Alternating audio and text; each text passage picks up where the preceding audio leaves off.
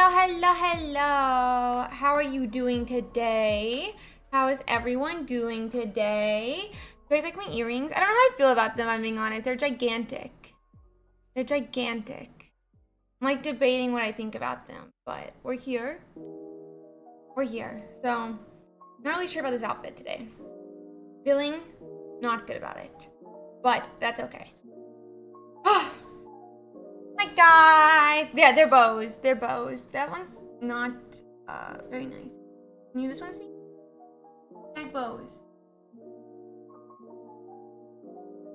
Hi guys! Hi! How are you doing today? How are y'all doing today? Let me just... There we go. I think that's good. With the button. Small ears. Tiny ears. My ears are not supporting them very well. Okay guys, we are getting ready. Ooh. We are getting ready.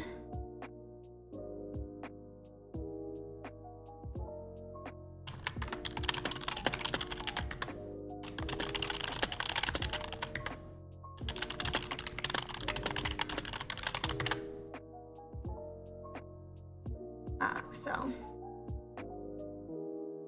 do you stream the tournament? Yeah, we're gonna broadcast and cast the entire tournament. So I'm very excited about that. So yeah, we are going to broadcast the entire tournament.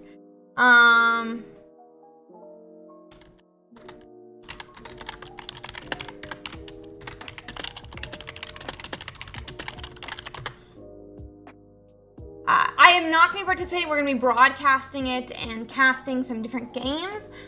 We are going to have an interview on in about 15 minutes from Pkmn from last week. I'm very excited for that one as well. Pkmn is our first time, two-time winner. So it's going to be so exciting to get to talk about that. We're also having the new set come out next week, which is going to be so exciting. And by next week, I mean in like 3 days. So I'm very excited to get to do our interview today. That being said, no one's playing in the tournament yet. We're still in our check-in phase. Make sure all of you that want to play, you are checked into the tournament, that your deck list is submitted. Thank you. Yeah, they're gigantic. This one is not holding up very well.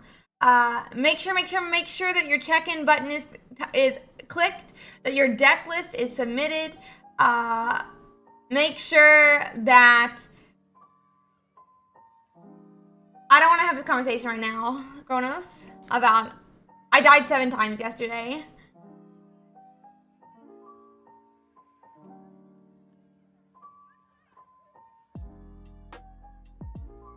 And I'm gonna die 7 times again tonight. Oh my gosh, guys, I have to show you all something so cool. This is completely off topic because obviously I'm supposed to be doing really good casting right now. Guess what I got? Look what I got, guys.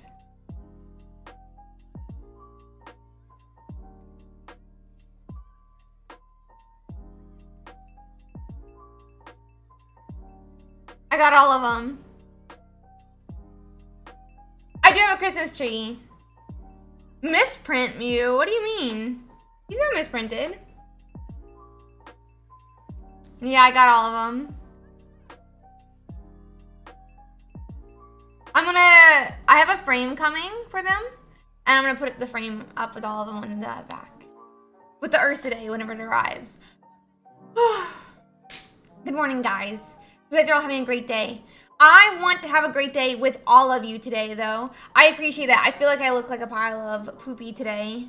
Not feeling it today, but it's okay. We survive. But yeah. So yeah, guys. The tree is outside. I got a Christmas tree finally. Yeah, honestly. The Christmas tree is on the way. Not Christmas tree on the way. The Christmas tree is outside. It was like still wrapped up, so I'm letting the limbs like, bloop, you know? The Christmas tree's gotta go bloop. Right now the limbs are like this. They gotta go bloop. Which they are not yet. So I'm waiting for that. And then I'm gonna bring them in. We're gonna get all the Christmas decorations done. I'm really, really, really excited. I'm in the Christmas spirit. I'm very excited. So yeah, I'm very, very happy. The limb's gonna go floop. Yeah. So I want to have a great last set 1 tournament with you guys today. So that means you all need to click this check-in button that you see my mouse on, and you all need to submit your deck list. Make sure your deck list is correct. If you have the promo Minky, it better be the promo Minky in your list. If you want to be running the promo Jigglypuff, it better be the promo Jigglypuff in your list. If you mean to be running 2 Mewtwo EXs and 1 baby Mewtwo, make sure in your list it's 1 baby Mewtwo and 2 Mewtwo EXs. Arts do not matter. That being said, make sure that you have the correct mons with the correct attacks as the Pokemon in your list, because if they are incorrect, A, you're gonna get a game loss. B, if you don't have the correct cards to change out, you're gonna be DQ'd. And C, imagine having to run a Gardevoir list with 2 baby Mewtwo's and 1 Mewtwo EX. Like, that's just not the tournament you want to have. So make sure that you have the correct Pokemon in your deck list over here. Make sure, because you're not going to be happy if, lo and behold, you're gotta play the rest of your tournament with 2 baby Mewtwo's and 1 Mewtwo EX. Like, none of us want to have a tournament run like that. Like, you could have won the tournament, but you floundered the list. So make sure that the list is correct. If you've already submitted, you can go to your dashboard, and on the dashboard, you can check it out. I'm not angry, I just keep getting distracted. So yeah. I'm really, really excited. That being said, guys, for those who do not know, it is not required for you to stream day 1. And make sure you have the correct screen name. I put this in our announcement. You go to the settings, you go click up here, and you click settings, and you'll see your screen name. And if you have the wrong screen name, it's gonna be your fault if something goes wrong. It's gonna be your fault if your opponent thinks they're running against the wrong player, that their game is wrong. That being said, make sure you're using a completely random, click the randomly generate button code for your private match. But 2, make sure your screen name's correct so that your opponent can't be like, what? I thought somebody stole my password and blah, blah, blah. So I reset it. You don't want that to happen in your game. So go to your settings right now and make sure that your screen name is correct as well. And change it to your in-game name, because it needs to be what's gonna pop up. Like, when the game starts and it pops up the user's name, does the in-game name in the list need to match Pocket name? It does not have to lie, as in, like, you're not going to be DQ'd for it. But if your opponent makes a mistake because they thought that they went against a random player and the wrong person had the password, then that's going to be your fault. So I would say you need to make it match. Just for simplicity's reasons, make sure that it matches. If it doesn't match, obviously, go to the settings. It's a really easy fix. I think I can click this. Oh, God. I'm going to hide my screen real quick to make sure I can click this and it doesn't show anything. But, like...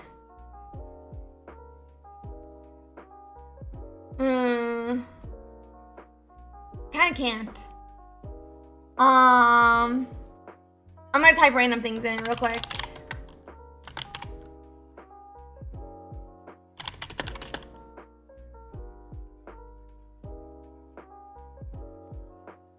Okay, I'm gonna do it like this. When you go to settings, it's really easy. It's really easy. I'm covering up my email if you can't tell. Ms., they're not out yet. That being said, go to your settings, and all you have to do is type in your correct in-game name. You go to your settings, and you type in your correct in-game name. And you'll have it correct, and you won't have to fix it again. Okay, great overlay of your right shoulder. What in the world?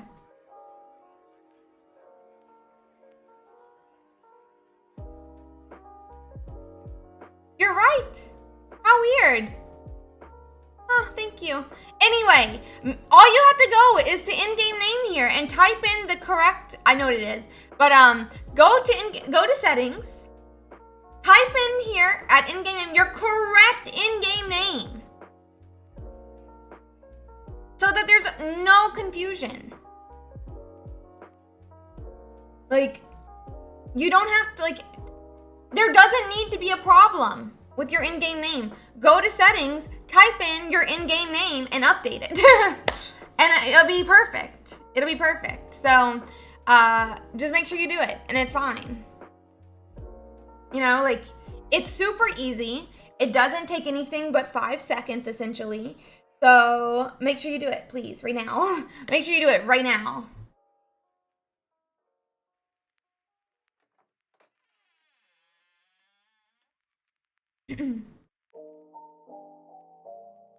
One second.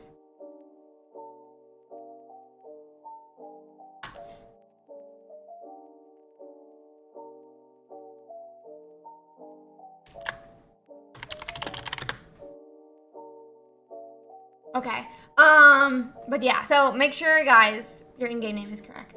That's all I'm gonna say. Oh.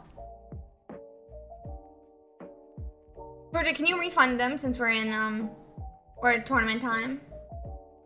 Probably, I don't know. We're about to be going into interviews, so maybe, how about we do it after the interview, if that's okay? Or you can refund it. All mods should be able to refund. All mods should be able to refund.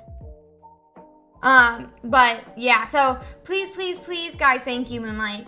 An in-game name. It's in the, like, if you do, like, twitch.tv/mod or whatever. Yeah, you can do it during check-in period, Chinks. You go to your dashboard, and there'll be a button that says Edit Deck List. So yeah.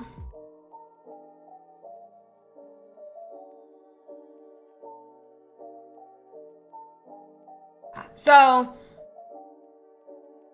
make sure you have your correct in-game name, because we don't want any problems to happen. But that being said, you know, you want to make sure that the name is correct. So yeah. Okay, back to the tournament, because obviously, by the way, here's the dashboard. You can click check-in, submit deck list.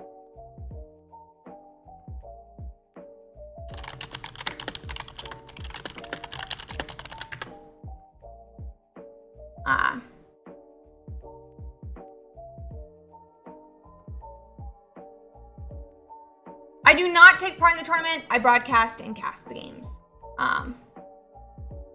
Yeah, well, the thing is obviously we're not going to be mad at people for not having the correct names, but if there's like a problem, right, where, oh, I thought I was against the wrong opponent, or something like that, right? Like, I can't fault them as much for that when you have the incorrect name in there. You know, like, it makes sense they thought that if you have the incorrect name. So if you just go change your name real quick, it'll solve that problem. Yeah, it was a problem for judges last tournament.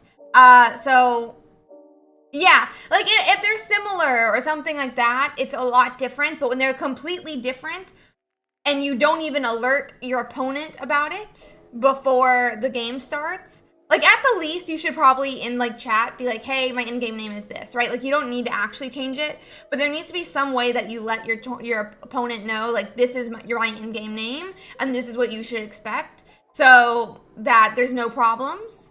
But the easiest way to do that is to change your in-game name on the account to change, you know? Anyway, make sure you click the check-in button. If it is orange, it's not checked in. You're not finished checking in. If you've submitted your deck list, it's actually not gonna say submit deck list. It's gonna say edit deck list. It's gonna say edit deck list.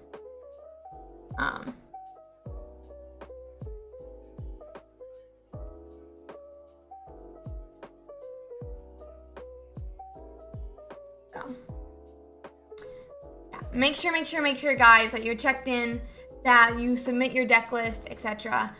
because, you know, we don't want it to be any huge problem. Like, we want to make sure that your deck list is correct. We want to make sure that everything is streamlined. So yeah. No, Jay Wong. There's in the game, when you go into the game, it says your opponent's name, you know? And so you often will check, like, oh, is the name that I expect to see the same name as what appears? Because what if I'm against the wrong opponent? And so, you know, like, just having some way that you alert your opponent that this is going to be my name is going to be really helpful to the judges and to your opponent. It caused a number of different judge calls in the last couple of tournaments. But yeah, you can change your deck list from the dashboard right here. You'll be able to change it. Also, guys, if you go to the Pkmn tournament page, then it will show you these lines if you have not done them yet. So check-in and submit buttons will not be highlighted like this if you've already done them. You need to make sure that neither of these lines are on the top of this page if you want to get your like all the tournament stuff correct. So please make sure that these lines are not at the top of your screen, guys. Please. So yeah. Ursi asked very kindly to please.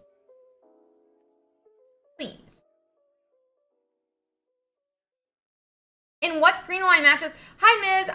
Have you watched the tutorial on Limitless? No, your deck list is not locked until the tournament begins. Once the tournament begins, it'll be locked. But until then, it's not. So you can still change your deck list right now. You can go fix it right now. And you can do it for the next, 19 minutes.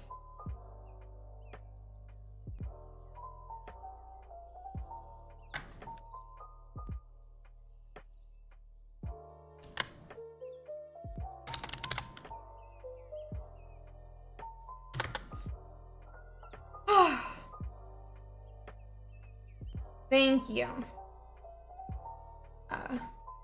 Yeah, or you can do dashboard, but.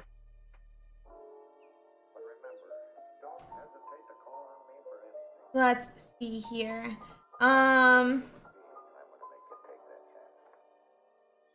Okay. Hey, guys.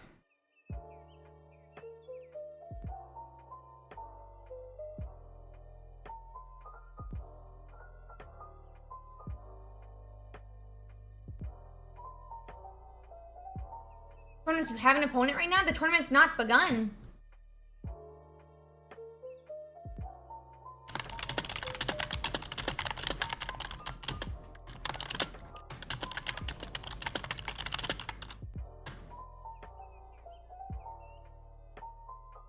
I just realized I've had the music on this whole time. Sorry about that, guys. So yeah, guys, please. We're gonna have an interview in a short second. So I'm gonna mute while I set up the interview.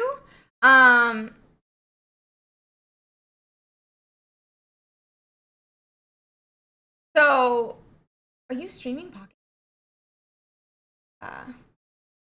So please, please go and make sure that you do these things. We do want to have it correct. I am going to go on and get into that Discord chat with my interviewee, Pkmn from, please, just sit carefully so that you don't rip my ear off when I put this on. No. Ow.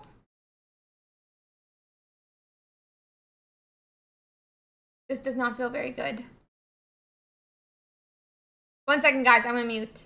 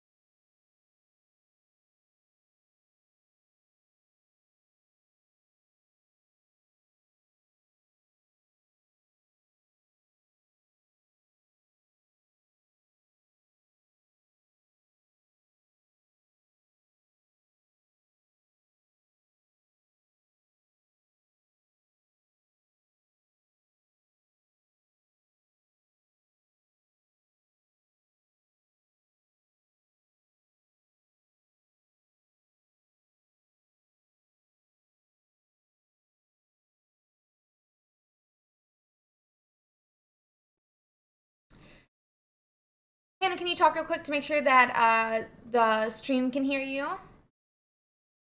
Hello? They can hear me? I think people can hear you. It looks like it's lighting up. You don't. Your mom says you can hear.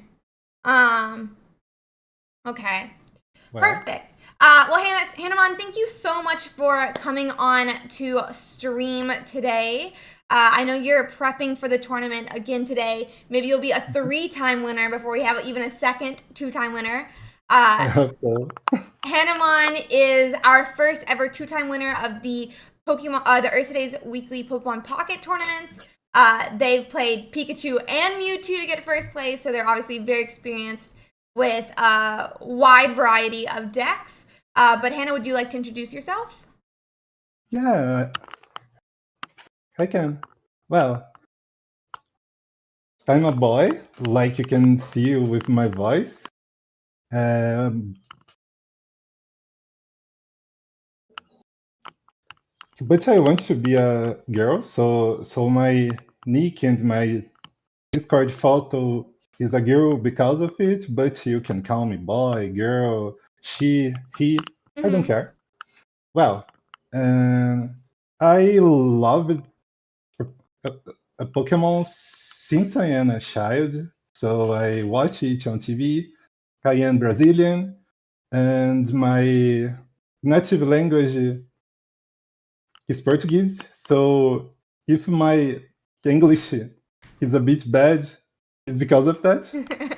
Your English is great. Your English is great. Better than my Oh, thank you. Portuguese, but way better than my Portuguese. I know only a very small amount. It's like bom dia.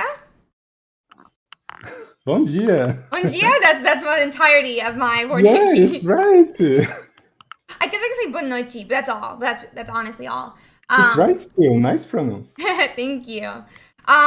So yeah, I played Pokemon all through my childhood as well.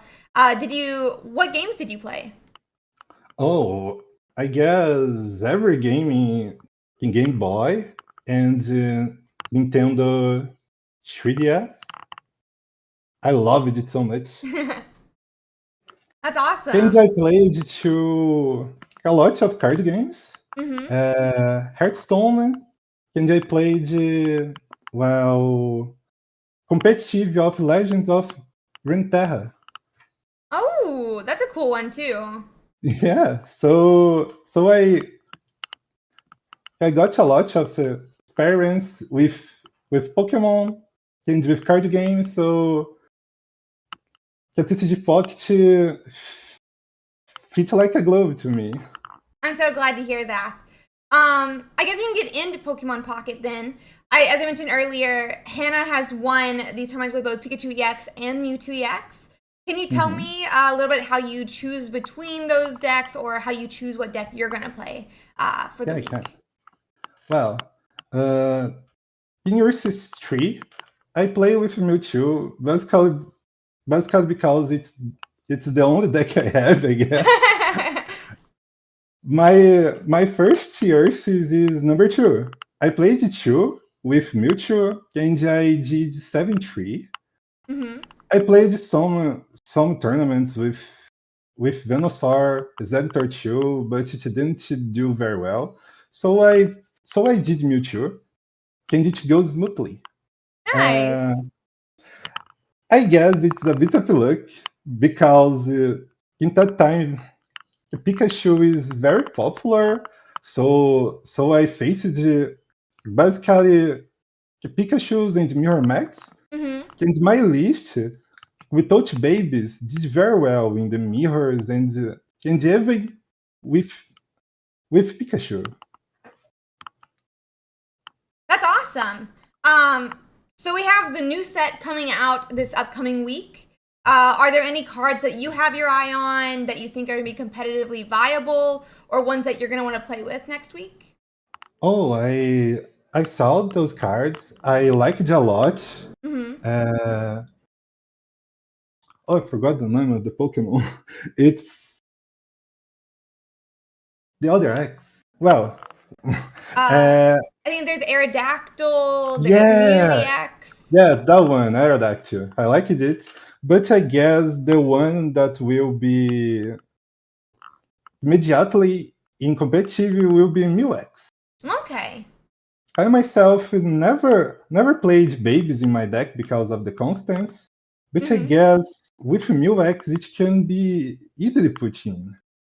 They are Okay. very good, very flexible. Yeah, Mew does look really flexible. I agree with that.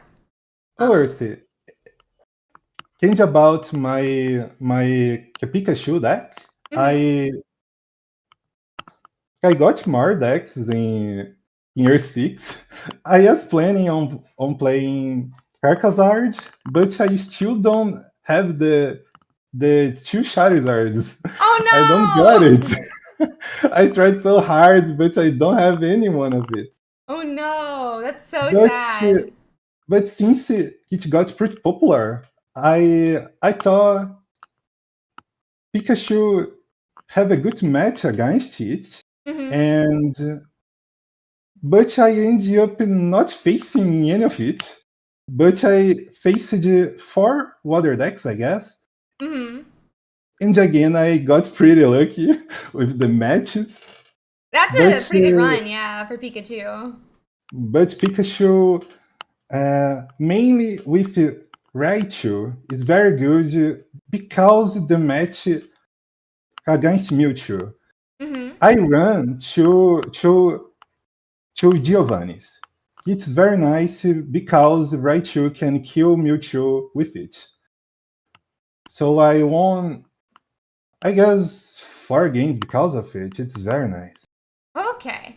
Yeah, I cannot figure out how to play Pikachu to save my life, but I feel like that Giovanni Raichu could be so strong into a Mewtwo EX, just like you're saying. So it probably won't need it from Mew EX. It's 130. So it sounds like it's gonna be strong though, even into these new decks that we're gonna see come out next week. I guess New X will be really good against Charizard because he can copy his skill. It's so strong. Very true, very true. Yeah, that I'm interested to see what the rule set's going to be Yeah. for the different copying, since Pokemon Pocket may not be the same exact rules as the physical card game. I'm really interested to see what works next week. Me too. Thank you so much for coming on, Hannah. I really do appreciate it, and I think everyone Thank you in so much. chat really enjoyed it as well. So thank you. Thank you, Arcee. Have a great one, and I hope to see your mini games this week as you kick more butt all the way, maybe to a third first place. I hope so. Fingers crossed. Thank you so much, Hannah. Thank you so much too, Arcee. Thank you. Yeah, so that was Hannamon. For those of you who are asking at the end, I had their run up from last week on the stream. Hannah was so sweet. I absolutely loved interviewing her. So that was absolutely awesome. I'm so glad that we got to interview. So yeah, I hope you guys enjoyed that. I think next week I might take some questions from chat as well, potentially. So very, very cool. Very cool. I loved interviewing her for sure. So, okay. Let's see if we can get the next one up here. Whew, so let's we have about 7 minutes till the tournament begins, or should I say the lag begins. So absolutely loved getting to do the interview with Hannamon. But yeah, so make sure, guys, that you are checked in, that you are signed into the checked in. Your deck list is submitted, and things like that, guys. We really want to make sure that everyone who wants to play can play. And it would be so sad if oh my gosh, oh, the earrings hurt.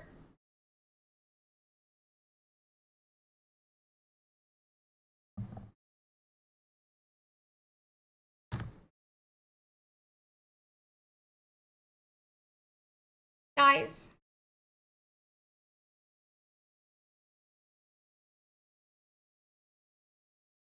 the earring is still in my ear. It broke. The earring is still in my ear.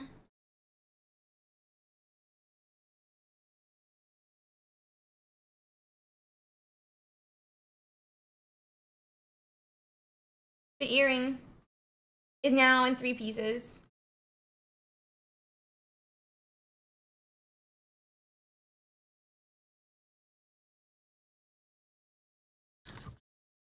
Okay, new earring time. We're picking out a new earring. That was so sad. That was so sad. New earring, new earring. I'm so depressed. Let's see. This pair of earrings looks cute.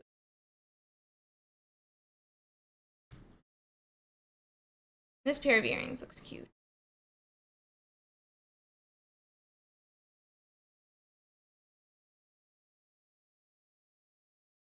Yeah, I know it broke.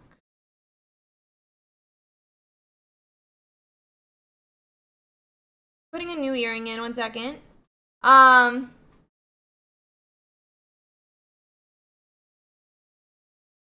That was really sad.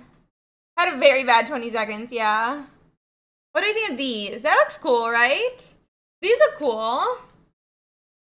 Surely this will be fine.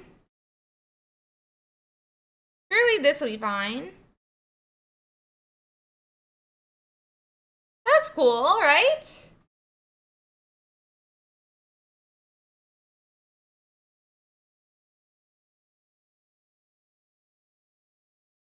This is why we have new earrings on hand. We're fine, chat. Everything's fine.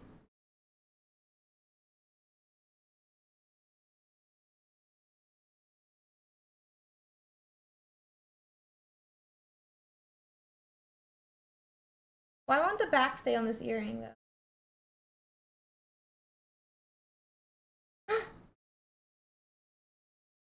Bro, why won't the back stay on this earring?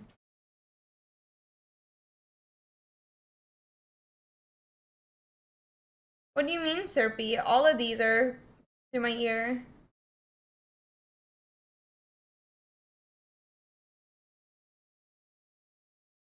I don't wear clip-ons.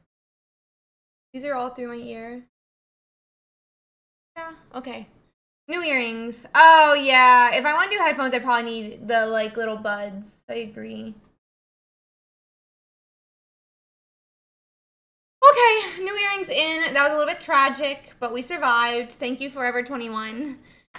This is not a sponsored stream by Forever 21, but they are Forever 21 earrings. So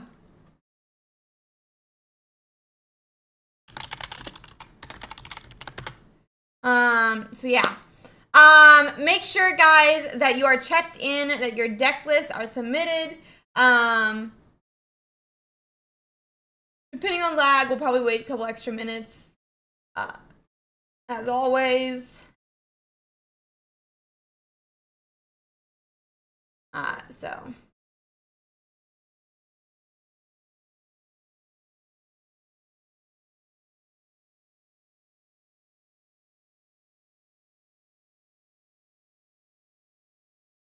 One second. But yeah, guys, don't start refreshing. Let me announce in the Discord we have 2 minutes.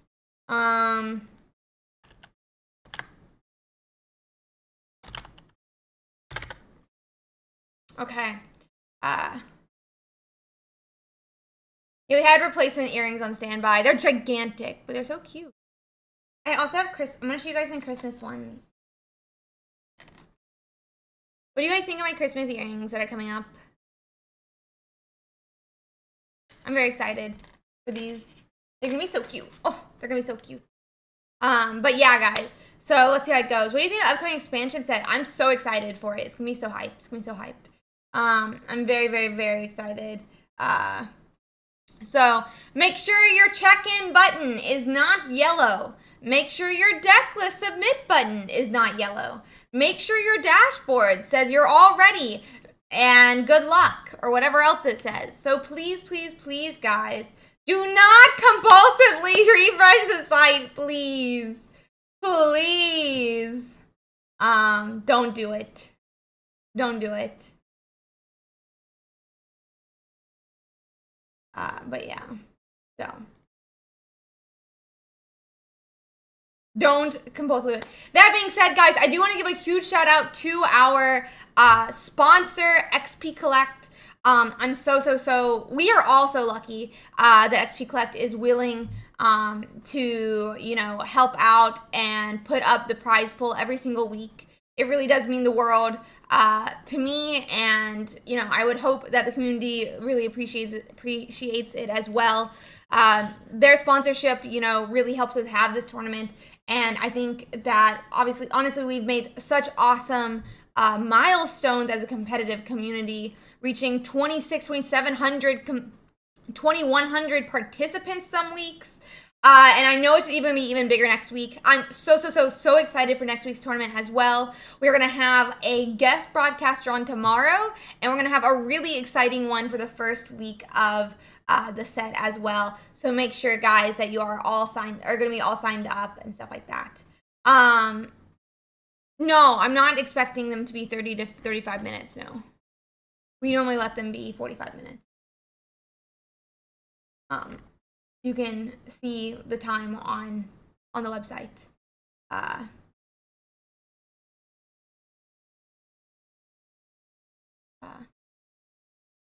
Let's see how it looks. It does look like we're gonna need people to stop refreshing. Does look like we're gonna have to ask you to stop refreshing very quickly.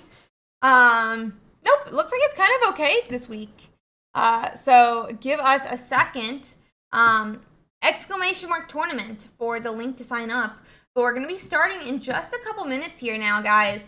How do you join the tournament? Well, the link's been up all week, so make sure that you go on and sign up for it. So yeah, very excited, very excited.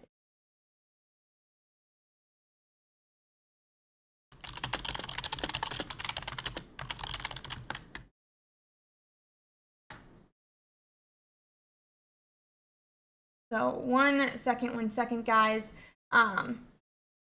Making sure that there's not too bad of lag going on, and we can get going very shortly. I'm actually having a lot of trouble with my own lag, so give me a second here, guys.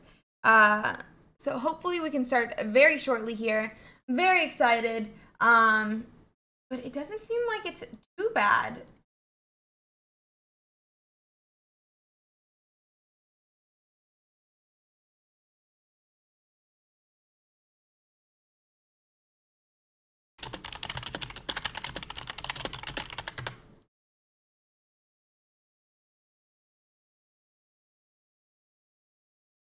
Okay.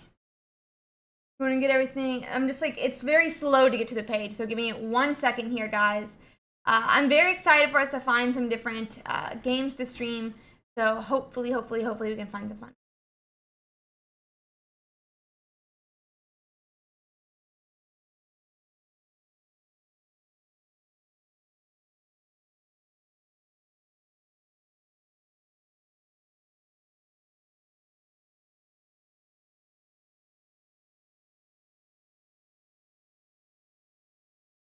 Okay. We only have 1,400 people ready, guys. What's up with this? Only 1,400 of y'all are checked in and ready. Chat? I'm gonna give it 2 minutes. You have 2 minutes to sign up. You gotta make sure your check-in button is cleared, that your submit button is clear. You got about 2 minutes, guys. So yeah.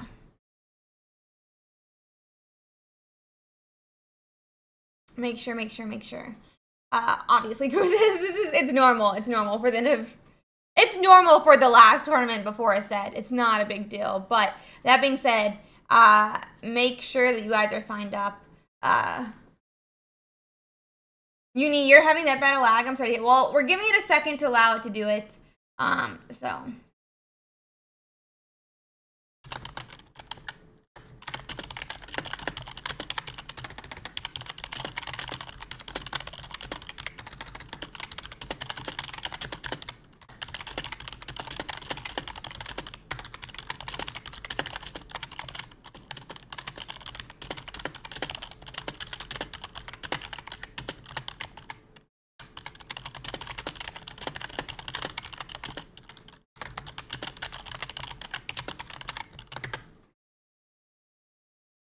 Okay.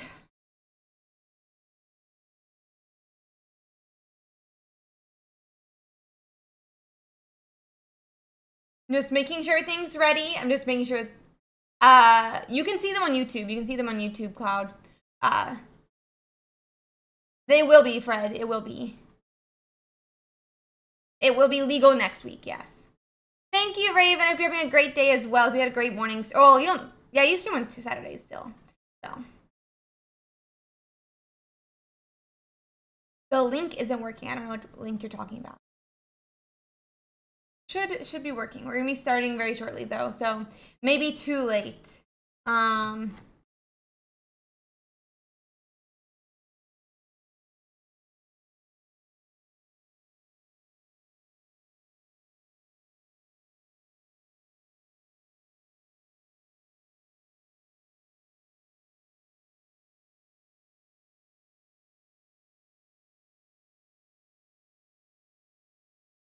Okay, guys.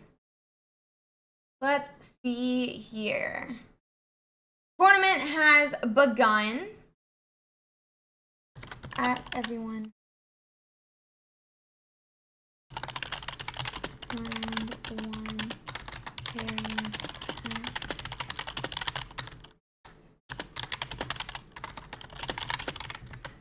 Check into your round. Call a judge if you need help. If your in-game name does not match your opponent, tell your opponent. Use the randomized room number password. Okay, guys, the round 1 pairings are officially out. Call a judge if you need help. Make sure you are checked into your thing. And use a randomized room number. Okay? We're all good?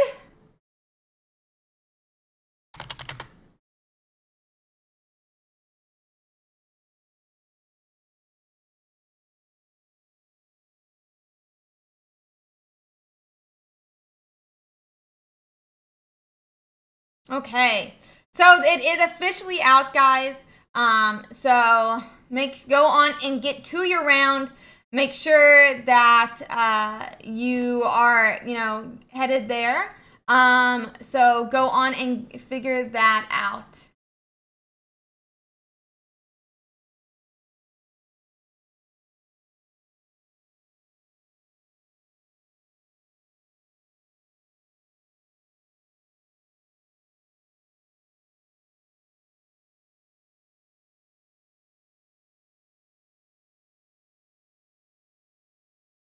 Okay. Okay, guys, let me quickly find us some games to watch here. I'm very, very, very, as I've said before, excited. So hopefully we can get into this very quickly. And so one moment.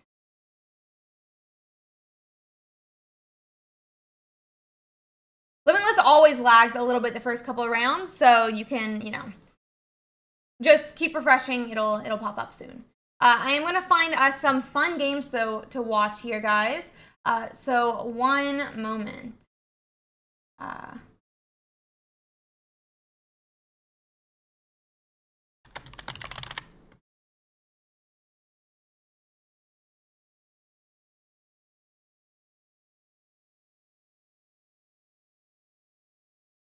Okay, first off, we're gonna watch a really interesting water deck, I think, here. I am just bringing it up real quick. So one moment while I get that together. It's a Blastoise Starmie deck that I think is gonna be really cool. So one second. We're officially into round 1. We're watching Dusas versus Nicht in K. So I'm just getting it up and ready.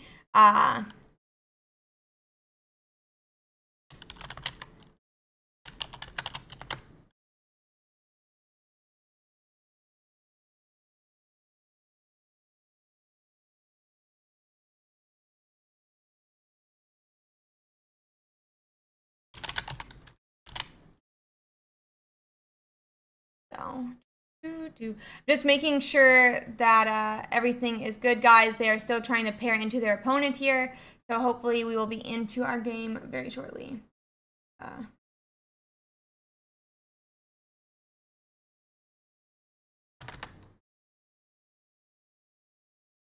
Just 1 second.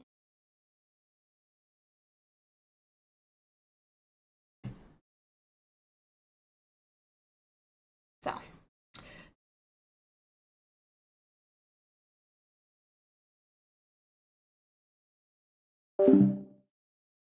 Okay, we should be getting into our game now, guys. Give me 1 second. I'm just making it a little bit bigger so we can watch it. Like that, just vertically, not horizontally at all. Because it is.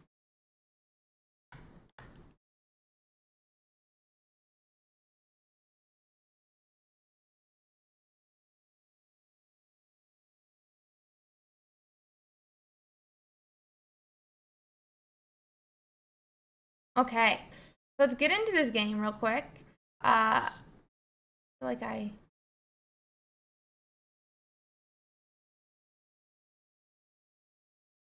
like somehow have broken the, what's it called in this? And so let's get into our first match. It is round 1 versus Nicht in K versus Disajuices D. And it is a Blastoise Starmie deck versus a, let's see what Nick is playing, a Gardevoir Mewtwo EX deck. I think it's going to be super interesting. I'm not really sure that either side has much of an advantage here. Both sides are going to be wanting to set up fairly quickly. But on the side of Tsusus, they're even actually running a Frostmoth and Starmie EX. Starmie EX is a little bit faster, doesn't need a Misty in the way that some of these other water decks do. Which is going to be really interesting to watch here. And then the Frostmoth can really help to just stall out a couple turns that otherwise you may not be able to do versus this Mewtwo EX. So let's see how this goes. So let's see.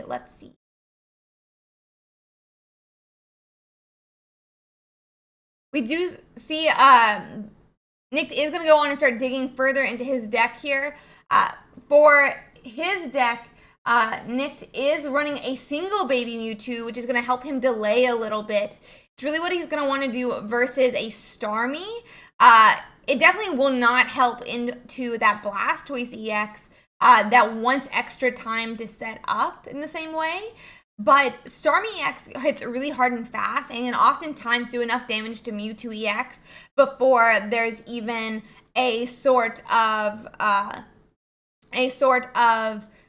time for that Mewtwo to be able to swing for 150 damage and knock out the Starmie. So we aren't seeing that baby Mewtwo just yet. Red card is going to go down from Nick. Red card can be super powerful, especially in an open deck list like this. In the fact that it threatens your opponent from doing certain things. But especially early game, how much does it help when you don't really have much information about their hand? It's definitely a different question. So yeah, so we'll see how this goes. But we are going to go on and see that energy attach, some damage come down from Staryu. I'm wondering if they are hoping they just hit Starmie quick enough, if they're just going to try to run down this Mewtwo before he has time to do it himself. So let's see how it goes.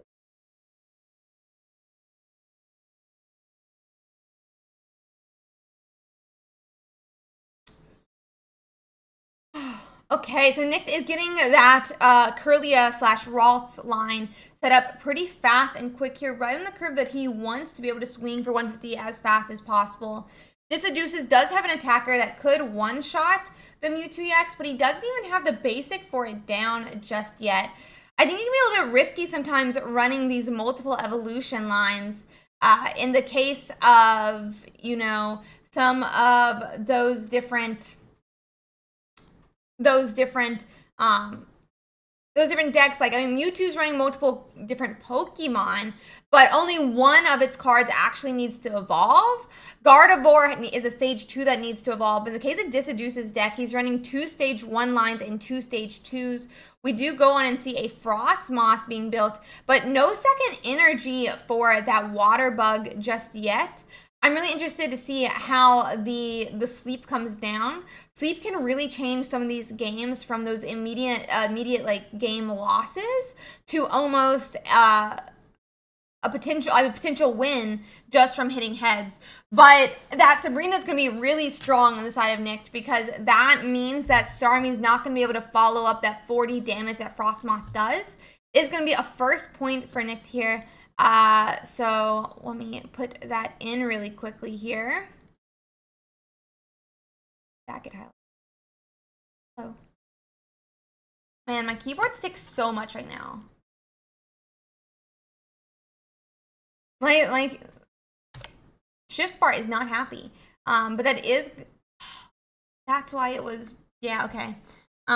But yeah, so we are going to see another Stomp coming down. He finally does get that Squirtle, but he's going to need 5 energies on his Blastoise if he wants to be able to do that 60 damage, 70 damage that the Blastoise EX can do with 5+ energies on the card. So we'll still have to see how that plays out here.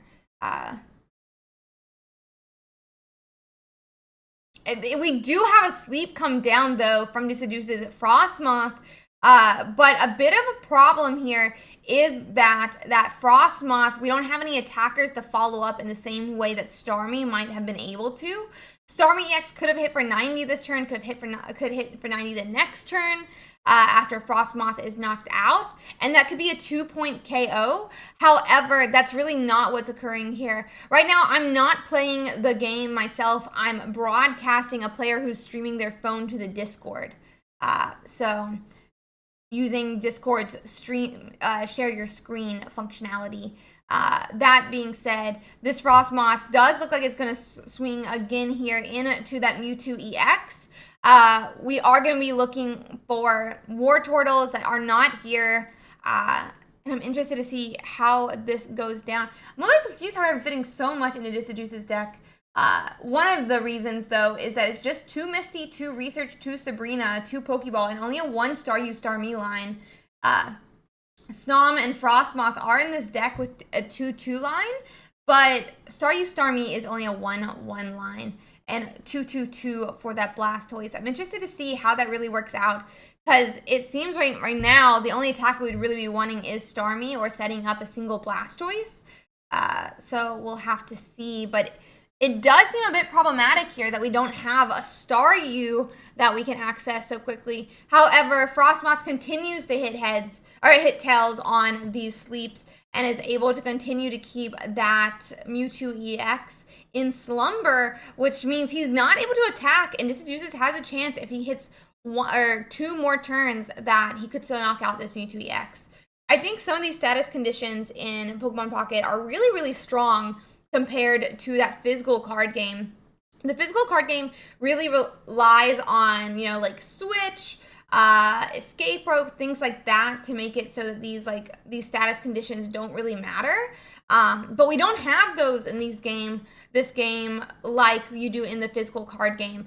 So Mewtwo has access to nothing that could get him out of this active spot. And instead, he needs to roll a heads this turn if he wants to survive until that next turn.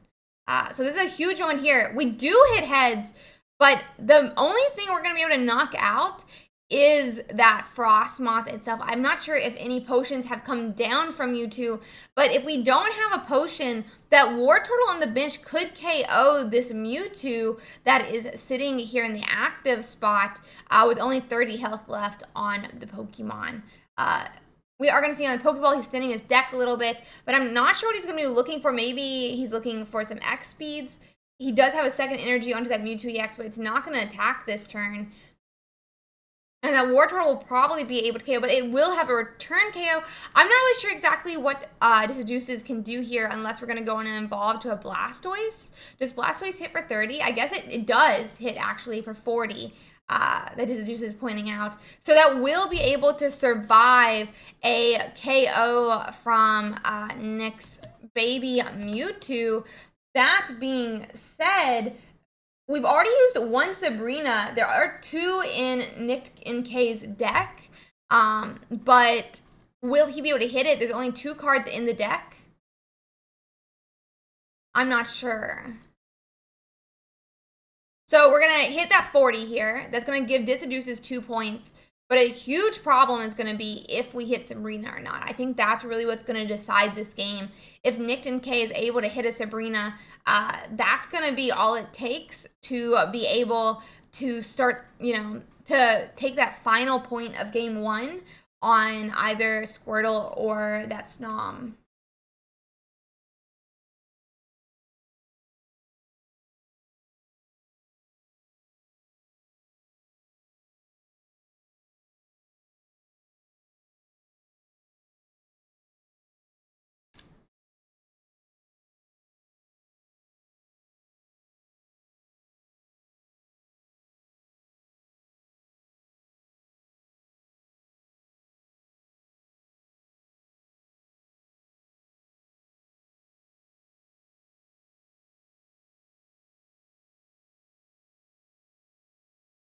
Okay, so this is going to be that big moment I was just talking about. Do we have the Sabrina on Nick and K's side that would be able to take the game here? He's not going to be able to KO that Mewtwo baby just yet, but that being said, 2 more energies is all he needs. It's definitely a potential to deal with it, so we'll have to see.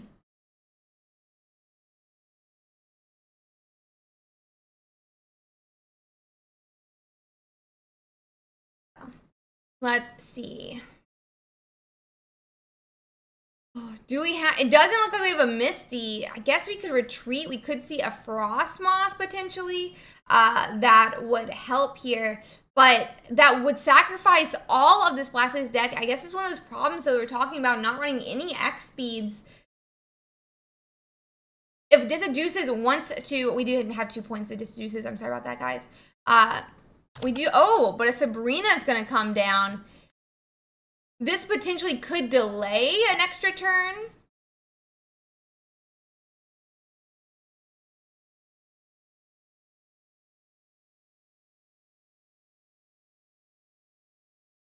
Let's see.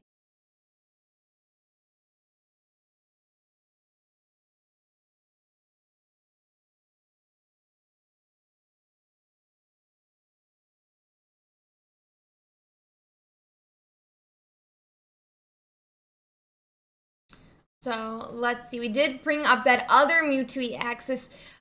I don't think Nick is running a Giovanni though. He does have 2 X speeds that he could potentially retreat with. So let's see.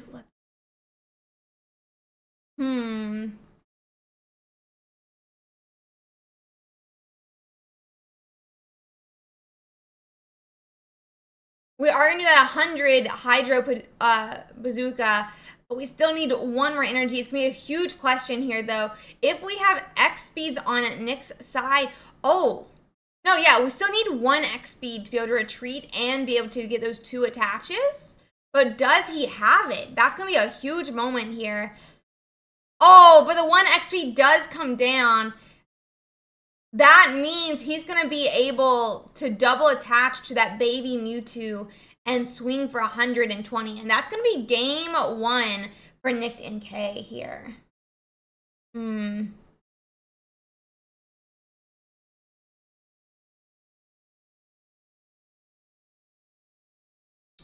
So let's see.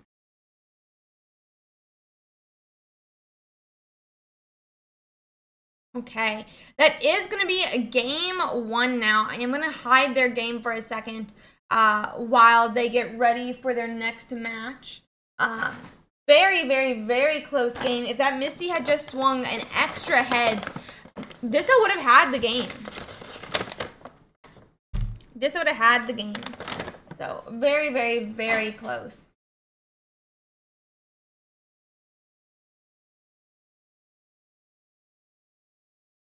Just waiting for that next match. So 1 second.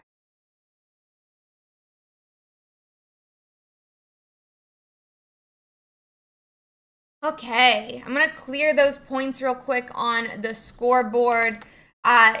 Nick NK is up 1 game in this series, and I'll go on and start that next match. 2 Squirtles this time for Dissa's start. Not bad, but gonna be a bit problematic if they want a fast start, start putting damage down as quickly as possible. So.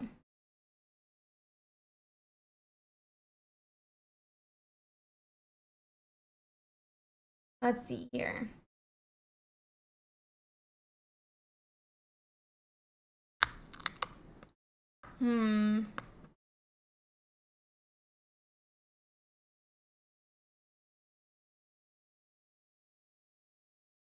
Okay, so we are getting red carded again, it looks like, on turn 1. I think that's a little bit of an interesting play by Nick, but not sure it's anything terribly bad for our player.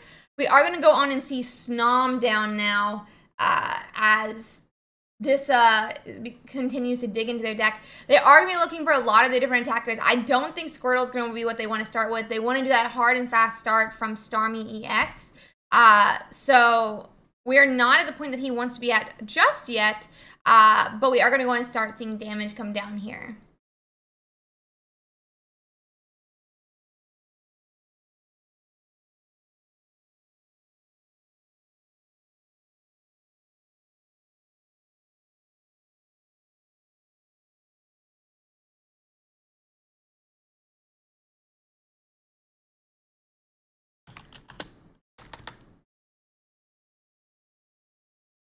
One second.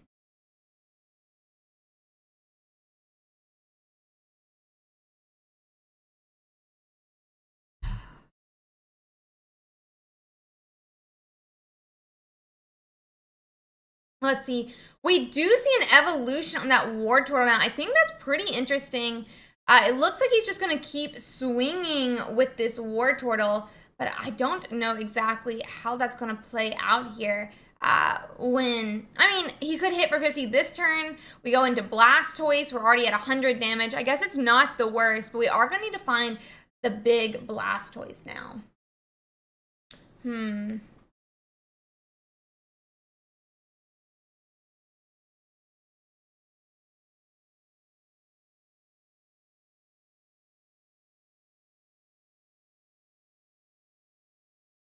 Let's see.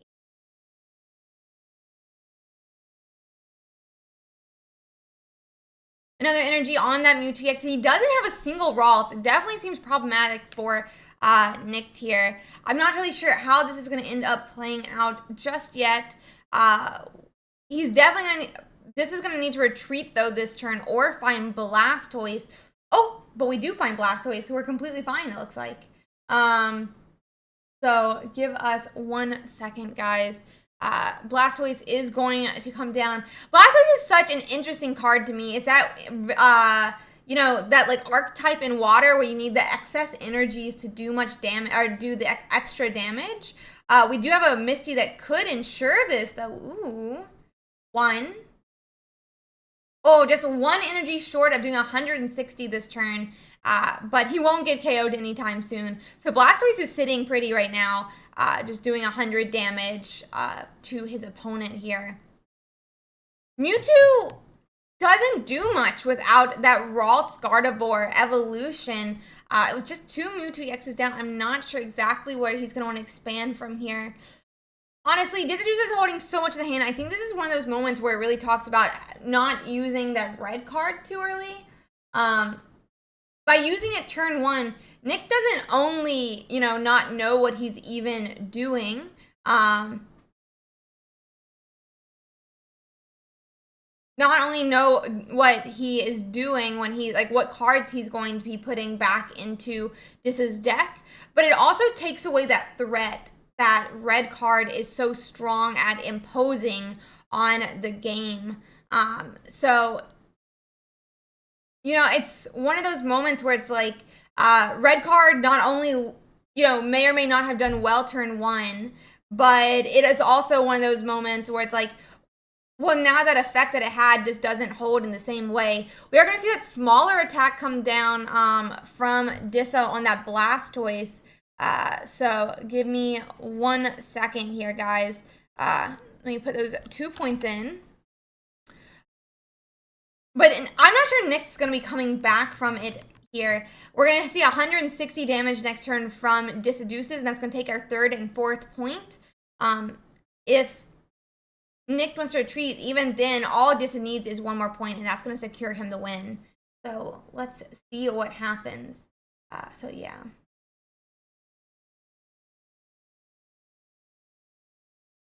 Okay, we do see that swing, and it is going to be the end of game 2.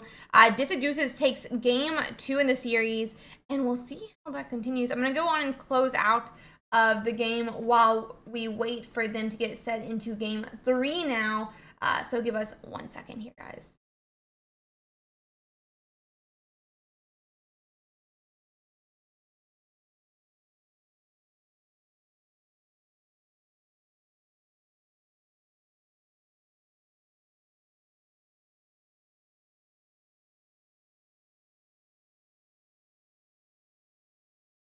Okay, we're just waiting for that 3rd game to pop up now. So 1 moment here, just letting them connect for game 3.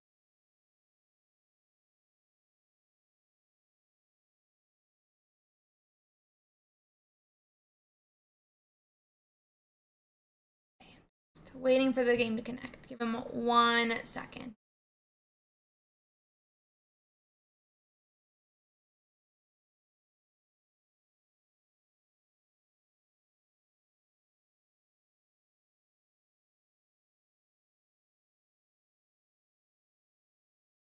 Okay, looks like we are going into game 3 now. So give us 1 second, guys. Okay, we're going second this time for Disseduces. That is where they went last game as well. So let's see how that does play out. This time we are starting with Snom, which does get knocked out 2 energies on a Mewtwo EX. Again, I'm not really, this is doing pretty well with this deck. I think Blastoise could be really, really interesting and fun. That being said, I have a bit of problem really wrapping my head around a deck that plays 3 different evolution lines in it, even if one is only a 1/1. So I loved seeing it, execute so well last game. But all it did was with that Blastoise. I wonder if there's some world how this deck becomes more efficient so the Blastoise works better. But obviously, it did great last turn, so we'll see how it goes.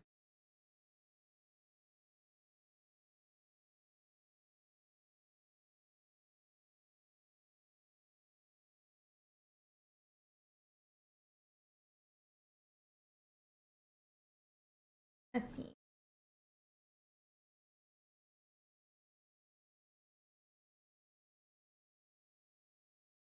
Okay.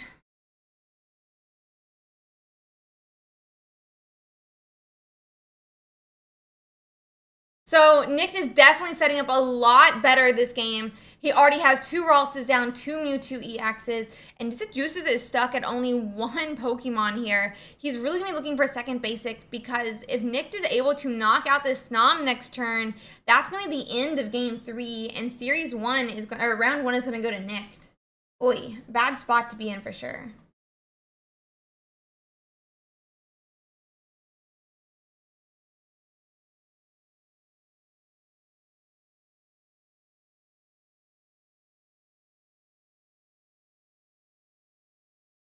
Let's see.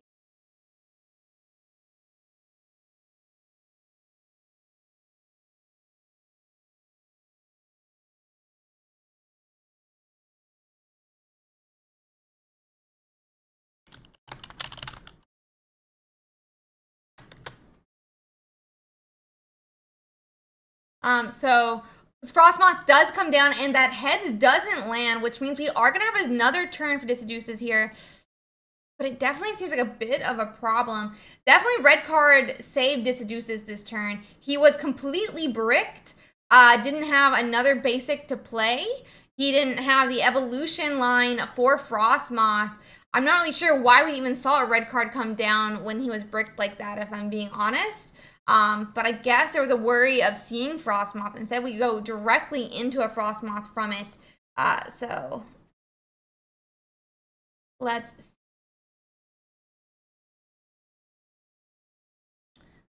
see.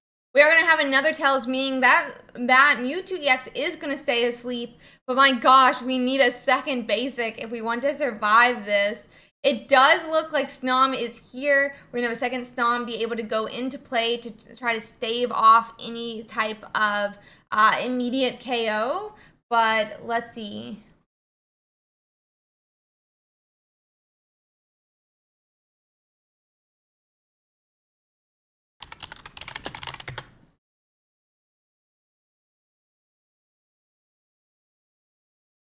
Let's see.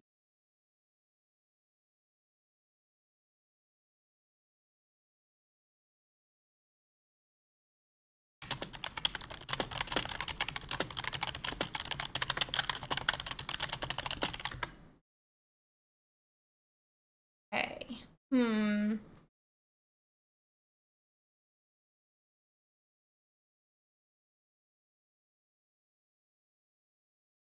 Sabrina is going to come down from Nick, trying to make it where we don't see that Frostmoth swing again here. But, you know, all it takes is one energy to retreat with this Snom. So, yeah.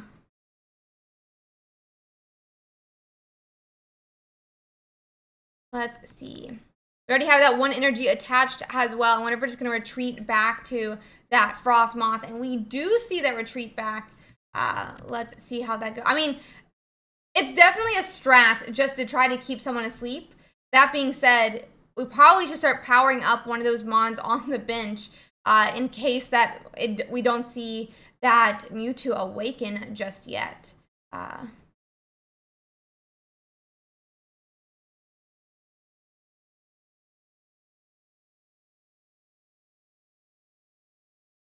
So...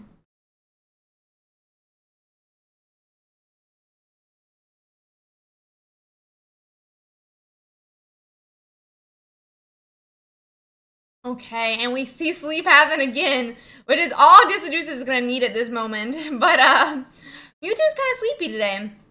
Tails lands, and that means they're going to go back to Deciduous without even having that Pokemon wake up just yet. That is going to be 2 points for Deciduous, but Nick is not going to be able to KO next turn because there's not going to be 150 coming down from any of these Mewtwo EXs, or the second Mewtwo EX. So we'll have to see how that comes down.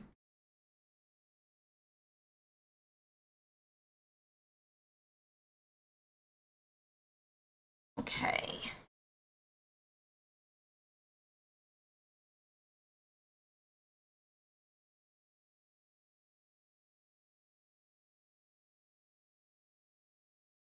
We're going to see 50 from Nick, but we'll have to see where it goes from there. That's 2 points for Dissa here.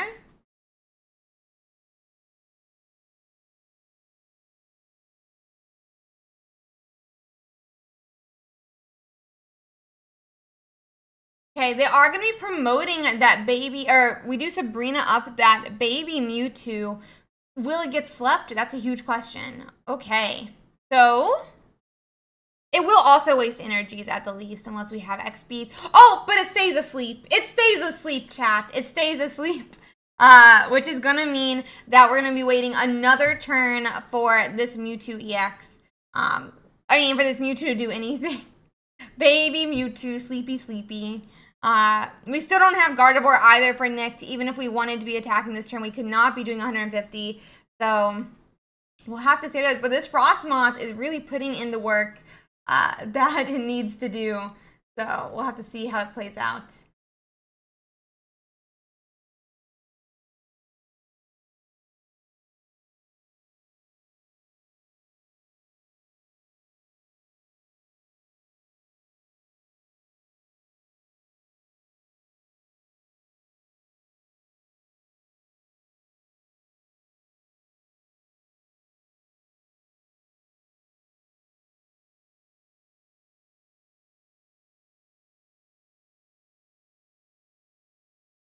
So it's finally going to wake up. It finally does wake up, but we're going to need a lot to be able to retreat here for Nick's side. This is definitely not the moment that Dissa wanted it to wake up at all. But one and two energies is going to let it retreat back to this Mewtwo, who's going to swing for 50. This is a bad luck moment, but hopefully this will be able to lull this Mewtwo back to sleep here, and, you know, hopefully take a win. I doubt Nick is going to want to put up his baby Mewtwo if we have another Sabrina come down here. So it may very well be one of those Curlias gets promoted if Sabrina is being used again here. But both of the Curlias are only one energy retreat. So we can still see, this Mewtwo just come right back and swing and knock out if that sleep misses even one turn.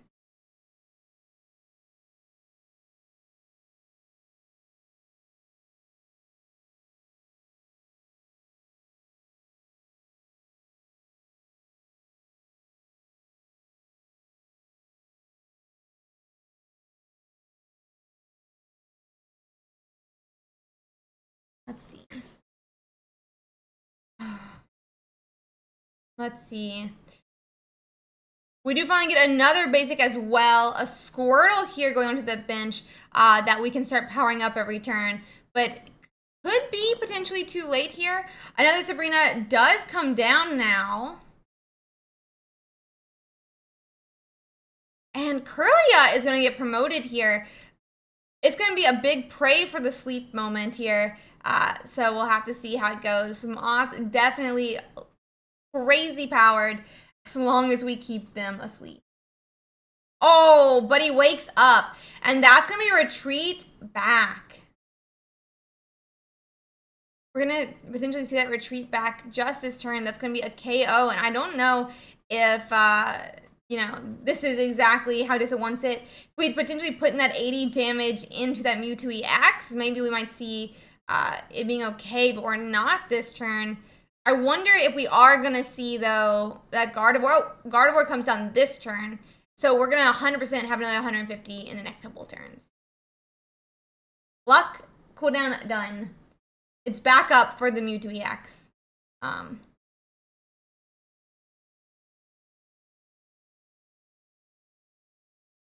So let's see.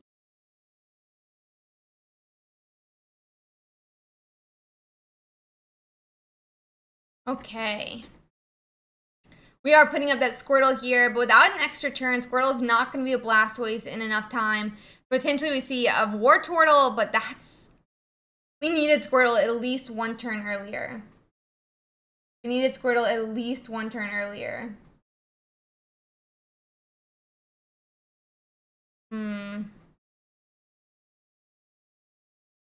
Boy.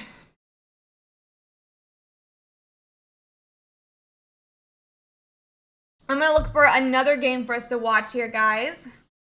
Give me one moment.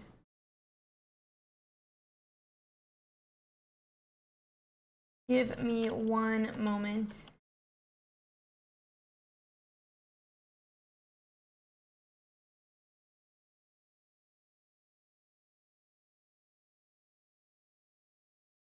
I have about 7 minutes left in the round as well. Just give me 1 second to find another game. Let's see here.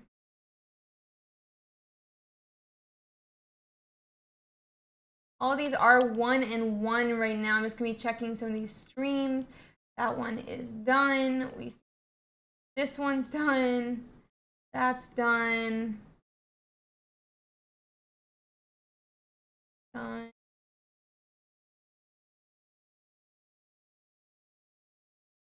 Done. Done.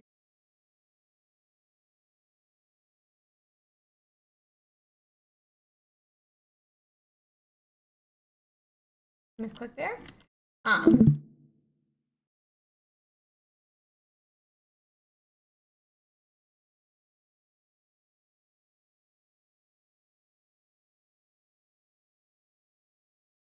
It looks like most of all the games have been completed, guys, that are streaming right now. I'm trying to see if I can find us something to watch. Not sure we're going to, sadly. I'm really sorry. Sorry, guys. It looks like everyone has completed that. It's streaming either in Discord or on Twitch are all completed here. Just double checking that none of these are where we can look at them. So close, Dissa, so close.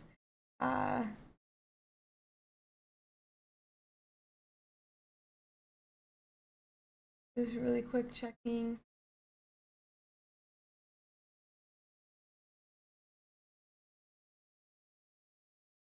Okay, yeah, it looks like everyone's done here.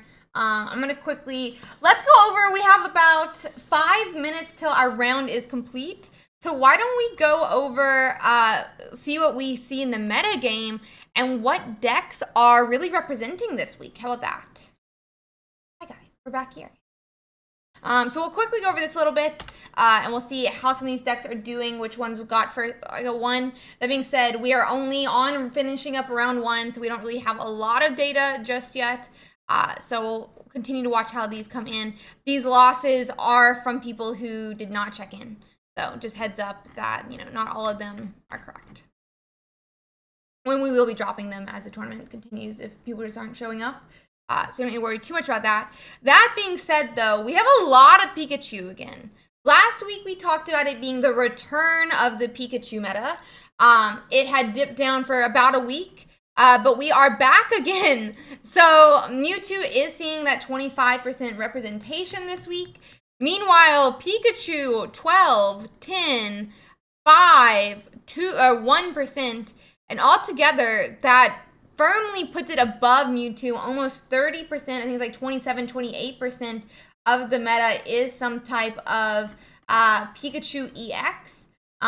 So we are, Pikachu is back in fever right now. Meanwhile, we're seeing about 15%, not 15, 13 to 14% of the meta. So we'll see how that goes.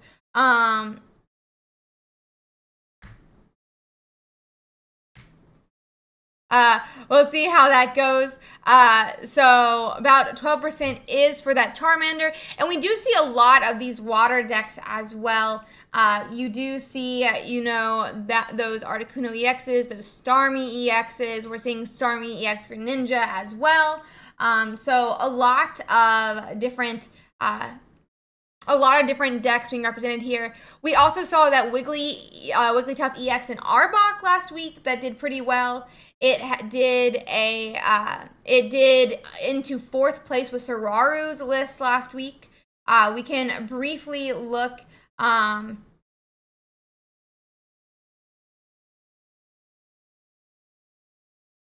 We can briefly look at how that list is shaping up here. But yeah, give me 1 second, guys. We're gonna see if people have been changing the list and stuff like that. I think it'd be really fun to check out for a second. So give it a moment.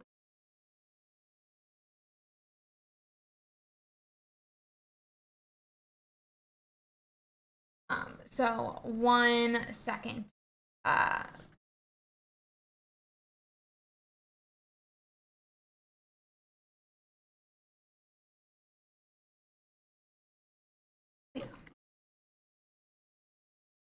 Okay. So let's see how this list is being dealt with this week. I do want to look at the cards for a brief moment here. And you can see there's a little bit of variations in the list here. We got a couple people running Hand Scope, a very small number running Red Card, a couple people putting in Giovanni, some potions. Nobody swapping out that research. But there's a lot of different choices between these Kogas, it looks like, as well. Even the number of Arboks. It seems like basically every single card in the list people are trying to change up a little bit. So we'll see how that continues to go. So 1 second. Okay. But very interesting to see. About 51 players are playing it. One person had to sacrifice a Pokeball. I don't know why. But yeah, it does seem like one person decided to sacrifice a Pokeball on the list. But it's very interesting to see how, different players decide to deal with their different decks. Maybe it is that, that they just don't have it yet. Though I don't think Pokeball is going to be one of those, since you just buy it from the shop. But like, why are they deciding only to run which Jigglypuff and things like that? I think it's going to be so interesting to continue to look at and things like that. So very, very, very cool. And we can't really see standings just yet. So give us about a second here, guys. We have about a minute left in the round. And then we will go from there. I'm just going to check. We may have some time extensions, but we'll check. Yeah. 1 second.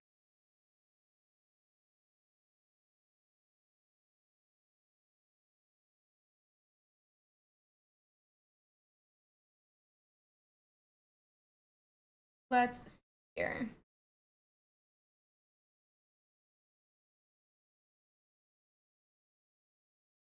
Oh.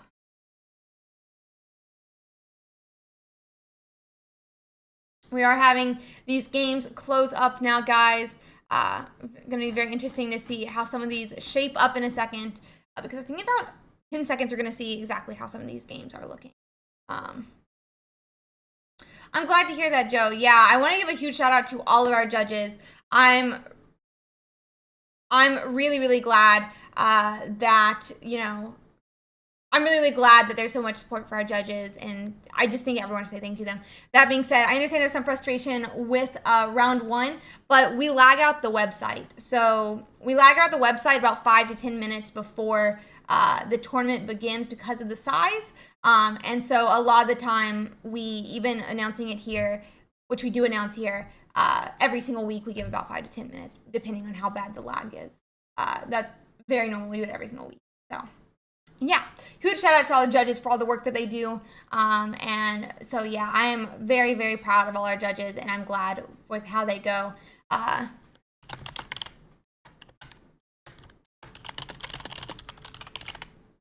Let's see.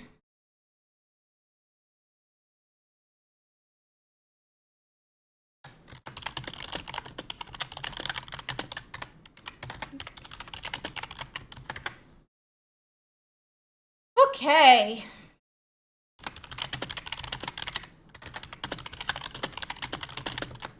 Yeah. So. That being said, complaints okay, but let's not spam chat with complaints, guys. Okay, thank you. So yeah. Yeah, no, the judges are awesome. Yeah, let's not spam chat with the complaints. We understand that people can be frustrated, completely understandable be frustrated. With that being said, let's not spam chat with it. So yeah, let's see how it goes. It sounds like we're having a couple judge calls still getting closed up right now. So give us a second here, guys. We can look a little bit, though, at the standings while we wait. And yeah, so let's see. We do have a Greninja Wigglytuff that, as we said, it's only round 1, right? So only round 1. So we have a lot of games to still complete. But I do just love seeing some of these different decks. So yeah.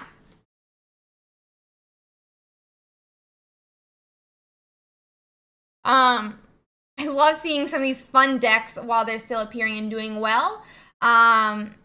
We have a Greninja Wigglytuff EX that won their round 1. We have a couple of those water decks, a lot of Mewtwo's that we're seeing, but I love finding the really interesting ones. Here we're seeing a Starmie EX and Golduck. That's really cool. Starmie's so strong, and Golduck I also agree with. I mean, Venusaur Executor did really well. Not really, got, a win in their round 1. We have Arbok Weezing, another Greninja Wigglytuff. Very cool to see here.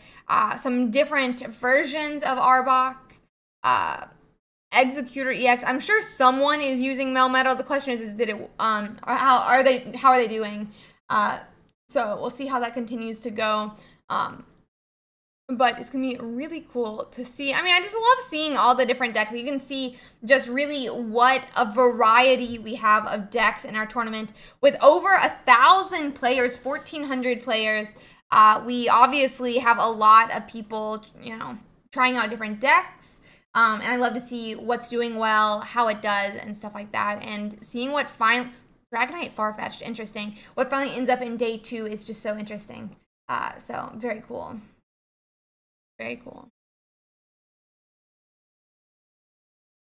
There's a Victory Bell Executor. Oh, Executor Wigglytuff. Very interesting. So yeah. We can keep scrolling down a bit more while we're just waiting for all this judge stuff to finish up. We have just a couple calls getting finished up here, guys. So give it 1 second. So yeah, so cool. I love seeing all these different decks.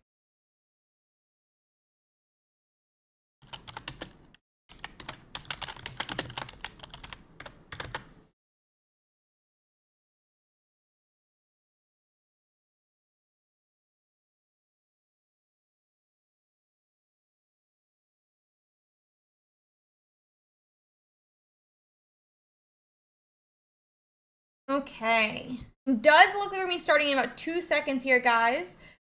So.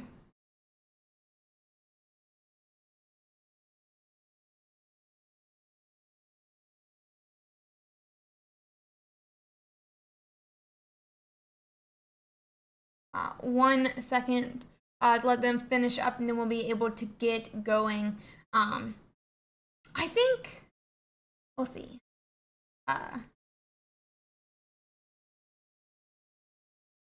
Just making sure we have everything complete.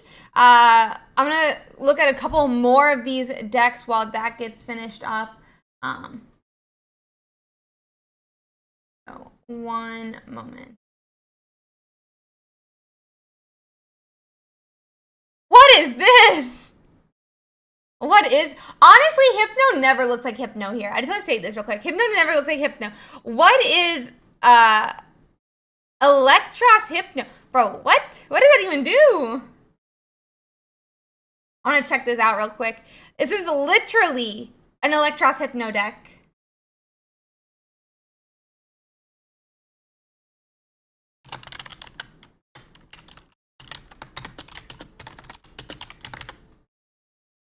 Okay. This is interesting. Okay.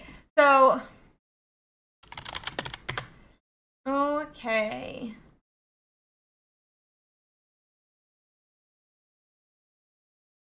Guys, no spam clicking. Give me a second here. No spam clicking. Stop spam clicking the website.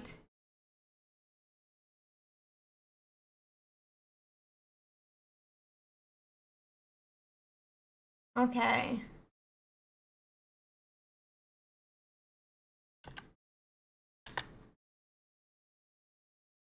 Round 2 pairings are out. Round 2 pairings are out. Go get your round 2, get into your game, and let me come watch your game. Okay? Everyone understand? Go. Go. Hurry, fast. Go find your game so we can watch. Go find your game so we can watch. So yeah.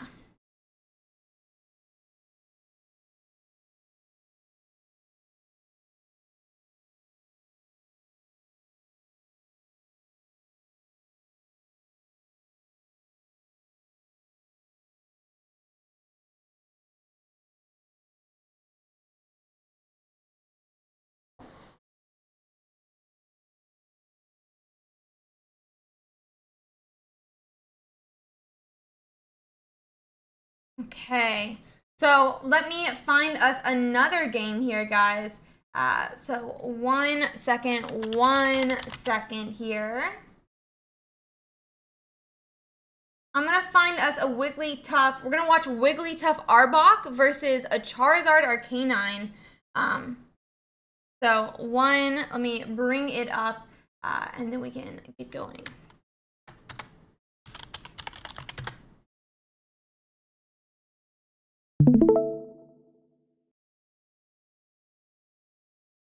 Let me just set it up.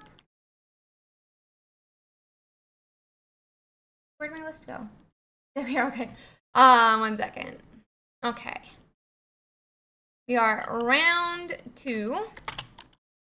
We're gonna watch Kronos versus Aegon 1.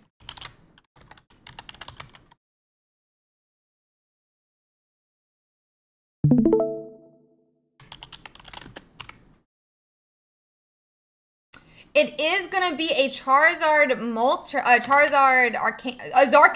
Zarkanine versus that really fun deck that we got to see last week, which was that Wigglytuff Arbok. I'm giving them a second to go in and get into their match. So give us one moment.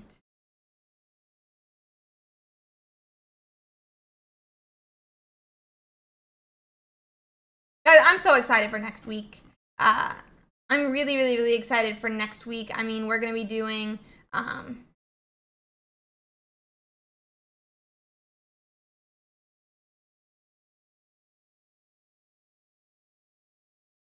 1 second.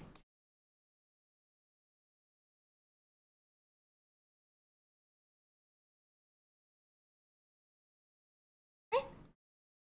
Go on and get into that match then.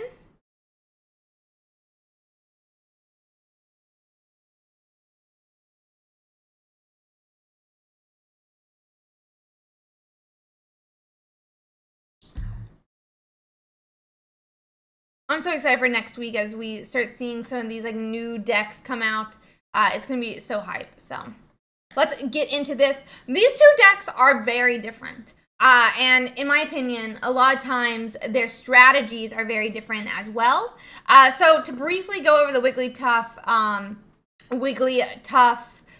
Arbok deck, this deck definitely wants to start with that coughing. He is going first, so he's gonna want to have that wheezing as well. To be able to evolve turn 1 or turn 2 of him going first, and start using it as a tank every single turn. Then he's going to want to start capturing those Moltres and Pokemon that are not Charizard EX, or honestly even that Arcanine EX with that Arbok. So Arbok is able to capture basically a Pokemon in the active. They're not able to retreat. And again, in this game, there is no switches or way to forcefully pull your Pokemon out of the active spot other than a retreat. And then between those two, if you have to stall, we do have that baby Jigglypuff as well as a Wigglytuff that is able to do 80 damage per turn and sleeps a Pokemon. So both, it's a little bit of a stalling tactic, a little bit of a, get the correct Pokemon that doesn't do damage and get them stuck in the active. And then the side of Aegon 1, they're going to be wanting to get their Moltres into that active spot. They're going to want to start building up their different attackers from a Charmander to a Charmeleon to a Charizard. They need to get upwards of 5 energies, and honestly, against this deck, upwards of 6 energies onto their Charizard, so that they can swing for 200 every single turn. Basically, they want to wait till they can attack, and then attack every single time. So we're going to go on and see here, Kronos is going to go on and get that Arbok in the active, and he's going to capture that Charmeleon. We could see an evolution that would cleanse that status condition, but Charizard can only do 60 damage with 3 energies attached to him, which is one of those reasons we need so many energies on Charizard. He's able to do 200 per turn with 4 energies, but he then discards 2 every single time, which means that he can't just sit there and attack unless he's fully set up. We're going to see 1 potion, but we're going to need a second potion if we want to survive that Arbok. Charizard comes down though, so not as big of a deal, and we are officially outside of that 2 attack range that the Arbok would otherwise be in, but 60 plus 80 is enough to knock out here. We don't have Wigglytuff EX I can see, and it doesn't look like we have energies on that Jigglypuff either. we could potentially be having another Ekans up. Does look though like we are set powering up this this Jigglypuff here. Jigglypuff. Puff. I don't know. Anyway, it does look like we're seeing that Jigglypuff getting that energy attached to it to try to be able to attack in the future. Weezing's really nice that he doesn't need to be powered up early. He just needs to be powered up the turn that he is put into the active spot. He only costs 1 energy. So we'll have to see how this goes. We're gonna go on and see another 60 damage onto this Charizard EX now. He can't retreat. He can attack for 60 or 200, but there's no reason for him to attack for 200 this turn. If he does, honestly, a little bit of a misplay. So honestly, Aegon 1 should be only attacking for 60 this turn, even if he attaches to 4 energies onto that Charizard EX. Because he can knock out that 60, and then he can use that 200 that following turn and still knock out. So I'll have to see how it goes. There's definitely a bit of a debate between the different Jigglypuffs. This Jigglypuff can't be one-hit KO'd by a Mewtwo in the way that the promo Wigglypuff can.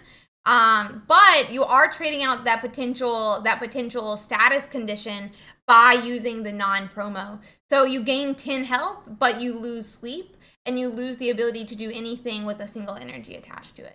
So my assumption here is we're going to see Weezing being put up into the active or coughing. But Aegon could have a Sabrina and force this Wigglytuff in the active unless Cronus is going to put down that Ekans that he had in his hand. So let's see. Second coughing to help protect against a Sabrina, but is it enough is really a question we're going to have here. Aegon did put that Moltres down. I'm not really sure if that's the best play, but we don't see energy being attached to Ekans, so we don't have too much of a fear of having that Moltres, captured in the active spot and stuck there for the rest of the game.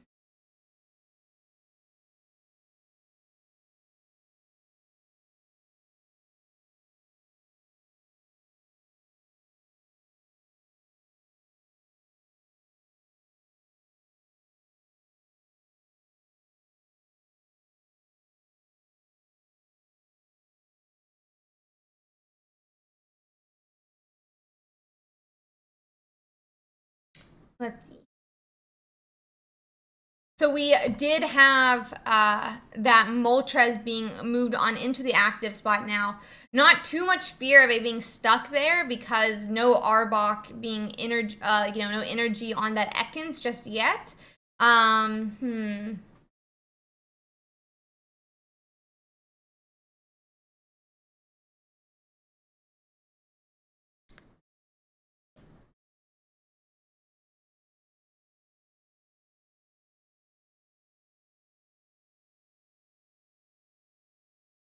Okay.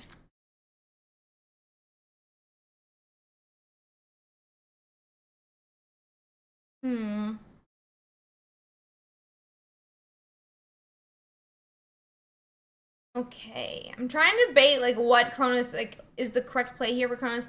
We do have one point for the opponent on the other side, but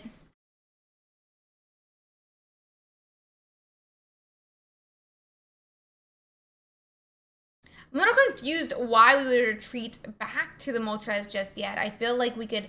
I mean, I guess we could knock out without doing 200, but it didn't really matter, honestly. We go to 200. Were we afraid of a Wigglytuff EX, I assume, then? There is a chance he was afraid of that Wigglytuff attack. I don't know.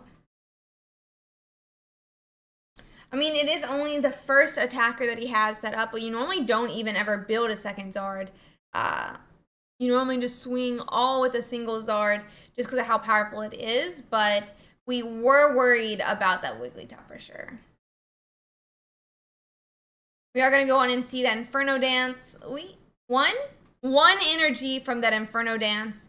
But this turn could be the turn that Arbok sticks that Moltres in the active and doesn't let him out. So let's see.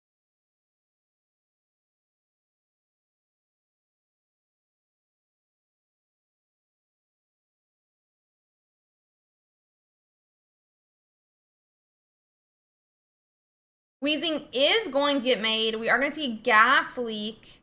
We could potentially see a Koga this turn, and if we have Arbok, we do actually. So this Moltres can get 2-hit KO'd by this Arbok here because of that poison. Coughing's gonna go back down. I'm assuming we're gonna see another Weezing evolution. We're gonna put 60, but it's gonna be 70 with that poison tick.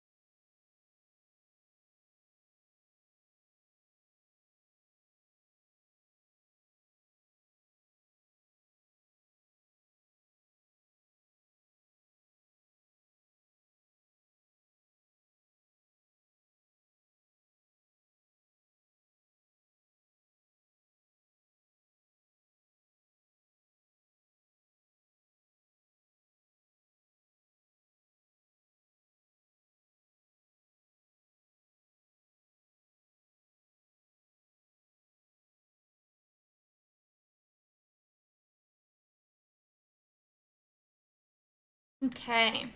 Yep, we are going to see finally an attack from that Moltres.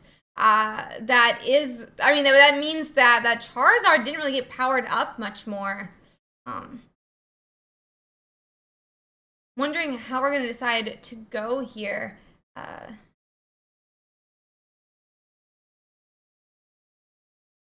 If your opponent checked in and they haven't said anything, you should call a judge. So, call a judge.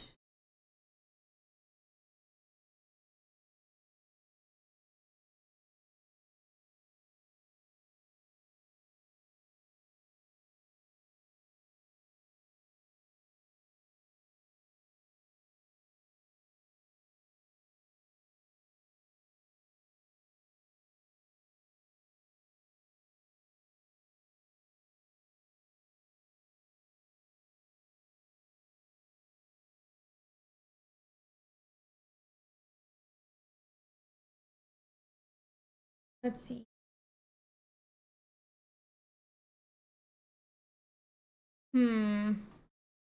We did promote that Charmander. I'm wondering why we are Sabrinaing around the Arbok. We're only at 1 point. Cronus is at 2 points. It's my bad for not marking that just yet, guys. But I'm not sure why you would want something other than the Arbok. Like, you kind of want to trap the Arbok in the active, in my opinion.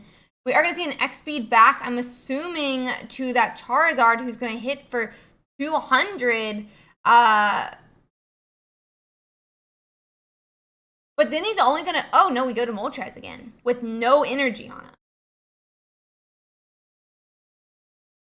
I'm so confused right now. There's no energy on the Moltres, and I think it's a little bit of a misplay, honestly, by Aegon. I think he just needed to swing, you know, but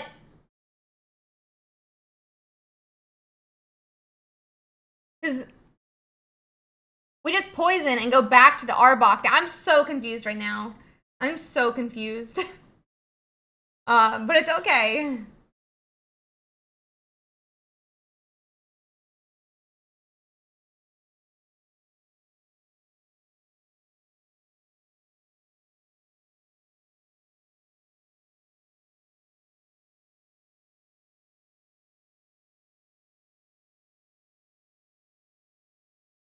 Let's see.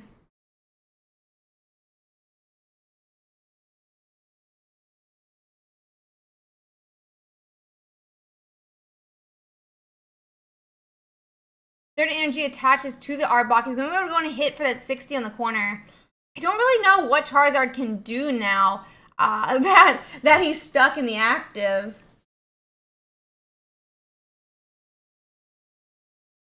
Yeah, I think putting that Moltres up was or Sabrina-ing even, was a bit of a misplay. At least he would have 3 turns if he didn't Sabrina, but I don't know. We do have a second Charizard, but is it going to do anything? I don't really think so in this case.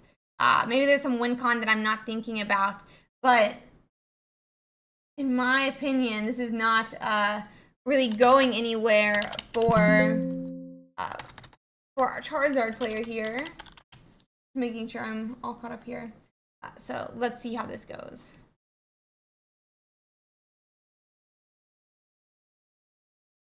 Okay, yeah, we're gonna put at 60. It's gonna tick to 70 with that poison, or did. He had a potion. He's gonna put into, but what is he gonna do? He can't retreat out now. He won't be able to, he could attack next turn potentially. But this Wigglytuff is just gonna be able to knock again. So Arena Retreat's not gonna do anything. He cannot retreat as long as he has the corner's effect applied to him. Aegon is going to concede game 1 now, and we're going to be waiting for game 2. We're going to be waiting for game 2.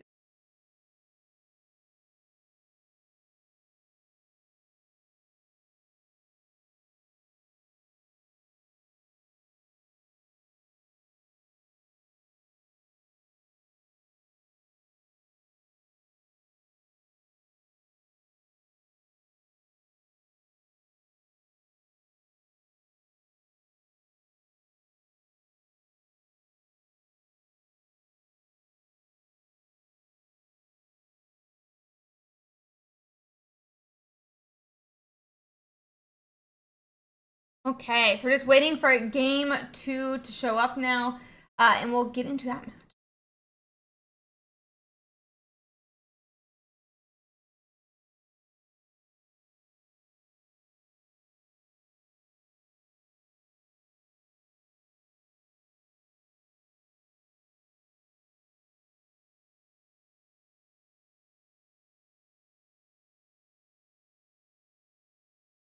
Okay.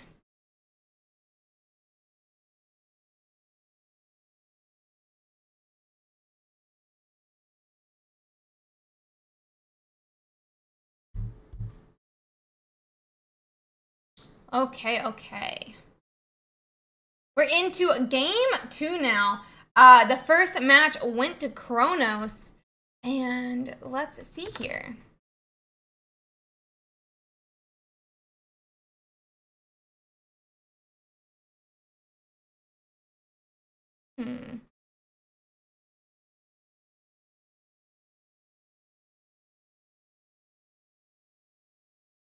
We are starting that coughing again, and Aegon is stuck with the Charmander once again in the active.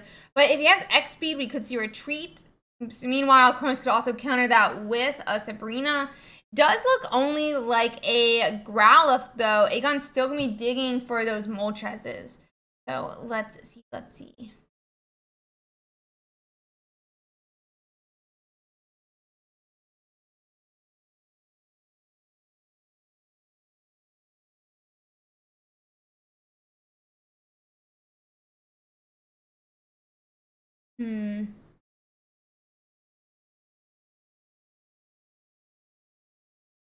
Okay.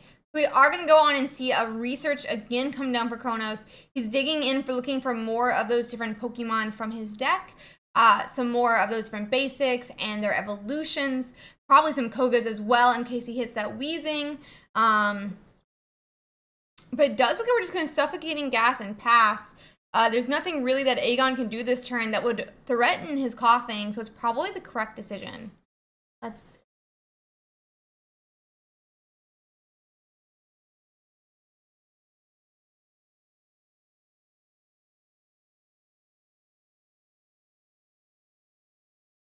Okay.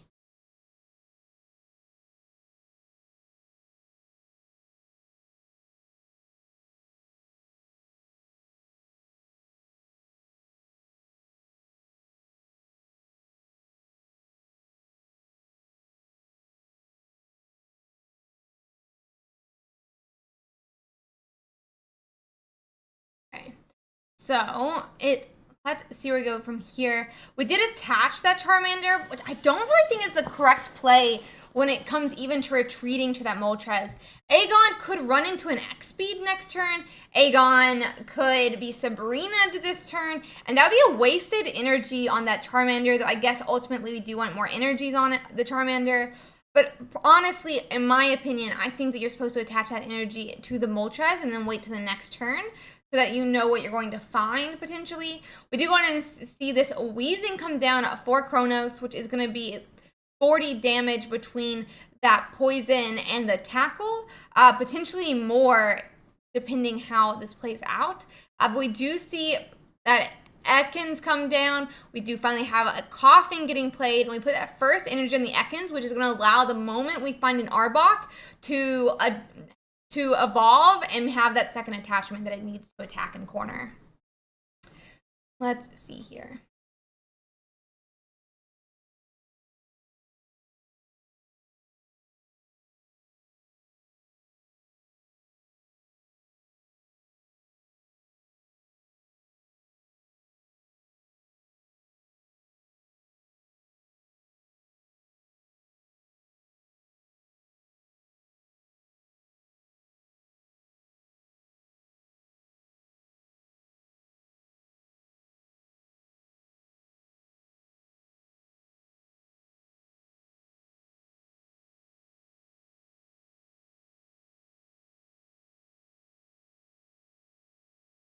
Okay.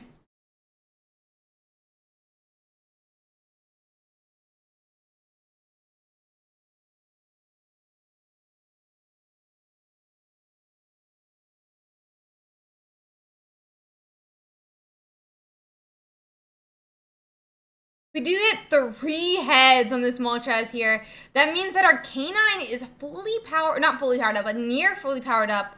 But by attaching that 1 energy to that Charmander, Aegon's going to need an X-Speed if he wants to attack and retreat next game. On the side of Kronos, however, we're probably going to want to start cornering here if we have that Arbok. So let's see.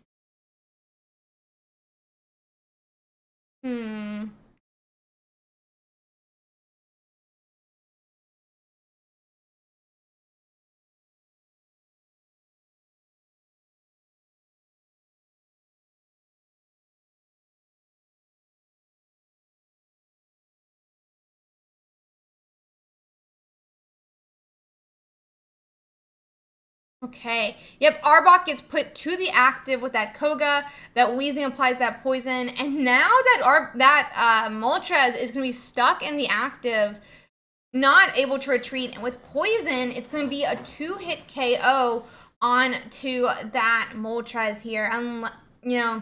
So this is one of those moments, again, if we had attached to that Moltres early, we find an X-Speed, you could have 2 energies on that Moltres, a third this turn to attack that Arbok with, and actually threaten some type of repercussion. That being said, once we knock out that Arcanine, well, I mean, Poison Tick's still going to take it down, and Arcanine is going to be able to come in and knock out this Arbok if Kronos doesn't have a follow-up way to address what's happening.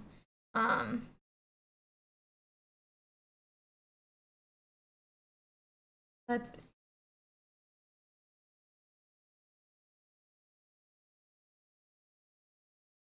see. Okay. Does go to 80, and with that, we're going to see an attack and a tick that will knock out that Moltres more than likely.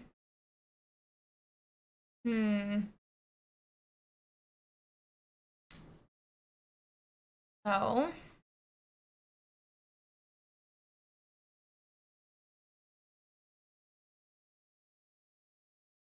we do just knock out here, but I'm like confused on Aegon's side exactly what's going to go down. I mean, our Canine does get put up and knocks out the Arbok.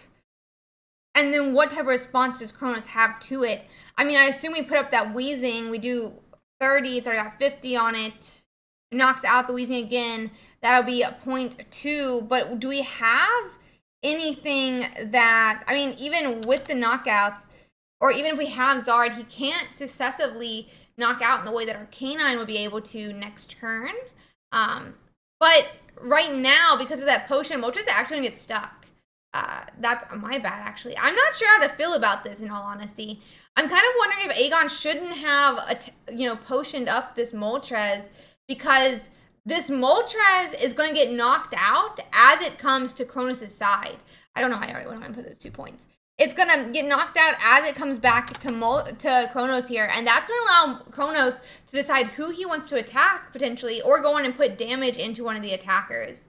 Meanwhile, if he had just had let the Moltres be knocked out, if he just let the Moltres be knocked out, then potentially you could see that our Canine come up, knock out the Arbok. It would be able to knock out that following up Wheezing. I'm not really sure how that exactly plays out with that. Yeah, so we're going to have our Canine come up now, but it's on to Kronos' side instead of allowing Aegon to attack into this Arbok. I definitely think the correct play might have been last turn, or 2 turns ago, for Aegon to let that Moltres be knocked out instead of, staving it off at the couple of turns. Now Kronos will be able to build up that Ekans on the bench and go from there.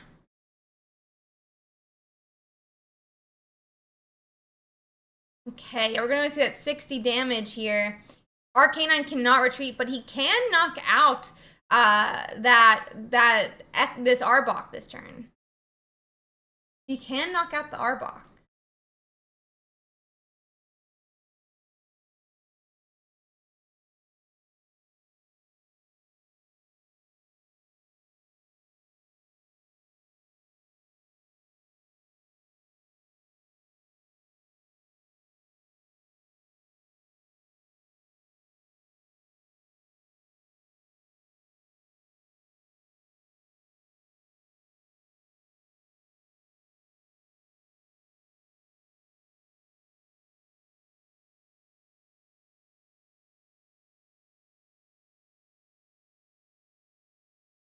Let's see.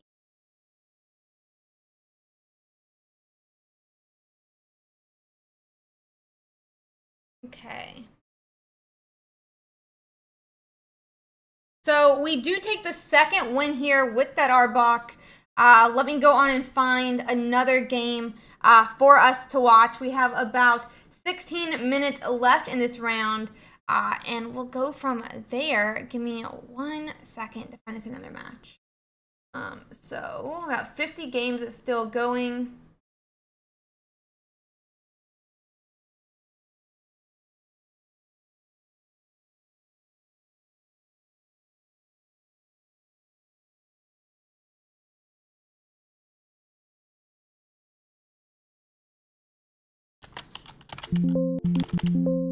Nope, sad.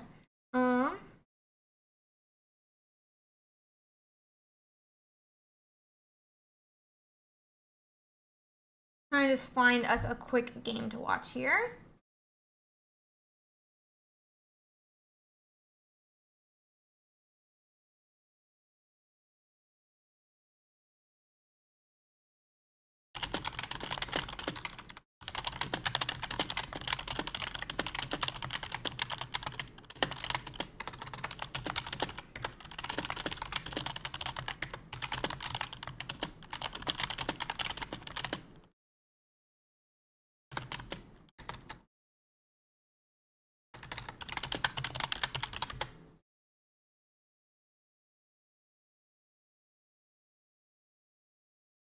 I'm just trying to find a game that's still going. Let's see.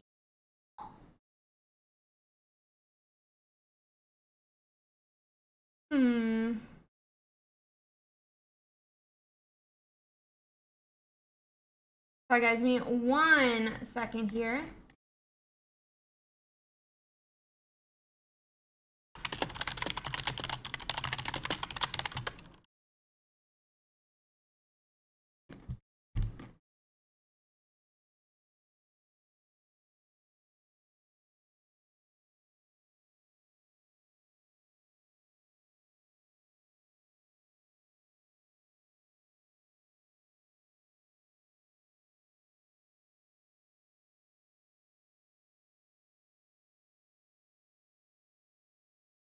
Okay, looks like I found one, guys. Give me a second to set it up.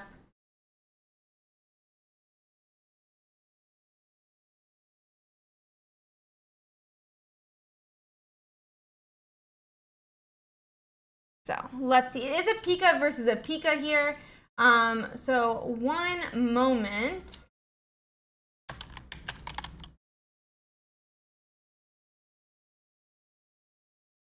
Ah, big hearing.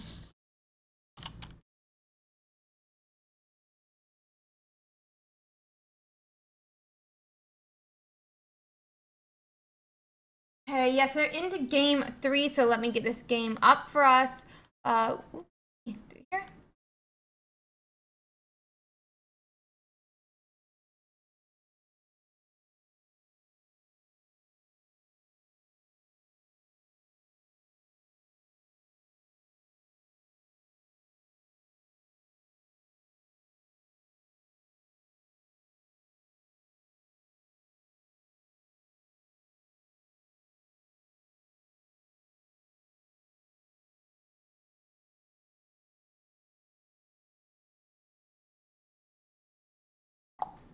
So it looks like I can't really see how many points are actually going. So 1 second.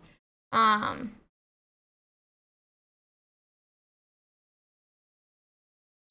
did that just finish the? Okay, so this one just finished as well. LOL. This one just finished. LOL. Give me let me see if I can find another one.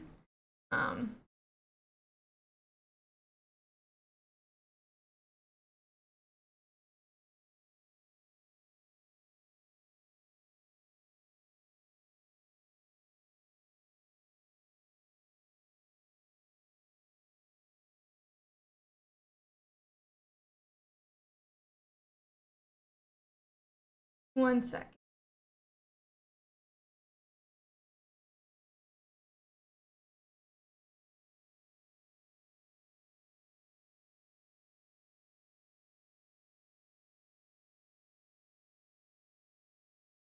I'm trying to see if we can find any. There's only 17 matches going right now, so I'm trying to see if any in the Discord are still going or not.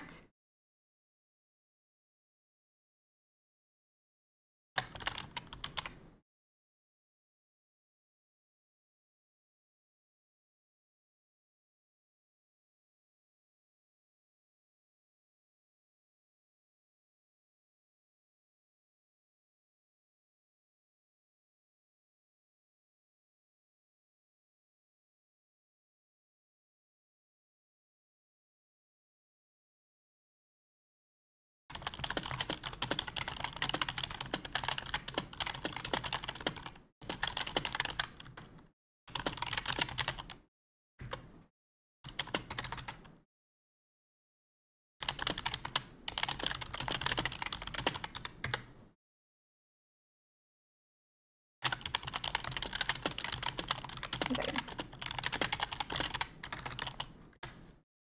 Okay.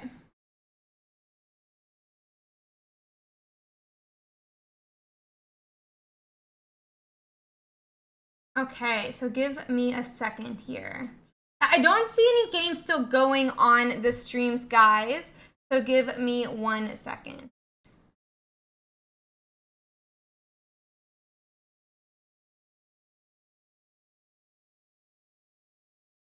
Yeah, so why don't we go over some of those meta game stuff here, guys. 1 second.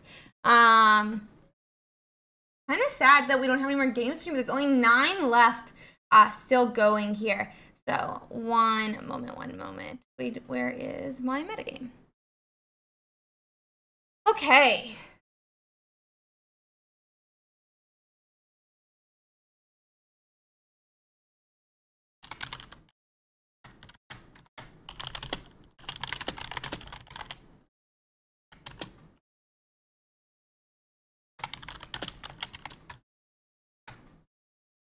Okay, so let's hop over to that Mega breakdown. Obviously, I would love to be streaming more games for you guys. Only 9 left still going. So let's see.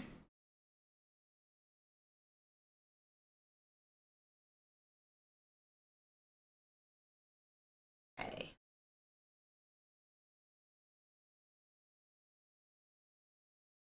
Okay, guys. So we looked at some of these for a little bit here. I mean, we are into our round 2 now. So that'll be finished in about 9 minutes. Only 7 games left to complete. We're getting pretty close to the end of this round 2.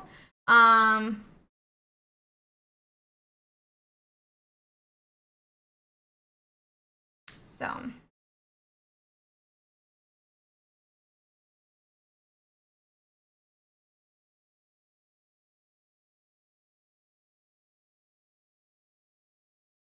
let's see. Okay.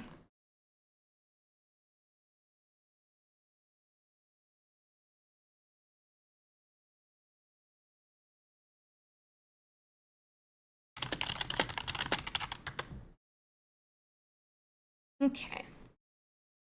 So we can look at some of these here. As we have more games complete, we'll be able to see how they're doing in the standings. Obviously, with 2 rounds in, it's not going to tell us much just yet. But again, there's only 4 matches left here, and we'll go from there, guys. So let's see. Okay. I mean, we already talked a little bit about what we saw at the top of the meta share this week, but why don't we briefly look over some of these other decks? I mean, we looked at these, we're seeing a lot of these Arbok decks appearing. I mean, it's almost, what, 70 just right here. We have another Arbok deck. It was into like almost 80 Arbok decks playing in this tournament, which is pretty crazy. That's upwards of 5% right now. Doing well, and we can't really see win rates until the round ends. The things are updated at the end times. So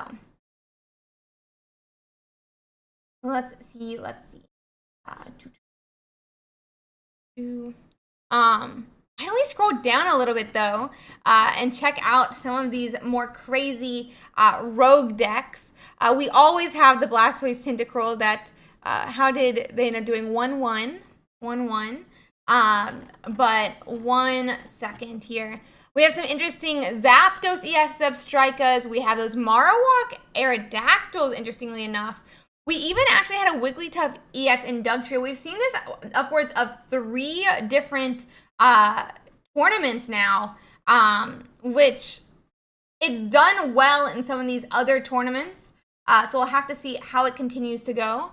But Greninja Ditto, I think, could be very interesting. Greninja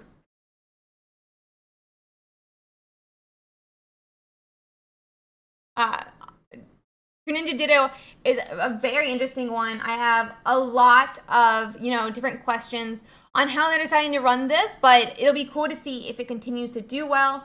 I would love for it to do well. I love seeing these rogue decks, perform and make it either close to top 32 or even into the top 32.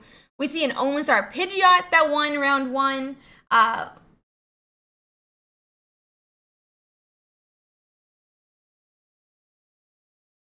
So let's see. That Pidgeot round 1. I want to see how it did. Oh my god, that's kind of a funny one too. Let's see how they did round 2 though. They did end up losing round 2, sadly. Very, very, very sad. Is there a hotkey for backing up? Is there a hotkey for going to the page before this? I really like just doing that. I want to see how the Golbat Mine Shot didn't do well round 1. Zapdos EX and Dragonite did okay round 1. How did they do round 2? They did end up losing round 2, sadly. Golem Onyx did lose round 1, but they won round 2, so that's interesting. We could see that go very well here. So let's see. Wigglytuff EX and Pidgeot. I wonder if there's Arboks in this list. No Arbok. There is a Ditto, though, in this list, weirdly enough. Okay, guys, it looks like all of our games are complete. We do have a judge call, it looks like.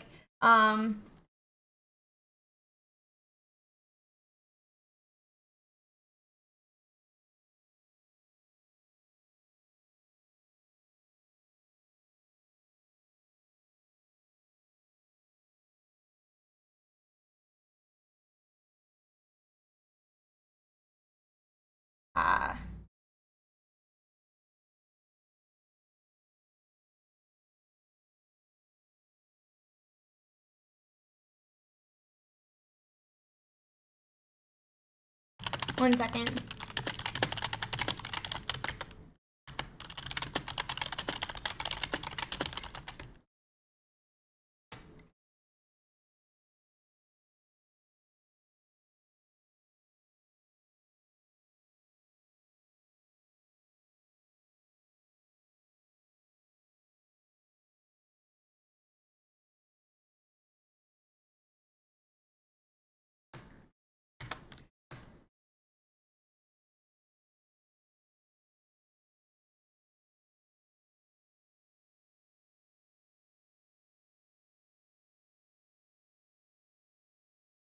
Okay. Okay, 1 second, guys.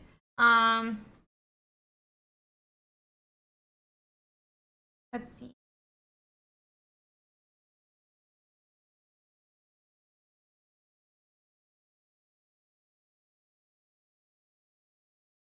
Okay, let's see.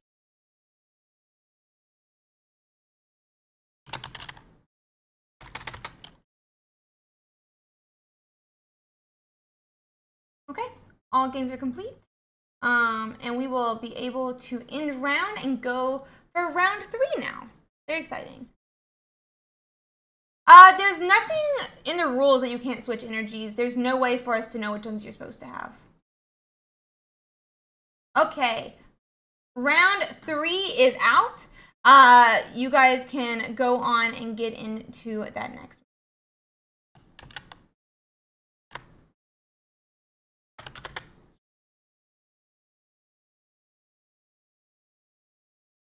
Okay, guys, round 3 is out. Round 3 is out. We can see for a second here what some of these 2-win decks are looking like. Give me 1 second.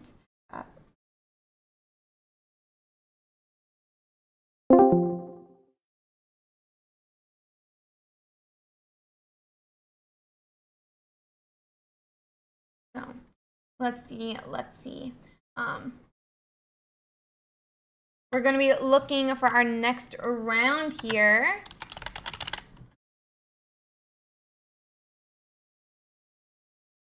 We're going to be watching a Blastoise Tentacruel versus a Starmie Articuno.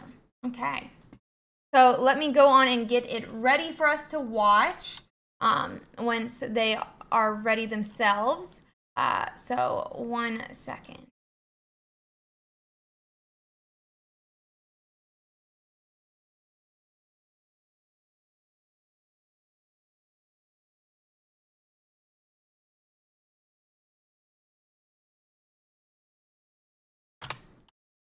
Yeah.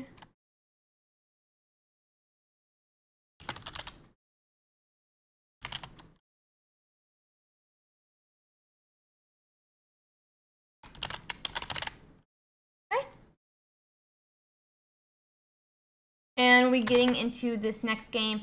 It is a water deck versus a water deck. I mean, a lot of fun, I think, in my opinion.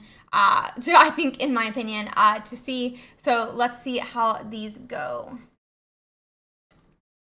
Okay.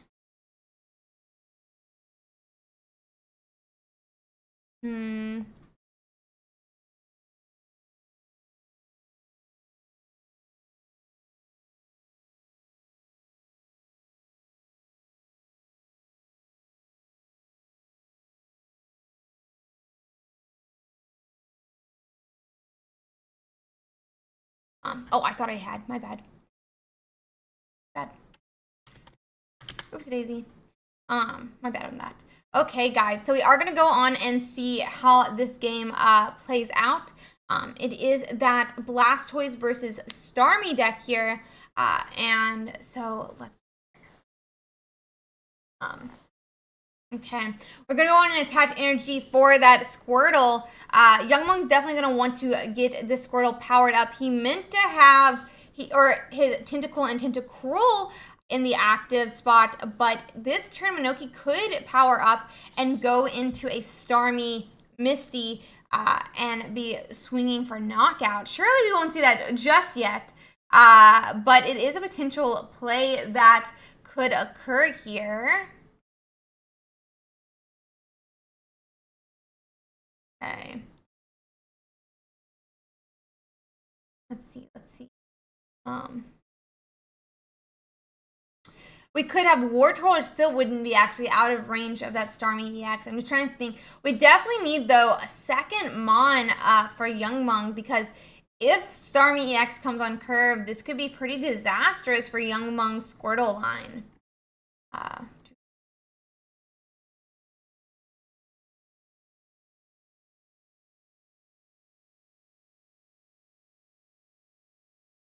War Turtle does get played immediately on curve, and we'll have to see how this goes. Yeah, it's pretty laggy right now. I agree with that line. We'll probably switch out after this game since it's a little laggy on the gameplay. So yeah.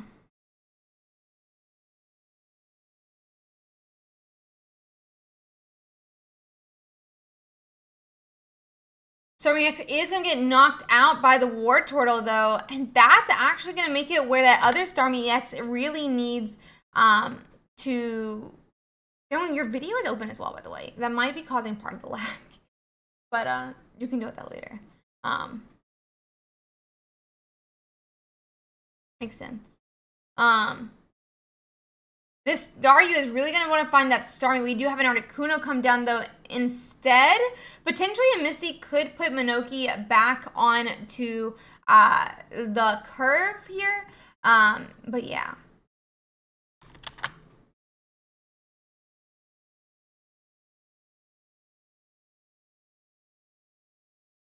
Okay.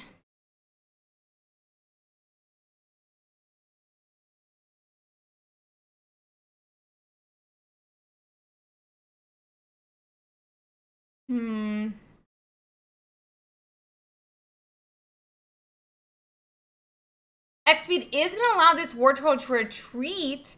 I'm wondering if we're going to see that Blastoise attack this turn. We potentially do have a Misty that could be going into, to getting that 4th and 5th energy that we might want on that Blastoise to start being able to swing for that 160 that he wants to do every single turn.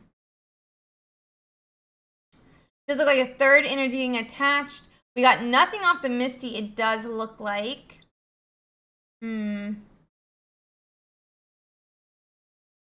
think we might have to switch off after this game.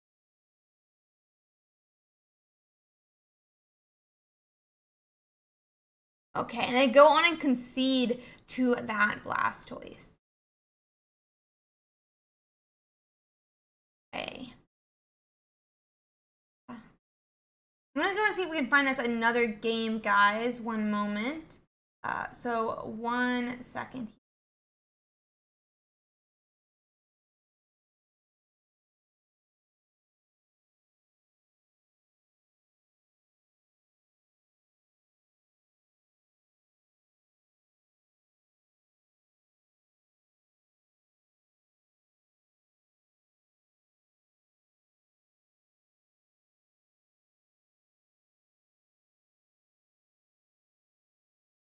Let's see.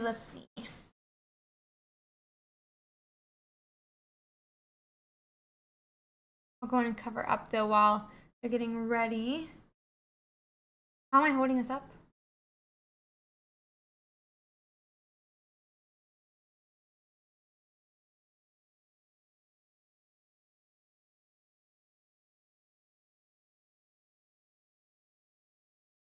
I mean, I don't even... I'm gonna find us another game real quick. Watch, guys.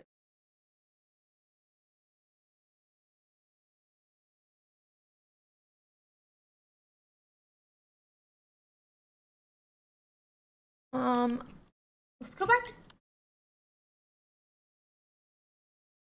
if we can watch a Coco Uton game. Let's quickly see here.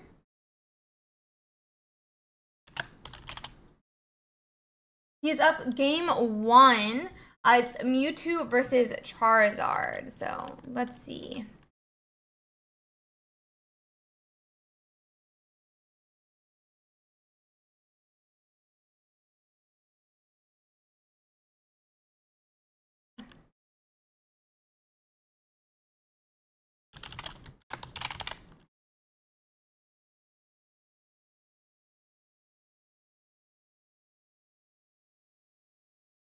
So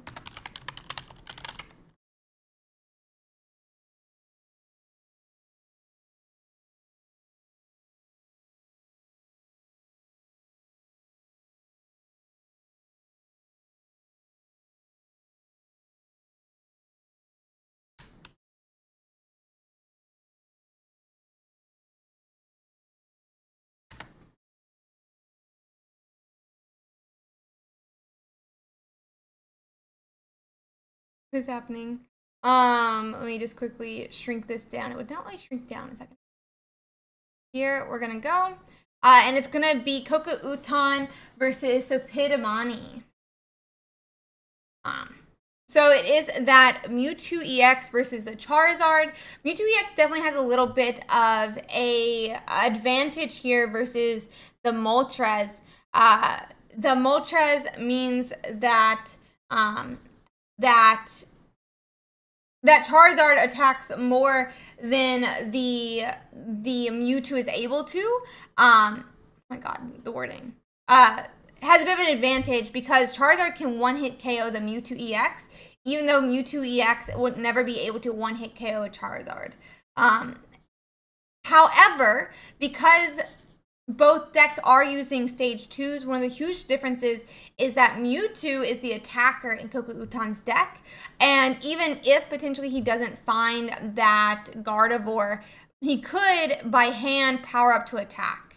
Meanwhile, though, on the side of Pkmn, Charizard is actually the stage 2 Pokemon, even though he's an attacker, which means unless he does find those evolutions, he's not going to be able to attack at all. So Moltres is going to be powering up, putting those energies onto that Charizard or Charmander. But unless we find those evolutions, it's still going to be very difficult for Pkmn. Pkmn does also run Arcanine, which means potentially if Moltres could put some damage on the Charizard, then we could see Arcanine finish that Pokemon off. But we'll have to see how it ends up playing out. You have one energy that a Pkmn will be able to attach back onto that Charmeleon now, but Uton's still going to be looking for that Gardevoir and some of those different Pokemon to help build up his own bench. Kirlia is kind of stuck in the active here, but we don't really, in my opinion, expect just yet for Moltres to retreat back. And no, we're going to see that Kirlia retreat back to that Mewtwo. It's really important for Mewtwo because Charizard has to build up to be able to put pressure on Charizard. If you don't pressure Charizard at all, then he's able to just slowly build up that Evolution Mon, find that Charmeleon, find that Charizard on his own time. Versus if you're putting that pressure in with Mewtwo EX, then you can start forcing that that Moltres, and that Charizard to be a bit more on a timer than if you otherwise don't. So we are going to see that 50 damage come into that Moltres here, start pressuring that Moltres and a Pkmn to find that Charizard more quickly. But we are currently, Uton does have game 1. A Pkmn wants to win this if he wants to continue his round.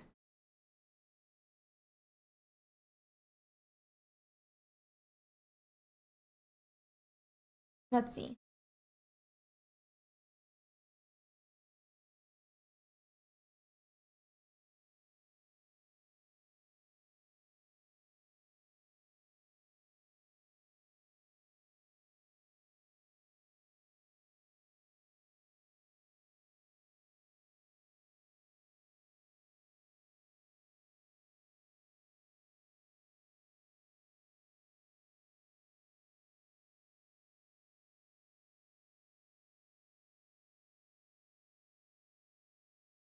Um,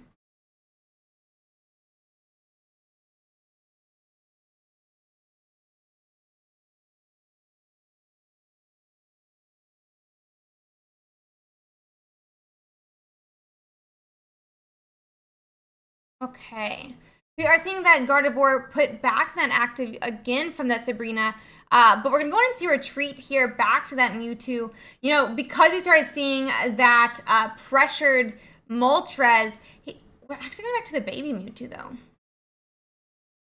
I'm interested to see why exactly we choose to do that. I feel like Mewtwo actually is one of those problems, like the baby Mewtwo in this case, can cause a bit more problems for Mewtwo versus Charizard. So, I mean, it does protect the Mewtwo from in case the Charizard immediately gets promoted. But this baby Mewtwo does cause some problems where it allows that Charizard extra turns to get set up to get going. So we'll have to see how that goes, but my gosh.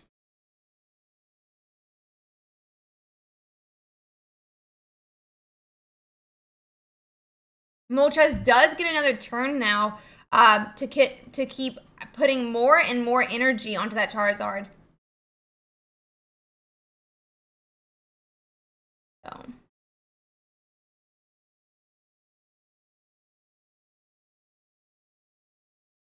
Let's see here. We're gonna see another Pokeball Kakuton. He's digging further into his deck, but I can't help but wonder for what. It's not like we have space for a Mewtwo, and we're attaching to the Gardevoir of all things. One energy will go onto a baby Mewtwo now, but without attaching that second energy to the baby Mewtwo, we're not even putting pressure on that Moltres EX just yet. I definitely think at this point Charizard kind of has a guaranteed win unless something that Koko Uchan can pull something out of his hat, or you know there's a misplay by the Charizard. But I'm interested to see how this plays out. Arcanine is going to get put in active, meaning he can knock out that baby Mewtwo right now, giving giving Sopitamani the first point.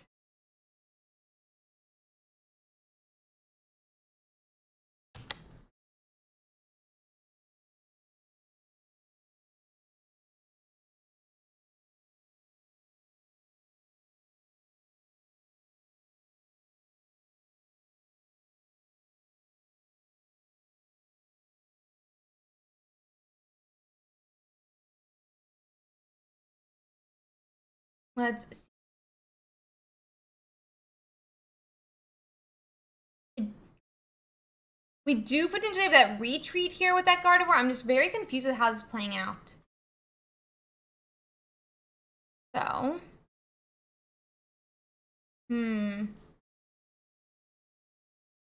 It does like Cuckoo Uton is potentially gonna be like, or oh, it's the other side. Oh, that was just the Sabrina. Okay. Yeah, so Sabrina we are going to see a knockout onto this Charmander here, but we would just see this. Oh, I guess there's a bit of a problem. I can't see how many energies are on the second Mewtwo. So give me 1 second here.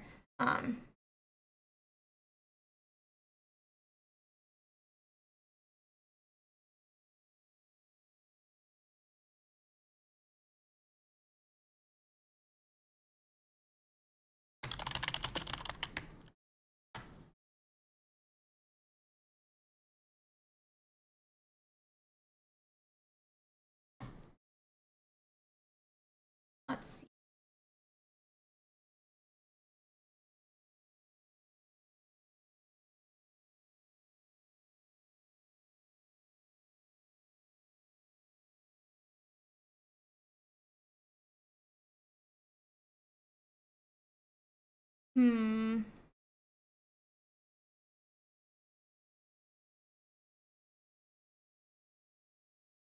Yeah, so with this Charizard on the active, we'll be able to knock out Koko Uton's Gardevoir, but I'm not sure exactly how this Mewtwo is going to react. I can't see how many energies are attached on it. I can't really see how many energies are attached to either of these Mewtwo EXs.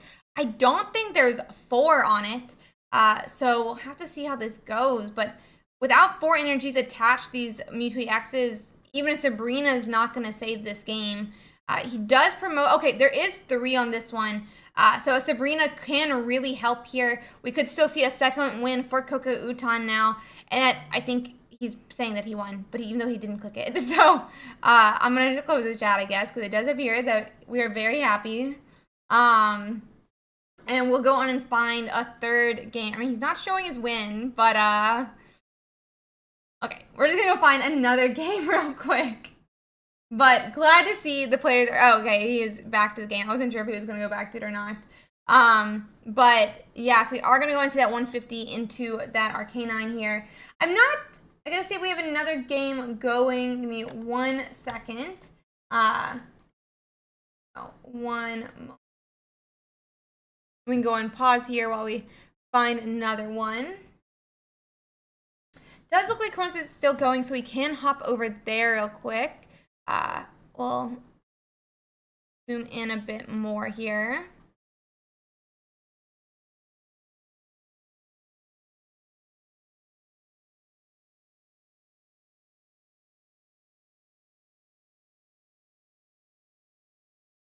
Okay, so let me just quickly get this set up so it's correct. Kronos has 2 points. Can't tell how many games they're in. Oh, it looks like this might be their first game still. So we should be fine to watch the whole thing. I'm surprised that they're not very far in, but we can go on and set up the points correctly. It is 2-1. It is Kronos versus Eddie.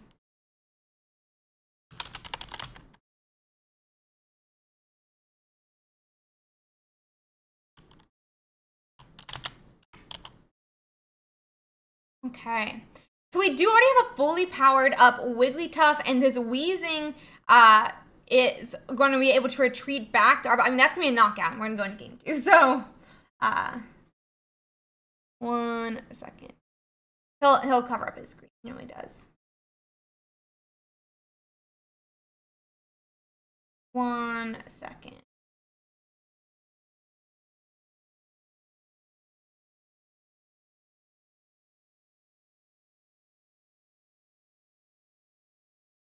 Okay. He always covers up his chat, so give it him a second.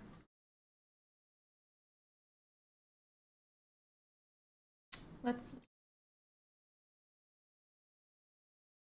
Make sure. Okay. So we are just waiting for that game 2 to begin now. So let's see here.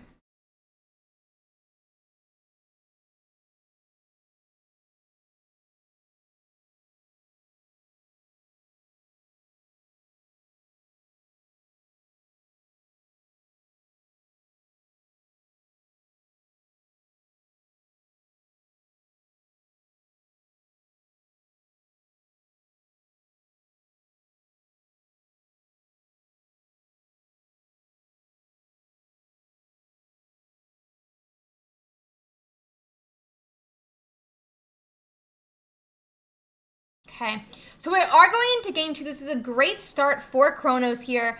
He does start with the coughing, exactly what he wants, honestly. Meanwhile, on the side of Pikachu going second, it does look like there's not a single basic for Eddie to be putting down. That being said, Kronos doesn't have a red card in his deck.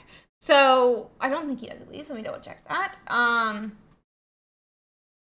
Yeah, he doesn't have red card in his deck. So potentially we could just be seeing that Pikachu hold the other basics in the case he can't attack this turn. There's no reason to really power up this Pikachu EX if he knows he wants to attack with it. This way, no Sabrina can pull up another Pokemon. And this way, similarly, you know, Eddie can choose exactly the Pokemon he wants for his bench instead of having to choose a turn earlier and regretting it. So let's see.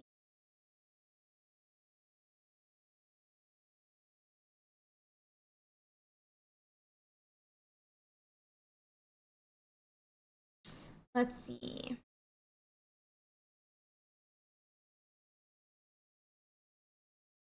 Okay. Just like Sabrina is going to come down. We're putting up Ekans, interestingly enough. We did attach energy to the Jigglypuff, but with only 1 basic down, this Pikachu was not able to do enough. And that does mean Eddie's not going to have other basics in his hand, though. I wonder if exactly what he has. I mean, it could be that evolution of Raichu. We can see Lieutenant Surge is there, but I'm not sure exactly how that's going to play out. Without Arbok, though, which I assume he doesn't have if he attached that Jigglypuff on the bench, Ekans is either going to want to attack and retreat or choose to do something else here.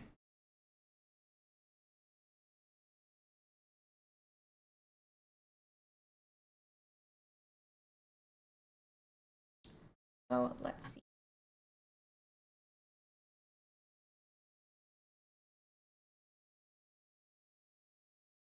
Okay. We're going to be digging further into Eddie's deck. We did see a retreat back, but no energy attached to be able to start doing damage to this Pikachu. One more energy is all Kronos is going to need to be able to attack with that Wigglytuff, and Pikachu is going to have 60 damage now. But is there a third Mon to do enough to KO this Coughing?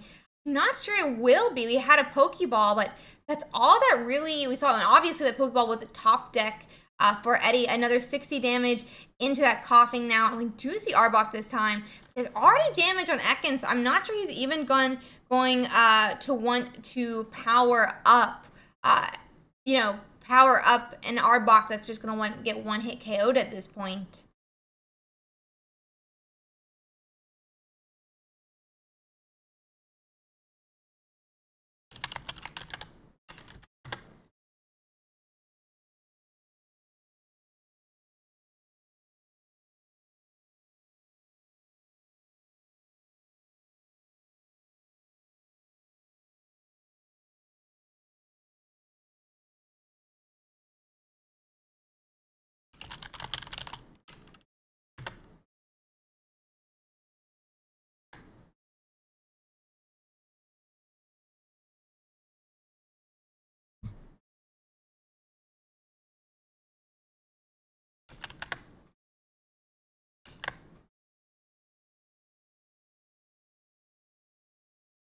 Okay.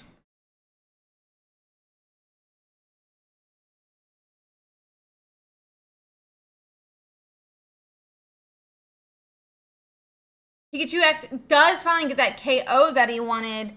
That's going to be 0.1 for Eddie in this game, too.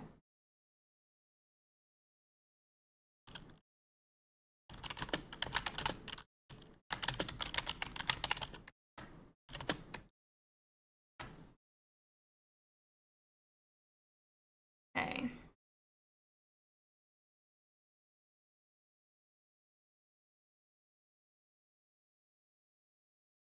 That Arbok is going to trap in the Pikachu, but if he doesn't have a third Mon, he could survive. Oh, no. Eddie does go on in top deck that Pokeball. That's going to be enough to put that Pikachu to 90 damage. That being said, though, if Eddie has Lieutenant Surge, even if Arbok follows up here, this could be a bit of a problem.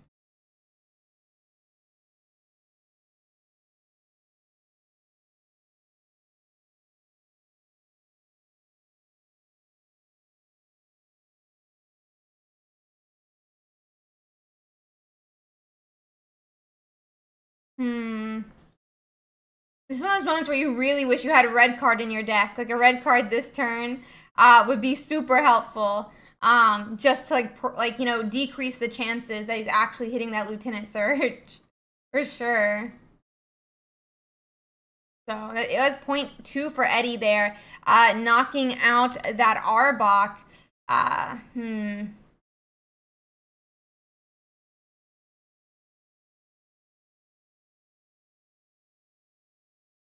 So let's see.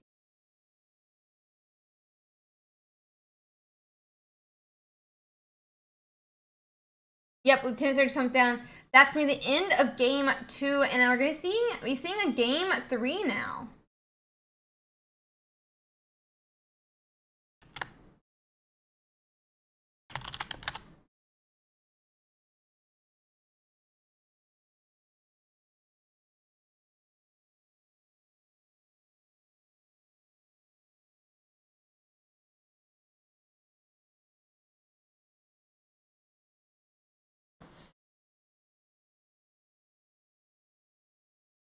Let me clear off those points on the board here.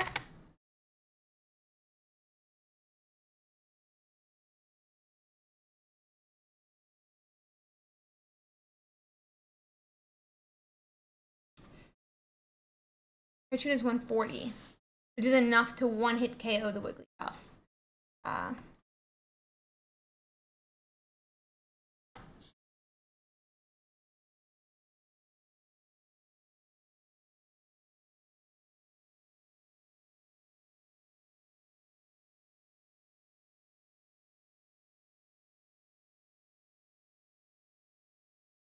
Okay, we're going into game 3 between Eddie and Kronos. So let's see. Eddie is going to be starting with a Zapdos this turn instead of a Pikachu EX. Zapdos can do 20 each turn, which does kind of put that Ekans into range of an attack that would be able, to be follow-up KO'd by that Pikachu EX. So let's see.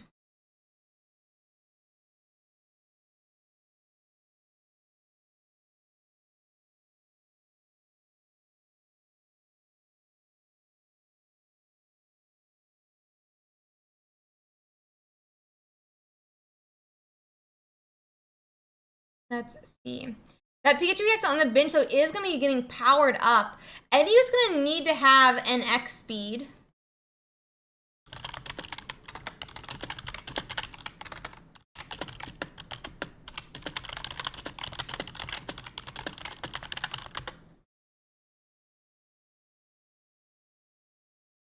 So that Arbok, though, is going to capture it, actually, so there's going to be no way to retreat out just yet from the Zapdos.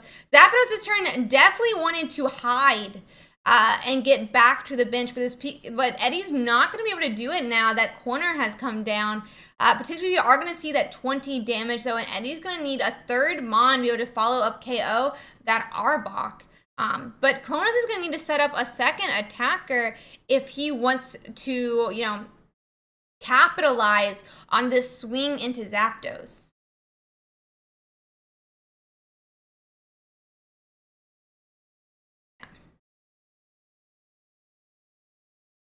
Okay, but we didn't actually even see that. I'm kind of surprised we didn't see that. I'm a little actually. Was there a potion that came out? What?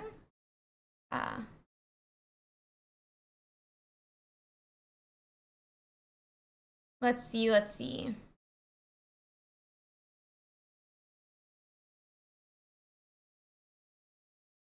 So we do see Pikachu getting promoted here, and he does find his third Mon.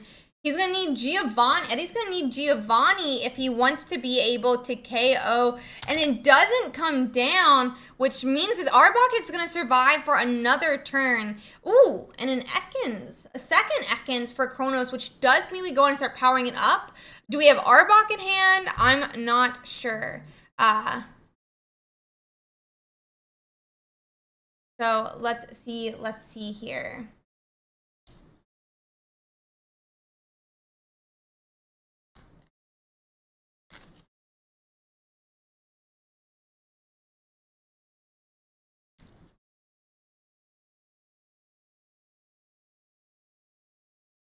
Let's see.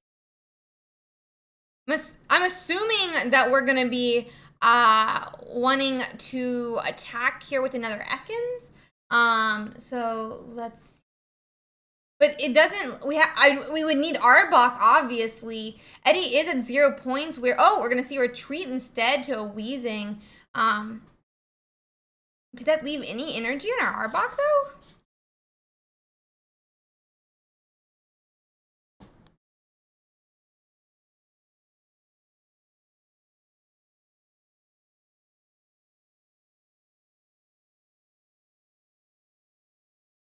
Okay.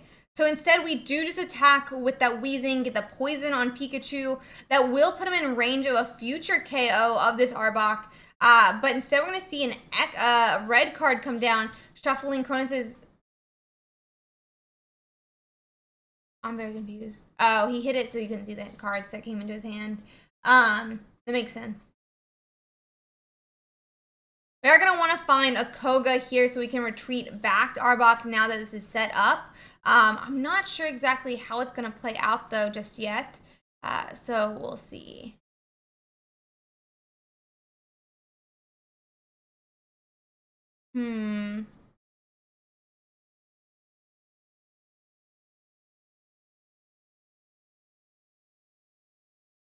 Pikachu EX does something active that's not in range, but Pikachu EX also can't do, you know, a damage large enough to one-hit KO this Weezing, so he could swing again with this Weezing. Eddie's at 0 points. It's okay for Weezing it to picked up. And we're not really having any 2-point attacker here to, you know,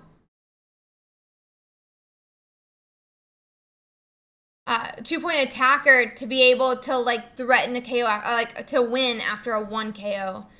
So we'll have to see how that goes.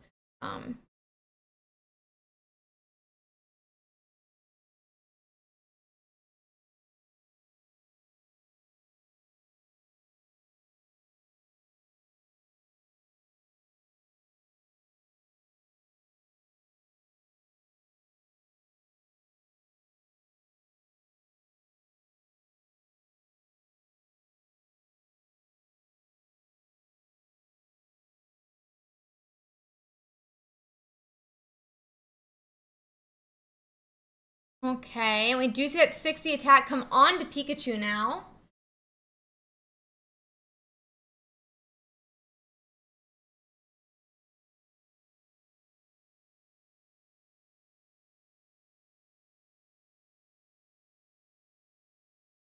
And Pikachu's gonna knock out the Arbok, but he'll...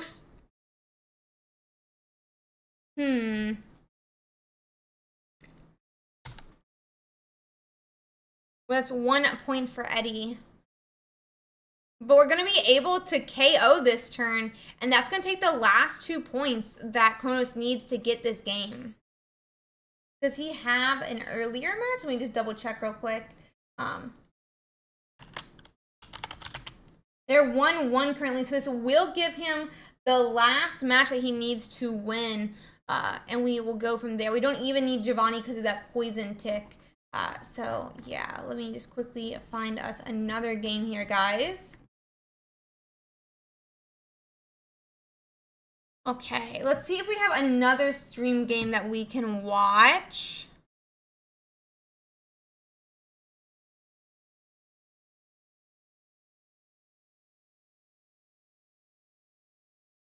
Let's see if there's any still going.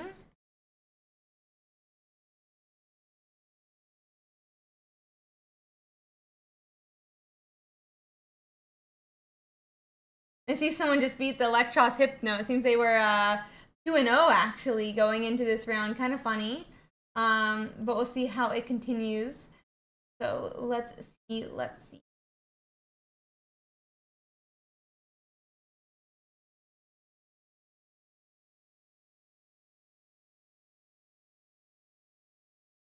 Okay. It does look like there's no game still going that we can watch, guys. Only about 19 left in the round. So we'll have to see. One second, let me just double check really quickly. Let's see.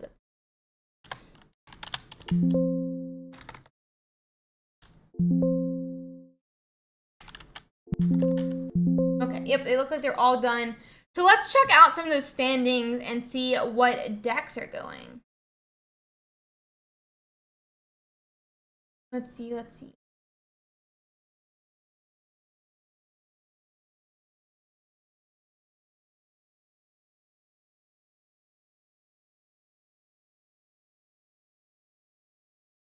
1 second here.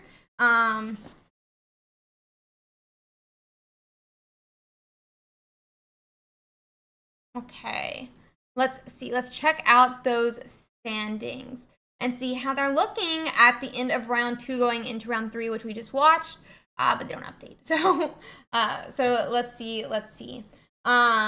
Okay. So, I mean, let's see if we can find any interesting. There's a Machamp Onyx. Interesting. Very interesting. Let's see if we can. Looks like they're not doing the best right now. Looks like they did lose this round here. So 1 second. Are there any other? I mean, we're only in round 2. There's for sure. Oh my God, the Greninja Wigglytuff was 2-0. They did end up losing to another water deck. A Blastoise Mewtwo is 3-0. Wait, what? It's beat 3 Pikachus. It's beaten 3 Pikachus.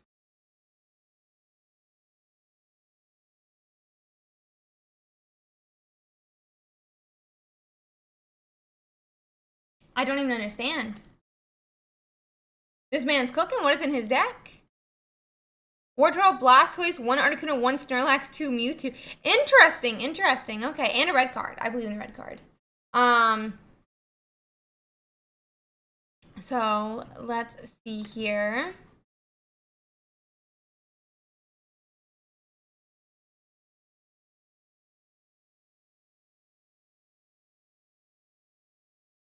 Oh, Anita King Weezing? What does that mean? Sadly, it did lose in his 3rd round. That being said, obviously 1 win, probably still in for contention. We're only at the end of round 3, so give us a second here, guys.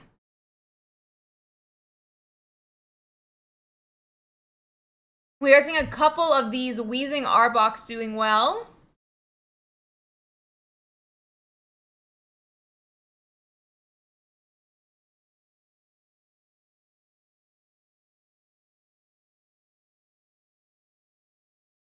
That Wigglytuff EX and Marowak, how did they do this round? They did end up losing, sadly, but very interesting.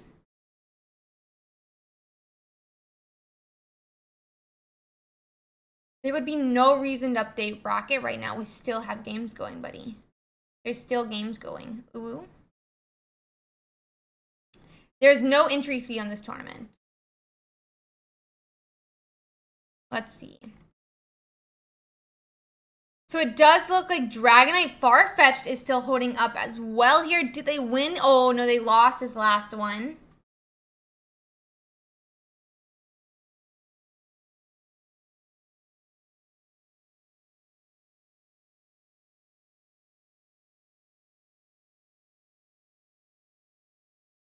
Oh, you're talking about the command. You're talking about the command. My bad, Irregular.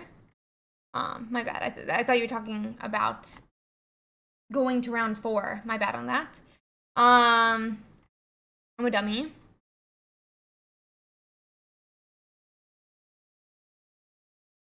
So let's see here. Of course, a lot of these water decks, Wigglytuff Arbok, which is so cool to see.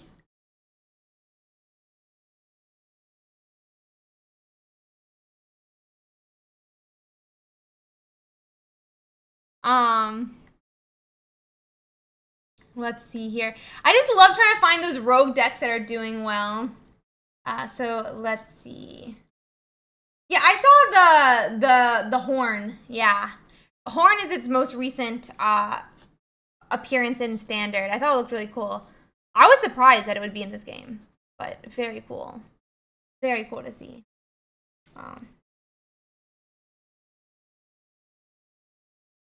We have a Wigglytuff Marowak. How did you do? No, it lost. How sad. We should check to see how Hannah's doing this round as well. Oh, a Starmie Kinkler. Interesting. A win. A 3rd win. Very exciting. I love seeing these different decks and seeing how they're playing out in the tournament. We've got 3 minutes left. 4 matches left to complete. And we'll have to go from there.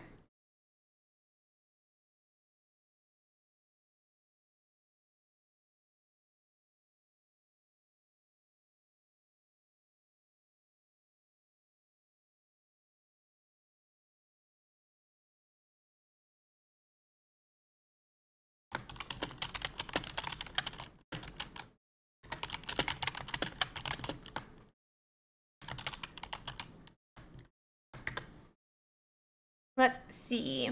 Are there any? This is so interesting to me, actually. I think that Kingler is very, you know, like, with Starmie, I guess you really don't need a lot of the attacks. But yeah. Let's see.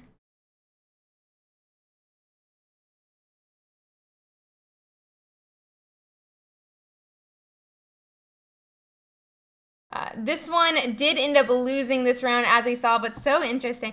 I wonder how this deck is going to do as the game continues on, as like the tournament continues on. So let's see.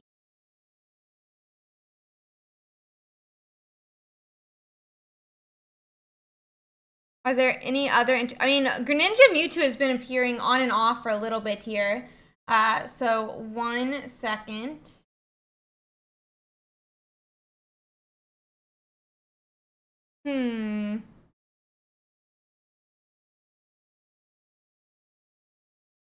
Executor Venusaur had 2 wins, but no, it doesn't have a third. So sad. How sad.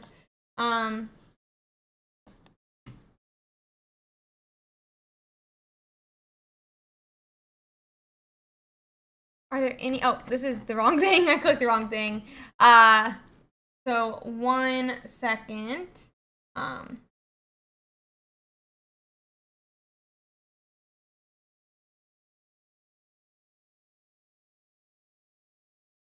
Let's see if we can find us some more of these fun decks. Quickly dropping some of these very inactive players.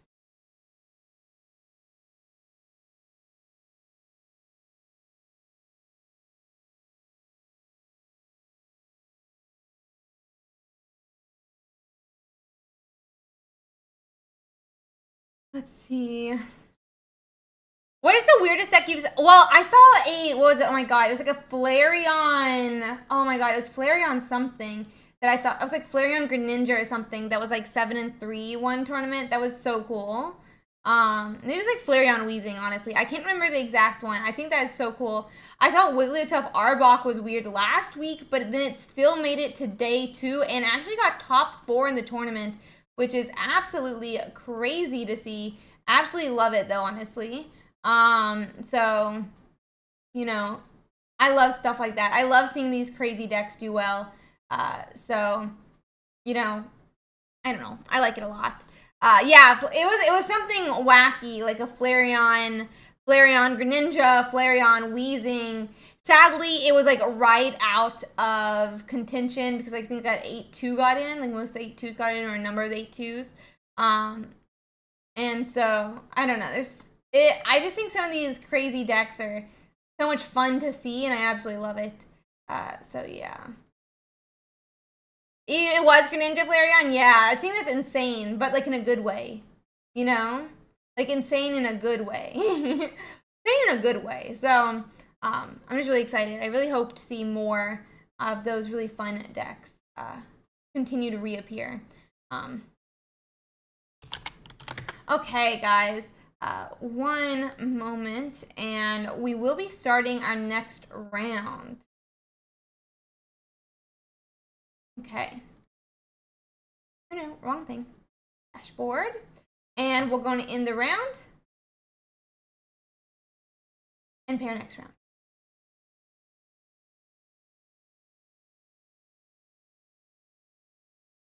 Okay, so round 4 is officially out.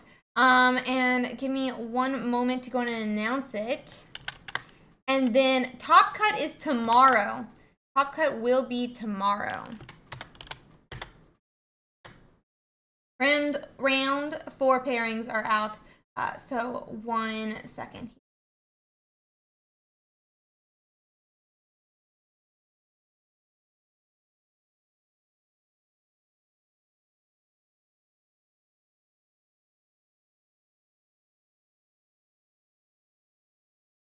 Okay. No. Price pool has been 400 USD for many weeks now.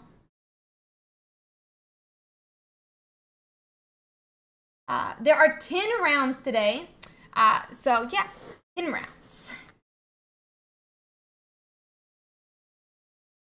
We'll have to see. Let me see if I can find us another game here now, guys. So give me 1 second.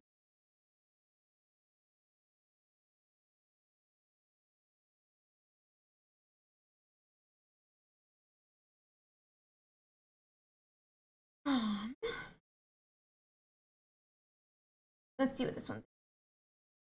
Okay.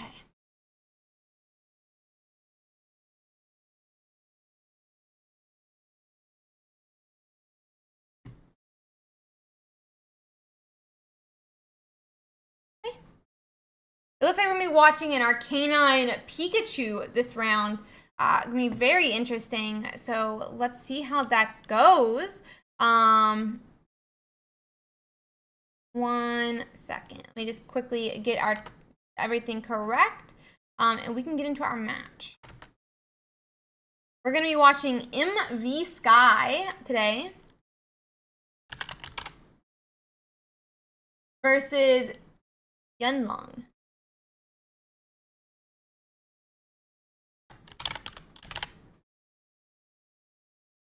And we are in round 4 now. Guys, next week is going to be so exciting, by the way. So exciting to see all those new decks come out next week. So let's see. Okay.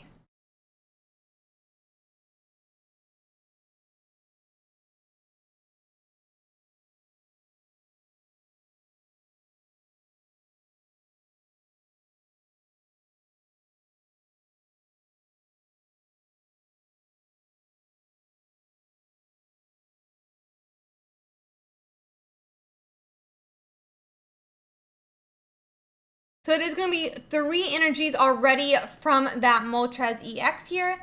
And we'll have to see how it continues. But they do decide to split that up among their attackers on the bench that they're trying to evolve. 2 to that Charmeleon, 1 to the Growlithe. I'm going to bring this up a little bit so we... Oh, he's got it cut off. Okay, that's why I have it cut off. So to see how it goes.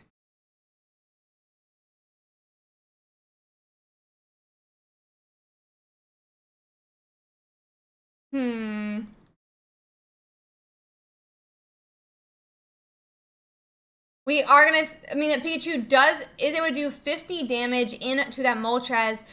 Potion is gonna come down, making it where Yunlong is gonna need, with 2 potions, it's actually gonna mean that Yunlong cannot KO the Moltres next turn. He's gonna need all 3 Mons on his bench, but it's gonna be a minimum of 2 hits. It's gonna be a minimum of 2 hits.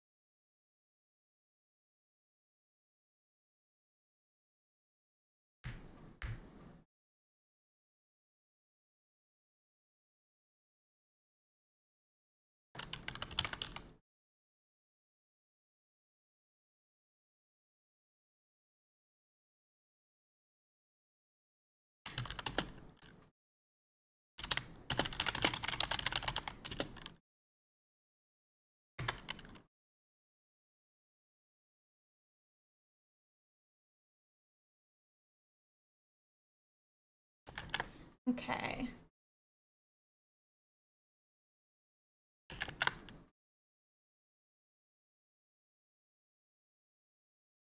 One second real quick, guys. I'm having to deal with the thing real quick. 1 second.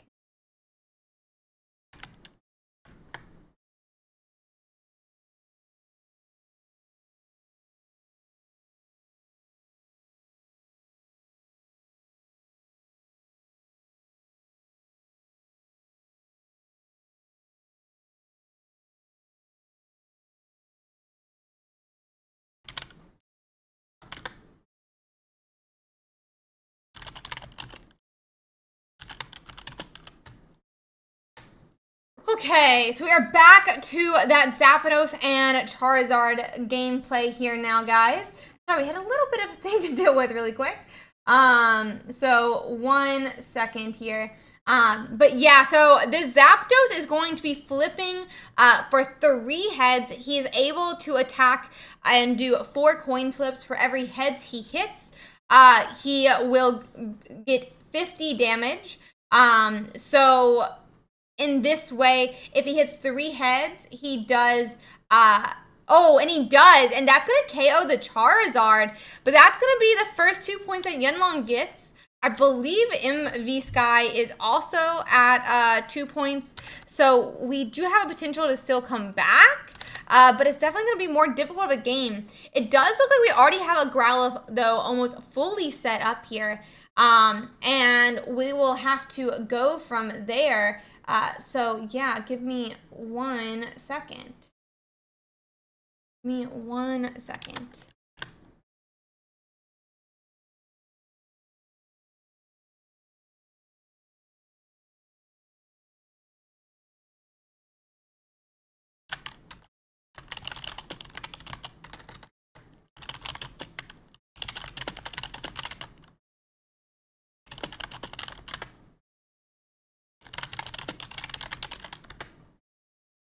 Okay.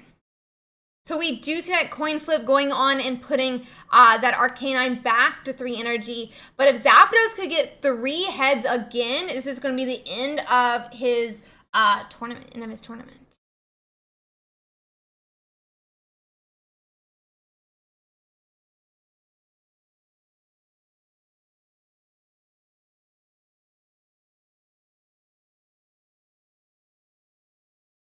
Okay, that is going to be a loss here. I'm going to go on and cover up while they get that next game going. But that was a bit painful for sure. Sorry for not getting to do that whole one for a little bit there, guys. But yeah.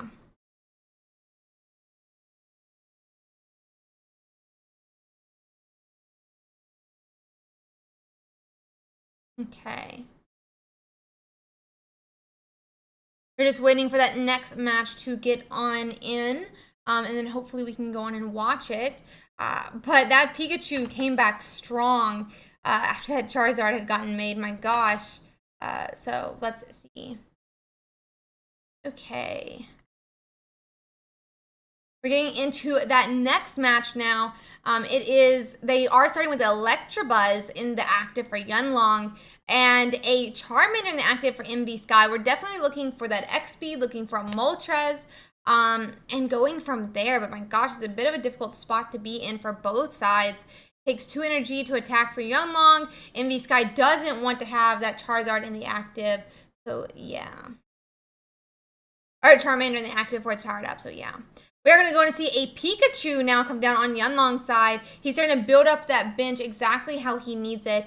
And we'll go from, we do have an XP. The question is going to be, does MV end up having a Moltres, which is going to be really important here.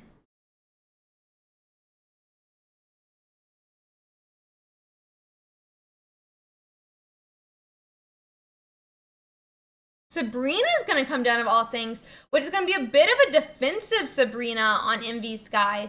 By defensive Sabrinaing, they'll be able to pull one of the other mons that is not powered up into the active spot. That means Yunlong is going to either have to take an extra turn before he's able to attack, or he's going to want an X speed to be able to retreat back to that Electabuzz and attack this turn.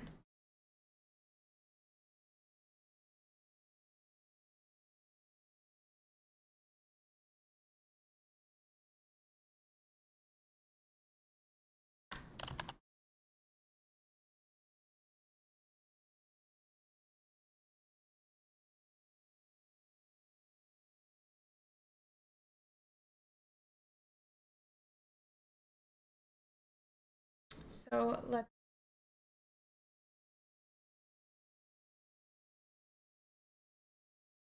Okay, so we do already have a Charizard MV's side, but as we said, there's a little bit of a problematic start here.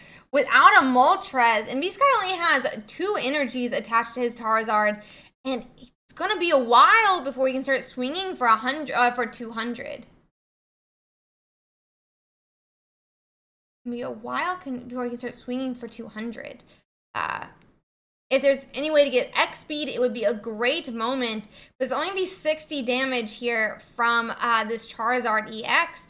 We are evolving our Arcanine, but we aren't going to have enough energies to be doing much here. Our Arcanine could be able to knock out, but we have 0 energies on that that Arcanine just yet. We are going to see 60 damage into Pikachu here, who will probably be swinging again into Charizard. Not able to KO it, though. And we could start seeing that Arcanine, but they bring the Arcanine up instead. Interesting. So they can put damage into Arcanine here, who probably won't be able to retreat unless we have X-Speed is my guess. But we did see they had at least 1 X-Speed earlier when they were drawing. So we should be able to see a retreat back to this Charizard. And honestly, that might have just saved MV Sky unless that Raichu has another Surge. Surge would definitely negate it, right? But we could see a retreat back to now even Moltres. And Raichu could come back and KO.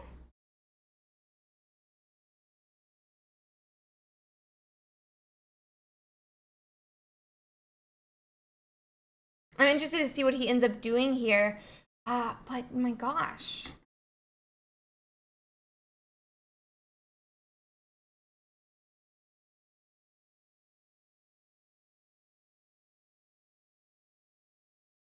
We had 2 X speeds. He could just X speed straight to that Moltres to save a lot of the problems. But this looks like he only has 1 X speed. I'm interested if he's going to X speed back to this Charizard, if he's going to X speed back to Moltres, but it's to Charizard. Yep, he even mouses over that Raichu. That Raichu is a potential, a threat next turn. If there's a Surge, Raichu can one-hit KO this Charizard at the amount of health that he currently has.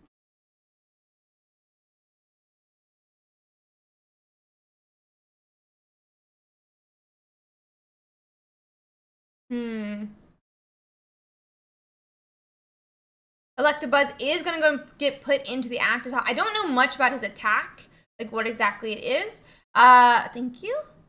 I actually didn't get to read the whole thing. So, but it does look like max is going to do is 100. So that would mean that he should Charizard would survive. But we're putting up Arcanine, actually. That means are we sacrificing Arcanine? I couldn't really see the amount of energy. But I think that might be a little bit of a sacrifice. It looked like there was like damage or something he had to have. So let's see here.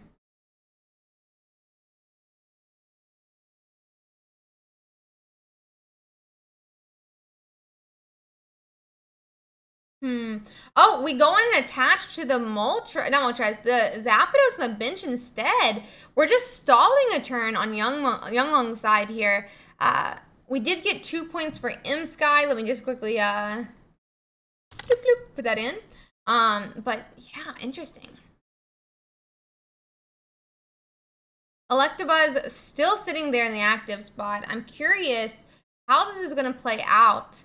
That does look like it's going to be a concede from the Zapdos' side instead, though. Let me just check that out. They were 1-1. Are they still 1-1? Or is that no?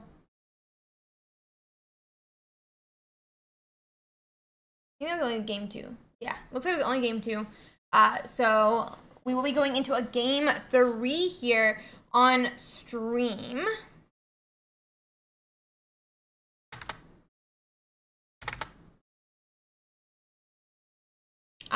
Okay.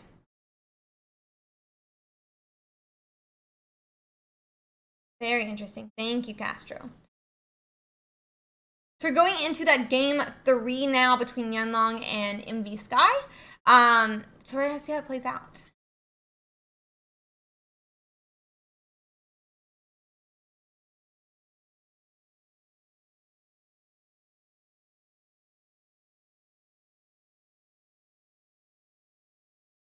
Okay.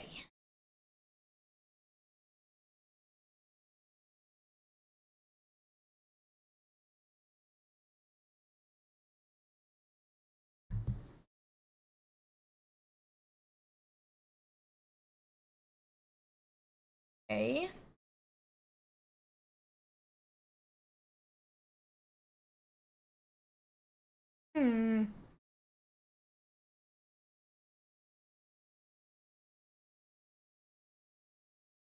So Yunlong is getting his bench really set up. It is going second. So he does get to attach. And now MV Sky will finally get to put energy on to that Moltres and, you know, start attaching energy back. MV Sky definitely... Oh, we're going to see a defensive Sabrina come down, though. That's going to pull one of Yunlong's bench Pokemon to the active that have no energies on it, meaning that Yunlong can't just simply attach energy to that Pikachu and attack this turn. Instead, he's really going to need to attack, like, you know, have an X speed or something else if he wants to be able to follow up with that.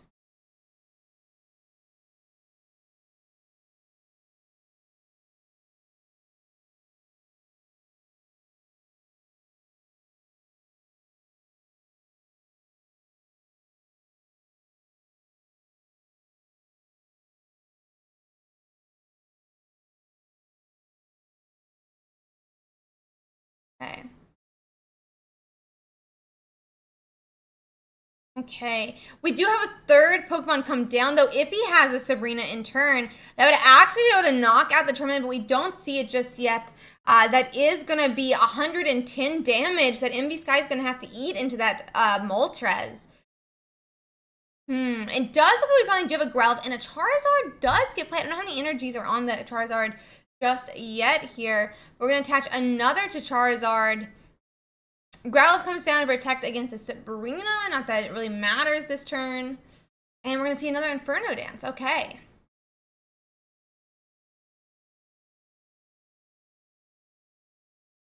Okay. One energy. Is that enough?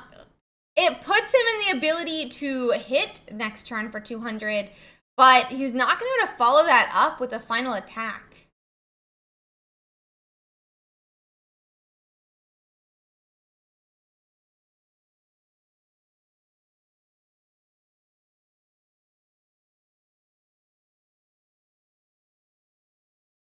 Okay.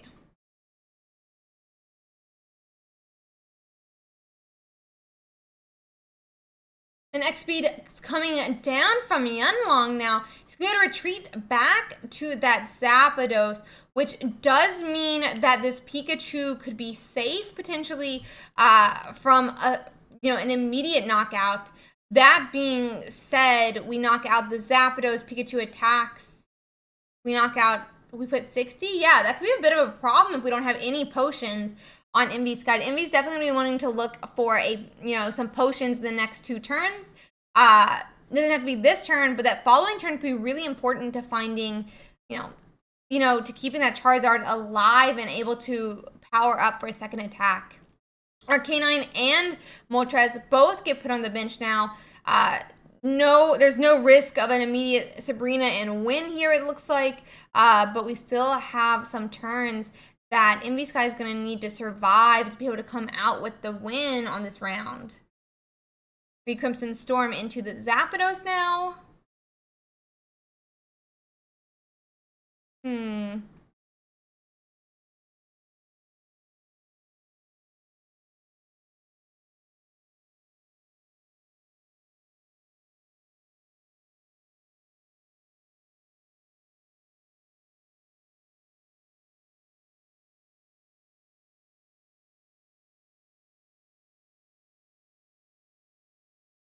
We do see that 90 damage onto that Charizard that I was really worried about in the earlier turns. As I said, we're definitely going to want to potion this turn now to be able to move that Charizard into a range that doesn't get KO'd by the Pikachu. But that Raichu is getting set up now as well. If we have an X, even with an X speed, if there's a Lieutenant Surge in Yunlong's hand, that could be a follow-up KO from Raichu. And it would serve to potentially winning this game. We do see an energy attached to that Arcanine now, actually. We're going to retreat back I'm assuming, to the Arcanine himself. Interesting. We have only 1 energy, though, on the Arcanine here. Only 1 energy on the Arcanine.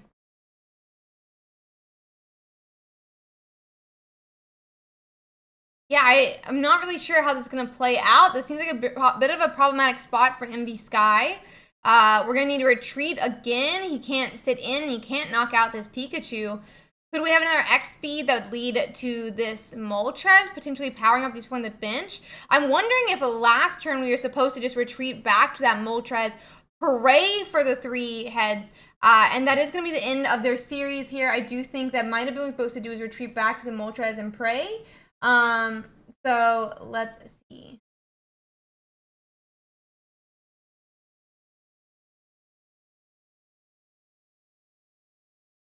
Let me find us another match, guys. They're done.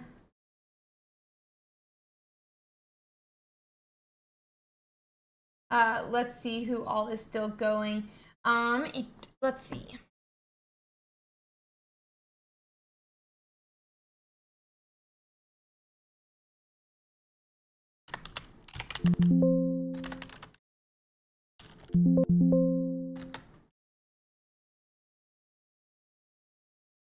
What?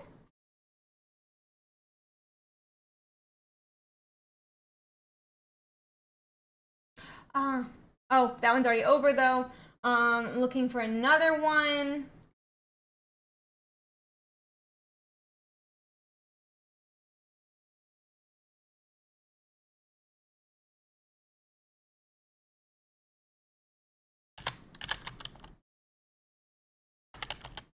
Okay, these are 1 and 1. It does look like we potentially could have this match going on stream. I'm gonna try to get it going in time.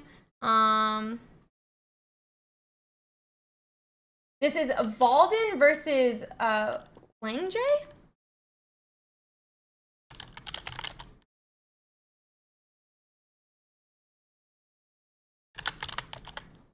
Valden versus Jay.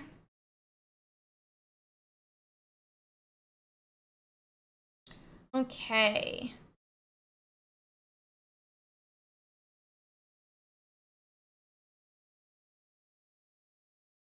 Let's see here. Yeah, Raichu's definitely a worry the whole time. I agree. Yeah, no, I was worried about the Raichu as well. But yeah, no, I agree with that. We are watching another Charizard player here, this time versus that Wigglytuff Arbok deck that we watched a little bit earlier as well. So we are looking like we're getting those energies powered up on the side of Valden. I can't really see how many points he has currently. His opponent does have 0 points. So then we'll have to see how this goes. But we are having this poison tick on that that Moltres, and we're it's changed name. We are seeing that poison tick on the Moltres, and we're still looking for some evolutions here. But yeah.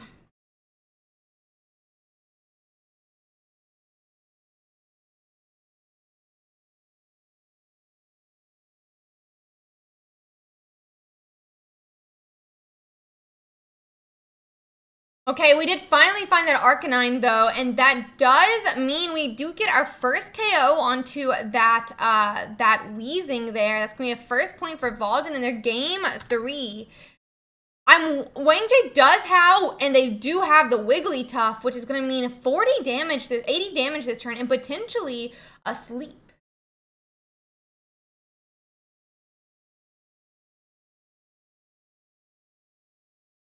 So let's see here. Let's see. That is going to add 80 damage into the Arcanine. Will the sleep stick? He's going to want heads, but he doesn't get it. And that means that Arcanine just is not going to survive next turn. Could Valden, though, have a Charizard for that follow-up turn? Because that could change everything.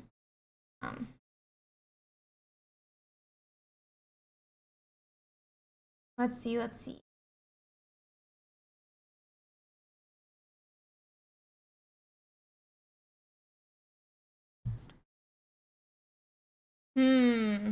Does Valden have the Charizard that he really needs? That's definitely going to be his problematic thing here, is finding that Charizard. There's very few cards left in his deck. It looks like, I don't know the exact number, but, you know, it looks like no Charizards have been pulled yet. I wonder how that's going to play out. We do see a potion come down. If we don't know, this does pull him out of range of a potential corner attack knockout, but a corner attack with Giovanni would still be enough to KO here. Let me double check that his opponent doesn't have Giovanni in his list. No, there is no Giovanni, so he's out of range of a corner attack, which means if he could find Charizard next turn, we could still win here. But otherwise, this could be pretty problematic for Valden. Like, where is our Charizard EX? Oh my gosh. Where is our Charizard EX?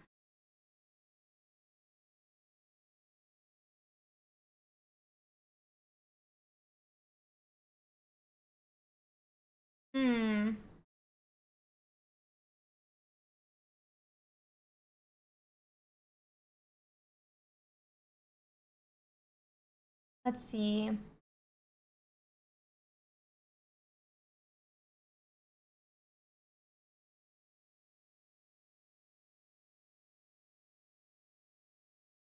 Okay, and we do have that Wheezing come in instead, though. He doesn't want to risk that Charizard KO onto the Wigglytuff just yet.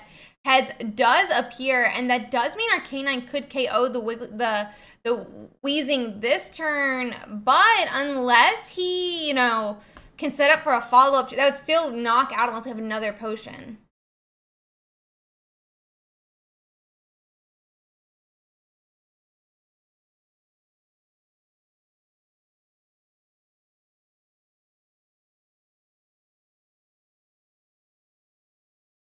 So.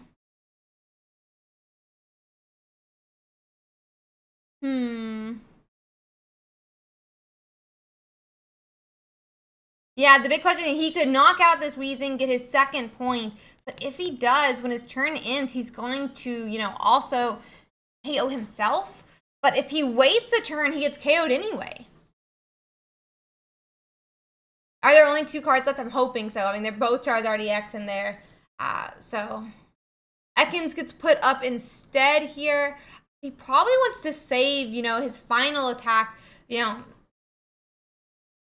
Let's see.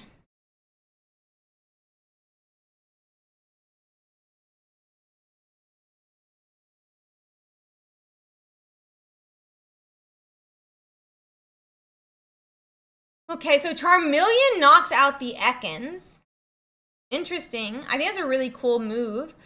Now, Wigglytuff, yeah, Wigglytuff could sleep the Charmeleon, but even if he does, that's not going to be enough. And if we could have a Charizard here, we'd KO anything. I think it's a really good play on the side of Valden. That definitely, I mean, an evolution could save everything for him. We'll have to see how it goes. And there's no Giovanni. We do see a Koga. Oh, but now, oh. But it's okay. It's okay. Because, oh, but no, it's not. No, we're cooked. A little bit in a bad spot now. A Charizard could still potentially stave off a turn, but there's no energies on that other Charmeleon. That's huge for Wang Jie here. And that's going to be, I mean, but the tick of the damage, the poison's going to KO. That's going to be 0.11 for Wang Jie. And that's going to lead to, I mean, probably a full-on knockout because the Arcanine here cannot hit enough to KO if we have a Sabrina potentially, but I don't think we've already Sabrina this turn for Valden as well. I think we've already Sabrina. Yeah, so there's only one Sabrina in the list. There's no way for him to get around, the Wigglytuff here. It's a little bit too late. Yeah, it's a little bit too late.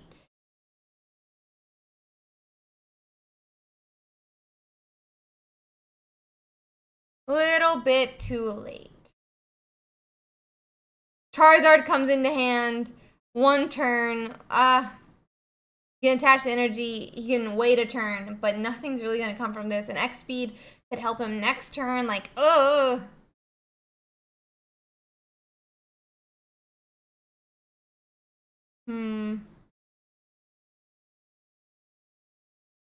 Ouchie, ouchie. A bad spot to be in. I think that's going to, you know, take the round here. So we'll have to see. I'm gonna see if there's any other games to watch after this one, guys.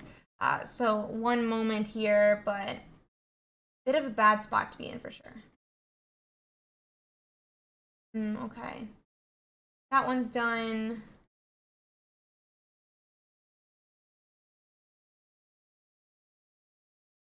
I'm gonna see if there's any other games still going.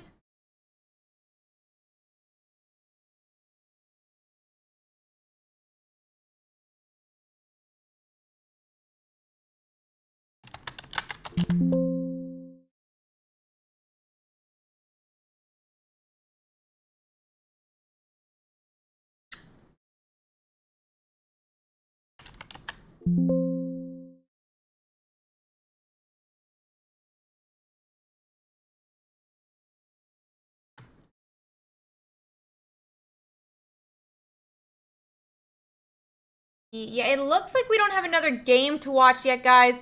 That was, you know, round 4.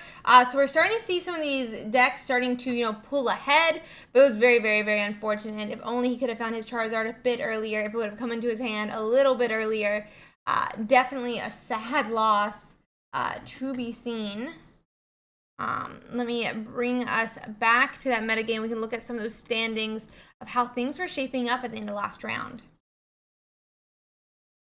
Let's see.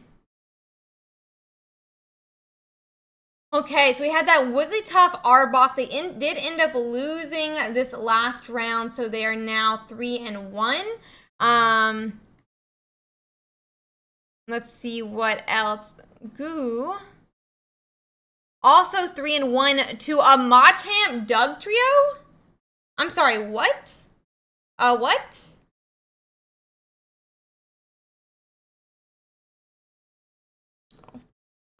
My gosh, that sounds crazy. I want to check this guy out real quick. Yeah, 4-0 Machamp Dugtrio right now. Electros is 3-1 as well. Let's go. We'll have to see how that keeps going. He did play against, as he said, you know, the weakness for those different Pikachus, but my gosh, he did beat Charizard. He's beaten that Wugtrio, Arbok this last round. My gosh. Yeah, no Mewtwo EXs just yet. No Mewtwo EXs just yet. So we'll have to see how that continues to play out, and go from there. But that's so funny. That's that one. There's a lot that were 3-0 before this round. This one did win their game, which means that Burnsy is a 4-0 Wigglytuff Arbok player. Prime Ape Marowaki X was 3-0. They're now 4-0 after beating Satoru's Nidoking Weezing. Oh, wait, they're still playing? Oh. Is Mojo streaming?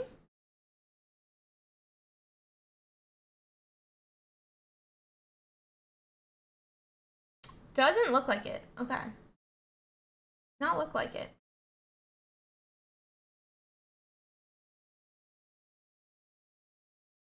Okay. That would have been cool to watch.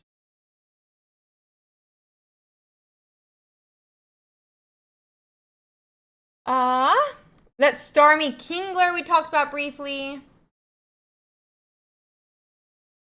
Oh, did end up losing this round.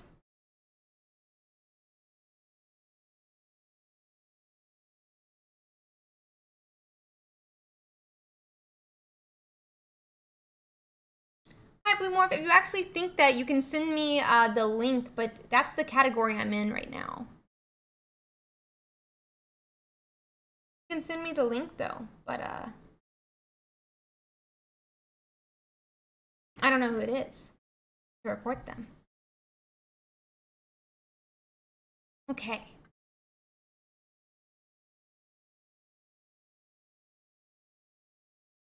Let's see.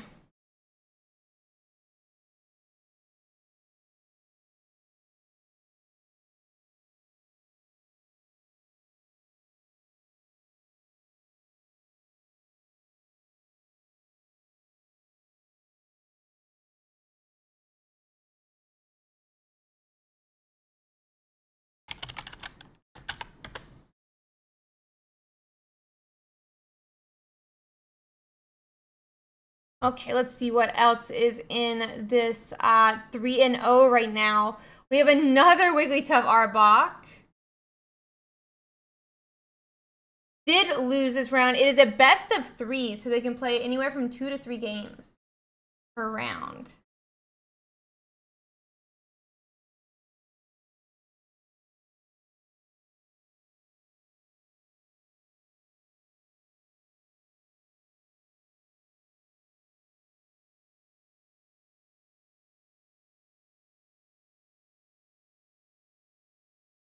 Let's see. Oh, that's the wrong thing. Here we go.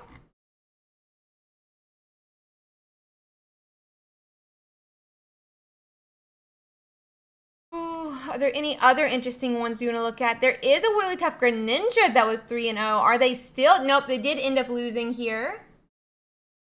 They did end up losing here. But let's see.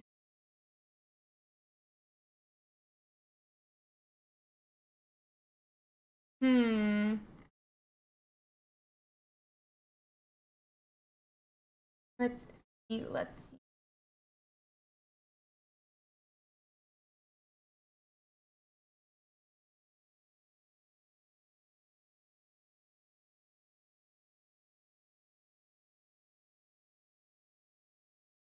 Anywho.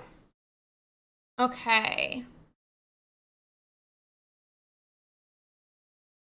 But 8 matches waiting to complete now. We're so close to round 5, guys. So close to round 5. Congrats, Taki. What deck are you playing? Congrats, congrats.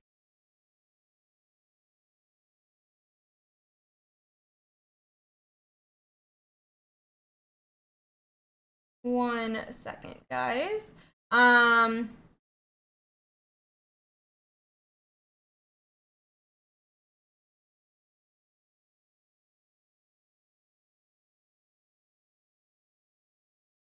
Let's see here. We only have a couple more minutes left in the round, but yeah, I think there's a lot of really interesting decks that we're watching, you know, play their games. I wonder how this one ended up doing. They did get a 3-0, but they did end up losing here, sadly, to that type advantage of Pikachu. Golduck is what, 90 damage? Or 90 health, so it's just like not enough to like survive a Pikachu attack. Just not enough to survive those Pikachu attacks.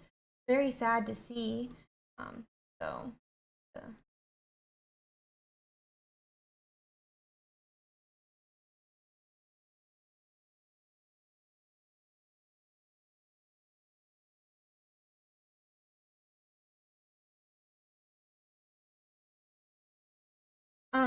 Okay.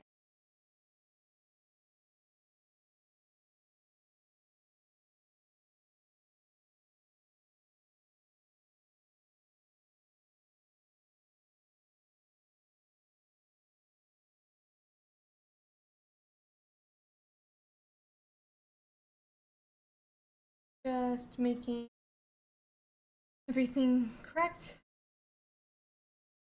We will be having another tournament next week for those who are wondering. Yeah, it is anyone can sign up. It's an international tournament. Anyone can sign up and decide to play. So, how many people checked this week? About 1,400, which is pretty expected. I mean, we expect a bit of a dip down before a new set. And we have the new set coming out Monday night. So yeah.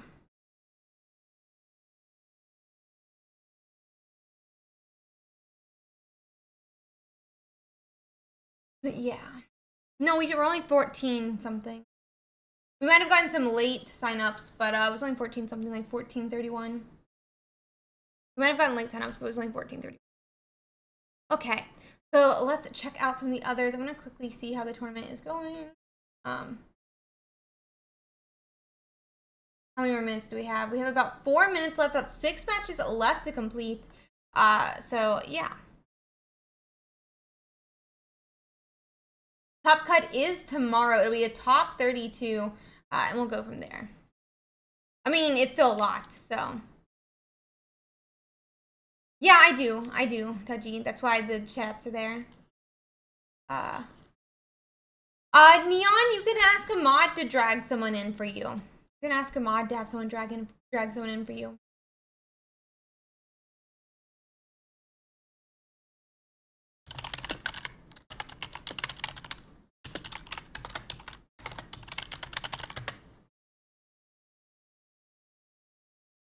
Okay. There are buys. I think it's normally like the lowest seeded buy or something like that. But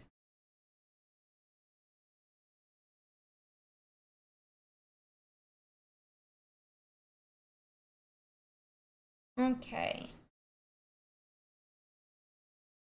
Yeah, there's gonna be a million new decks next week. It's gonna be so cool to see. I think next week's tournament is gonna be absolutely huge, but it's gonna be so exciting to watch.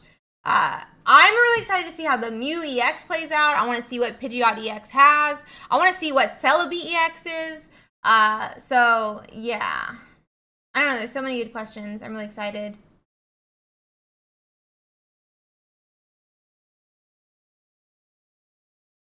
So we'll have to see how it continues to play out. But it's gonna be so cool to see all the new decks next week.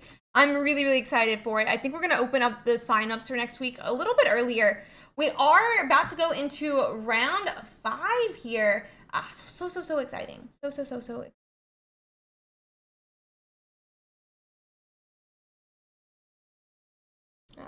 Very soon we'll get to watch some more decks. I think next week is going to be so exciting. I think we're going to start sign up. I think I might open signups in like less than a round or a round or two, and we can go from there.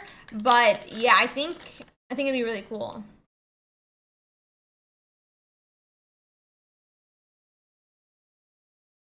Sorry, Scarbo, but it doesn't work that way. You can only move from your bench to your active, so.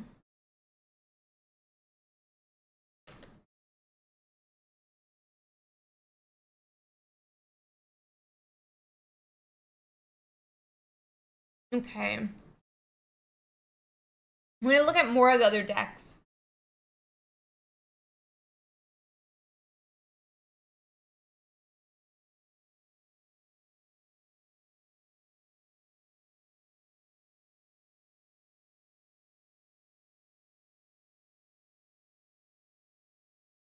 Hecky, you should call a judge then.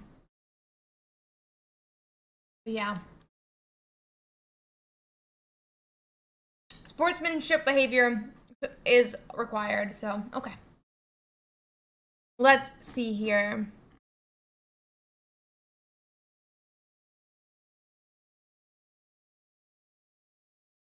Last week's Mewtwo, how did it end up doing? Oh, it did finally lose a game, sadly.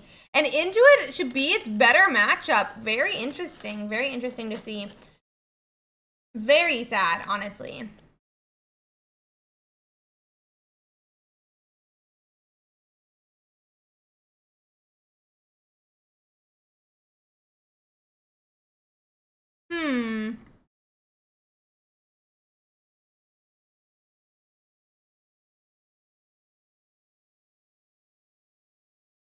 Okay. Are there any other interesting decks? We just looked at Fat Dunks. Did you see the Marok Golem? I'm not sure we have seen it. Oh, right here, though. It is. Did it win its 4th game? Oh, it did win its fourth game. How interesting.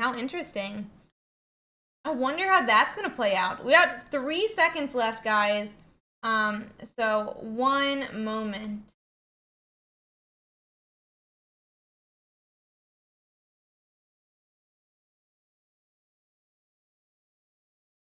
So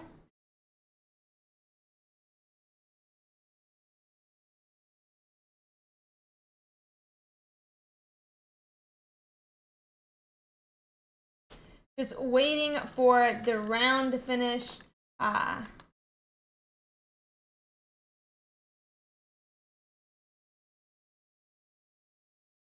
Okay.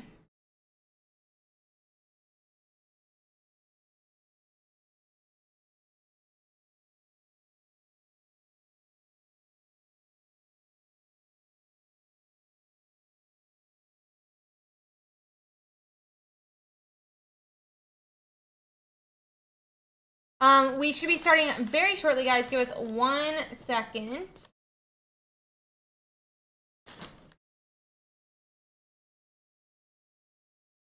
One moment.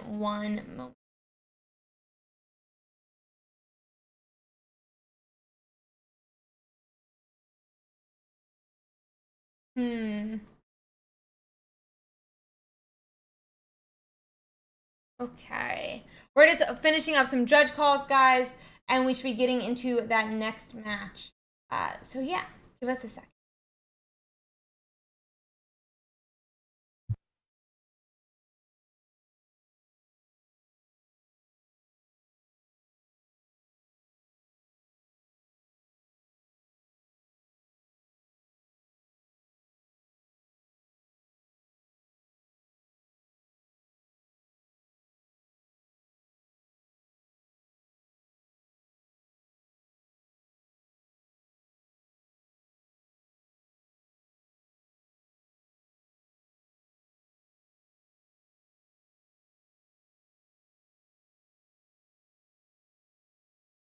It is 10 rounds, so we have about 6 more matches to go.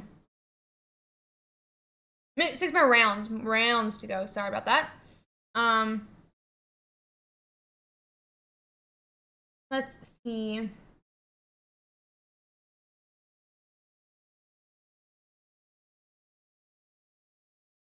Okay.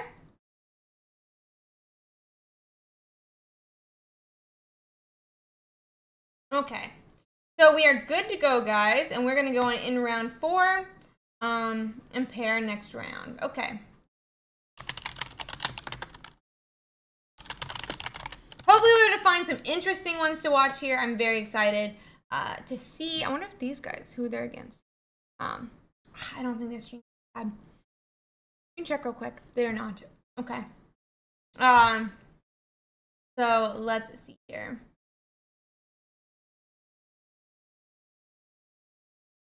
I'll go in and put that next thing up.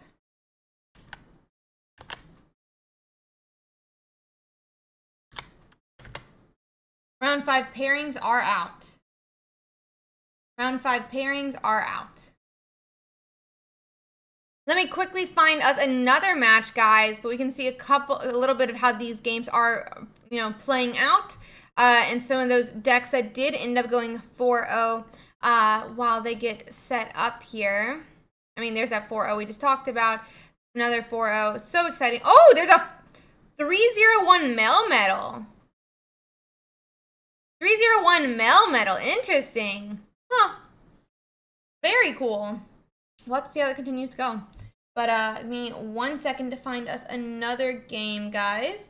And we'll get able to get going.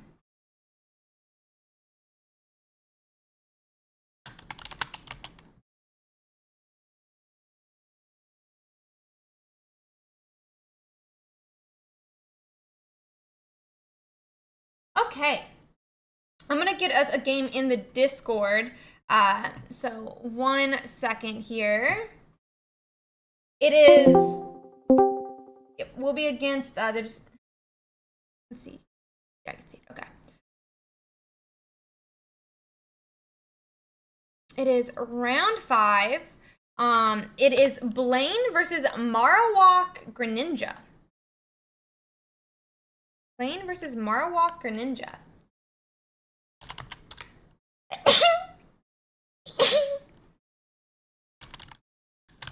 It is Espartano versus Tudge.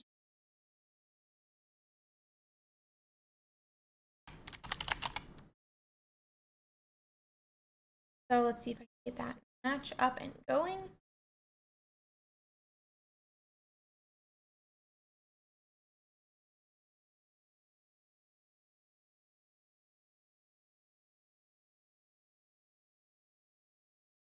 Yep, and we can watch this game. It does look like we are currently 0-0.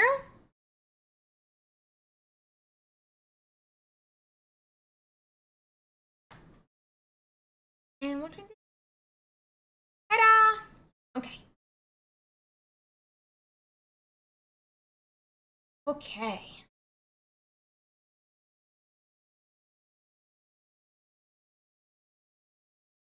Ooh, Hitmonlee goes directly into the Vulpix on the bench. Farfetch is going to need 2 turns to KO this Hitmonlee. And, a potion's going to come down, but otherwise it would have been enough time for this Hitmonlee to knock out that Vulpix. We're going to see a Sabrina come down, forcing that Hitmonlee back onto the bench here. But I'm not sure how that's going to end up playing out here.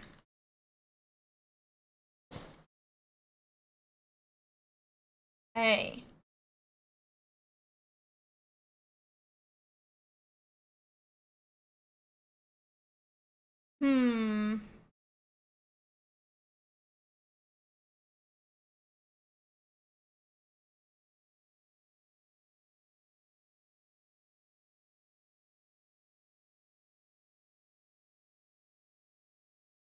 Okay. So it does look like we put up that Feroki. We're gonna look potentially like we're gonna retreat back to Hitmonlee and attack again into the Vulpix. That means potentially we're gonna knock it out before it even has time to become a Ninetales, and Farfetch'd can't 2-hit KO. It will have to 2-hit KO this Hitmonlee as well.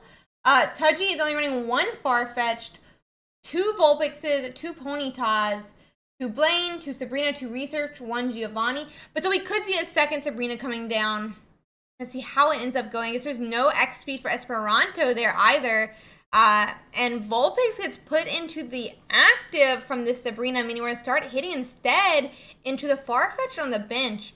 I guess that it is a better play. I mean, Vulpix cannot be powered up for a KO, for a Ninetales attack this turn. And Tail Whip does nothing into this Hitmonlee. A Tails does get hit, so it wouldn't matter anyway. But it's not going to stop the Hitmonlee from being able to attack into the bench, as far as I assume it's onto the Vulpix's turn, but I could have been wrong, I guess, as well in that.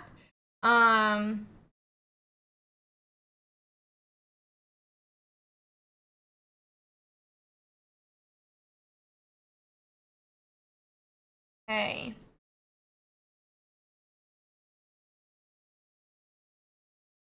Another attack onto that Farfetch is going to be all it takes for Esperanto to get their first point. And they're able to do it without taking as much or any damage on the Hitmonlee. We are seeing a second engine Vulpix, but do we have a Ninetales? It doesn't look like we'll have one just yet. Sabrina comes down. I mean, this Hitmonlee couldn't have attacked this turn regardless. Froakie does get put up, so there will be forced to either have an X speed or an energy to retreat. Definitely another defensive Sabrina coming down from Tudgy's side. I'm a little bit confused how I mean, honestly, Esperanto can do a lot of damage here, but is it only 10 that Froakie does? If Frogadier comes into play, it could 1-hit KO this Vulpix, and it only takes 1 energy. It doesn't seem great, the Sabrina, but we'll have to see how it plays out. I mean, Frogadier does come. Oh, there's no water energies, though. There's no water energies. Okay, that makes sense. Yeah, I'm not really sure the point of... Wait, no, but it doesn't take water energies. I'm a dummy. It's a colorless. So we're going to see that KO into that Vulpix. Yeah, I think that was not the best on the Sabrina, but we could have seen it regardless. And that's going to be game 1. I'm going to cover up for their game 2, and we'll wait for it. Add an extra Y. It happens, though. It's not a big deal. They could have still retreated. Yeah, it's going to be a KO anyway. You're fine. Probably. Let's see here.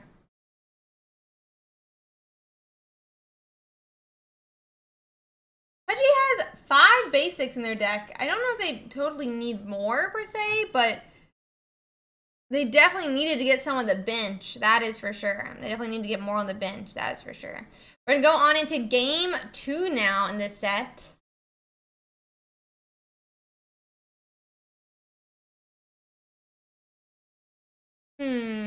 We're starting Farfetch, which is exactly what Tudgy wants, especially going second. They'll be able to attack immediately this turn with just 1 energy, which is going to be very, very, very nice for our player here. And we'll go from there.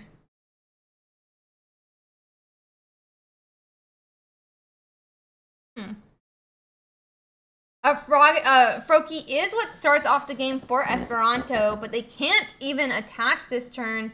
Not the biggest of deal here. We'll have to see how it goes. We do have 2 Pokeballs this time for Tudgy, which means we're going to be able to look at a lot more basics and put a lot more basics onto the bench here. So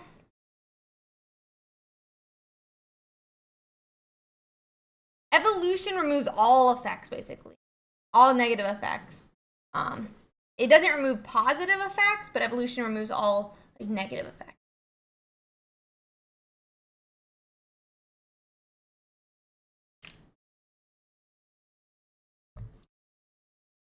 Okay. Yeah, we're gonna get 40 damage into the Froakie here. Esperanto is more than likely gonna want to run their Pokemon back to the bench unless they want to lose their first point of the game.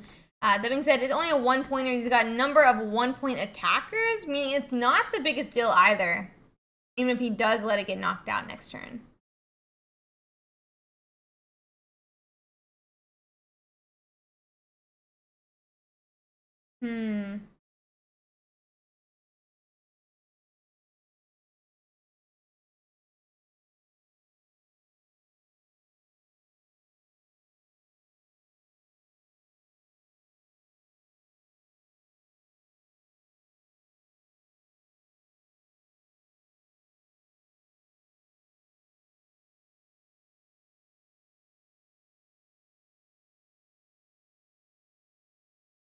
Let's see here.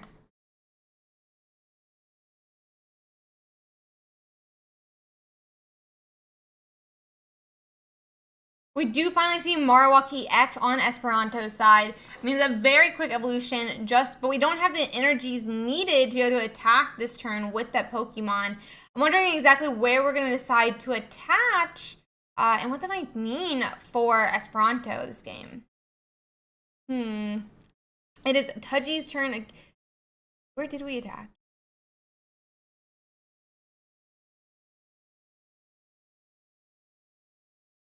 Where did we attach?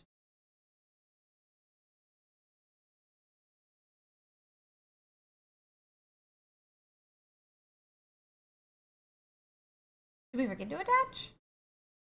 A little confused, but that's okay. We are going to go see that knockout onto the Froakie now. It's going to be 0.1 for Tudgy. It's going to be 0.1 for Tudgy. Okay.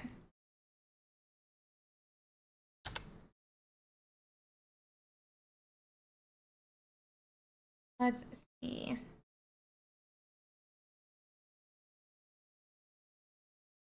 Marowaki X does get promoted now for Esperanto. The energy is going to get attached to that 2-pointer, but without a second energy, we can't even attack yet. So we'll have to see how that continues to develop.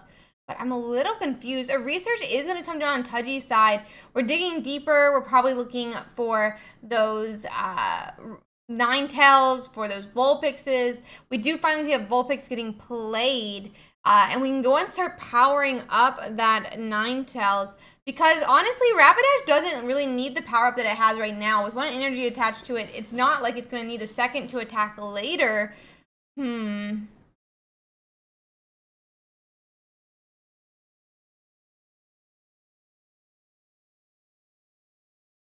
Let's see what they decide to do.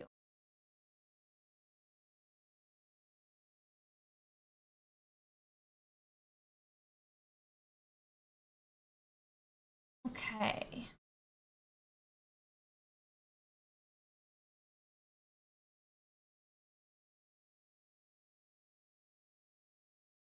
Does look like Marowaki is finally going to get to attack, and it is enough for Tudgy's Pokemon to get knocked out. We're going to go on and put that point up for Esperanto here.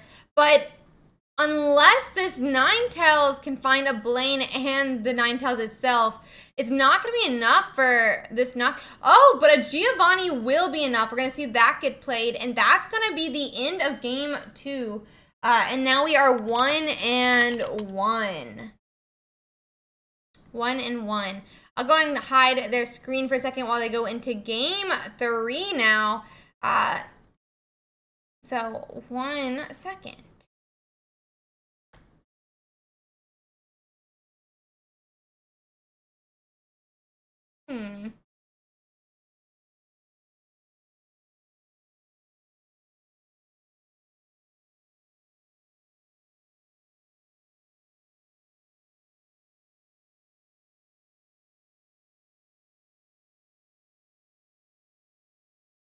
Waiting for game 3.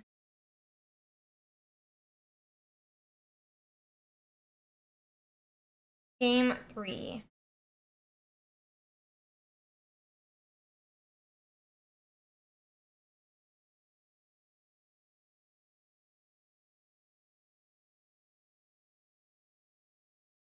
I'm gonna go and open that back up. Let's see.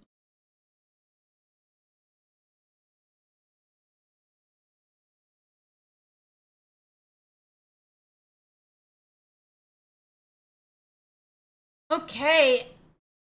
A Spartan does get their Froakie this time again in the active spot. I guess it is the card they want because it's like the 3rd game that they've started it. And they had the option for the Hitmonlee. Taiji is going to be digging a little bit deeper into their deck now. They're looking for more of those basics, some different mons that they can put onto their bench. And I'm wondering if we're even going to find them just yet. We're gonna, dig deeper. Do we get but we go on and pass. We go on and leave some of those different Pokemon on in our deck, in our hand. Or maybe in our deck, potentially. A Spartan does go on and find that, that Cubone now, as well. Still, they'll finally be able to attach some energy here. But that Hitmonlee will not be attacking this turn. There's no energy for it. And Max Frost, Froakie can do is 30 this turn, which to be honest is enough to put Ponyta into a two-hit KO range. So let's see. These two decks are, I'm never really sure exactly how these two decks are supposed to play, though I've never really seen the one above either. So we'll have to see how it goes, but my gosh. We do see that Cubone getting powered up this time though on a Spartan side. And a second Froakie is going to get played. No Frogadiers just yet. A Vulpix now on the bench for Taiji. We're going to see another Pokeball start digging a little bit deeper. So let's see. We have a second Vulpix. Wonder what they'll decide to do here. I mean, obviously a Spartan is probably having that Marowak in hand if they're going to be attaching energy to it, or at least expecting that Taiji would have a Blaine to help KO. We're not going to see, it looks like, a KO just yet into this Froakie even though. So that Marowak has an extra turn before he would have to appear either.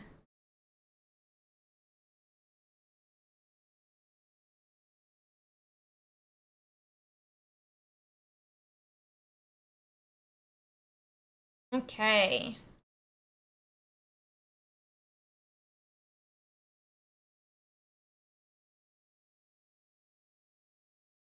What will they decide to do?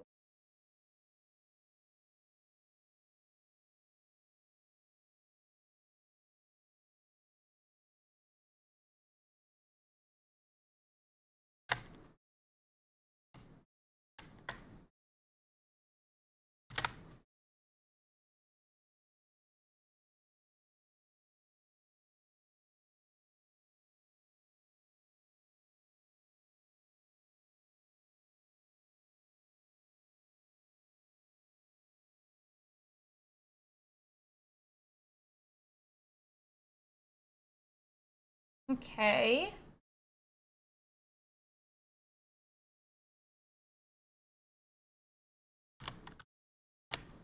It does look like we're going to start powering up one of those Vulpixes now as we start getting set up here.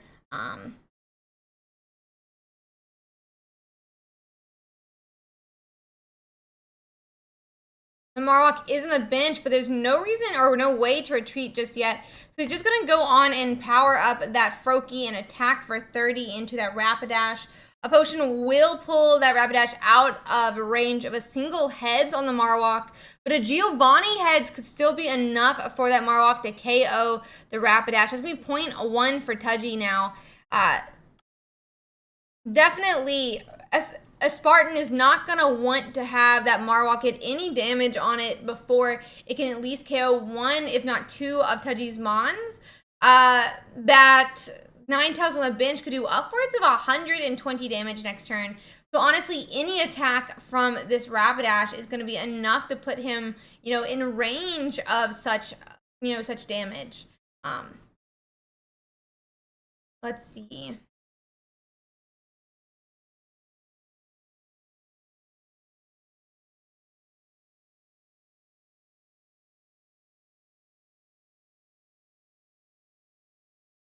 Oh, let's see.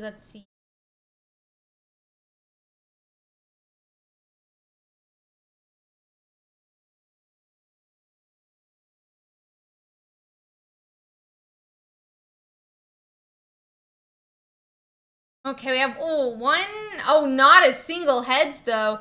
And that means no damage is going to come down just yet. Not enough to KO the first one.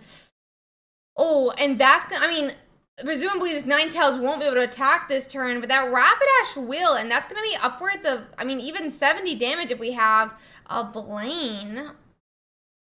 But even 40 is going to be very risky to be going against. 40 damage is going to put that Marowak in range of a Ninetales Giovanni attack. It seems to be a bit of a liability now, and a Spartan doesn't have a second Mon that's ready to step up for that game. Like to retreat and step up to.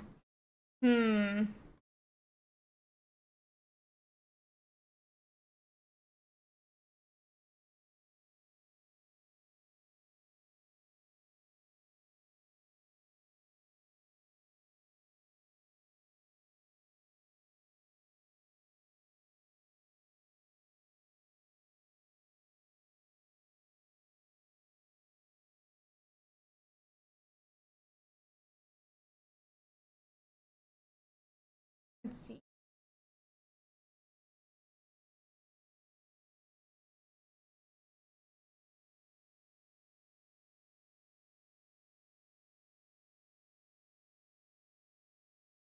Let's see. Okay. Hitmonlee is going to be the next Mon in the active here. We could start putting damage on that Ninetales, that Vulpix. They do decide to do it on the Vulpix, though. It is in range of a 2-hit KO, and this Rapidash doesn't threaten a KO even with a Blaine here. So we'll have to see how it continues to go from there.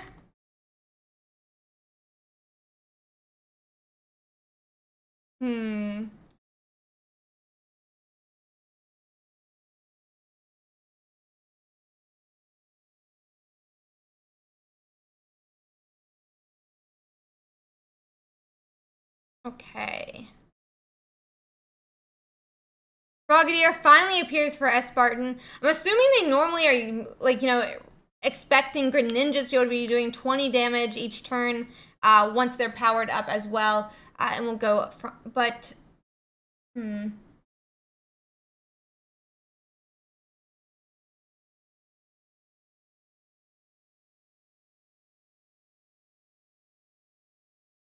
Let's see. We are going to do that stretch kick on to the other Ninetales now. Both Ninetales are in range of a 1-heads coin flip from that Marowak now, but neither in range of getting KO'd next turn by this Hitmonlee, who is going to get KO'd by Rapidash.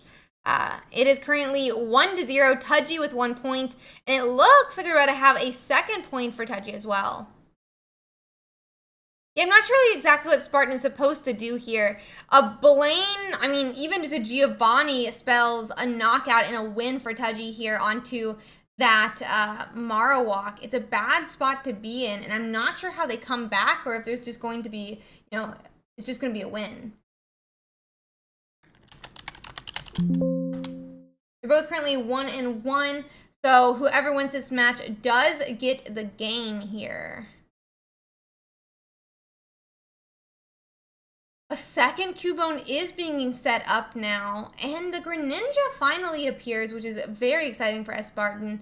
Potentially, we could see some KOs coming up now, or a healthy Marowak who will be put into the active next turn. But we do need an X speed to be able to do that. Water Shuriken coming down onto, I'm assuming, one of these, onto the Rapidash, so that a Marowak single heads would be enough for a KO next turn.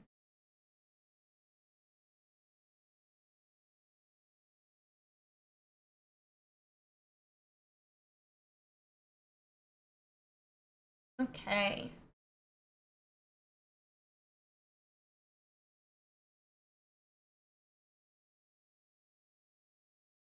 The second energy under both Ninetales now. I mean, either could KO with the Blaine, either could KO that one damaged Marowak. It's definitely not a good spot to be in right now for a Spartan. I think it's kind of just a loss for a Spartan, if I'm being honest. And that's going to put him at 3-2 this round. A bit of a bad spot to be in if he wants to be making it to day 32, to top 32. I'm going to see if we can find another match while we're waiting, guys. See who is still playing here.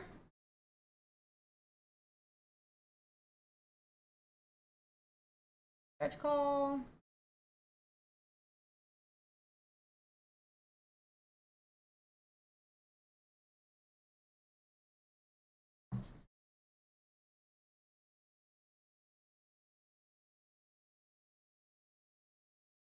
Fine.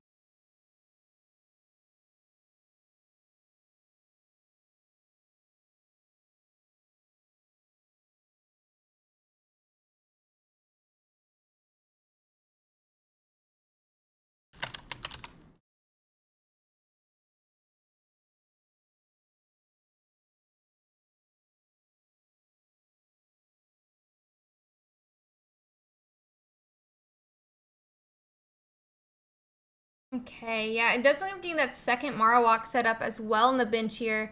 We're retreating back to, I mean, the Marowak that's full health, but we don't have any energies on our Mon to be able to deal with it.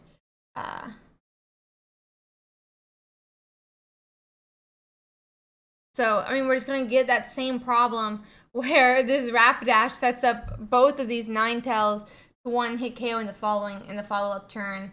We're going to set up a match for when we are done with this one, guys.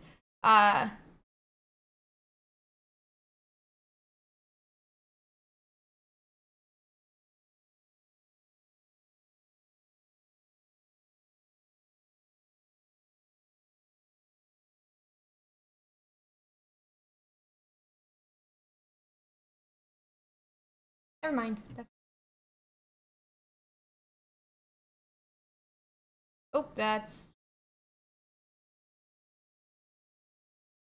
but so now like these Ninetales are still able to KO the Marowak next turn and take the win. We are going to see two heads this time, which is going to mark that Rapidash's win or knockout. But even, I mean, 1 point's just not going to be enough for a Spartan to come back. Here, sadly. Okay. Blaine does come down now onto that Ninetales, and that's gonna be more than enough to take the win. Let me go on and see if I can guess another game. I think they're still in.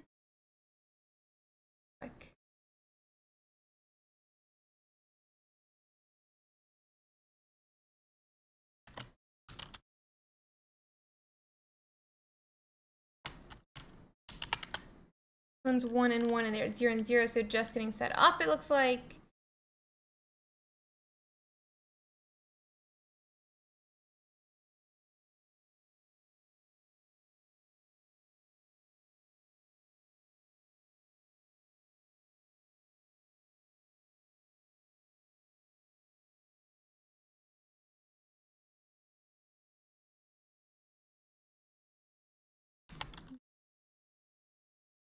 Dog.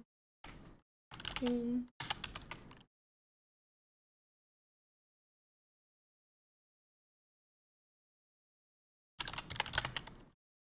Okay.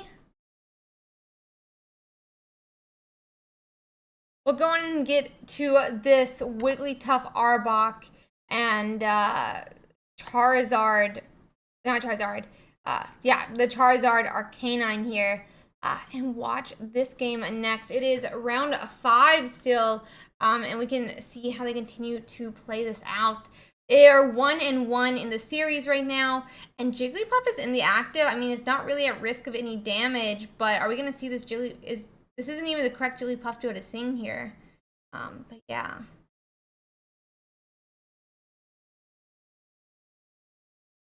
Let's see.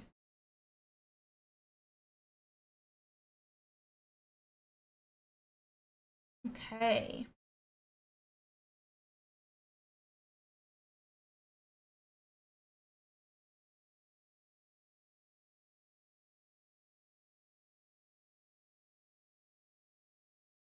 That we are going to have an Arbok now. It is partially powered up with 1 energy.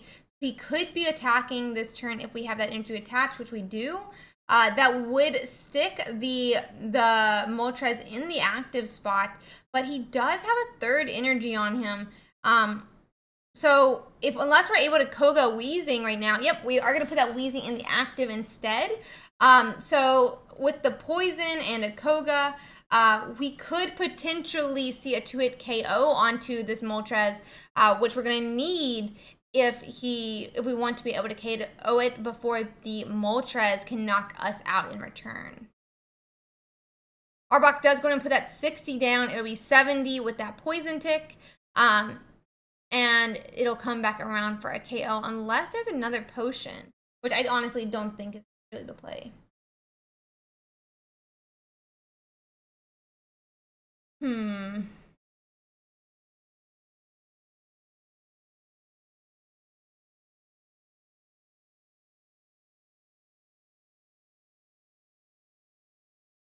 Okay. We are gonna have 0 energy from the Moltres this turn, when it honestly might have been supposed to be attacking, but instead we're gonna be able to KO this Moltres very simply. That being said, that Arcanine is prepared to follow up and attack and then knock out.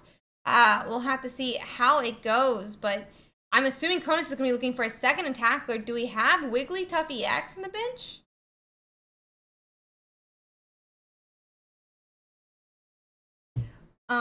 We're going to be needing that Wigglytuff EX to be able to attack next turn and, survive some of these knockouts.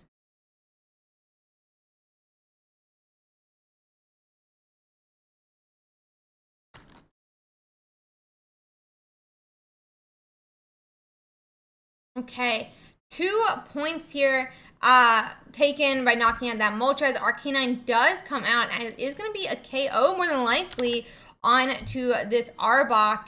But do we have the Wigglytuff that can respond?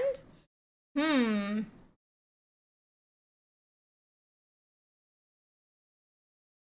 gonna need a Wigglytuff to respond here with. That Arcanine does knock out that Arbok, putting it to 1 point. But this is honestly the pro of running with multiple 1-point attackers. We can put up Wheezing. Even if he gets knocked out this turn, we can wait for that following turn before we actually have to put up our 2-pointer. Because if we don't, if this one gets knocked out, we still have an extra point that we can give, we can still, an extra point before we get knocked out. So yeah. Honestly, such a strong part of having the extra 1-point attackers here. We're going to go and attack with Wheezing now. This is going to be 50 damage per turn as it ticks around, 30, then 10 from the poison, and a following 10 as it makes it Arcanine's way back to Cronus's turn. That does put him in range of a 1-hit KO from that Wigglytuff.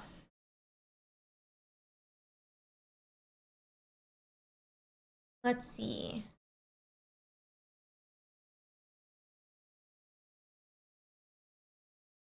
Arcanine EX going to knock out that Wheezing as expected. Getting kind of low with that recoil damage. That's honestly doing a lot to this Mon.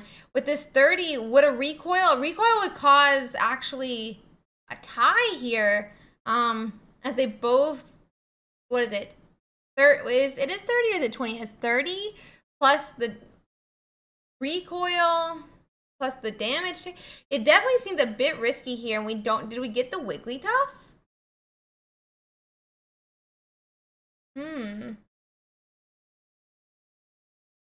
We do put up Wheezing instead, though. We're going to tackle here for 30.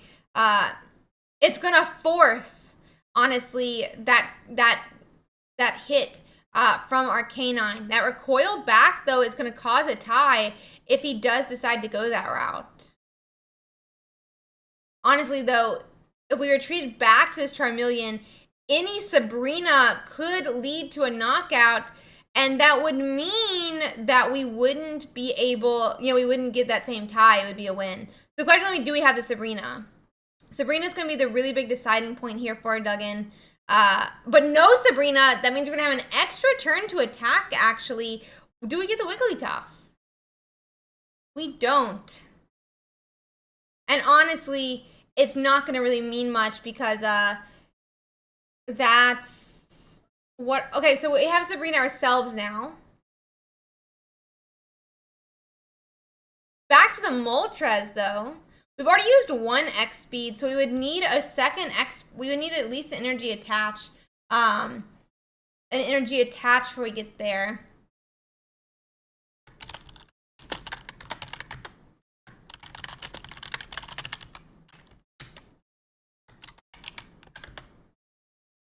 Let's see.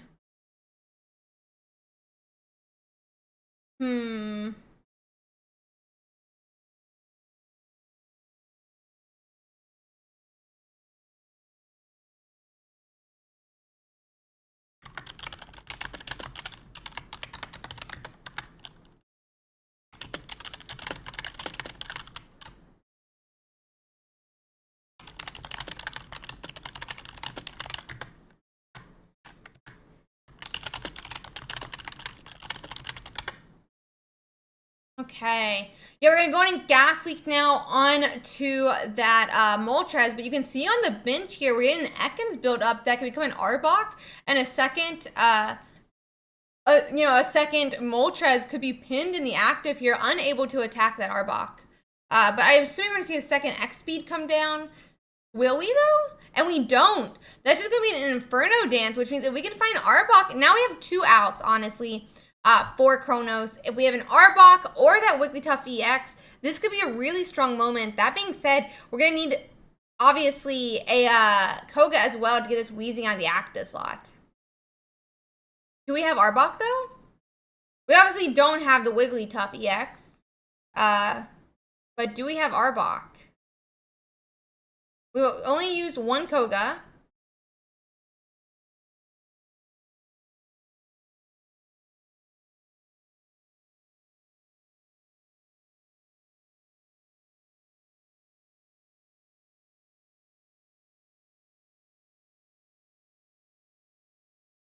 One Koga. Another Sabrina play, though, is going to be an interesting move here. Yeah, this is very unfortunate. I'm not even sure that it's not we have an Arbok, but we can't get the Wheezing out of active potentially as well. Bad place for Chronos to be in right now. This is very tragic. They're 1-1 in their set, so if he doesn't have Charizard, maybe it's okay.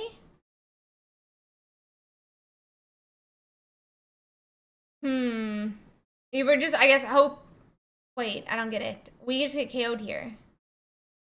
Or not, you're 2-2. We just get KO'd here. I'm a little confused. That's okay.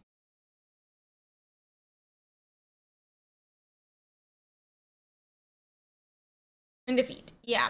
So that's going to be that match, guys. I'm going to see if we can find another one really quickly here. That is very tragic.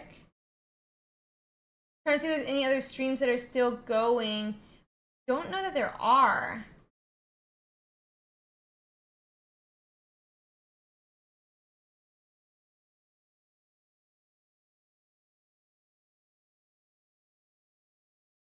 Yeah, it doesn't look like there are. Sad. So let's see here. Let's see if we can find. I'm just trying to see if there's any other games.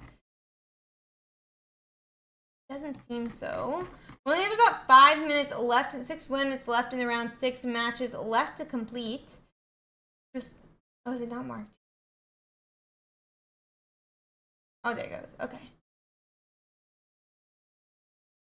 About 5 matches left to complete.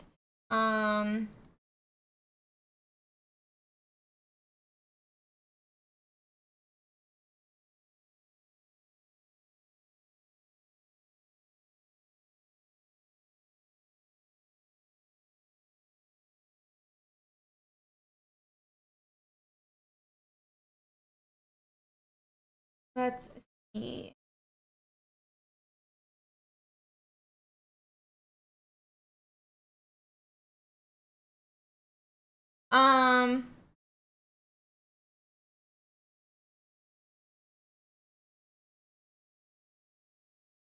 Let's see. Okay, let's go to that metagame. We can check out some of the decks that are doing well, and look at some of their lists.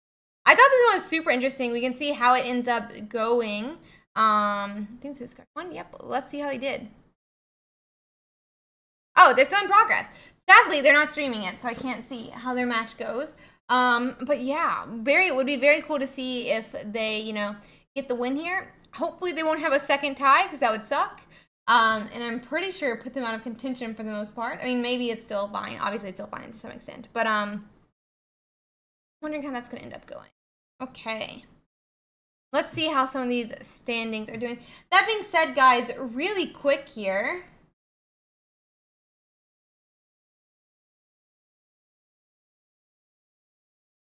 Really quick here. I'm really hyped for next week, if you can't tell. So I'm gonna go on and make the tournament for next week. It's gonna be legal to play the mini set.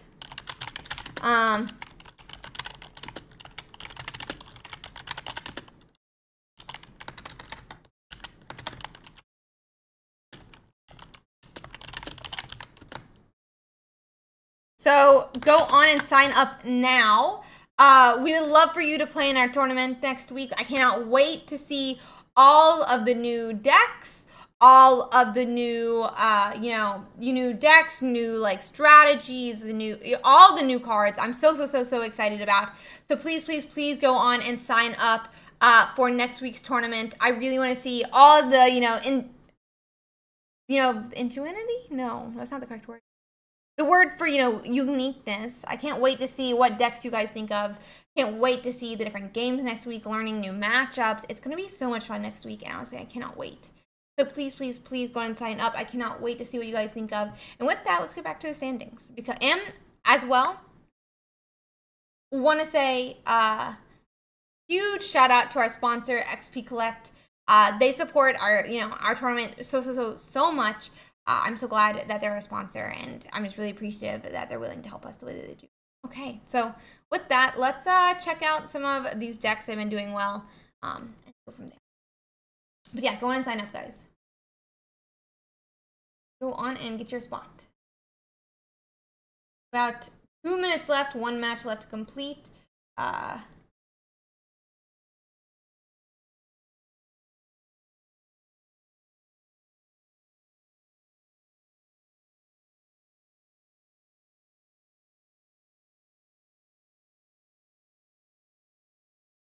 Give me 1 second, guys. I'm just dropping some inactives.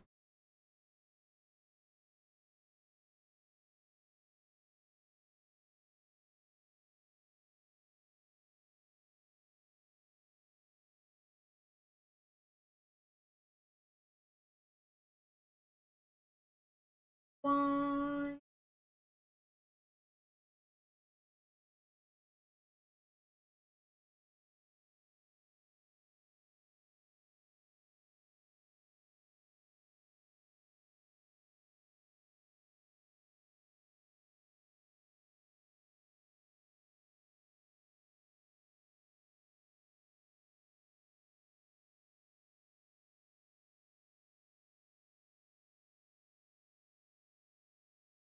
So we can check out some of these different standings here in those deck lists, guys, while we wait these last couple of minutes. I'm really excited to see what people think of for next week, though. So I'm just getting everything set up, just making sure everything's good with the judges here real quick. But yeah.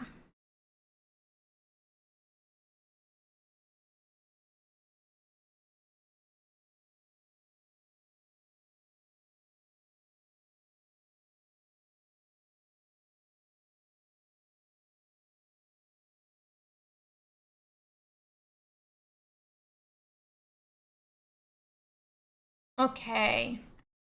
So I need to check out some of those different 4-0s while we're waiting. Oh, wait, all the rounds are done. Wait, so give me 1 second. Give me a second.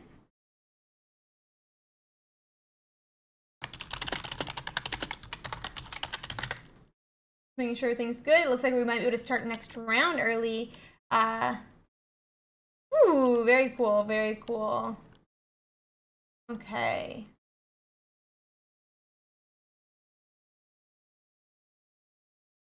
Okay, guys, let me get this next round launched here. Very exciting. And we're going in round 5. And, yep, and pair round 6. Okay.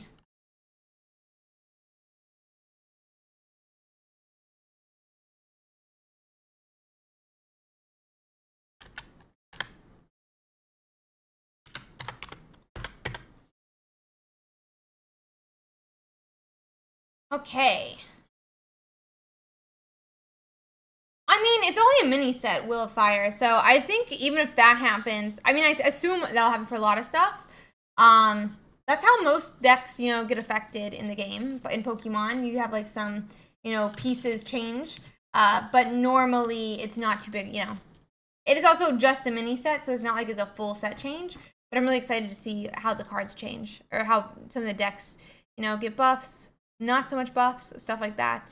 I do want to look a little bit over our 5-0s here and see how they're doing. We have a lot of Mewtwo EX this week, as kind of expected. We have Marowak Primeape in a 5-0 spot right now. We have Marowak Golem 5-0. Are they playing as anyone who's streaming? They are. We can watch their game next. So that'll be fun. But I wanted to see, you know, just what some of these different, well, there's a lot actually of these. We're in the 4-1s at that point, but yeah, we're starting to see, you know, some different matchups. Let me bring up that Coco Uton match.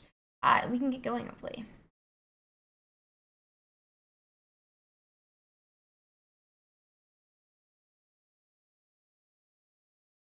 He's getting ready as well here. So just 1 second. We will get going.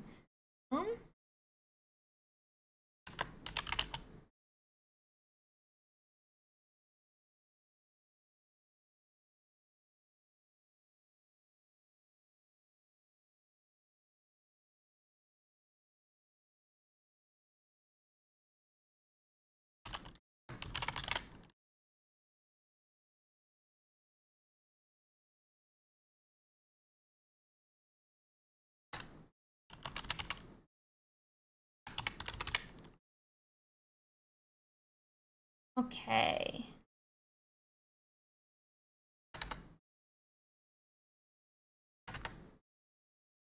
Okay. So we're just waiting for their match to get set up. They are, you know, getting going, and we'll be able to start very shortly as well. Julio. Okay, guys. Let's see. Just something we're going to be going on and starting here. I'm just going to let them get their first hands made. So.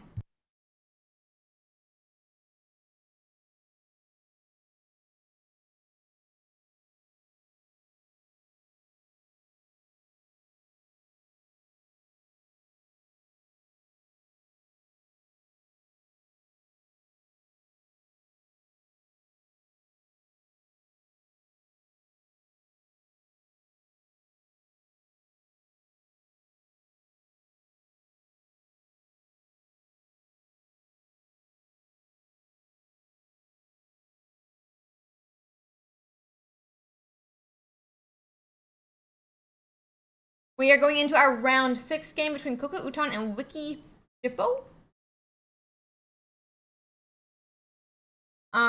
So 1 second.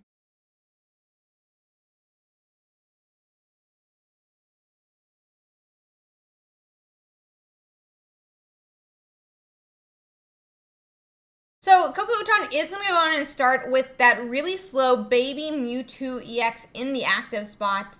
I'm not really sure how that fares into Marowak, who potentially can one-hit KO, but doesn't always one-hit KO Mewtwo EX. Furthermore, Mewtwo EX can one-hit KO that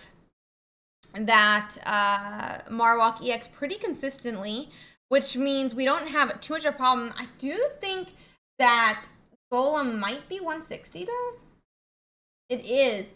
So Golem can also one-hit KO the Mewtwo EX, but cannot not be one-hit KO'd himself unless he's already attacked. He does have a recoil of 50 damage.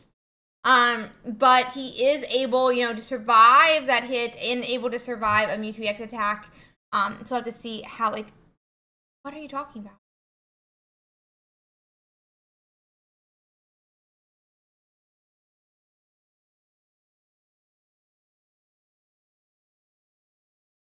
Bro, no one told me. No one told me about it on the screen.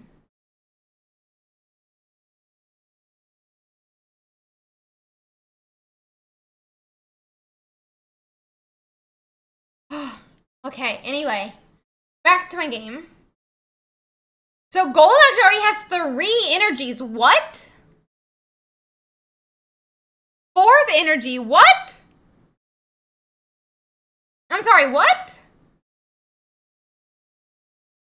If Coco Uton doesn't have a Gardevoir next turn, this could be a huge problem for Wiki. What just happened? Okay, but we must have Gardevoir. We're promoting that Mewtwo EX too fast. Yep, Gardevoir is in hand. That's going to be a win for Coco Uton. But my god, what just happened?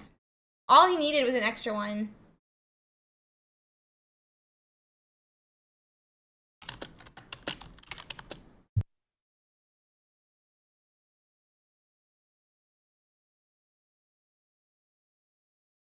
Yeah, no, major Brock. But, if Gardevoir hadn't have been there, Wiki might have taken the game. My gosh, that was insane.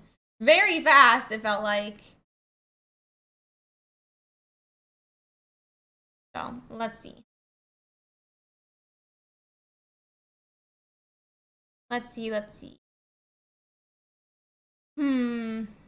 Yeah, I think it's very funny as well. Okay, they're going into game 2 now. We're going into game 2.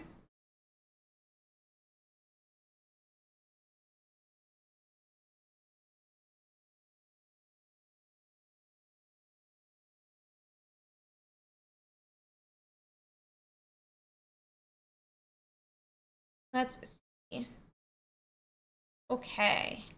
We are going first this time as Coco Uton, which means you can't attack and get that Gardevoir on, on curve for 150. But we do have Onyx down for Wiki. I'm not really sure. He only does 70, so he could knock out Rocks in the next couple of turns, but we aren't there just yet.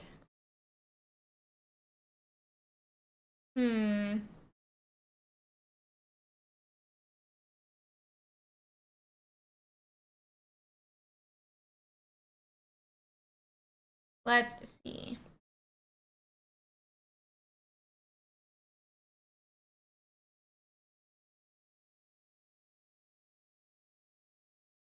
We're going back to Wiki's side now. Onyx obviously cannot attack this turn, but I'm assuming they're going to want to get some of these different Mons built up. Get a Geodude start powering up, and get some of those different Pokemon where it's not just the one basic and the active. But it doesn't seem like it's going to be that easy this game. We already, we're waiting for a Geodude still. We're waiting for that Cubone, and where are they? Where are they? Pokeball is going to come down. A third energy on the Onyx. Where's our other base? I mean, I guess we don't need it just yet, but you would think you would want to start evolving. They just held it in their hand, and I'm wondering why.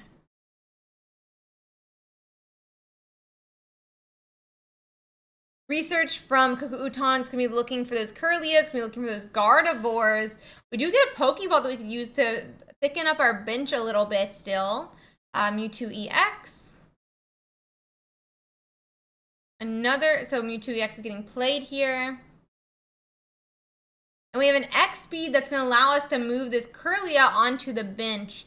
Once again, we cannot see the energies on these Mewtwo's because of how Cuckoo Uton has his bench set up.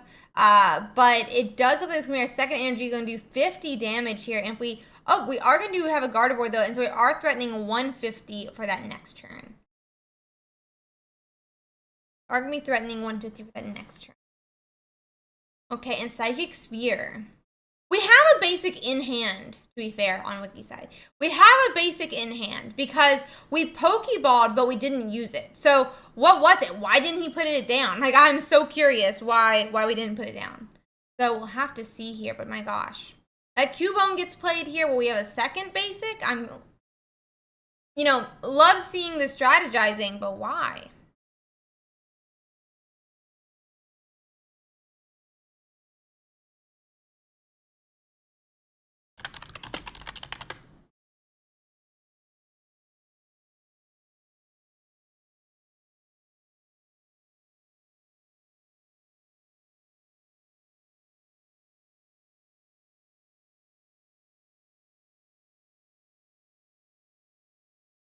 Let's see.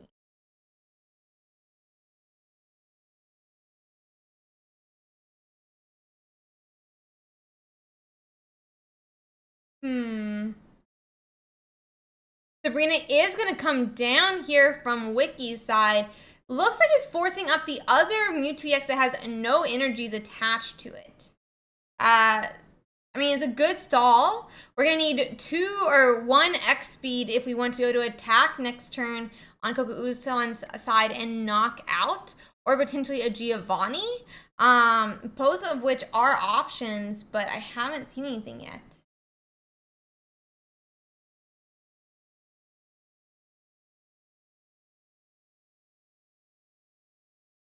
Let's see. Okay, so we went on and attached the 2 energies to that Mewtwo EX. As I said, it's all we're going to do is be able to do 50 unless we have a Giovanni we can play. So we're just going to do that 50 damage into Onyx again this turn. Do they have it? I wonder if they have that energy. If they're running Giovanni. No Giovanni's on Wiki's side either. No Giovanni's on Wiki's side either. So we'll have to see. Cuckoo Uton runs. Neither side run Giovanni's. Neither side run Giovanni's. Let's see.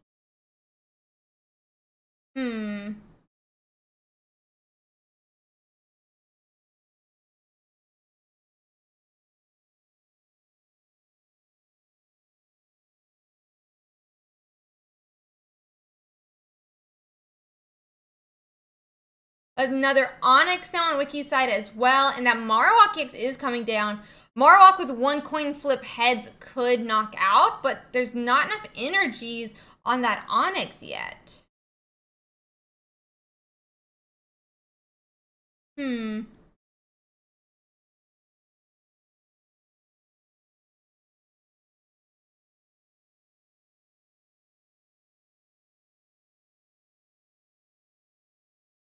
That's going to be 70 more damage into that Mewtwo EX. Only 10 damage left on it. But I'm assuming we're going to see a retreat here back to that almost fully powered up Mewtwo EX. Yep, retreat button comes down. Oh, but we're putting up a Ralt who can attack for 10. I mean, that's going to be more than enough to KO this Onyx.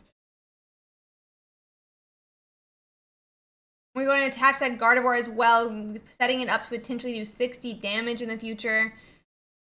Who goes up, though? Who goes up on Wiki's side is my question. That's going to be 1 point for Cuckoo Uton now.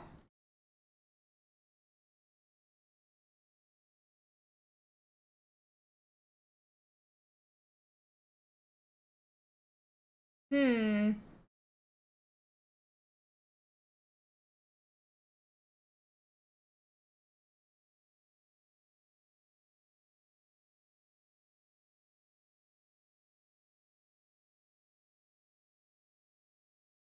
Okay.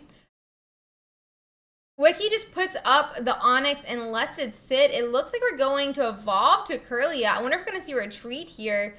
I mean, 30 damage onto Onyx does what, right? There's a little bit of the worry that if we went on and put up a Mewtwo EX, that Marowak EX on the bench could just go on and KO it. But it does look like instead we're going to be hitting with this Gardevoir of all things. I assume that means we expect to make this other Curlia into a Gardevoir as well. Oh, but we're just passing. What? Maybe we're trying to, like, bait something here? I guess we could potentially be seeing, like, trying to bait an attack onto the Gardevoir. But I'm a little bit confused how this is going down. Like, why didn't we attach with the Gardevoir and hand attach last turn onto it and then be able to attack for 60 and put it on, like, a timer to be knocked out? It does look like we're probably have someone else on the bench. I can't. So yeah. Too big brain for me, obviously. But we already have, I mean, the Mewtwo with 0, with only 10 health on it, has 0 energies attached.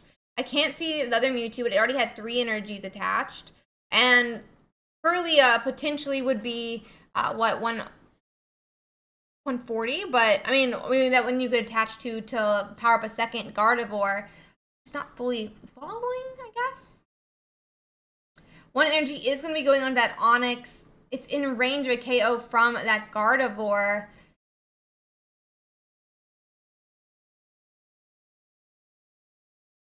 Let's see.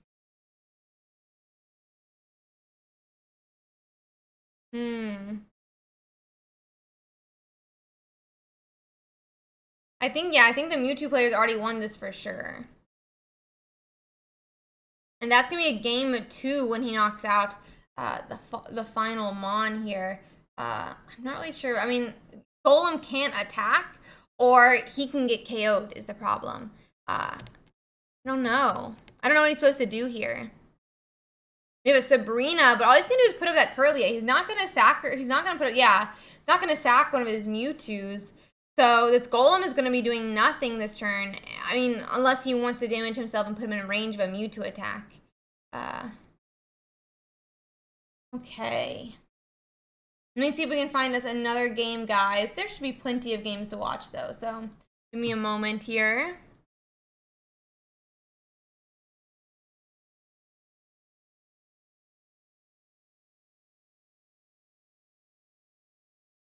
Okay.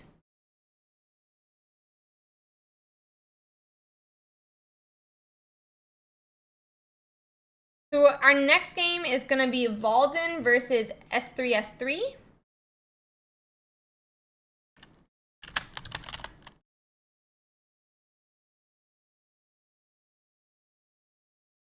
S3S3 has been actually in our top 32 multiple times, top 16 even multiple times.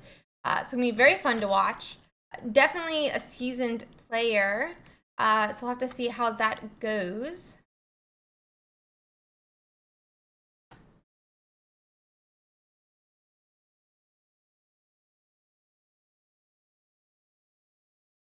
What's a victory? But is that the end of your game?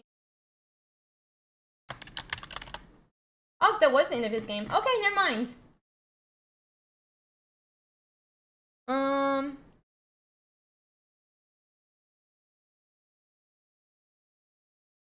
They're done.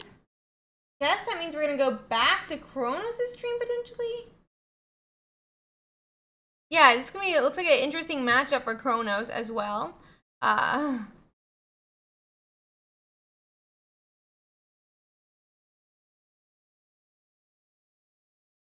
It is Pidgeot Arbok versus Wigglytuff Arbok in this game.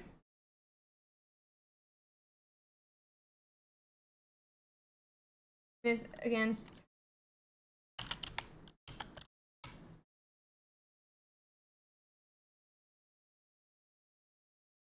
Oh, let's see here.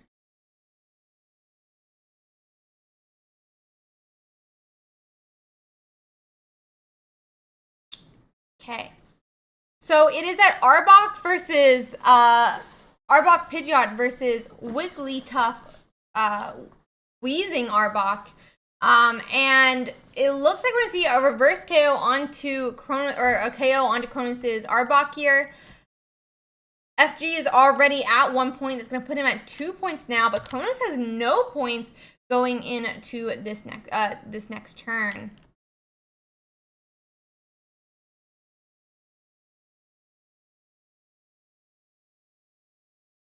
That Wheezing will be able to knock out the Arbok, but what will FG respond with?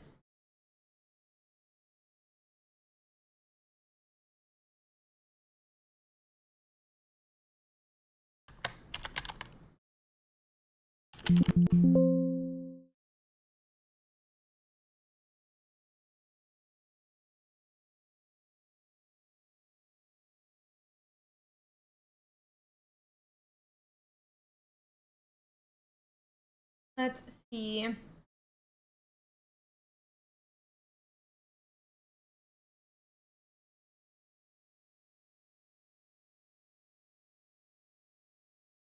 Okay, and he does take his first point, but this Arbok is coming back as well, starting to deal damage into this Wheezing, and he's trapped him in. I'm not sure exactly. Could still Koga here. Koga does get out of the corner that this Wheezing is now in, but does he have the Koga he needs to be able to do that? It's gonna be the question here.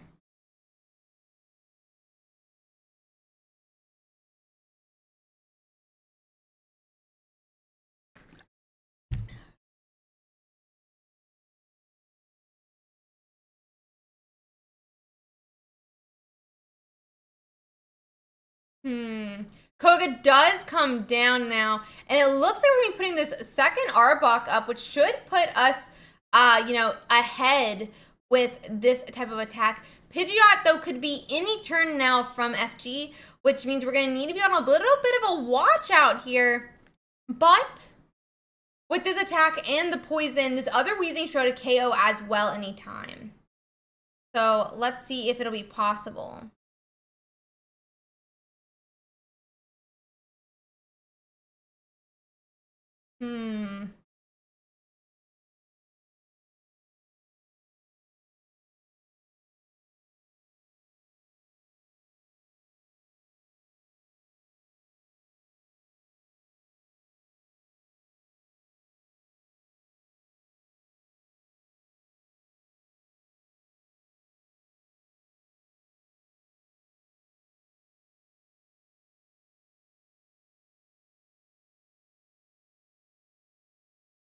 Okay, so we do have a second energy attached to the Pidgeotto, but do we have the I mean, obviously we had a Sabrina come down regardless. That's going to be 60. We're going to need we just need our Wheezing, which should be in hand. We didn't see a red card come down, I don't believe. So we should be fine to put this, evolve this Wheezing and get out of that cornering. Not that we really need to, because that attack's going to take the second KO. Will that be enough health, though, is my question. It's only 50 health. Pidgeot does 70. I do think we would have to be top decking Pidgeot from FG here. But that being said, I wonder if we'll see, honestly, Koga, exactly what I was just thinking. It's going to put, I'm assuming, another Wheezing into the active. I'm assuming it's going to be the Wheezing. But maybe it's the Arbok. I think it's the Wheezing, though. So the Wheezing...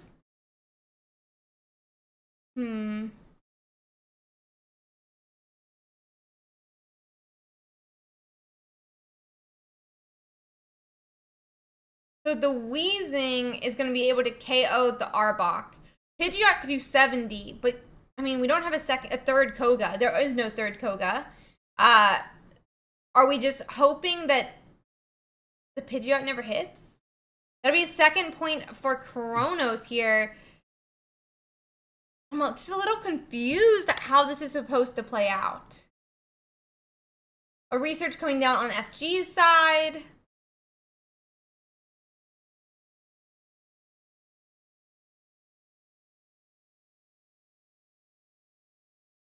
Pidgeot does appear now. He's not gonna have a third. I don't know what we're supposed to do here. Really don't know what we're supposed to do here.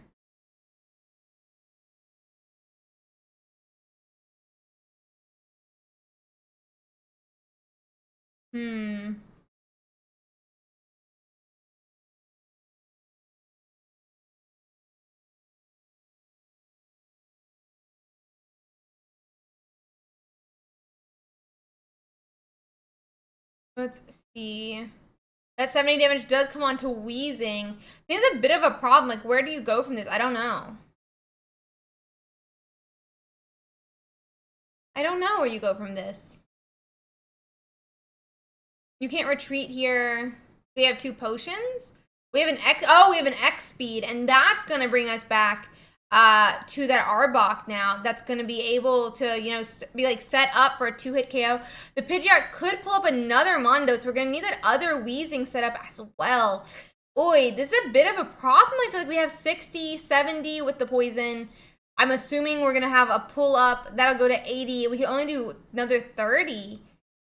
Oh. I don't know. I'm not sure that we're gonna be able to pull off. Am I just like, I could be doing math wrong, but so he goes to 60. They attack. I'm assuming they're gonna pull up one of the other ones, but maybe not. I think they're gonna use the ability. They might not though. I think they should use the ability. Like FG should use the ability and expect that the other Wheezing gets put into the active spot. He does.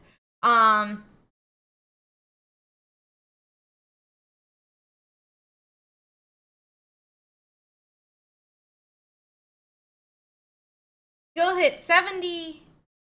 And what do we do? He does 80 actually. Yeah, and we can't do anything. Okay, so he goes to 50.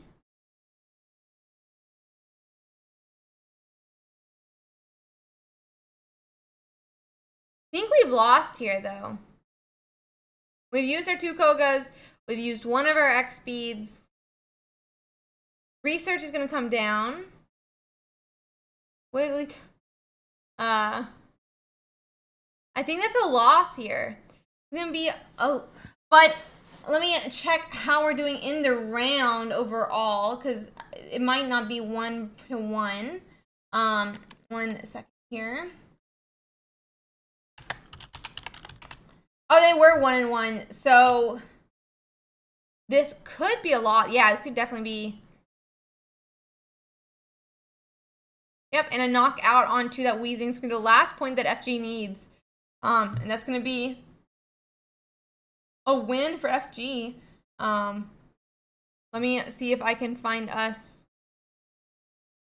another game to watch. I kind of doubt it, if I'm being honest. I feel like we've gone through a lot of different games already. This round was pretty fast. Streaming is mandatory on day 2. So it'll be tomorrow when streaming becomes. Streaming will become mandatory on day 2. By the way, guys, if you haven't seen, we already do have next week's tournament live. It will be the decks for like you will be legal to play the new cards from the mini set this weekend coming up. So make sure you go on and get your spot now, guys. I'm debating if we may cap this week just because there's going to be a lot of new cards, but maybe we'll be fine. But maybe go on and grab your spot just in case. But one moment. And I'm trying to see if we have any other tournament games we can watch here.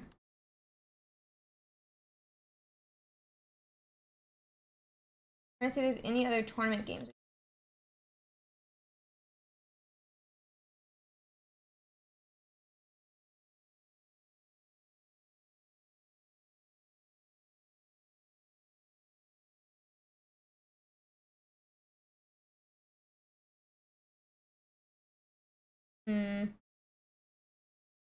Oh, it's me.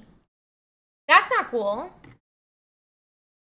Hi, Kronos. Thank you for the raid. How dare you raid me while I'm still kind of on your stream. Welcome in, raiders. Thank you so much for that raid. I'm trying to see if we can find another game to watch, but I think we may not be able to. We'll have to see. We have about, what is it, 33 matches left to complete. 33? No, it's 26 matches left to complete. So yeah, it was paused. They'll still drag you though, even if you're paused. I'm just trying to see if there's any other streams though, guys, really quickly.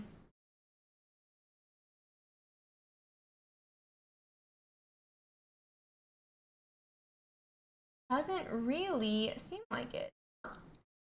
Okay.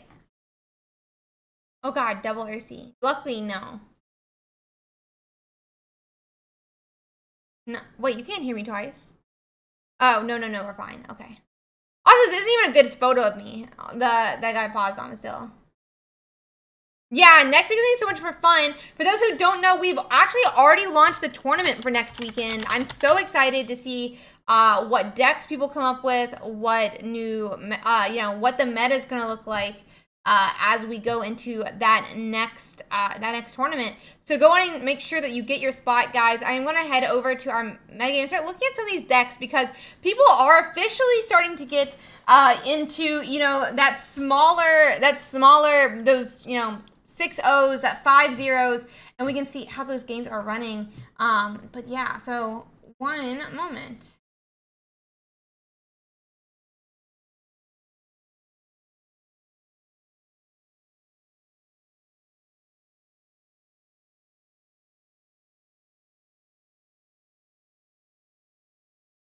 Let's see.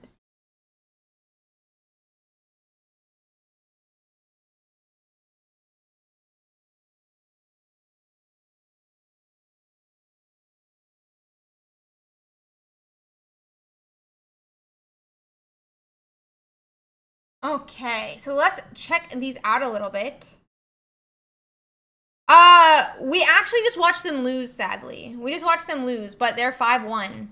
They're 5-1 now, so let's check this out. So we have a Articuno Greninja is doing pretty well at 5-0. They did win their last round, sadly against the Machamp Jug Trio. How did they do? Oh no, they lost 2 games in a row. There's 10 rounds today.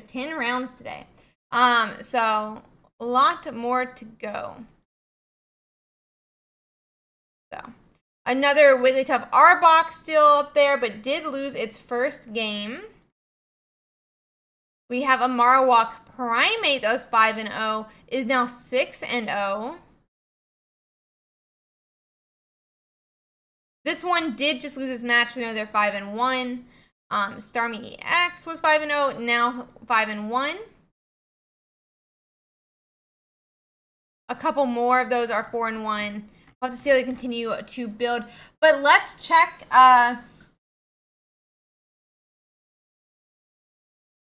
Let's see. So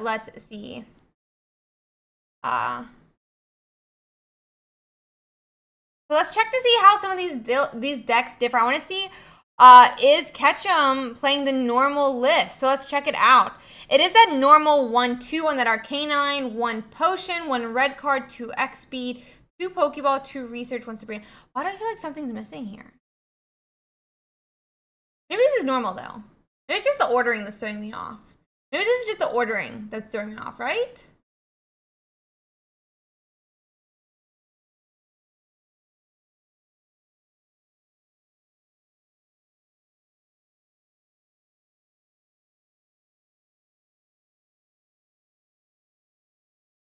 So let's see. Yeah, I think that's normal, but my brain is being thrown off by the ordering maybe. So let's see. We're gonna go in and look at some of these Mewtwo's and compare those deck lists as well.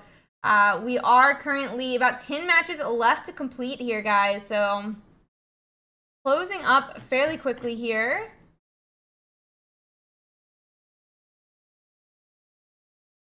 That is 1 Red Card, 1 Giovanni, 1 Sabrina, and a baby Mewtwo for 2nd place. Third place is no baby Mewtwo and then running 2 Sabrinas with that. Then we have sixth place with a Jinx as their 1-pointer, running that 1-1 Sabrina Giovanni, but an old Amber instead of a red card. Very interesting priority there. That's a priority to avoid Sabrina over many of the other ones. So that's what that priority is. We are going to see here another baby Mewtwo for this one. It is 2 Sabrina, 0 Giovanni, and 1 red card on this list.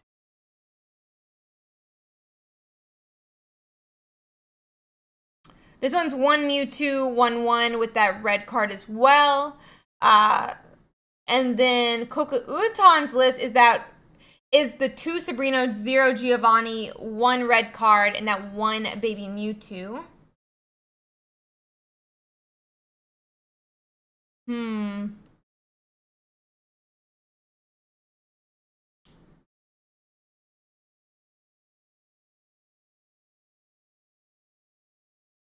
I'm we see that Ralts, that Curlia, that 1 baby Mewtwo is what I meant to go for. And then the 2 Sabrina again, 0 Giovanni, 1 red card.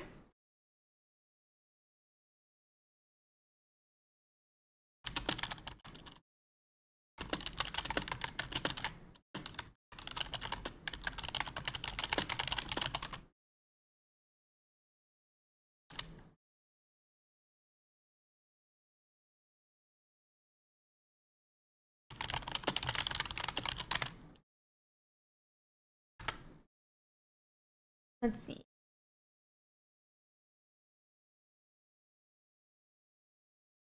One second. Let's see if there's any other of those that we can be looking at for a short bit here while we look at the 5-0s. This one actually runs Aerodactyl. So it is running that 1 baby Mewtwo, 2 Sabrina, 1 Giovanni, 2 XP, no potions, and old Amber. Interesting. An old Amber.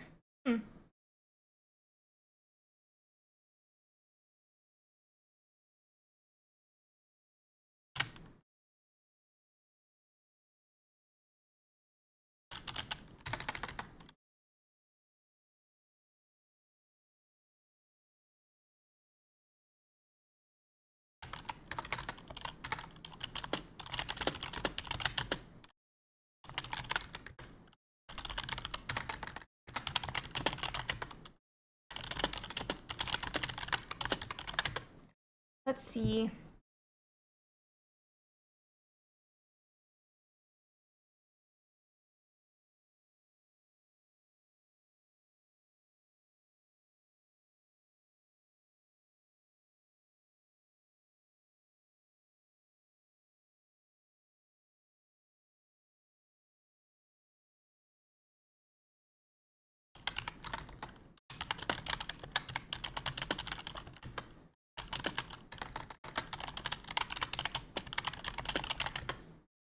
Okay, so let's see here. Let's look at some of these Pikachus then, guys. We're having a lot of those Zebstrikas. We have a lot of those Zebstrikas right now as well being played here. So we're seeing that 1 Pincurchin, 2 Zebstrika line, 1 Giovanni, and no red card. Understandable. Pikachu doesn't really need it.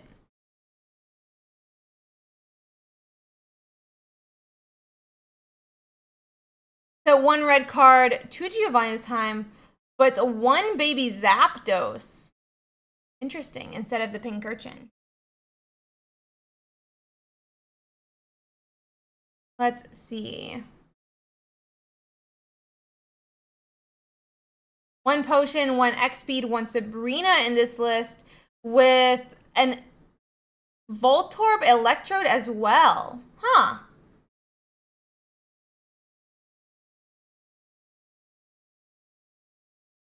Let's see.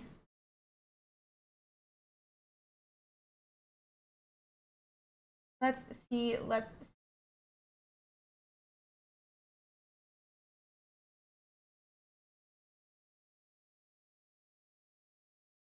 We don't need to talk about it at all.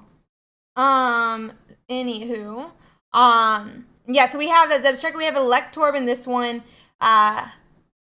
Let's see. The one potion. I think it's really, there's so many differences in these deck lists. This one finally does have a little bit, I mean, similar to that one before. This one is running that Pincurchin again, but it feels like so many of these Zebstrika decks are just so different from each other. It's interesting to see them all doing so well, all being marked obviously as the same deck. As that Pincurchin. But, oh, hi, Rev. Very cool. Has Raichu been cut? Raichu is a different variant. So we have the one here, the Raichu, one Raichu doing well, that 2 Pikachu, 2 Raichu. This one with Magnemite and Magneton. So, nice. Okay.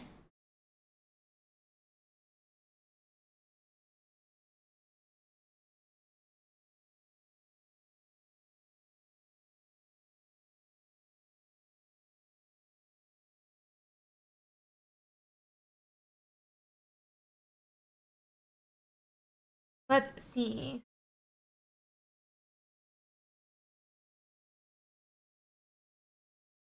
Let's see.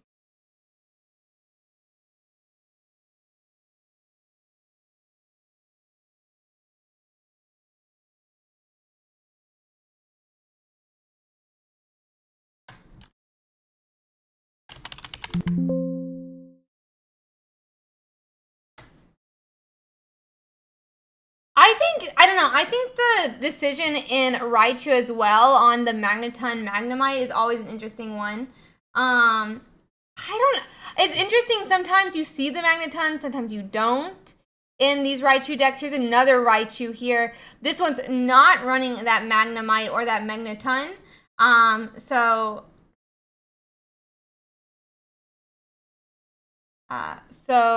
I mean, you can even see that the one Lieutenant Surge, though, when you're doing that's very interesting. Though I guess it makes more sense if you are obviously having to play like no Magneton Magnemite. Maybe only one Lieutenant Surge is all you need. So we'll have to see how that continues.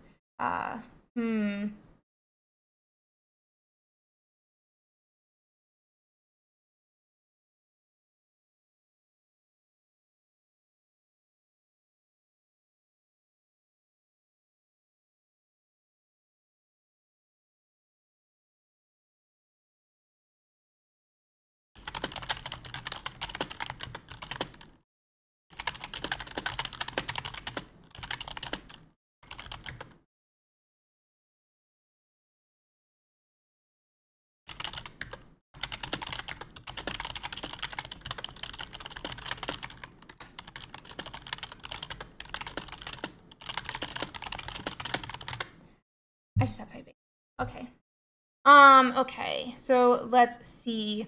This is also, we just looked at when this is what we just looked at? No. This one also has a Magnemite Magneton. This is only one Zapdos EX though. Pkmn, were you the one that went 4-0? There was one that went 4-0 today. And then lost a lot. Living on the edge, you're so close. 2 Lieutenant Surge in this deck though I think like when you're running the Magnemite Magneton,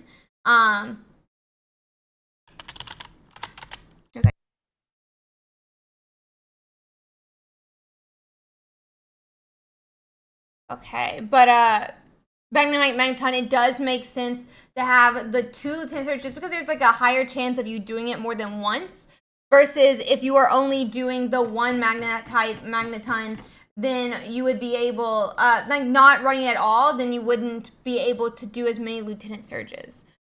So makes sense to me in that one. Are there any other, a lot of those 5-0s? There's a couple more Raichus here. This one is just Zapdos EX, Pikachu EX, Raichu. No Magnemites, no Magnetons, no Pincurchins, no nothing. This one is also, though, running 2 Lieutenant Surge, even though some of the others that are running 1 are not. So we'll have to see how that continues to go.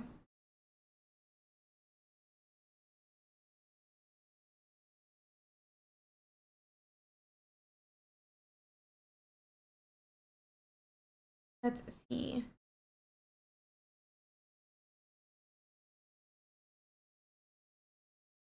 Okay.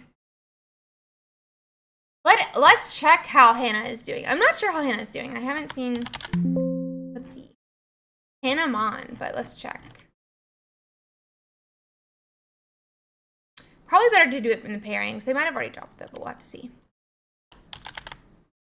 Pkmn. Does look like Pkmn must have already dropped. So I'm assuming they lost too at some point.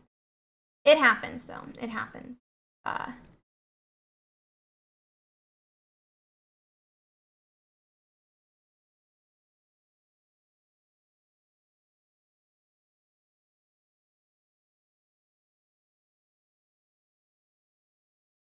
Okay.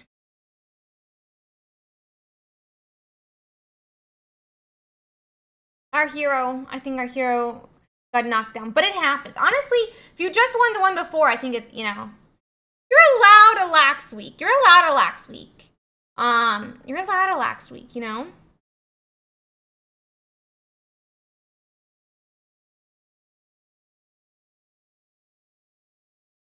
So it does look like we are about to be going into our next round, guys.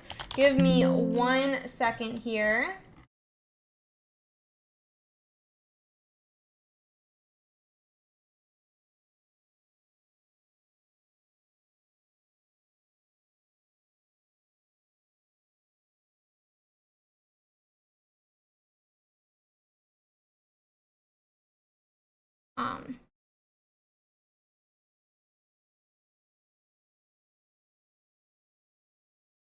One second.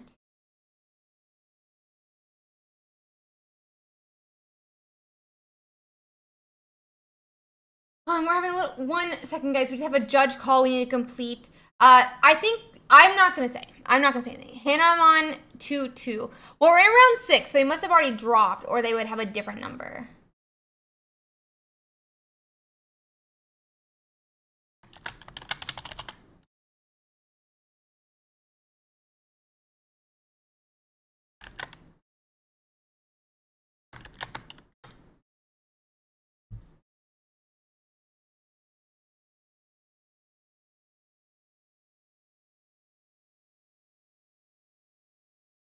So.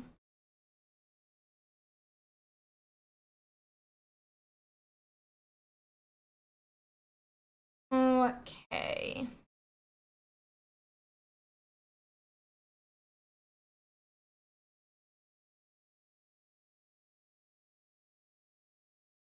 One moment here.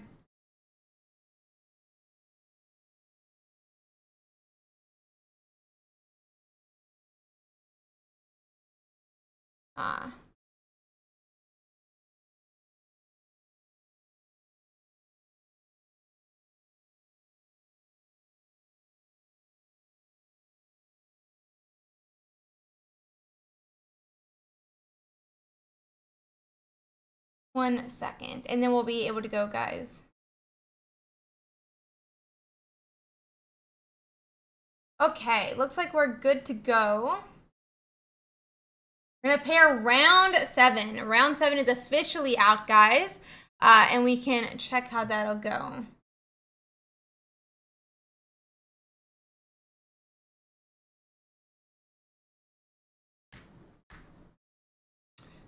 One moment here.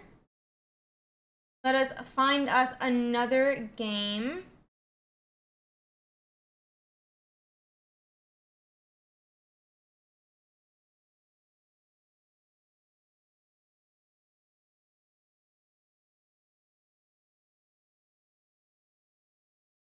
Okay.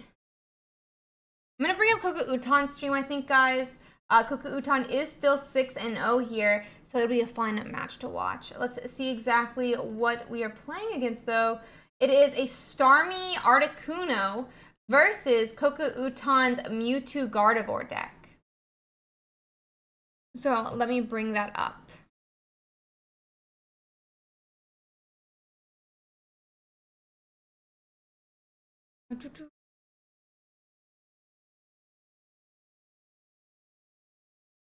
Let them, oh, I just unmuted. Let them get their game started. I'll go on and set up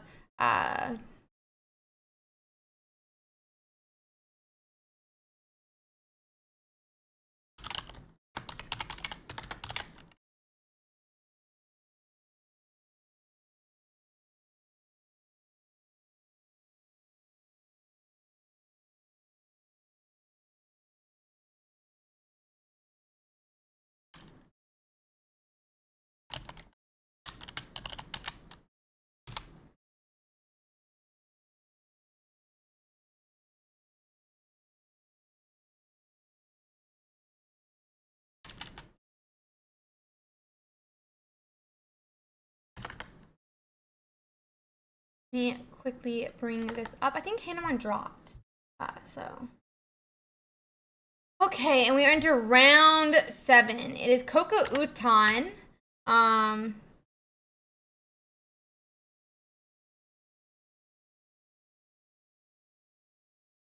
Coco Utan versus Tinderizi here. And we will get into this match. It is the Mewtwo EX and Gardevoir with Baby Mewtwo versus that Articuno Starmie EX. So we'll have to see how it goes.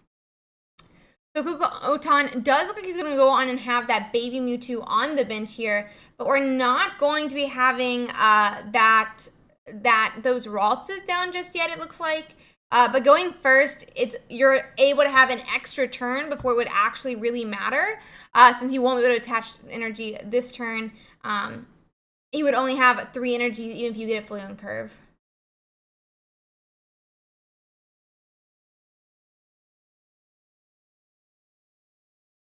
Oh,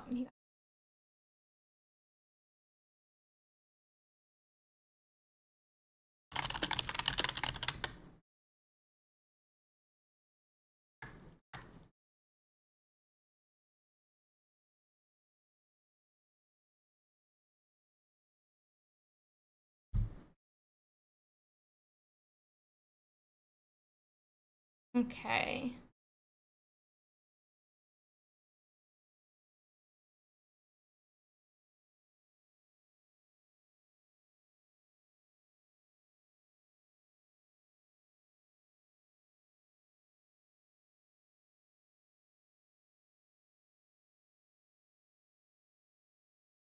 We are going to go on the energy. We're going to go on in red card as well. I'm assuming we're afraid of a Starmie EX early. That's one of the things that Starmie EX is really good for. That is really putting that pressure on that Mewtwo EX. And not having a Ralts down or anything like that is definitely a point of vulnerability for Coco Utan with that Mewtwo EX in the active slot. That being said, it's still a 2-cost retreat here to get this Articuno into that spot.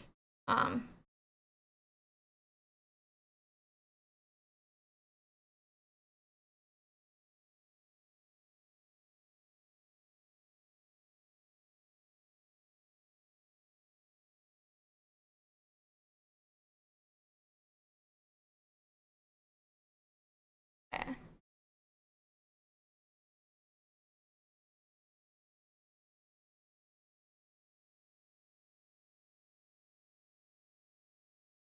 I'm wondering so Tinderizi is going to have that Misty come down. I wonder if they're going to use it to try to retreat early, or maybe even just to put out that early damage. Oh, 1?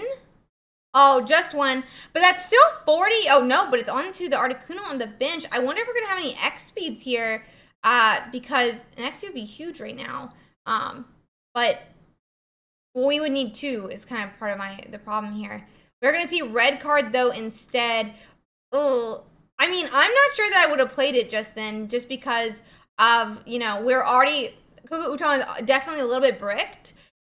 He hadn't played any Raltses yet, so I'm not sure that red carding there was the exact play that Tinderizi wanted to do. But he did go and do it anyway. We didn't run into a Ralts from the red card. We didn't have one either, so it's interesting to see.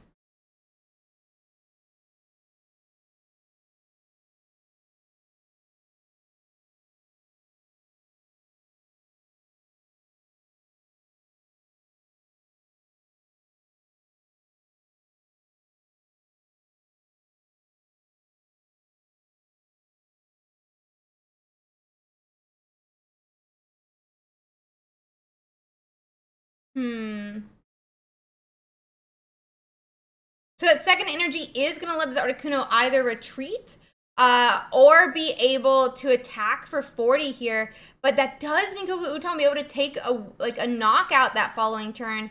Instead, we're promoting the Articuno that would at least force, I guess, that 4 energy attack here. So let's see.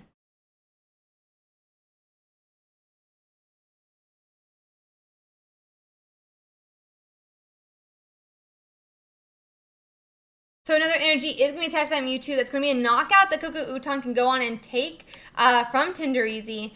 And that's going to be 2 points.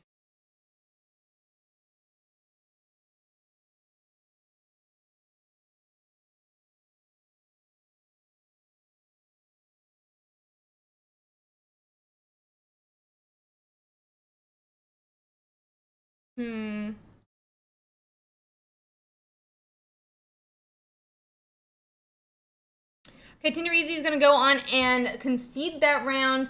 Cuckoo Uton takes game 1 in the series, and we'll be going into game 2 very shortly. They just have to get set up.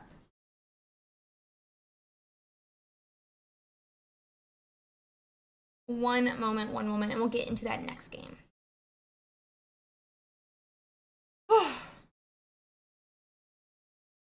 Mewtwo definitely has a bit of an advantage in this matchup. It's able to one-hit KO when set up. But that being said, Starmie sets up so quick. And so can Articuno with the correct Misties, meaning it puts pressure on that Mewtwo EX that otherwise, that it could knock it out before it's able to get ready.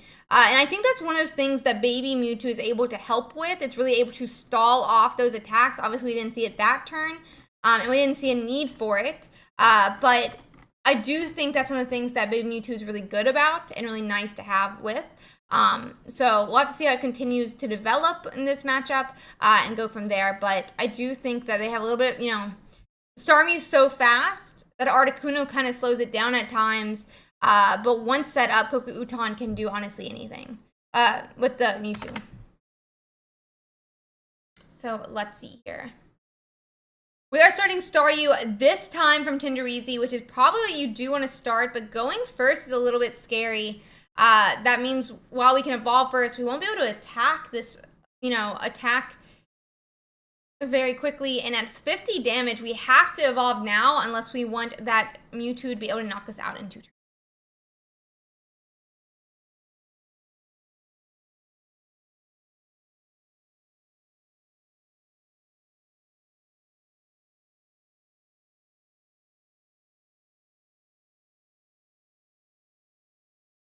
Okay, 2 Rotses are down for Cuckoo Uton now, meaning a little bit better of a start this time. He didn't have a single Rotz down last time, even though he continuously had Curlias and Gardevoirs. And so we are going to game 2 a little bit better, but the question is going to be is can he find those Curlias? Can he find those Gardevoirs? And it does look like he's very excited, so he may have those evolutions in hand. Let's see.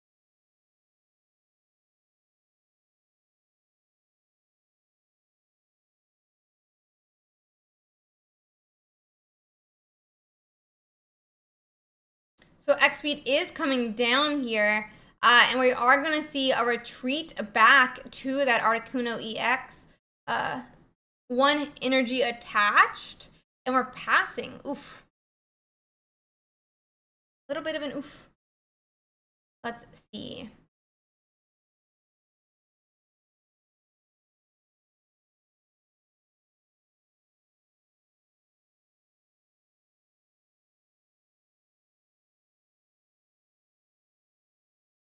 Okay, we are going to go on to that Cypher Sphere come down after this arena, meaning that's going to be 0.1 for Cuckoo Uton. A big problem for Tinderizi for sure.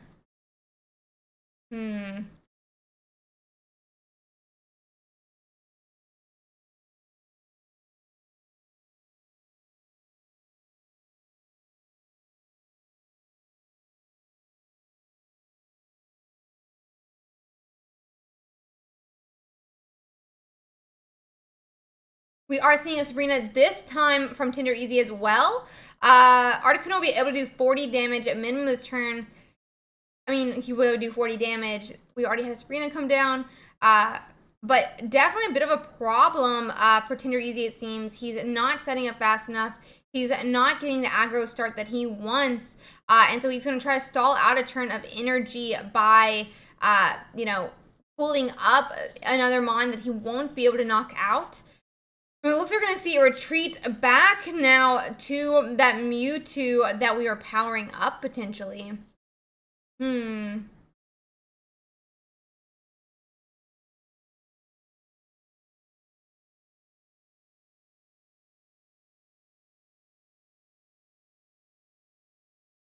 Staryu comes into the active again. Another point for Coco Uton.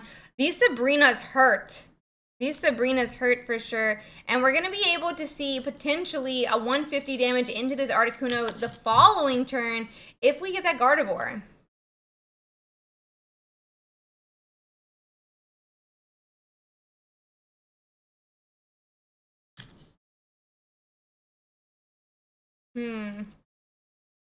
Articuno is going to do what, 80 this turn? But it's not going to be enough. I'm going to see if we can find us another match already, guys.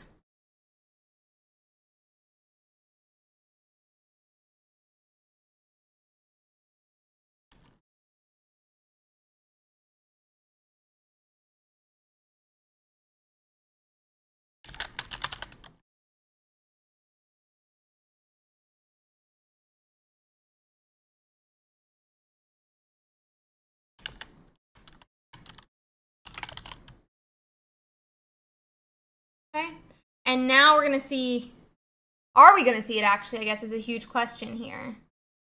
Potion does go on to that Mewtwo EX. We're not going to see the knockout, it looks like. No Gardevoir coming into play means we still have a while to go. Definitely a clutch potion, putting him back out of range. Unless there's a Giovanni. I don't think they have Giovanni in their deck. But another potion is also, I mean, doesn't really do much to that 150 attack that Mewtwo is able to strike down next turn. Oh, but we do have Giovanni. We do have... I already had our next game set up, guys. Now I feel bad. I already had the next game set up. Oh my gosh. Geo destroyed Coco Uton there. I'm going to go on and... I don't know if I can fix the score right now. Okay, oh no. There are... One second, let me fix the titles. It was Daisy. There we go, back to the correct one. I thought the game was already over, as you can tell. So let's see. Let's see. Let me just... Where's my lip gloss?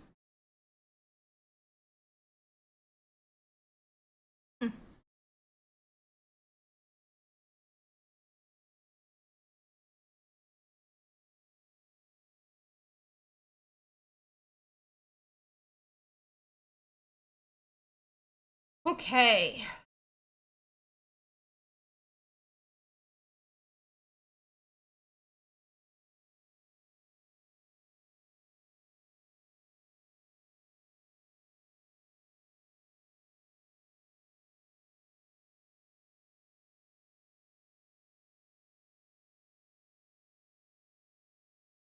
This time, Tinder Easy is going to be starting with 2 Articunos and a Staryu.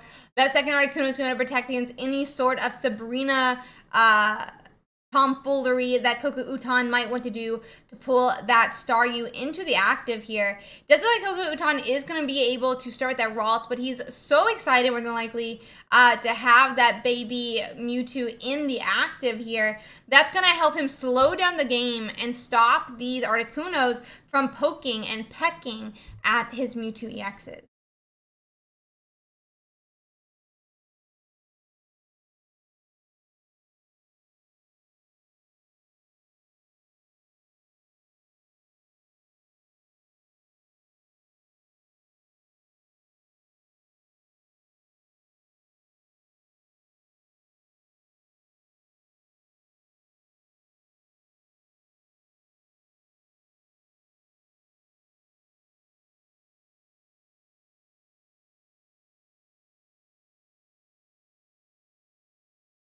Okay.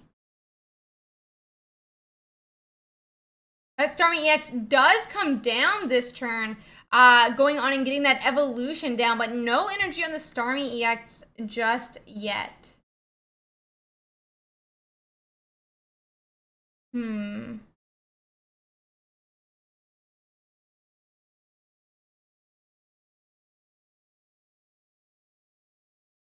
Let's see.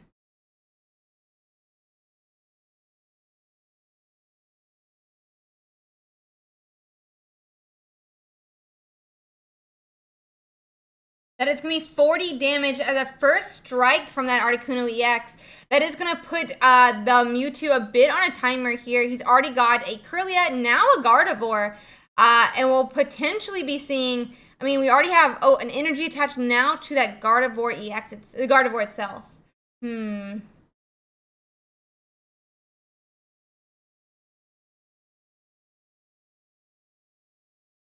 I wonder if we're going to see a retreat here, but I'm not sure we will yet. We're back to the opponent now. This third energy could be a knockout on to the Articuno EX. But Mewtwo EX is going to swing right back. Bit of a tough spot that Kukulkan has put Tinderizi in. Articuno didn't set up fast enough, especially not into that baby Mewtwo, and we're gonna have to see how it continues to go.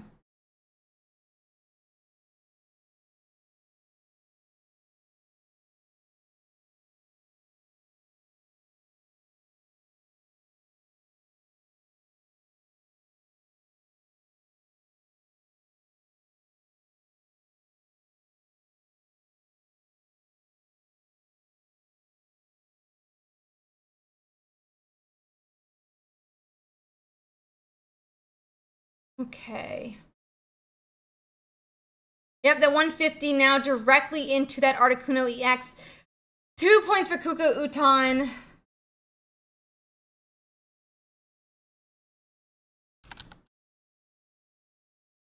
One point from knocking out that baby Mewtwo, but it's not going to be fast enough. It feels like this Mewtwo is just going to get powered up again, and it will, it will be able to knock out whatever's in front of it.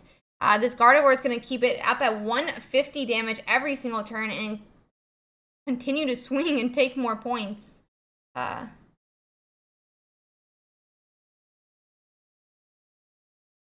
So let's see.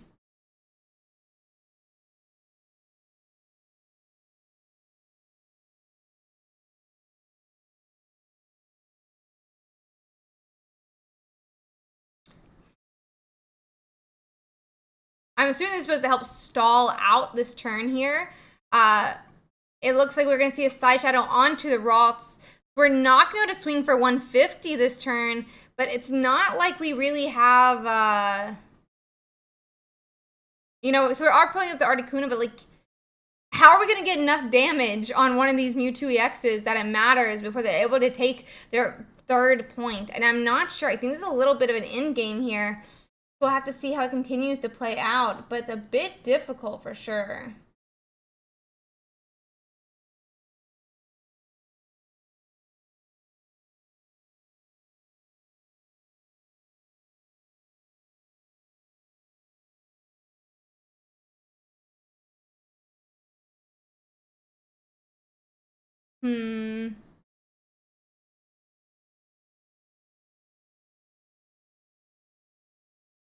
That potion's going to come down, putting that Articuno EX back to 140, but it's not going to do much into a 150 damage attack.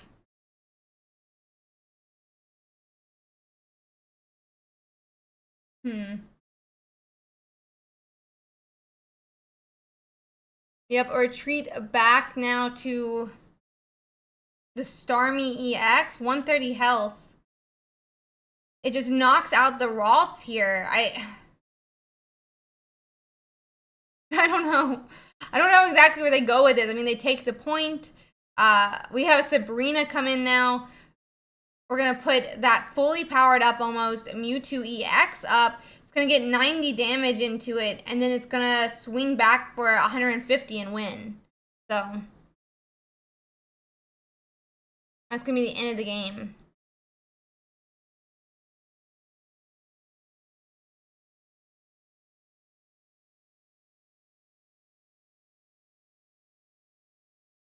So that's going to be end of the game there. We're going to go on and swap over here. Do they have another match? Or are they done? Oh, it looks like they're pretty much done. Sad. Okay.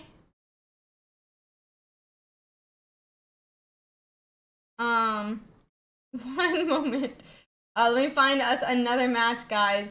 You are getting finished up, and we will find one to play. Hopefully this will be one.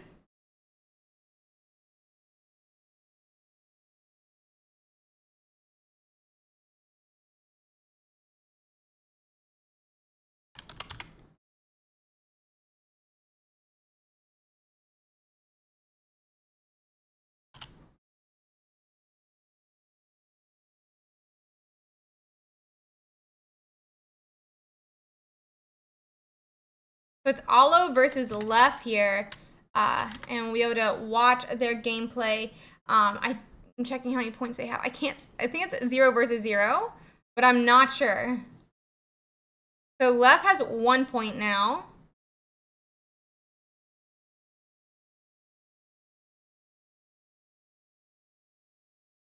I think it's 1-0, my guess.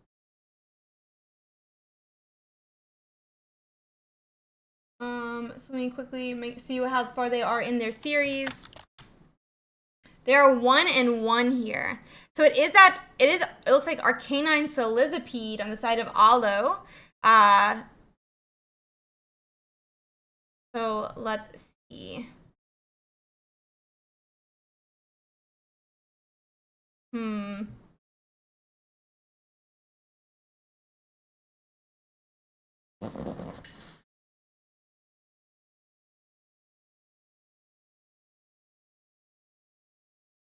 So we do get Tails. Oh, that Moltres hits nothing this round. That turn. A bit of a problem for sure here.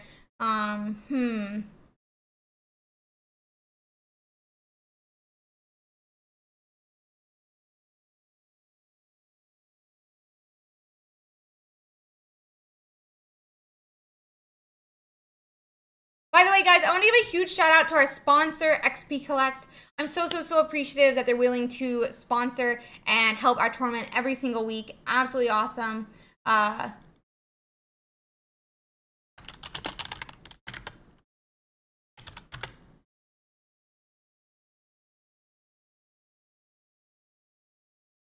Absolutely awesome, and so appreciative that they are willing to help us and sponsor this tournament every single week. So just want to give a huge shout out to them.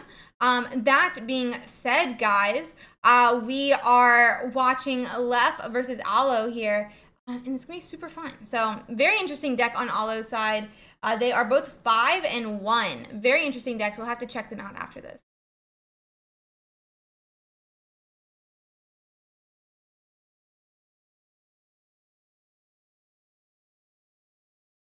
Let's see. We are going to be doing that coin flip again here. This time 2 out of 3 instead of 0 out of 3, which is a lot nicer for that Moltres. Going to go and attach those energies to Growlithe as well.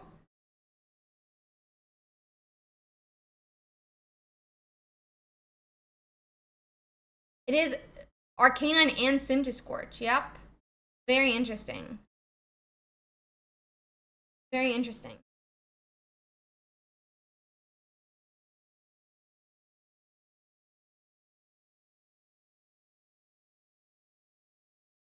This Arcanine will not be able to KO this turn, but it will be able to get that Moltres very low. I don't know if Alo has a either, you know, an Arcanine in hand, but if this Arcanine attacks, it would be in range of a return KO as well. Just to put that in, you know, preference here. But I'm not really sure how this is going to work out just yet. We are waiting to see what the adversary decides to do. I'm not sure how to attack or not here. I'm definitely putting it in range for... Oh, we're going to see retreat instead. Very interesting.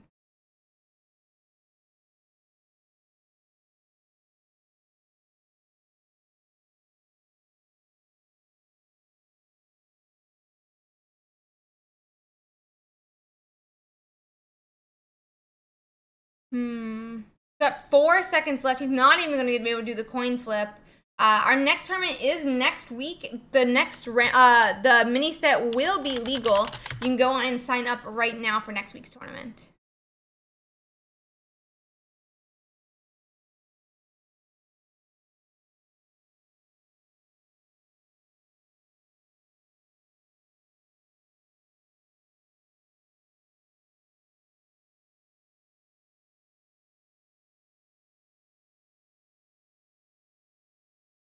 Okay. So on our side, we are looking for that Arcanine, like we mentioned. Potentially an attack from this, potentially an attack from this Moltres would be nice. Second energy does attach to the Moltres, but do we have the Arcanine? I think we might, looking at the colors that are flashing from the bottom of the screen here. But yep, we're gonna see a retreat back now to the Arcanine.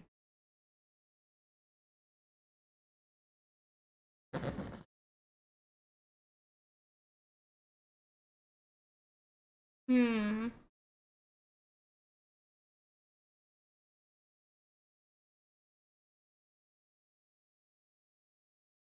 Okay, so 20 damage, 20 health left on that Moltres now. I wonder if this is when we retreat back that Arcanine attack, and that other Arcanine can't swing back, maybe? But I'm not sure.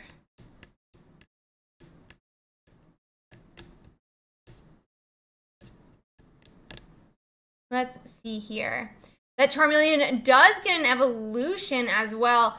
Definitely the best play would have been to have a Charizard already, just be able to smack the Arcanine with a 200 damage attack. That being said, not possible this round. I don't know if I agree with this, but that's okay. Don't have to. Centiskorts get put up though. I mean, I'm confused why left kind of Oh, so he just didn't even attack last turn. We're going to see another Sabrina come down. I mean, this is going to be a point for Alo regardless. It looks like we are going to see a retreat back, but now Alo's Arcanine is going to be in range of a knockout unless he has a potion. So unless Alo has 2 points. I'm not sure if he does or not. I don't know. Oh, he did! He already had 2 points. Okay. So that's a win for Alo. That's a win for Alo. He's won his game, it looks like. So give me a second here, guys. I think that might be the last win for Alo. Yep, that is his win to get him the round. We've got 20 matches left to go. I'm going to quickly check to see if there's any games still playing.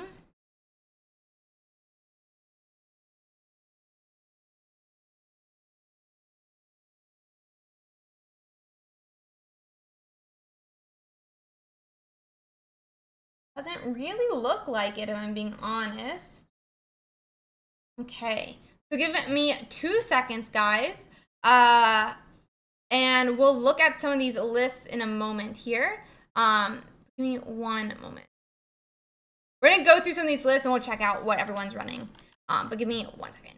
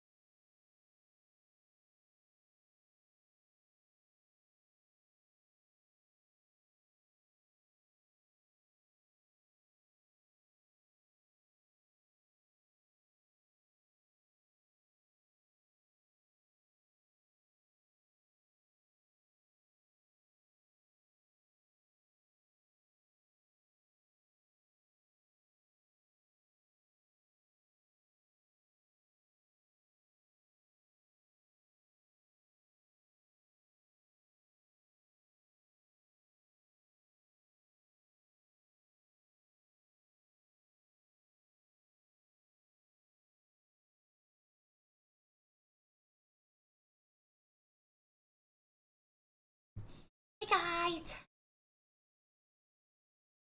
How's the tournament going? 10 minutes left. Guys, we're getting so good at doing this fast. I'm so proud of us. So proud of us. We have 10 minutes left. Only 2 people left to be finished. I'm very proud of us.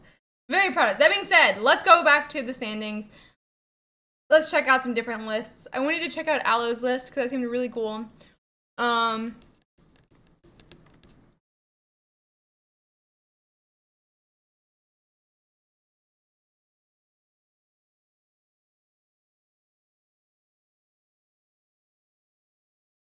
So let's see.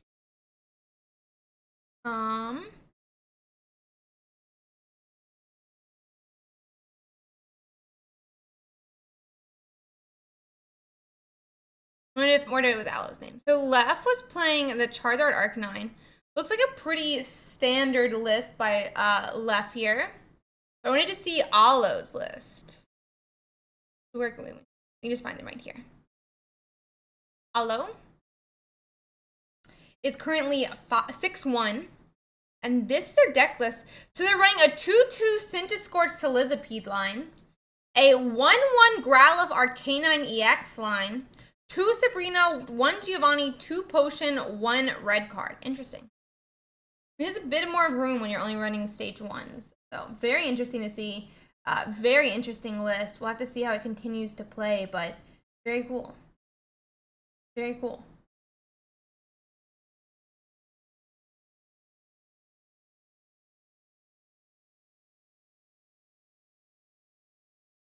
Okay, yeah, I think it's an interesting approach. I don't know really about the Centiskorch instead of a Charizard, but obviously it's doing well. We'll have to see how it continues to play very soon.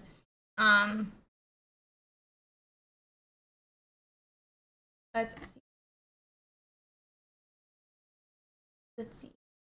I am interested in like a Centiskorch instead of an Arcanine, but I don't know.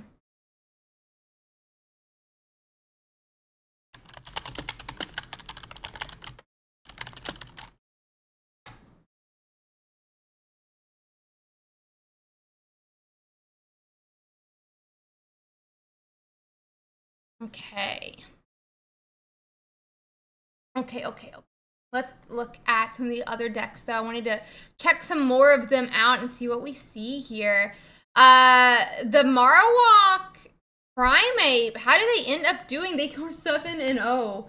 My gosh, 7-0 right now.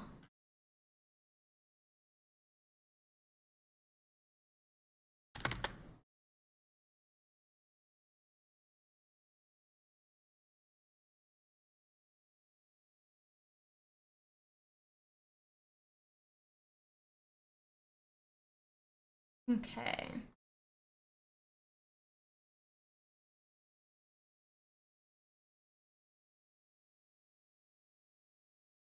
Let's see. 7-0 though, insane. Oh no, are you playing Pikachu, Ronnie? Let's see if there's any other interesting ones we want to check out. I mean, that's the main interesting one to me. I mean, here's this one. Paratus, who did end up losing, sadly, this round. 6 more minutes, 1 more match to go.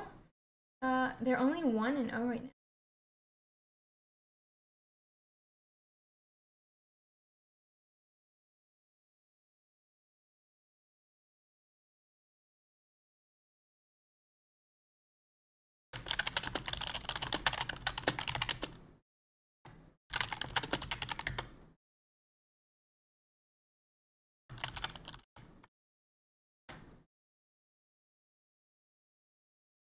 Let's see.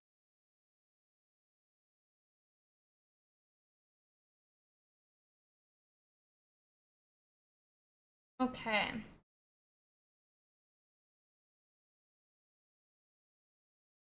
Oh, a second match just got... Oh no, this one's done. Okay. Sorry, I'm just checking out the matches that we're waiting for.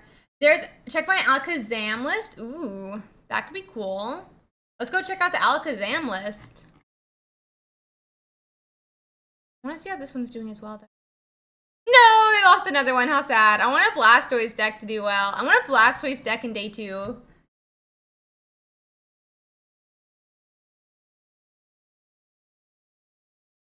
So let's see.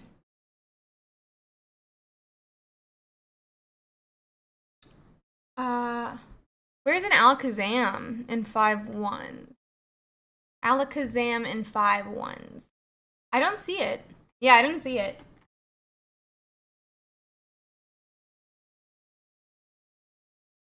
Okay, that's all the matches, guys.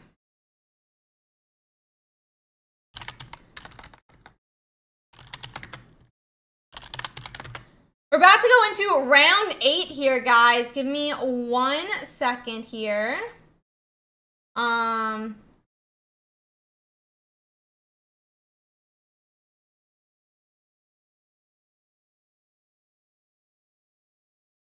me 1 second. It looks like we are ready to go to our next round. Let's go. We're going to end round and start our next round then. Round 8 is live. Let's go. Let's go.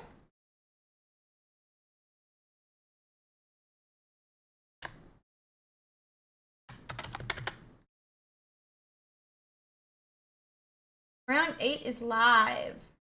So make sure you guys go check it out.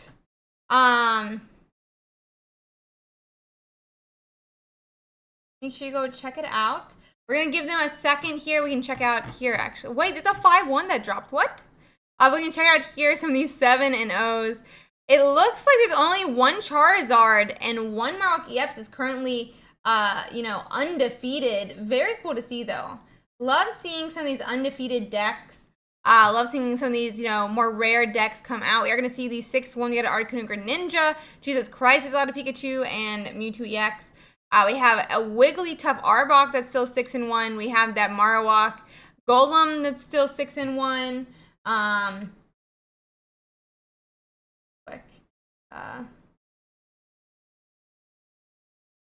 People forget to drop out of the tournament. So 1 second. Sorry, guys.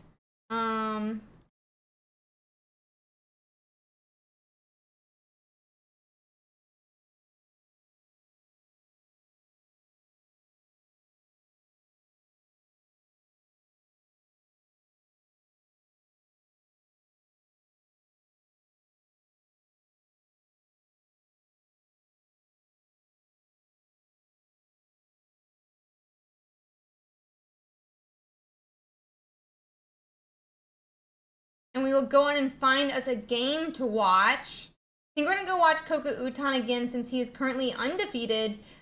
We can follow him a little bit further in his, run to try to stay that way. We'll have to see how it goes, but I'm very excited to see what we watch. Let's see what he matched against. It is only a Pikachu this time, but I'm sure it'll also be a lot of fun.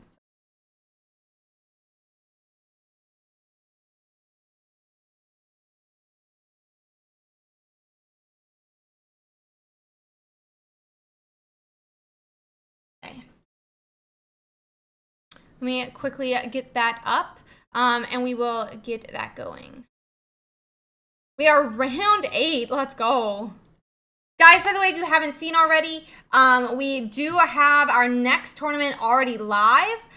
So you guys can go on and sign up for that.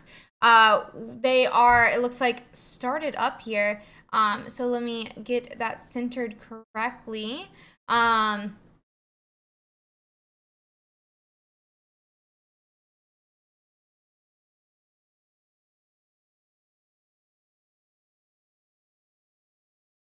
Stretch.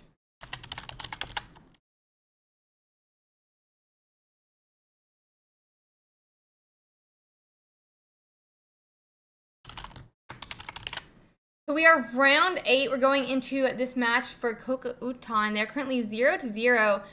So let's watch these undefeated players play against each other. I mean, it's a Pikachu versus Mewtwo, but I think it'll also be fun to watch.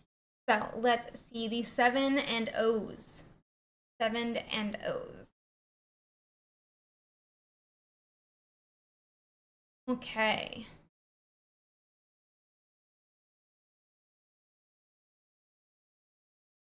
Oh.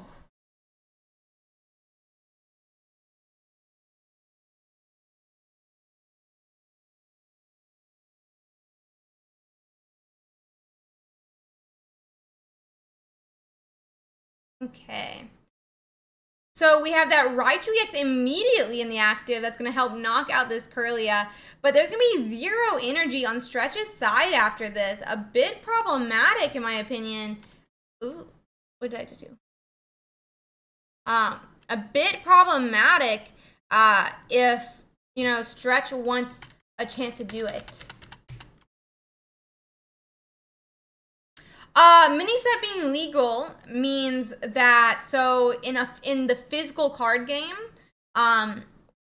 like when you're doing like the normal tournament cycle, like the regionals, there normally is 2 weeks before a new set is legal at a like official Pokemon tournament. So you just say it's legal to go in and play the set instead of saying like we're not banning the new set even though it just came out. So that's why we stated, obviously you don't have to, but some card game like tournaments will ban new sets for like a week or 2 to let people get them. That being said, we're gonna go and have them legal, and you're gonna be able to play them in the tournament. So we'd love to see you guys either keep trying some of these older decks or try to win with these new decks as well. Okay, so as I was saying, into this deck, Raichu was able to go and take 1 point from that Curlia, and they're already powering up that Pikachu on the bench. This looks pretty dire, though, for Kokuutan. Not a single Mewtwo or anything, and this Pikachu could be running the game next turn, taking another point for 90 damage. Absolutely insane. Only question is will they have the XP that they need to do that? Will they have the XP they need to do that?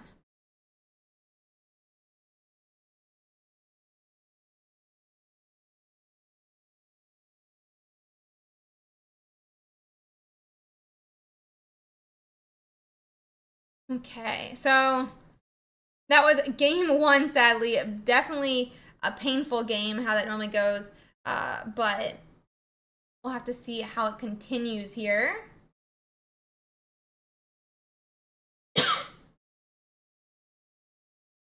Looks like we're going into game 2 now. Going to clear out Stretch's score here, and we can get into that next game.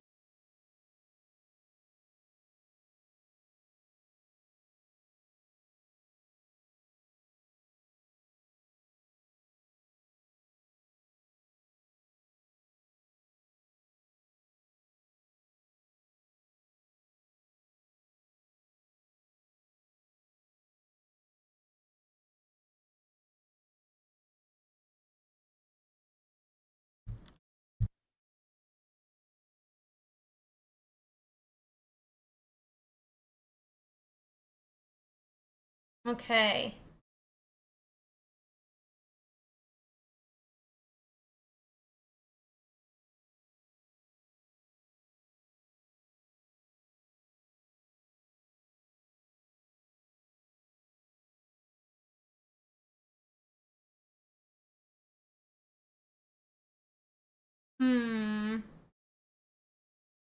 That Zapdos will be able to start putting damage in the Mewtwo, but we are going to go on and have those 2 Mewtwo X's that is going to protect against Sabrina's. I'm wondering what Stretch is thinking right now. They had a bad start last game too, with just a Pincurchin and a Raichu for 3 to 4 turns. But now I'm assuming we're going to start powering up the Pikachu. We're probably going to be wanting to get those different pieces on the bench. I'm just going to double check the different 2 decks here just because Stretch is not playing a red card, but Kokuutan is. So I would assume Stretch has already put all the basics in their hand onto their bench, just because of that risk.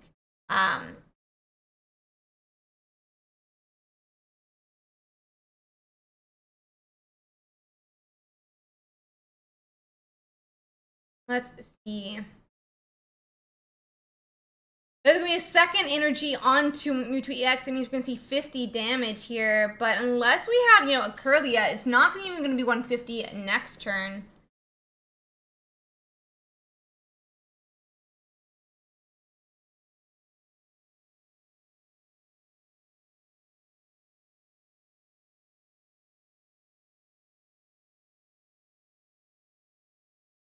Pincursion is going to come down onto that bench, but that's still only 60 damage Pikachu can be doing with that.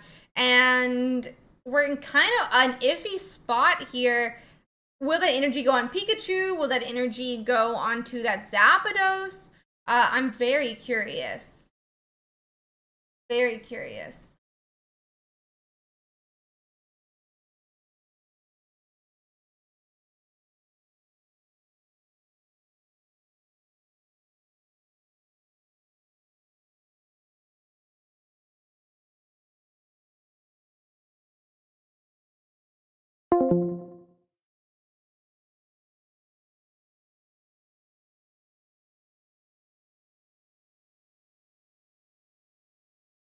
Okay.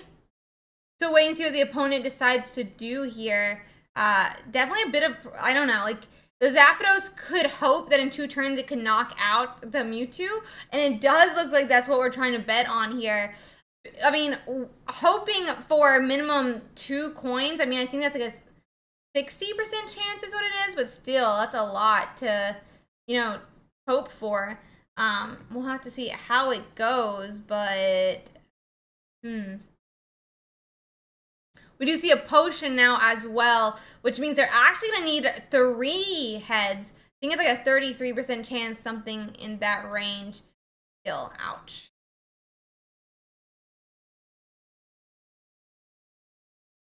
Okay, another 50 does put them in range of a KO if they, if they miss this attack.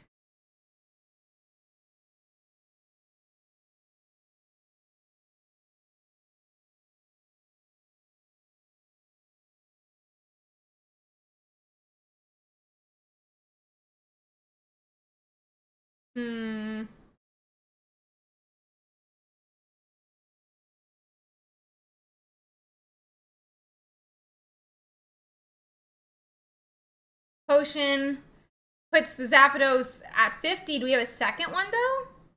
Otherwise, it was kind of for no reason. It keeps them within the threshold of that 50 damage attack. It's going to need a second potion for it to really have a meaningful effect here. Okay, so we have officially committed on Stretch's side to knocking out with this coin flip. That being said, Stretch is up 1 game, which means they can take the risk, and they only hit 1 heads though. That's only 50 damage into that Mewtwo EX. It does put the Mewtwo EX in range of a Pikachu KO, but we need another 2 turns to be able to, for that Pikachu to do that. I think this is going to be a game 2 for Koko Uton here. There's nothing that will be able to return KO his Mewtwo EX. And that Pikachu's not set up to follow up. Stretch may have overcommitted to that Zapdos, but that being said, we're going to be, hopefully, I mean, that's going to be a game 3 more than likely.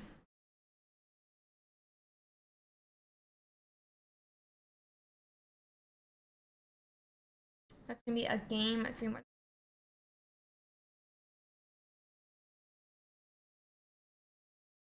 Okay, so it's back to our turn. I'm assuming we're going to see a retreat here directly back to a 150 swing from this Mewtwo EX, and that's going to be game over into game 3, and we'll be waiting for that next. Okay.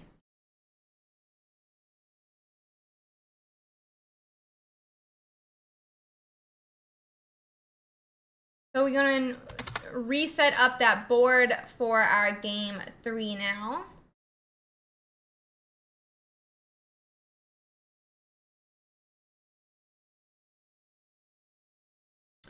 We have 2 more rounds after this. 2 more rounds.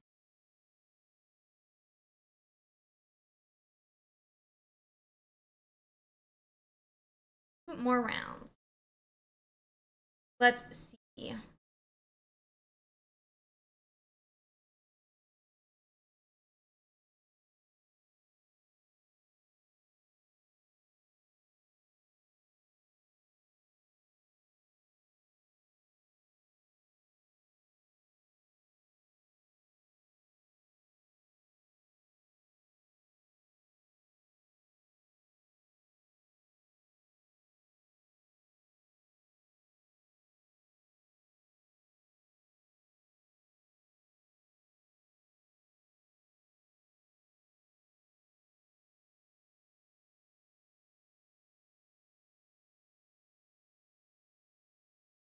Okay.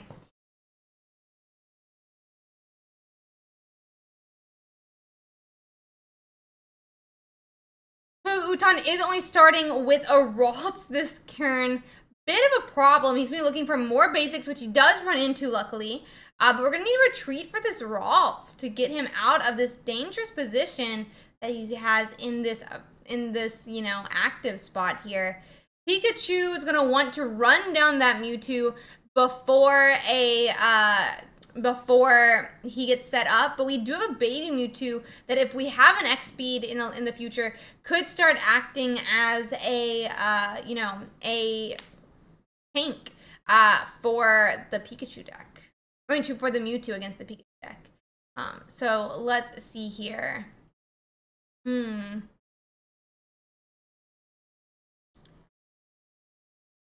Oh, there's my lip gloss.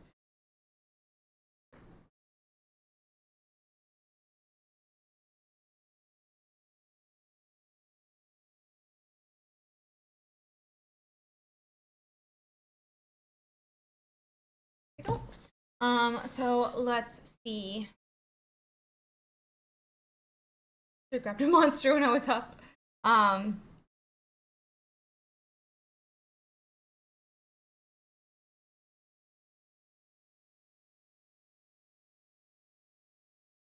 So that Pikachu is fully set up. That means that Ralts is not going to be surviving. But that being said, with that baby Mewtwo in the active, we should be able to start tanking and get upwards of 5 energy onto this Mewtwo EX before that Pikachu can knock out that baby Mewtwo. But I'm not sure that's going to work this time. It's going to be a bit of a problem.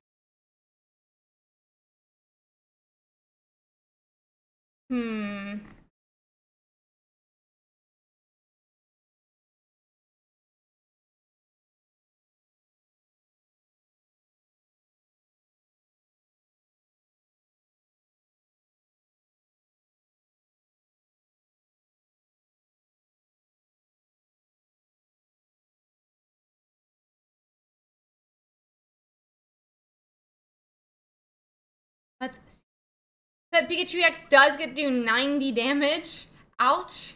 And X speed is live, but maybe a third energy attached to that Mewtwo EX. Red card's gonna come down, but I'm not fully sure what all we're trying to protect against here. Potentially a Lieutenant Surge in the future, but even then, it's not like you can Lieutenant Surge and Giovanni in the next turn. So not that big of a problem. Maybe trying to prevent X speeds so that they don't go, maybe Giovanni X speed so that Zapdos can't knock out this turn.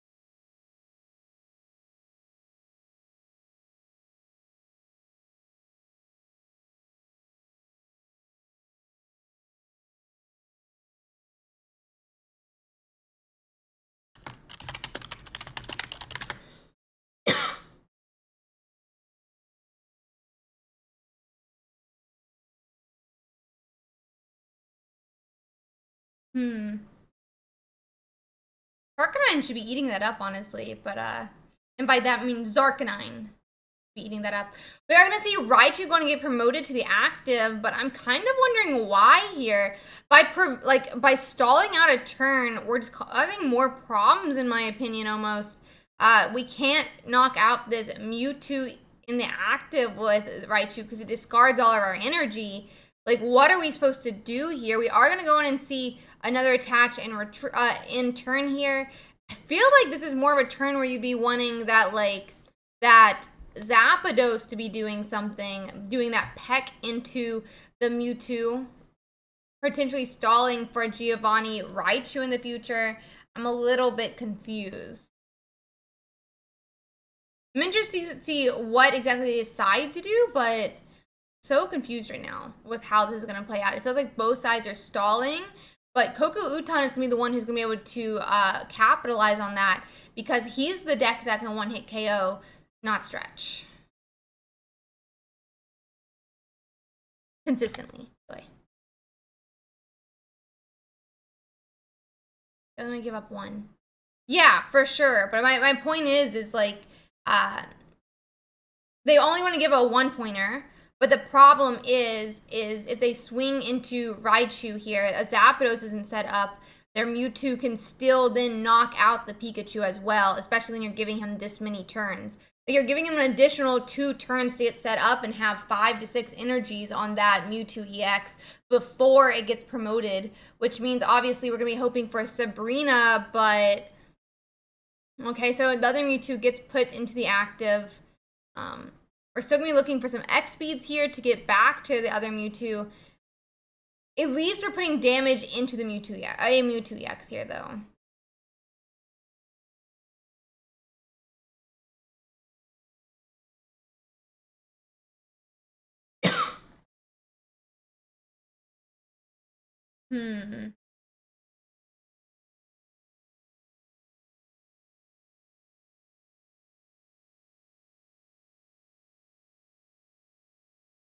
Okay, we do say retreat like I expected. And this Mewtwo EX is going to have how many energies on it? 4 already. I guess that's not the spot it wants to be in for sure. Definitely not the spot it wants to be in. We are going to see a Sabrina here to take 2 points.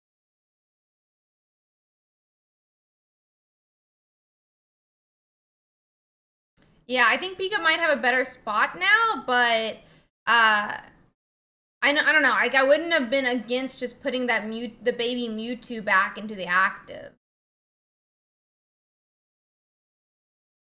I wouldn't have been anything against putting that baby Mewtwo back in the active and just stalling on it. I mean, that was one Sabrina, but how many does Stretch have? Let's see real quick. There is 2 Sabrina in the list. You could have just put up the Rots then as well if they do just Sabrina around it. And then you could have swapped between 2, but maybe I'm wrong in that.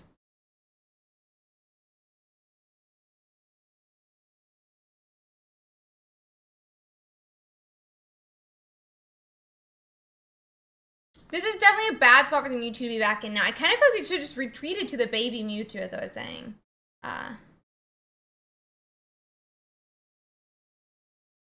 Yeah, I think the Pikachu wins now, but I'm not sure why we decided to go into this one.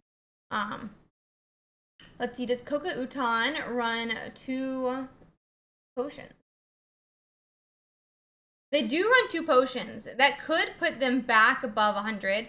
But Stretch also runs a Giovanni depending on what they have in their hand. We finally do have that retreat now to that baby Mewtwo, but I think we didn't have to we didn't have to sacrifice any energy, but I'm not sure we're gonna be able to do it in time. We had to sacrifice 1, but yeah.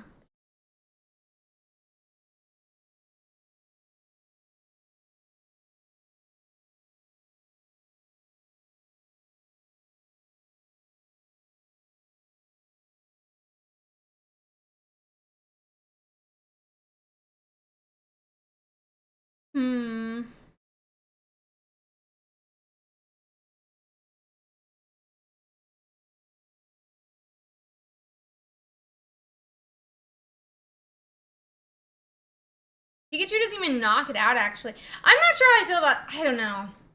I'm like back and forth with how I feel about the stall, because I feel like the stall only helps Mewtwo EX, but we didn't know he had Gardevoir.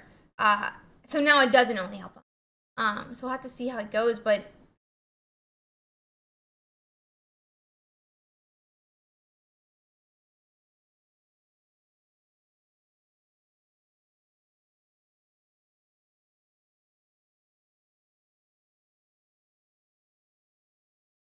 don't think that's how it works. Tie. It would not count that as a tie.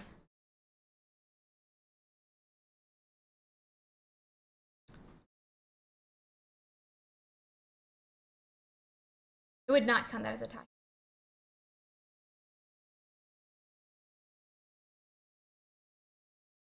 We're going to go on and have that attach, and now we win for Coco Utan. That was 2 points earlier, my bad on that. We do have 2 rounds after this round, so we're about 3 left to go. But yeah, that would not count as a tie in this game.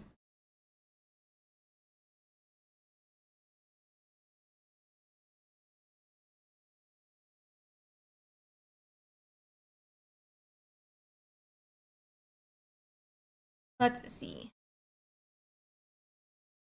Yeah, I'm so excited for Mythical Island. Hi, John. Welcome in, welcome in. Guys, I want to give another huge shout out to our awesome sponsor, XP Collect. Thank you, John, so much for being willing to sponsor this tournament. This is the last tournament before Mythical Island. I'm so excited. It's going to be so hype. I'm so excited for Mythical Island. It's going to, I think, be huge next week. So I'm really excited. Thank you, Young Long, for reading the command. So I'm really excited. It's gonna be so much fun. Are there any cards you're looking for, John? Let's see if there's any other matches going on. There's about 37 matches left in the game. Yeah, you'll have to play in the tournament next week. Very true, very true. Very true. That one's done. Valden's only is a 7-1. Hello did lose. Viva Baro is still going strong, though. It looks like we do have a single match that's still going, guys.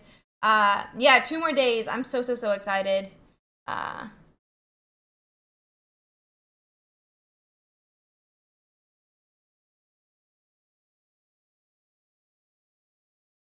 so excited. I'm gonna see if I can get us this other game up here, guys. One moment.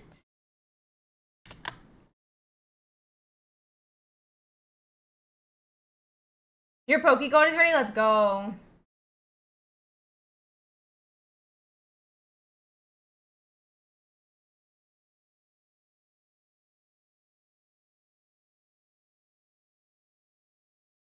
Let me just pop this up. Okay, there we go. Oh, that might be the end of their matches, though. Let's see. That was actually the end of their match. Okay, so it does seem like there's no one streaming again. Let's hop over to the metagame, I guess, because it does seem like there is no one streaming anymore. We've got about 27 matches left to complete. So, top 32 is tomorrow at 1 p.m. EST. Top 32 is tomorrow.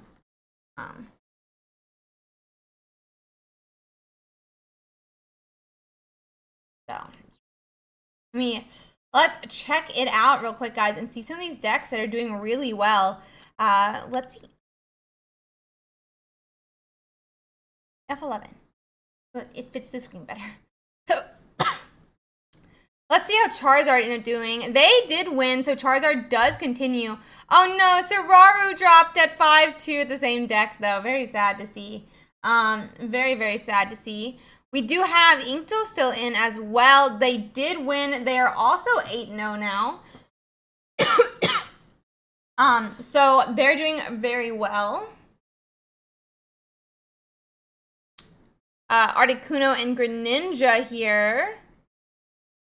Lost again. We do have 1-6-1. We have this 1-6-1. Now 7-1. Wigglytuff Arbok. What about this one though? Spy with the Golem does get another win. It's gonna put them 7-1 in the tournament. Absolutely crazy. I hope to see them tomorrow. That'd be really cool. It'd be cool to have multiple Marowaks in the tournament for sure. I would be very excited to see that. Let's see. Yeah, I can't answer that actually. I can't answer that. But my understanding is there might be. I would recommend asking people in chat. We are not allowed. I don't even let the judges, weigh in on that type of thing. Because I'm not sure and I can't like, be 100% sure about something. Like I don't know. I'm not going to confirm it, and we don't let judges either. So yeah. Who knows? You should talk to other players. There's calculators you can run on it.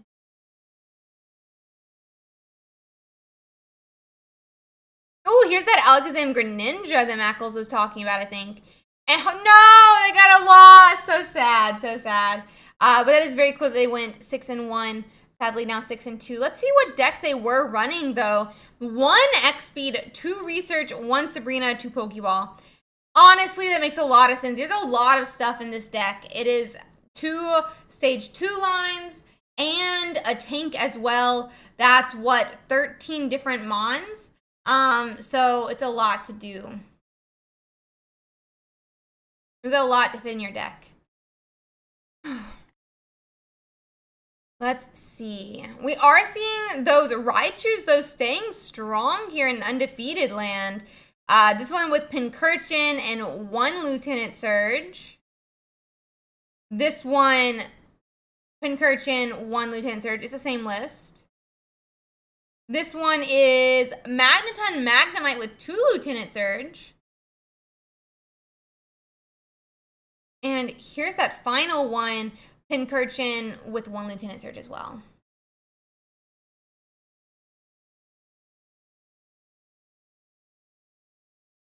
Okay.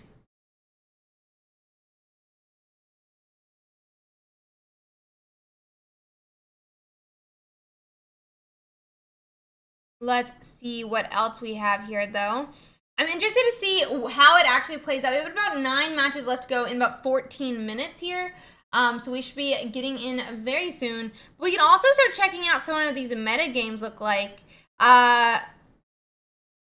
Let's see. So we have about almost 400 people playing Mewtwo EX, kind of crazy. But let's see how some of its bigger matchups are. So against Electrode Pikachu, it actually had a 57% win rate. Against Pikachu EX Zapdos, it had about a 55% win rate. Into the Greninja Mewtwo, that's a 56. Into Blaine, about a 55%. Wigglytuff Weezing, about a 53%. Articuno Greninja, 52. Starmie Articuno, 51. And then against Self, obviously 50. So no ties there. Against Raichu, only a 49% win rate, though. Only a 49% win rate. Charizard EX and Moltres EX had a 48% win rate against. Yeah, I mean, the Arcanine didn't end up fighting. It did, my bad. 43% as well. There are definitely counters to it. That Wigglytuff Arbok, 21%, and it didn't really face off too many of the others. Okay. We can check out.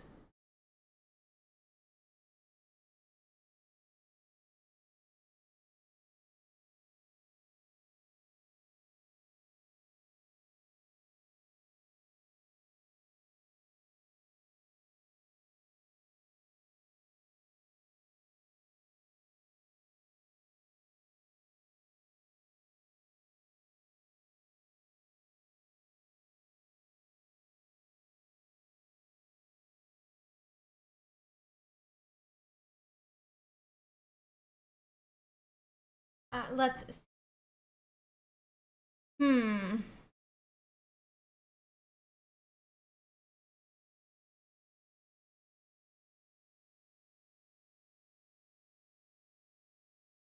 Second.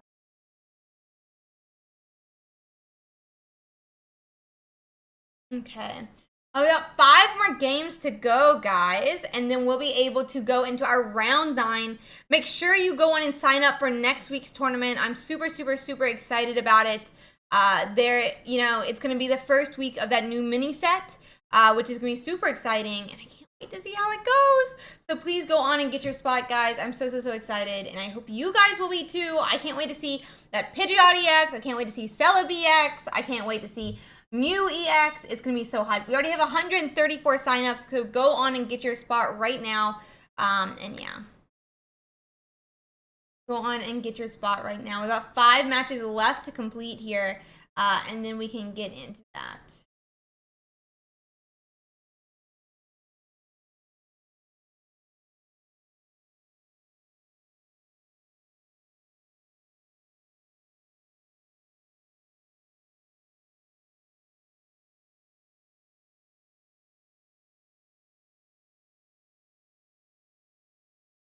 Okay. Let's see. About 5 more matches complete, and we'll be able to get into our next games. Super excited for them. We can check out Zebstrika here if there's any fun ones. Get down into where they had more of those matchups. I like to look at least 20 maybe. Doing really well against a lot of those water decks, as you can see. It had a really high win rate against that Arbok Wheezing as well.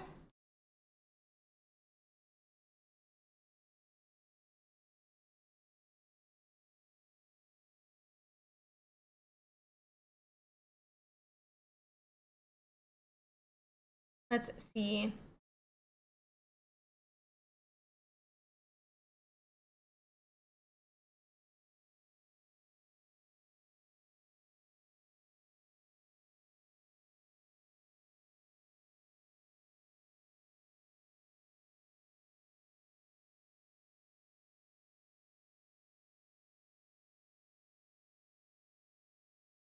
Okay. Then we are seeing obviously well against Articuno Greninja. It actually did pretty well against that Charizard EX and Moltres. My opinion is probably kind of the Pincurchin here. Then pretty well into that Electrode, obviously 50-50 against itself.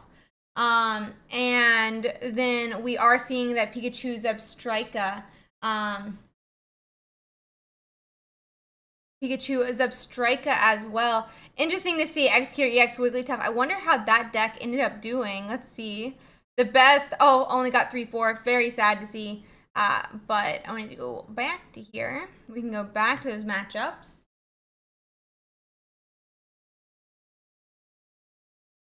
Let's see.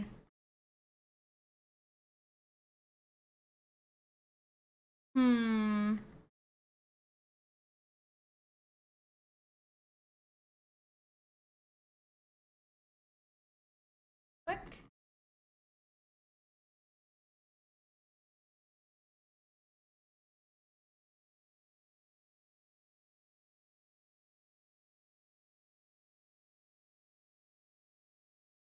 And okay, so we were saying that's only 53 against those. Gardevoir did not do well against with only 45% win rate.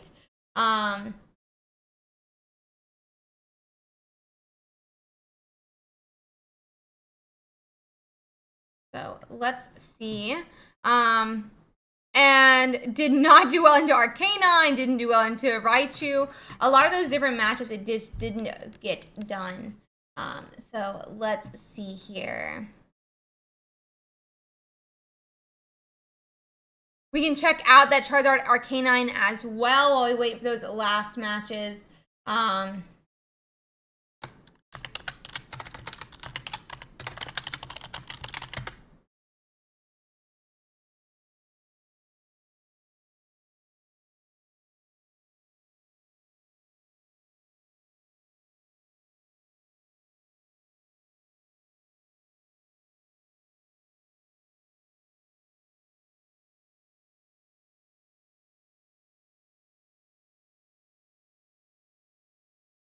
One second. I'm having something weird just happen to me on my... Oh! It's because the translator. I'm an idiot. Okay, whew. I had a very big moment for a second there.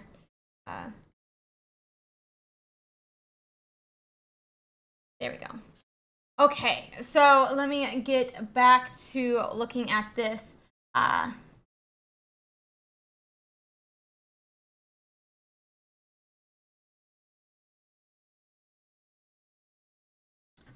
Man. Let's see. So let's check out that Charizard deck.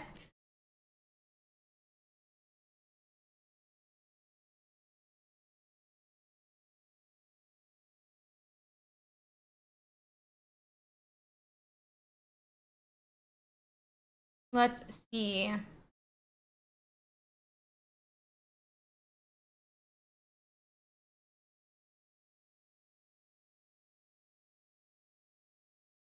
So let me check that out. Sorry guys, I'm just like distracted by so let's look at that Charizard Arcanine, as I like to call it, Zarkanine deck. We are seeing it do really well into that Wigglytuff Arbok. I think that is because you can have multiple attackers and get multiple of them set up here. And then Arbok can only pin up people who, already attack, are able to attack him back. So very interesting to see though. Then we also see that Mewtwo Gardevoir doing really well against. I think that it's a really it's really a 50, really countering that Mewtwo EX Gardevoir. Then it's doing well into Pikachu Zebstrika as well. It's got a 53% win rate into Charizard EX Mold as well, which I think is pretty interesting to see. I mean, there's only, 23 games, so it's not enough, really, to get a good idea. It's, not, statistically significant, I guess is the correct word. But it's interesting to see how these type of almost like mirror matches, where it's different variants of the same deck, are doing well into the same game. So let's see.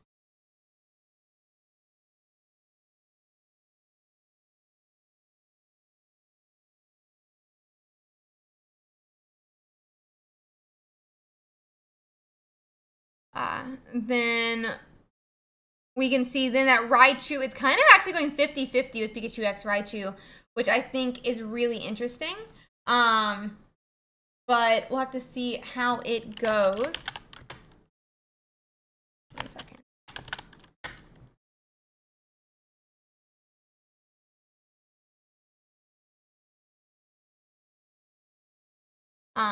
See how it goes.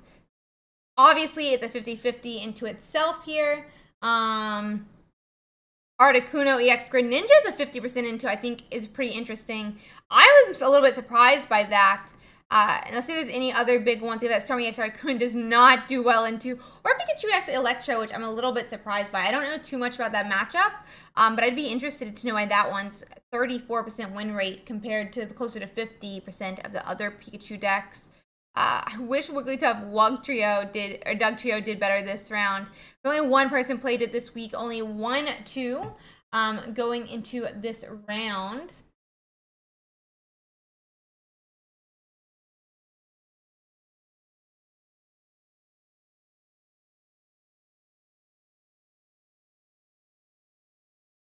So let's see here.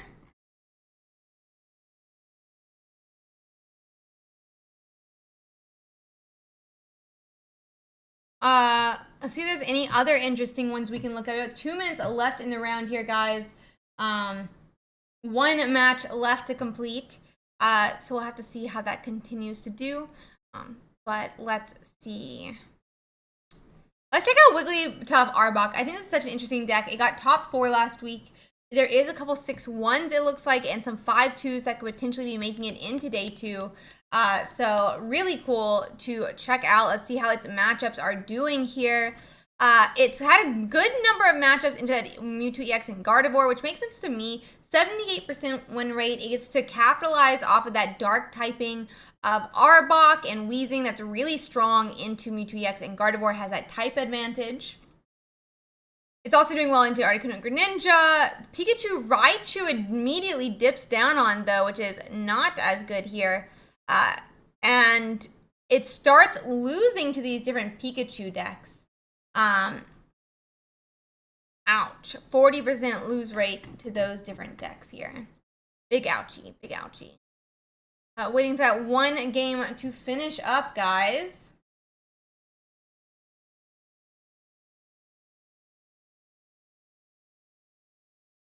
Okay.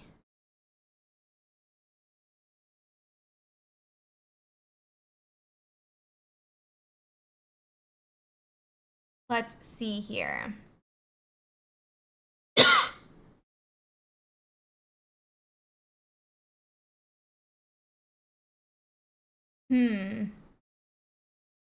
I'm so excited for next week, for sure, Hazard. I think next week is going to be so much fun. It's not a Raichu, by the way. It's just like a vine, basically. I'm so excited for next week. I think a lot of these decks are maybe maybe we won't see too many new archetypes, but I'm really interested to see if, like, we have new cards in these decks, if we have new, Pokemon, new, different techs in these decks that we haven't seen yet. Like, sure, it's not as, like, diverse as, like, a full-fledged card game, but this is only set 1. This is literally set 1 of the game. And I think for a set 1 card game, the diversity is is crazy high. And I'm super excited to see how that continues. So I'm very, very, very exciting.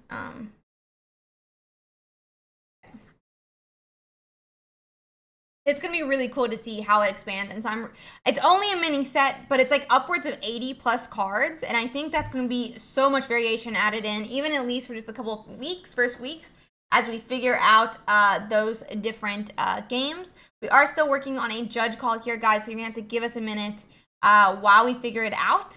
But yeah, I think it's going to add so much variation. It's going to be so exciting to see how these different decks really do. We can click standings here real quick so we can see this update.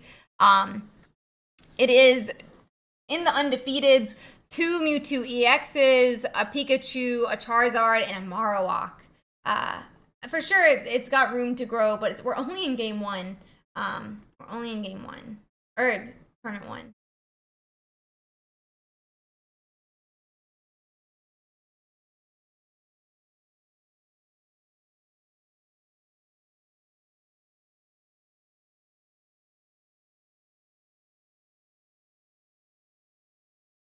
How this goes here, guys.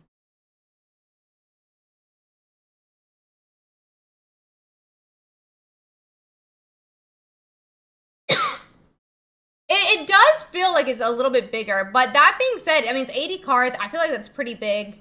But we're going to be having a set 2 soon as well. I think there's going to be so much variation added in. I'm so excited to see how the decks change up. It's going to be so exciting, and go from there. We'll go from there. So, yeah, really excited. Really excited. That's so funny, Tassie. Soon Blue will save me. That's going to be an interesting case of it, but yeah, an interesting case of it. Let's go, 10 packs. That'll be awesome. Let me,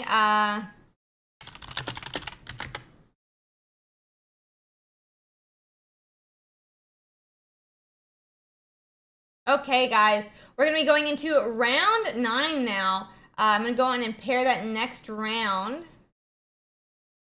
Round 9 is live. Oh my gosh, 5K gold is insane, Hazard. I got like 5 gold. I think I have like 5 gold.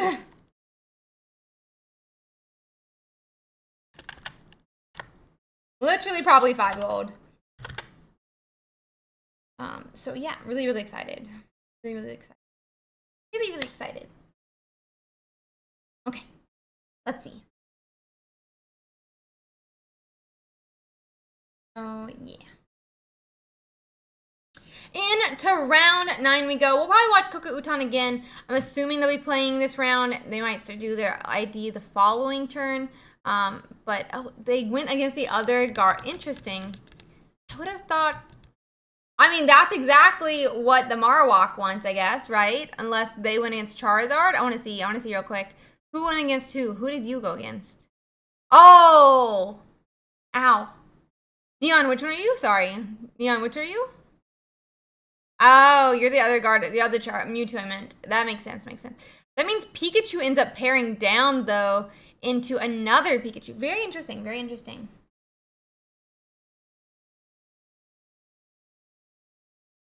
Interesting. Okay.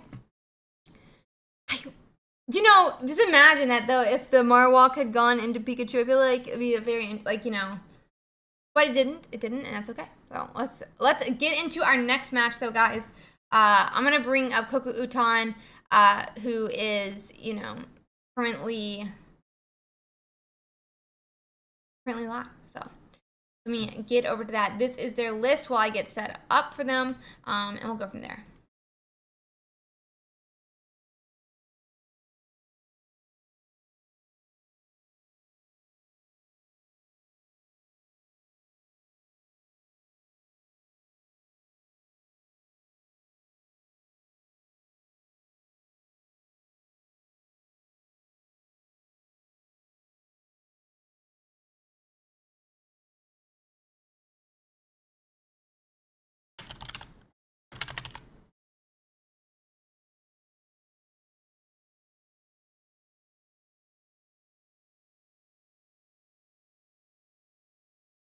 It is a mirror match. How funny.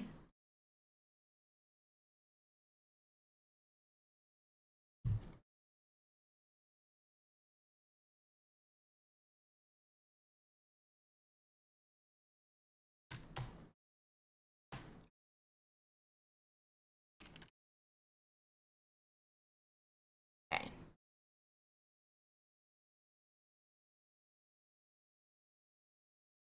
Okay, guys, we are round 9 though, not round 8. We only have about 2 rounds left in the tournament. Very exciting. And we'll go from there.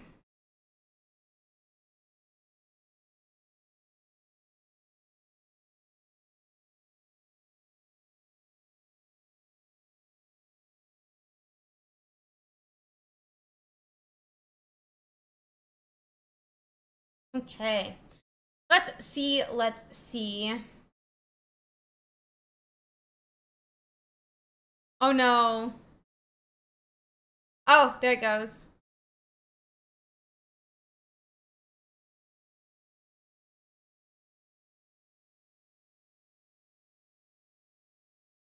It does look like we're going to, I'm assuming, attach back onto this Mewtwo EX here. You know, I think when it comes to the mirror match here, it's a bit difficult. I think they're both playing the 1-point attacker, but unless they get fully set up, it doesn't matter too much. But playing the 1-point attackers or some of those different 1-point tanks, in my opinion, makes the game a bit more, I don't know if skill intensive is the word, but it's a little bit more tricky than just who hits first. Because you can trade off those 1-point attackers, try to see who can get in. But it doesn't seem like we're going to be capitalizing on that much. We are still looking for Gardevoir. We have a Ralts come down. Is there any way to retreat back? I'm wondering here. I'm not sure. I'm not really sure.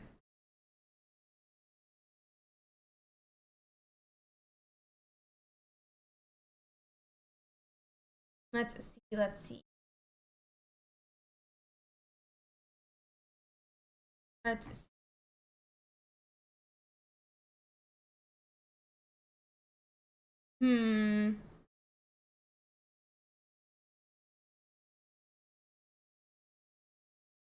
It does look like we're having an X speed on Neon's Mewtwo, though. We're going to be hiding back on the bench, probably behind this baby Mewtwo that he's going to be promoting. And he does promote the baby Mewtwo. It looks like we're going to go ahead and build up that Mewtwo on the bench, but we're kind of safe, honestly, for at least a turn. We could hide ourselves, but I'm not really sure here. Because the problem is going to be is even if we swing this turn and we do that 150 in this baby Mewtwo, Neon's Mewtwo is going to be able to come out immediately as well and respond KO. And then what does Koko Uton do? I'm not really sure. That being said, Neon doesn't have a way to replenish his energies. But if we don't have another attacker on Koko Uton's side, does it matter? I'm not sure here. It's a bit difficult.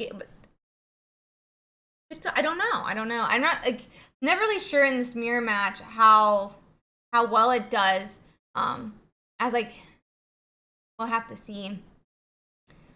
Looks like we're just gonna do that 50 though, which means unless they have their second X speed, there's not gonna be much to do this turn.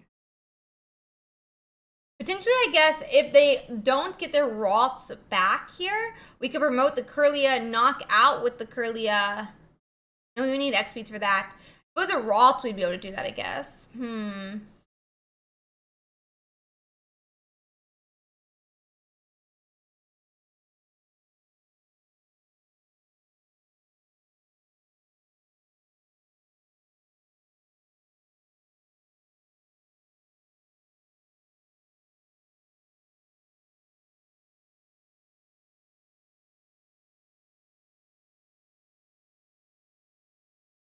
Okay, we are going to be going to that Gardevoir now, it looks like. And we're going to attack with Gardevoir, actually.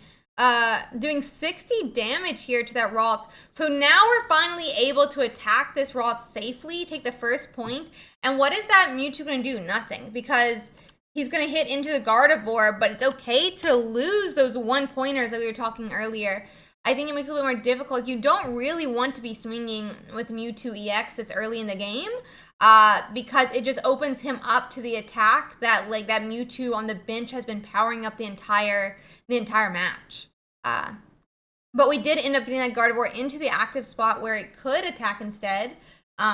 So it ended up being fine. But now it's again, I said we have this other 1-point attacker now that we're willing to trade or not trade into. The interesting thing about the 2 Gardevoirs is it's going to be able to power up this baby Mewtwo in about 2 turns. It puts it on a timer, and we're saying, Neon, no, you're going to have to put out your Mewtwo EX, or this Mewtwo is going to take out your baby Mewtwo. Kukulkan definitely seems to be in firm control of this game. He's not letting Neon RST do anything about it, and we'll have to see how it continues to go. Sabrina is going to come down. I mean, does it really matter? We're going to either put up one of these Gardevoirs, in my opinion. And with 1 energy attached, like, we can still just retreat. We have 2 Gardevoirs. It's not a huge deal. Red card comes down. I'm not really sure what red card is really trying to stop here. We're just going to retreat, and it's not going to be a big deal. So...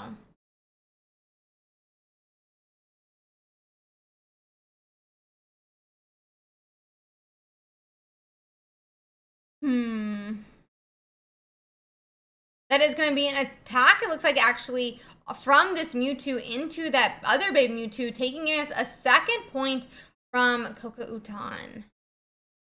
So let me go on and get that 2nd point to Kokautan. That means we're going to be going into this. I mean, we're going to be forcing forward this other Mewtwo EX. I'm assuming like a concede happened or something. He's very excited.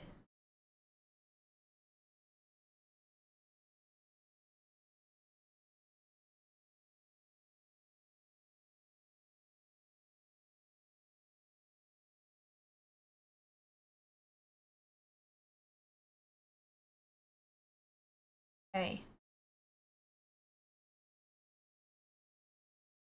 We're waiting for the next game to pop up here, I'm assuming. I'm assuming he finished this game too and there was a concede. Yep, it looks like he just popped up. I'm assuming that's concede in language. So we'll be clearing the score, letting them set up for game 2.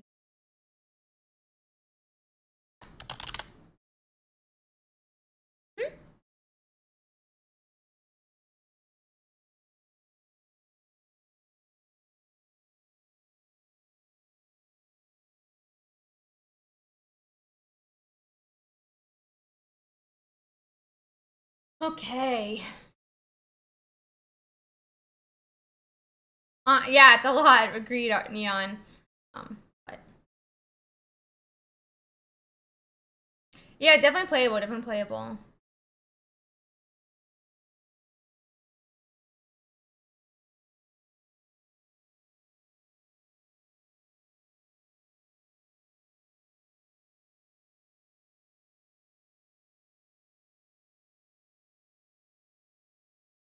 Okay.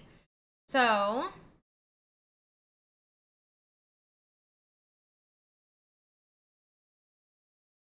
I assume it means concede in whatever language Cuckoo speaks.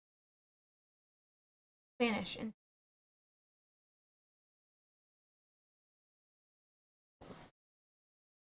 I believe it means concede, but I'm just guessing from context clues.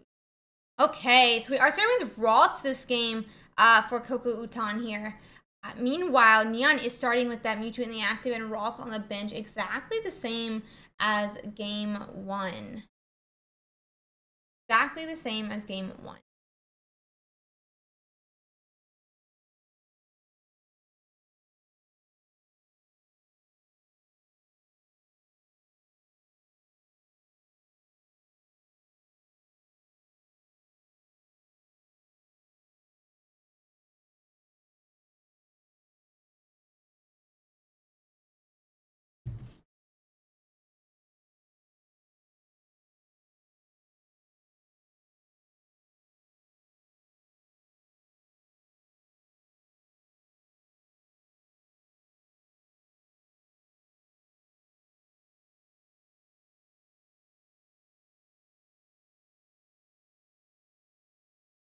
Okay.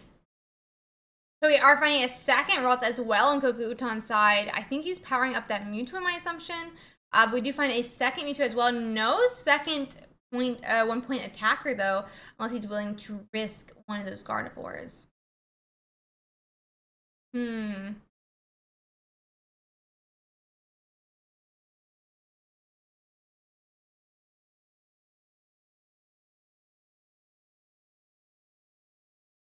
Okay. We go back to Neon's side now. I mean, Neon is powering up that Mewtwo in the active spot.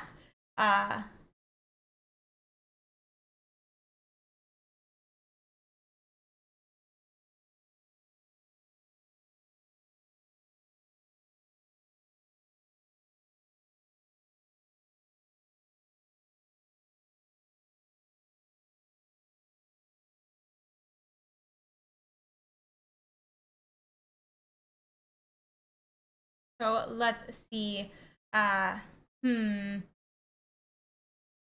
We do finally get that Gardevoir as well for Koku Utan. I'm wondering if we're going to see any type of promotion here, but it doesn't look like it. We're just continuing to set up on the bench. We're happy to toss that 1 pointer. Not a big concern, it looks like, for Koku Utan here. But with that other Gardevoir on the bench, I feel like it maybe should be. Maybe it should be. He already has 1 point on 1 energy on the other Mewtwo EX. I'm not sure how that's going to play out.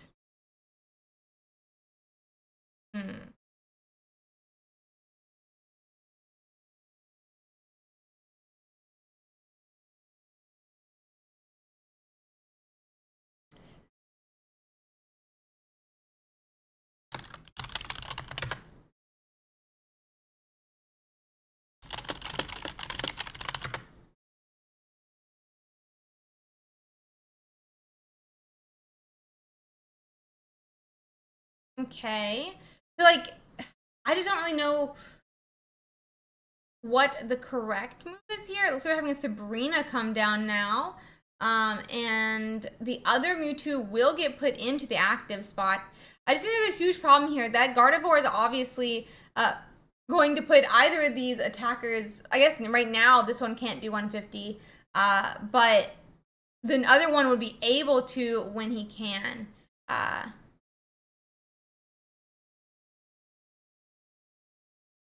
So let's see.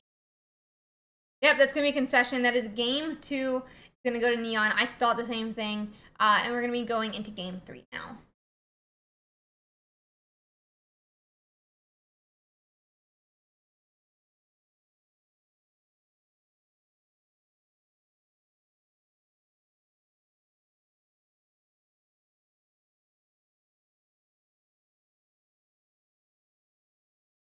Okay.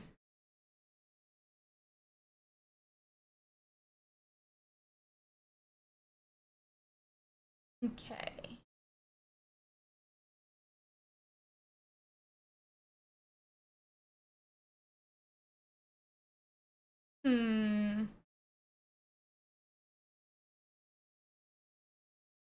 We've seen him on these for sure. We're going into game 3 very shortly here. I'm sure we'll be starting very soon.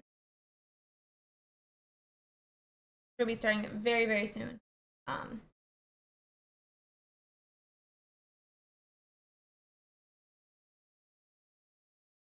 Fun mirror match, fun mirror match.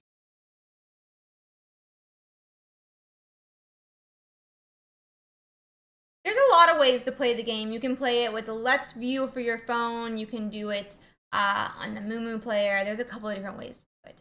I used the Let's View for a really long time. I used Let's View for when I played it on my phone. Okay. Actually, at one point, I screen shared to myself on Discord and streamed it that way. That was a not fun arc. Not fun arc.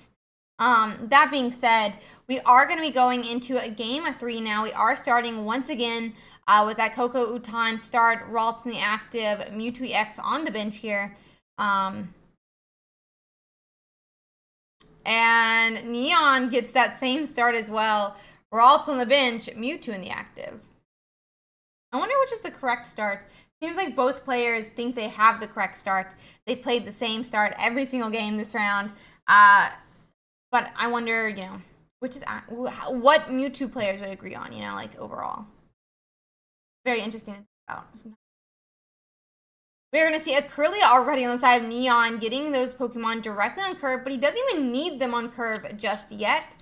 Because he goes first, he could even delay an extra turn and still be hitting 4 energies, you know, in the most efficient time period possible.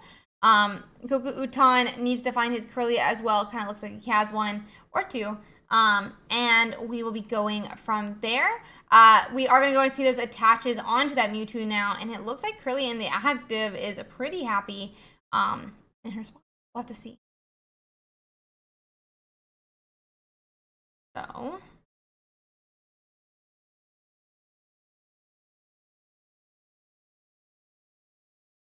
let's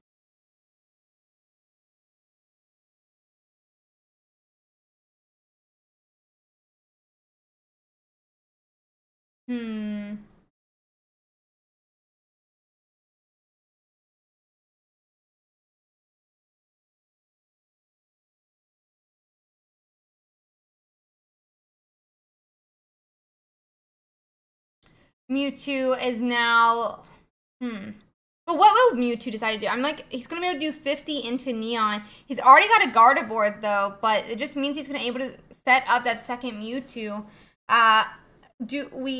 Koku-Utan, in my opinion, needs a second Mewtwo as well, potentially. This XP does mean he'll be able to go and put up that Mewtwo EX, potentially be attacking for 150 this turn before Neon's Mewtwo can. Or the second Mewtwo can, I should say. But having a second Mewtwo would definitely feel good for Koku-Utan. Instead, we only draw into that baby Mewtwo instead, and we go on and play it. That Gardevoir does come down. It's going to be 150 damage that we do this turn. Neon's not going to be able to respond that quick, though. Only 3 energies can make its way into that second Mewtwo EX this turn, and then it can get reverse KO'd just like that. Definitely a bit of a problem. Looks like game 3 could go to Koku-Utan here, but maybe Neon has some secret strats that they're going to pull out their cap.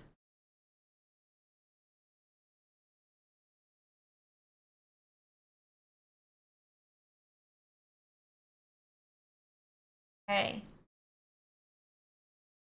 They are going to get Sabrina, and the second Kirlia can go on and get knocked out with that 30 damage.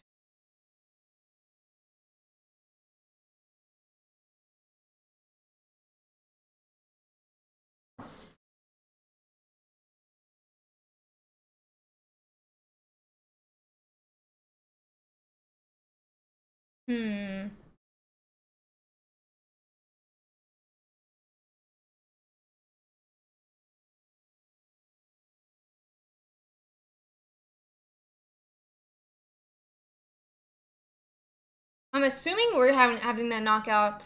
Obviously, our return knockout's just going to come right back from Koku-Utan, though.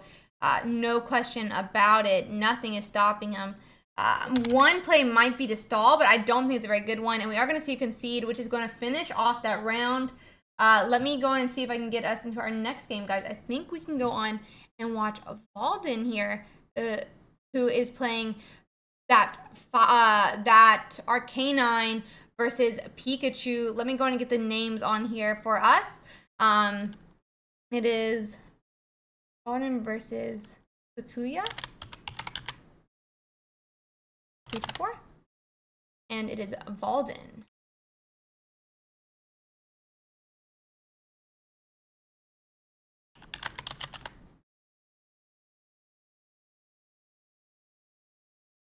Okay. That Zebstrika, that Blitzel, sorry, wrong language. Zebstrika is going to be that Blitzel, oh my god, is going to do 40 damage into that Moltres.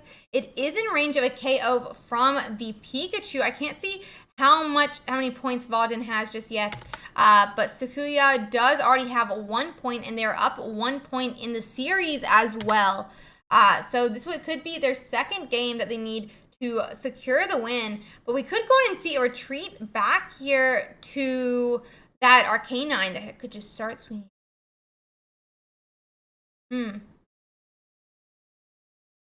I wonder if we'll see an attack here or if we are going to see a retreat. I mean, Sabrina would be really good for Volden, pick up one of those 2 prizers off the bench. And he does have the Sabrina. That could go in and get him 2 points. I don't know if he already has points, but he is going to want to get a game to be able to, catch up, even out the series, and then go for that 3rd win. That 2nd win.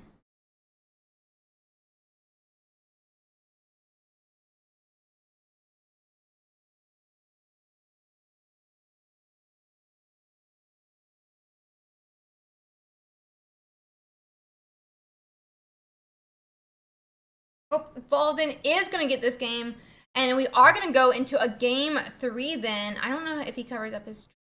I'll see.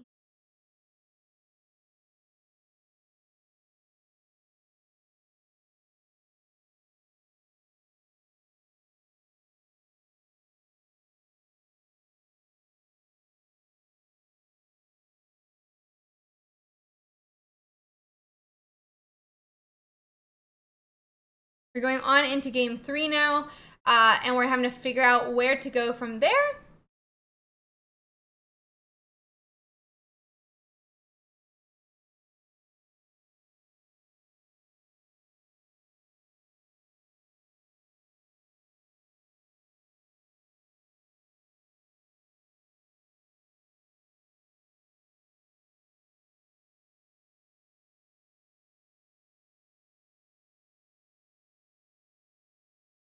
Okay, so Baldwin's got a pretty good start. He's got a Charmander and a Growlithe on the bench here. His Moltres Sulfura is a very cute name for Moltres. Is in the active spot. And Zapdos is who's going to be in the active spot for that electric Pokemon.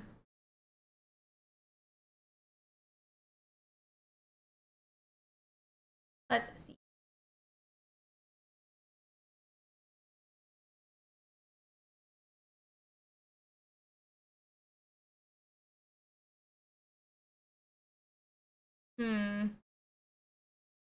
Okay.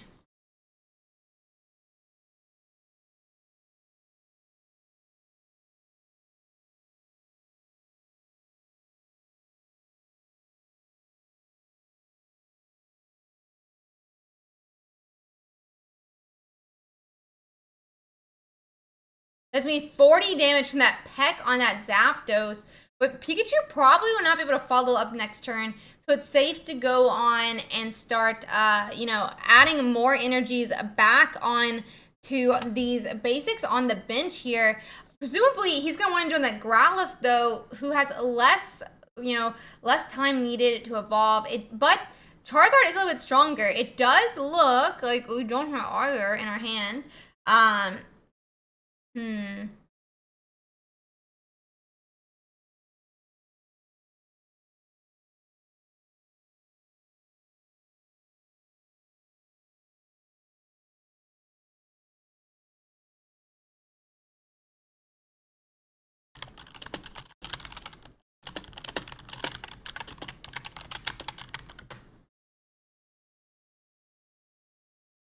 Okay.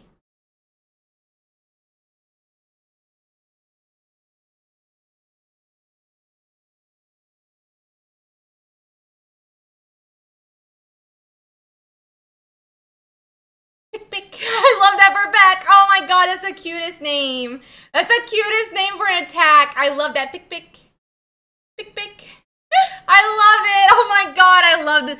I love this. That's such a cute name for Peck. Sorry. Anyway, we can't tell right now what he has.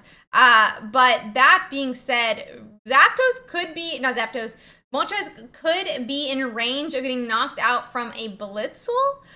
Definitely in range of a 1-heads on that Zapdos. We did attach those energies to Charmander, however, which means without, Charmeleon already evolved, this is a bit of a difficult spot to be in.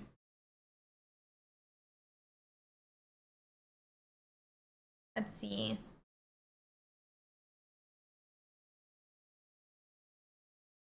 Third energy onto the Charmander, though, is going to be a little bit of a choice.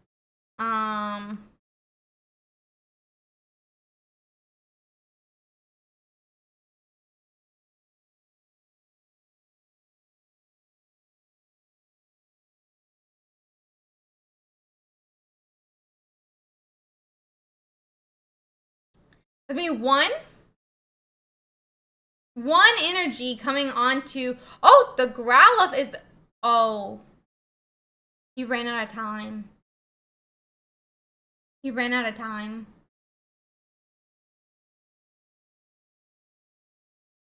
No.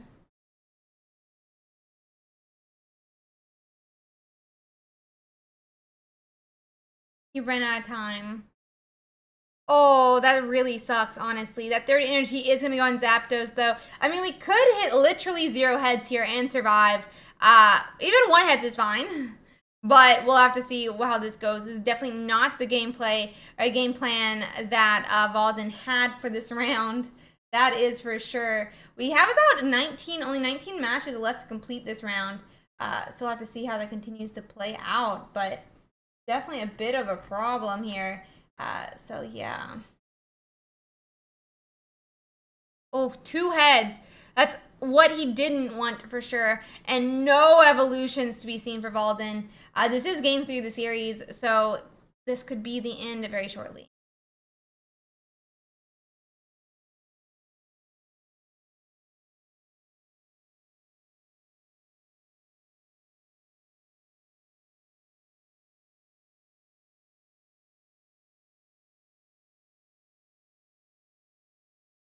Okay. It looks like we're going to try to retreat back to this Moltres, but man, I mean, is it risky? I don't know. I guess it's not. But we'll have to see how it goes. It does look like we're having a retreat here. Back to this Moltres. We're going to pray to get some more energies and hopefully get a Growlithe powered up is my assumption. But we really need that Charmeleon. We really need that Charizard. And we are begging for an Arcanine right now. We have Arcanine though. We have Arcanine, so I'm wrong with that. I'm wrong on it.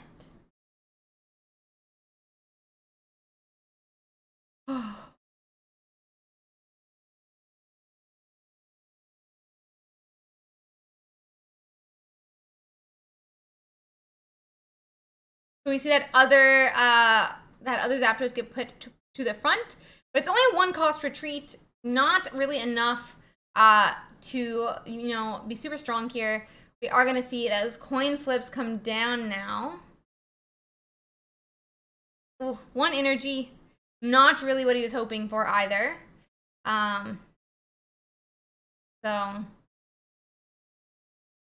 Oh.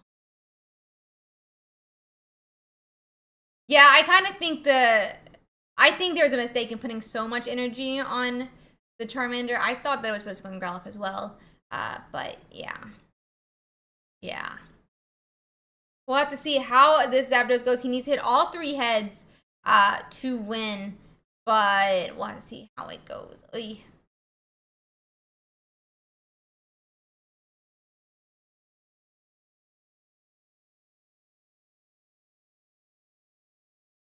Let's see.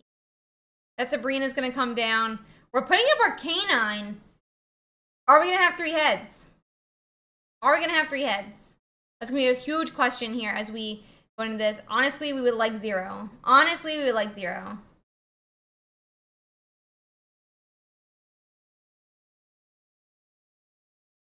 Oh! We got 0! We got 0, baby! I mean, I'm calm.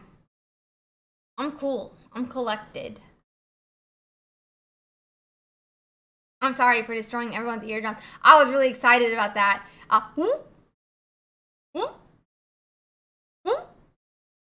Charmeleon.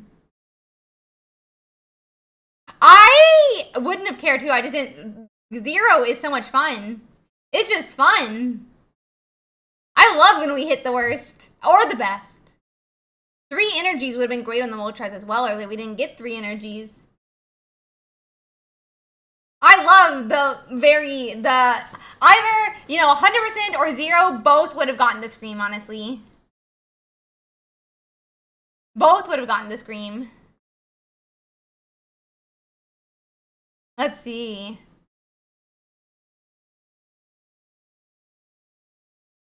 Oh yeah, we're flipping 200 next turn. I'm gonna Scream again.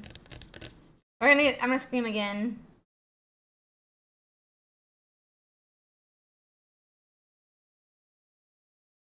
Let's see.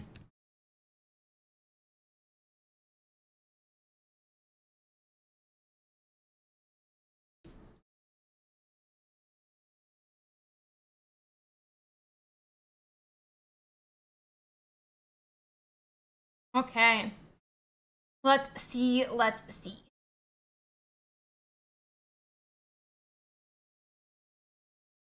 A little bit. A little bit.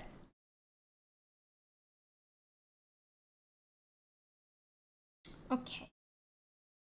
Okay. Let's see how it goes. We want... Oh, no. Oh. Only 2? But good for Sakuya, who is at 2 points, by the way. I did forget to do it. But we are going to be looking for an X speed on this Arcanine here. Without 1, we're not going to do 2 hits in a row. We are going to go and get into that Charizard, though. And we're going to do 200 here. But is that enough? Not really. I mean, it is for now.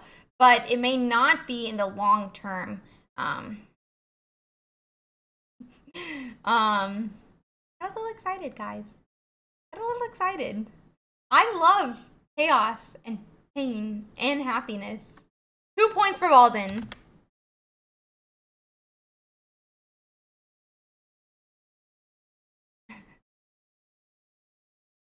Yeah, 2 is expected.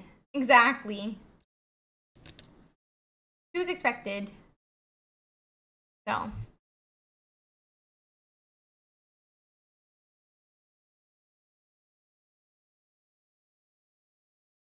But let's see. So we are going to potentially having another coin roll now. Zapdos is going to be wanting to hit 2 again. And it's definitely going to want to hit 4 heads if he can. But 2 is the minimum that Zapdos is going to be hoping for here. 2. We got 2. It is not in Pikachu range. We'll have to see how it goes. So,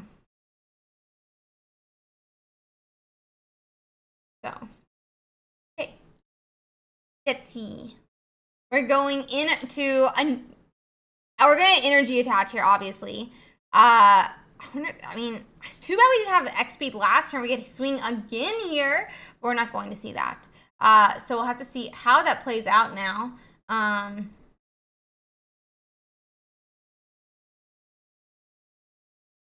Yeah.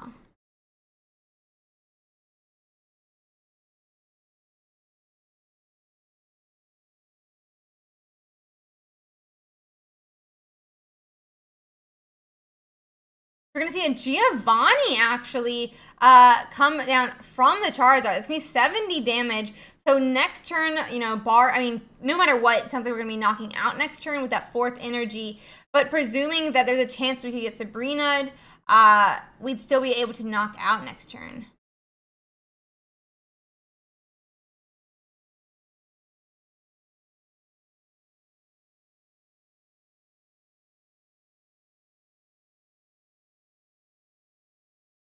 Let's see. Will the Zapdos needs to hit 1 or 0? 1 or 0, or Valden loses.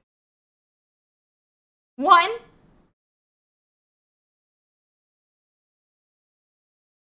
Valden just fell out of his chair in sadness. He fell down to the ground in sadness. Okay, guys, that's their match, though. We got 18 left to go, it looks like. So that is their game. I'm gonna see if there's any other games for us to watch real quick here. I'm not really sure there are.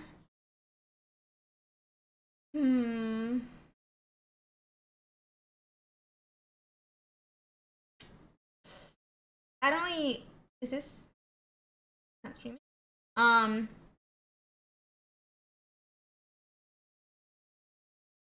Yeah, I think everyone's kind of done with their games. Just double check that, but owie. Yeah, everyone is done with their games, guys. I'm sorry. I don't really have too much to show when that happens. So let's go back to the meta breakdown. Anywho. I'm fine, chat. I'm fine. Wait, we only have 2 matches left to go. 2 matches left to go, chat. I was wrong. 2 matches. 2 matches. Let's check out how people are doing. Got 8 minutes left.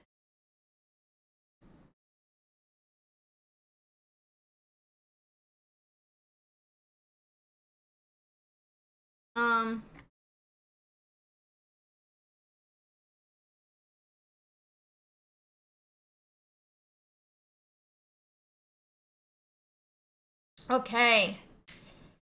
Oh, I'm so hungry. I can't wait to eat after this.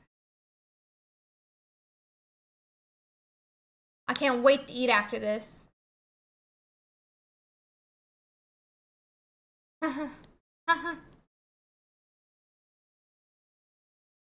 Nothing thrives. Who knows? So, 1 second. We're so close. So close. Wait, that's game 3? Wait. Scared. 1 left to go.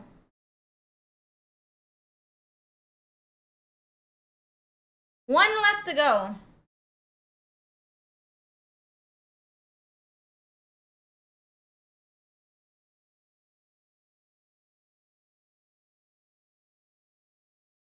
One second.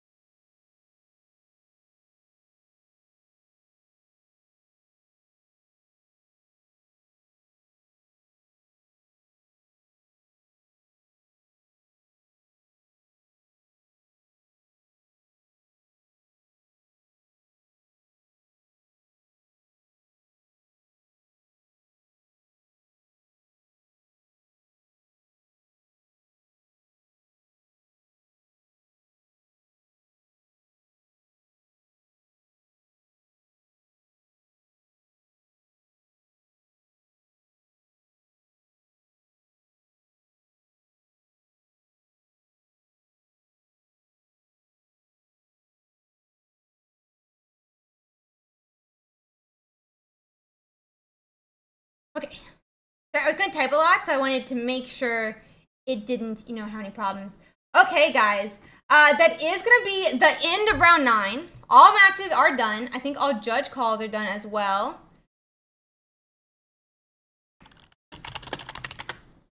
I'm going to go, yep, we're all good. And we're going to go on and start round 10. Okay.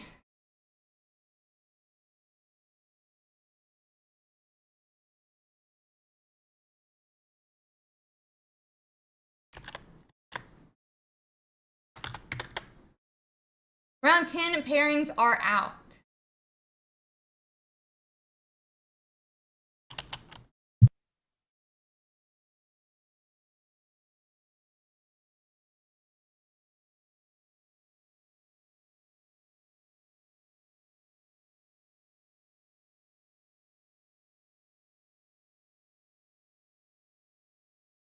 Okay. Okay, so let me find us another game here, guys. All matches are done in round 9. We are going on into round 10 now. Let me check it out, what we have. So yeah. Tournament page. Let's see. And I feel like these guys are gonna ID, but we'll have to see. Okay.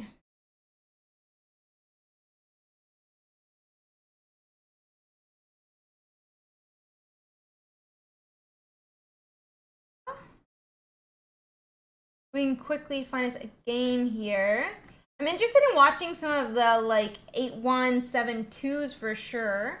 I think those would be fun to watch just because, you know, they're definitely like fighting for their way to win. We will have day 2 of the tournament tomorrow. I want to give a huge shout out again to our sponsor, XP Collect. I'm absolutely, you know, it's such a privilege to have them as our sponsor, and I am so appreciative to John and XP Collect. They're so cool. You can buy all your pre-orders from them. So please do. One second, let me make sure I have someone for us to watch here.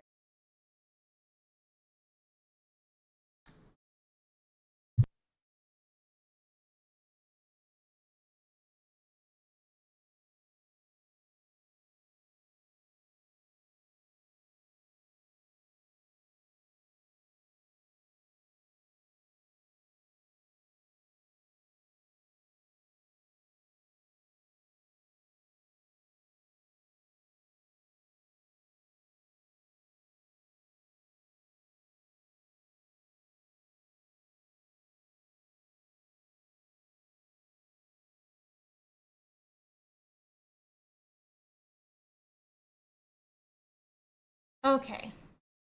Just trying to find us a game real quick.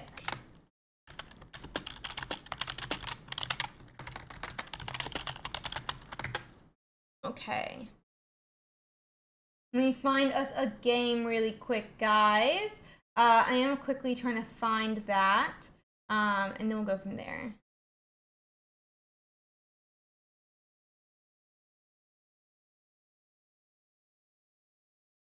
Trying to find us a game really quick. Who are you against? You're not streaming. I'm just trying to find this game real quick. Sorry, guys. One second.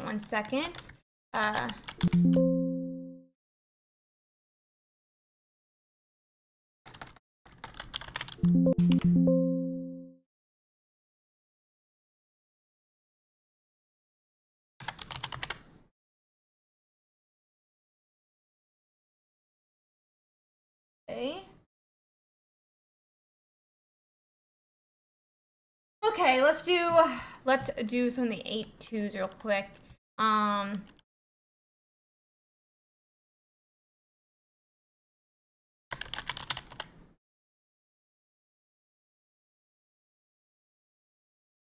we're gonna watch Valden versus Fyoraku.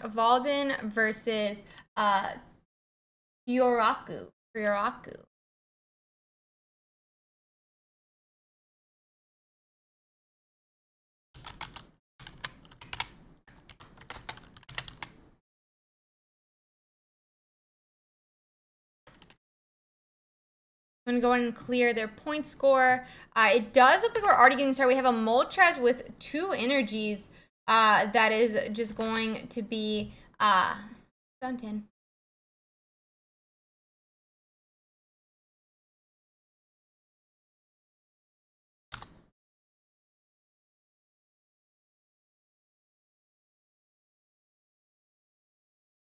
Okay.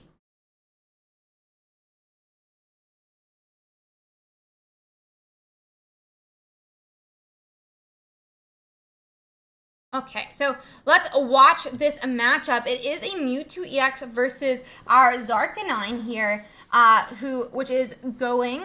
That Moltres has gotten 2 energies off and put them onto that Charmander. Even though Charmander, you know, didn't really show up last game, we are going to be relying on him because we need to into that Mewtwo EX. The red card is going to come on and be played here. We're going to have to see how it goes. There's a Kangaskhan on the bench for Kyoraku. And already a Kirlia. I mean, he could wait an extra turn even to make that Gardevoir. But it's going to be interesting to see how it plays out.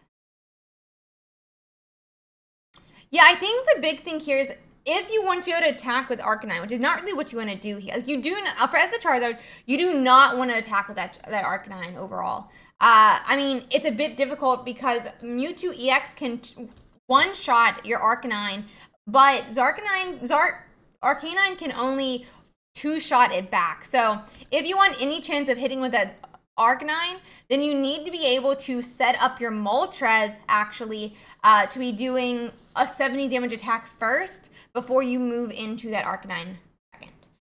So essentially, hand attaching to that Moltres becomes very important in the matchup, and you have to progress through it from that.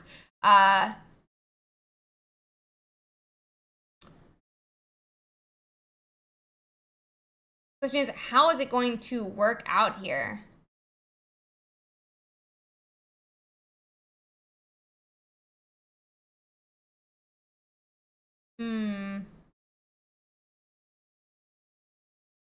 We are instead hand attaching to the Charmander, though, for Valden. And we're going to go on an Inferno Dance again. I'm assuming that means he's going to have, really expect to find that Charmeleon. Really expect to find that Charizard. But that's a lot to ask for. I mean, even last game he lost because we just never ran into those different evolution mons. So let's see how this goes. But surely it won't happen 2 games in a row. Surely it won't happen 2 games in a row. That Gardevoir quickly found, obviously not really important this turn, but next turn it is going to come in handy when he can start swinging for 150. Problem here, even though we are finding that Arcanine, is that Moltres isn't going to be attacked in this turn, so that Arcanine doesn't matter. That Arcanine does not matter this game because that Moltres is not going to be able to set up the attacker first. So, bit of a problem. We do, however, see that Sabrina come down, and I'm interested to see what gets put up. The other Mewtwo finds his way into the active spot. We could see a retreat. We could just go on and do another 50 damage attack this turn. It really is up to Kiraku here. But it feels like Valden's in a bit of a back step here, on his back foot, because he didn't really prepare to do the other one.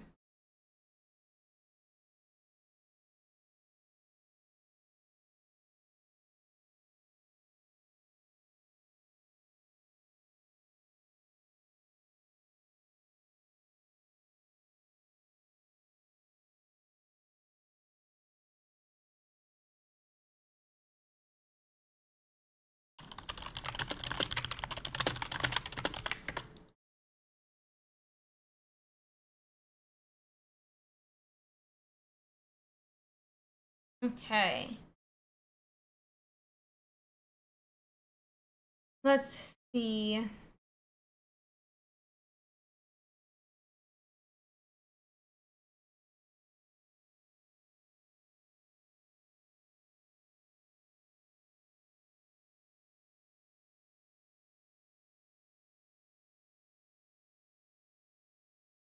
We're going to see that 150 damage attack, though, right into that Moltres, taking the first 2 points for Kiraku, and we don't have that Charmeleon. We could have potentially attacked for 70 this turn if only we'd set up that Moltres to do so, and then followed up with an Arcanine. We do see Charmeleon come down, but honestly, it's far too late now. Far too late now. Okay, that's going to be game 1.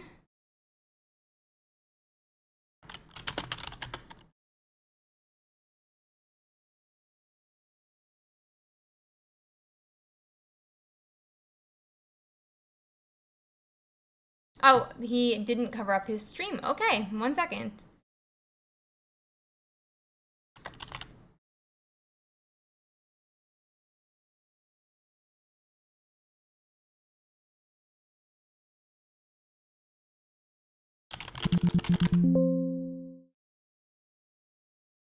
Okay. We are going into a game 2 now. So let's see how that works out.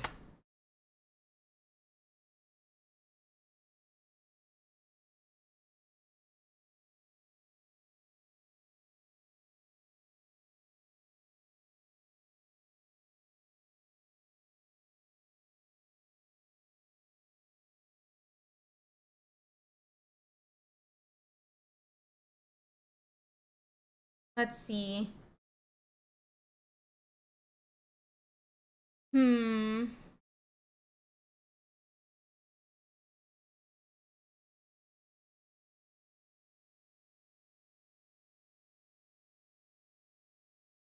We are going to go and see that X speed for Valden here, going back immediately to that Moltres as they start powering up. They're going to hand attach to it and hope for this Inferno Dance to do really well and get their Charmander enough energies to attack in the future. I wonder if we will hand attach to Moltres this game after it kind of lost this game last turn, but we'll have to see how it goes from there.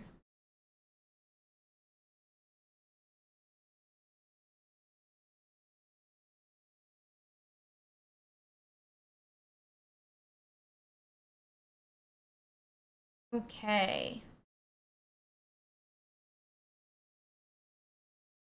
Hmm.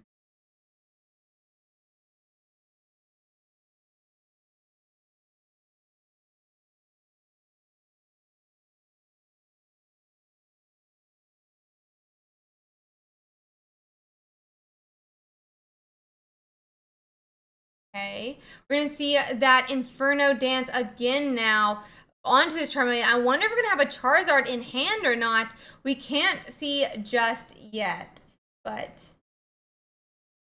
we do have those 2 energies, which is going to mean that we can go on and be attacking for 200 next turn. Question is going to be, though, is without a second energy on that Moltres, we're going to need another X-Speedo to retreat and keep swinging turn after turn.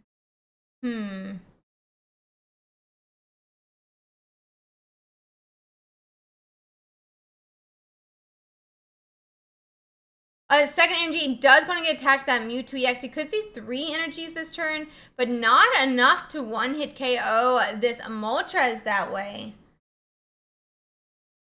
Have to see.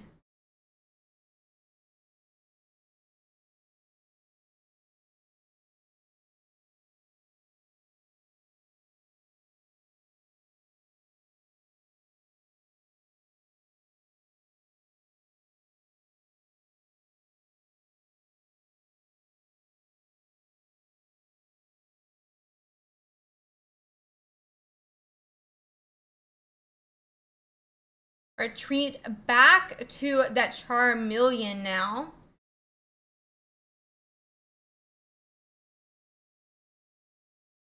And we do finally find that Growlithe.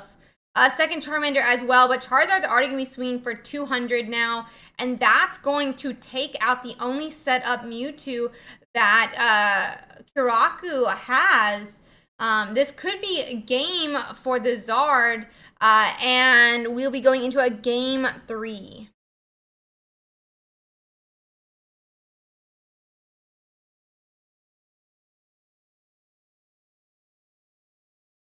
Okay.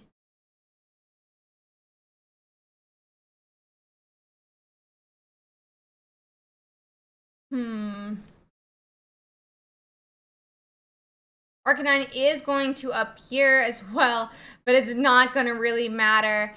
We are going to see 60 damage come down from the Charizard, but he'll be able to take that last hit that he needs next turn onto whoever gets put forward.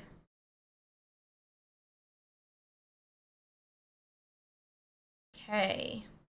Yep, third energy. We're going to see probably 60 damage come down from this Gardevoir as a, last attempt, but it won't be enough. That's going to be a KO this next turn. 70 damage even will not be enough, so very elegant, yeah.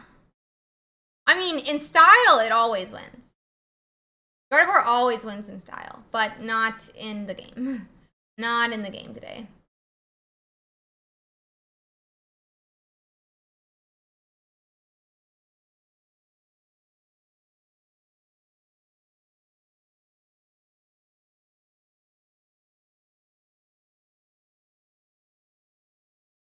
Okay.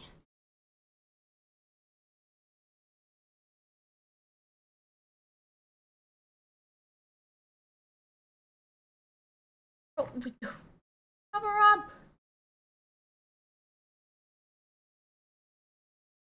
And we are going into game 3 now.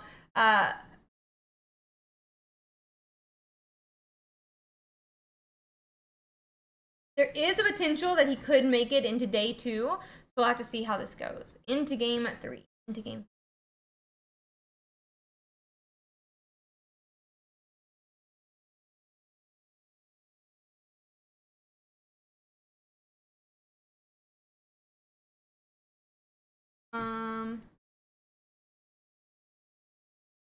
Okay.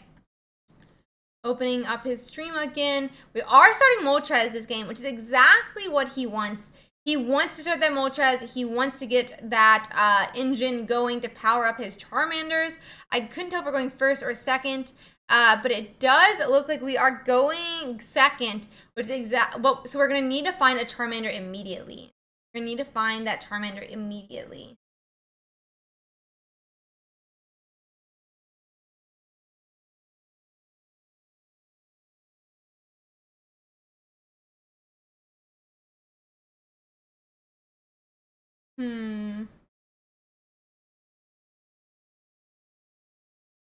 Ralts does get found, second Mewtwo as well.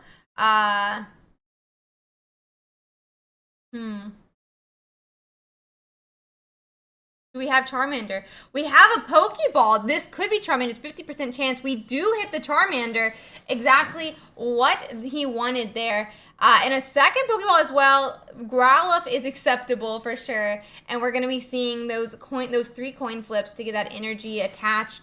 As I said before, and I think from Balden's plan, he's going to want to power up that Charmander, get him built up and running so that he can have that Charizard swinging as quickly as possible.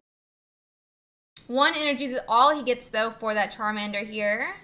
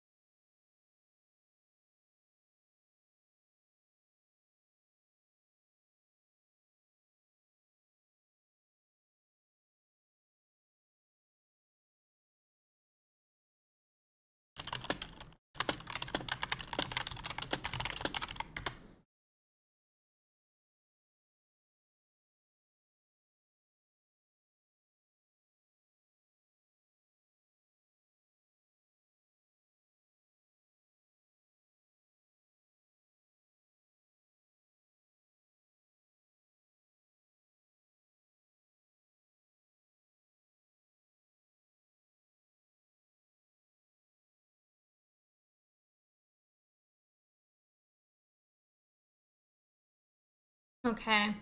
That Charmeleon is getting really set up now. And that, I mean, oh, that red card's can be terrible here. But we immediately pulled back into it. That Charizard was found. A Charizard got put back in his deck and it was found.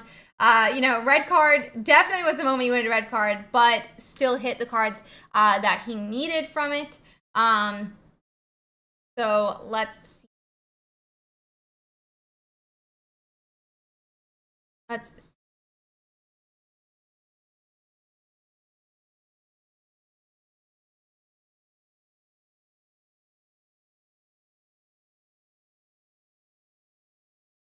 Oh, there's 0 points on Balden. My bad, guys. We did not knock anything out yet. I was very excited. He started flipping birds. It was pretty funny, actually. So very interesting to see.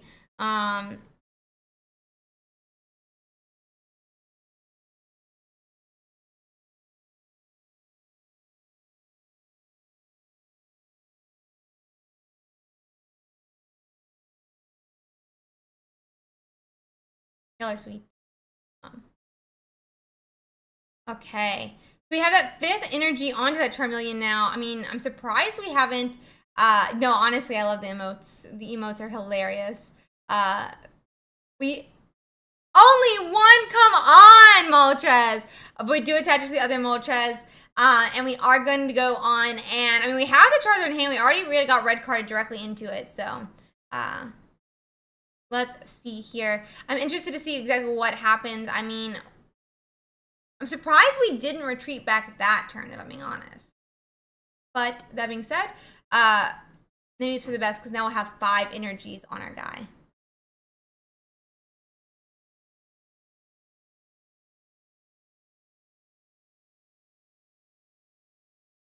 Okay, down to 40 health. I mean, we're going to want to retreat this turn, surely. We don't want to let that second one get set up. But that being said, there are no, you know, ways that Charizard gets one-shot. by a Gardevoir. So it's not the biggest concern, but I feel like we would want to do it earlier than later. We do go into the retreat now to that Charizard, and I think Valden basically has this game now. No points to Hyuraku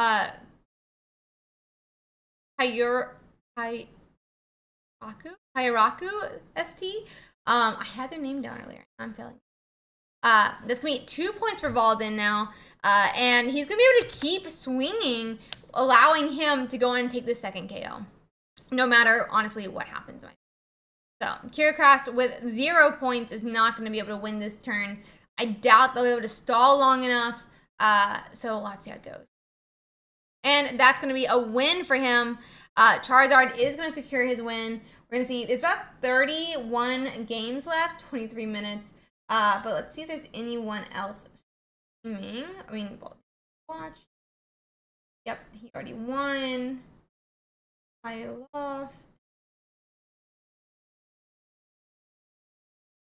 Oh, everyone's done, guys. Yeah, everyone's done their matches. Only about 20 matches left to go. We're getting into a really well-oiled machine, guys. I'm so proud of you guys. We're really figuring out this tournament thing. Not false, Sato. Not false. So let's see how this goes, though. I'm gonna see if I can find us. We'll head back to that meta breakdown. We'll look over some of these different players, and try to see, who's going to win, who's not. We do obviously have Udon did go undefeated, and I'm pretty sure all 9-1 should make it. I'm surprised more people didn't ID into the next round. IDs are allowed in this tournament, so, pretty normal for a card game, but very interesting to see regardless. So we have at least the 9-1s are going to be in, so we're going to have that 10-0 makes it. That 9-1 is going to make it. The 9-1 between these is going to make it. We're going to have 1, 2, 3, 4, 5, 6, 7, 8. I'm just randomly clicking on 1, 2, 3, 4, 5, 6, 7, 8, 9, 10, 11, 12, 13, 14, 15, 16. At least, so half of the top 32 is going to be 9-1s and above, or 8-1s and above, 8-1-1s and above.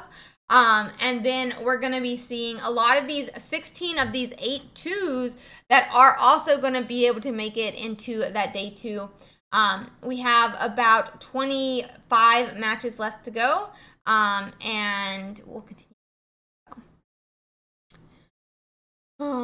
Let's see. We can look at the standings a little bit to see how they are, working out. It's going to be a lot of the top half or whatever, it's going to be chosen by that opponent win percentage, then the opponent's win percentage, and go from there. I'm interested. I would love to see the exact calculation how this works, but I'm not really sure how the win percentage works. Let's see.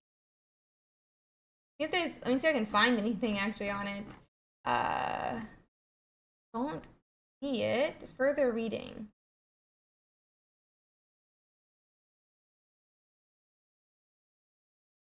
Yeah, I don't really know how they calculate it. Someone asked me about it earlier, but I'm not really sure.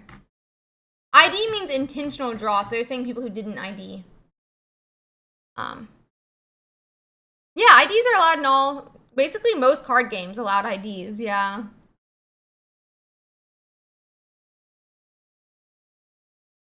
Yeah.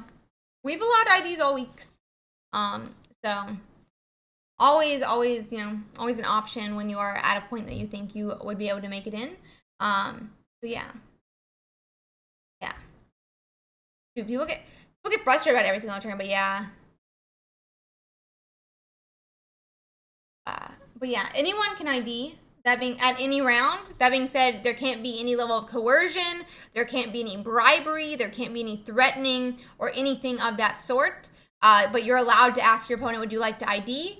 And then you can say yes or no. No level of coercion is allowed, though. So yeah. Yeah, there's a Marowak that's doing really well right now. They are 9-1. They did lose. You could ID round 1. I don't think your opponent's going to agree with you. But you see it sometimes, like at locals, people run into their friend's ID, assuming that they'll hopefully be able to make it later in the tournament, get the games that they need. Like, it happens at different tournaments. So it's acceptable. It's always been acceptable in the community to ID, at least for card games. So yeah. There's a Primate doing really well. Yeah, there is a Primate. There's a couple of Marowaks doing pretty well. I'm really excited to see it. I'm surprised to see so few Charizards. Like, Jesus. The next Charizard's at 36. We'll have to see how he ends up doing. But absolutely insane to see that Charizard's not doing great this week. I was kind of expecting better from my Charizard and Zarkanine family. Zard not washed. I won't accept it. The real question is, can I ID and get into Top Cut? But yeah.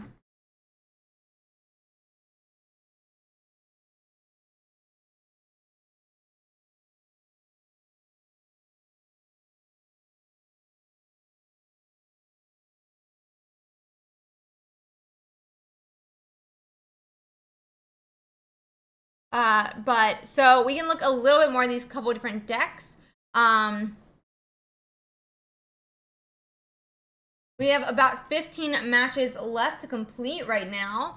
So I want to check some of these decks out. We are seeing that Cubone, Marowak. So only running Cubone and Marowak, very interesting. Cubone and Mankey lines. If going last time, I was 8-1. I would have had a better chance of getting Top Cut.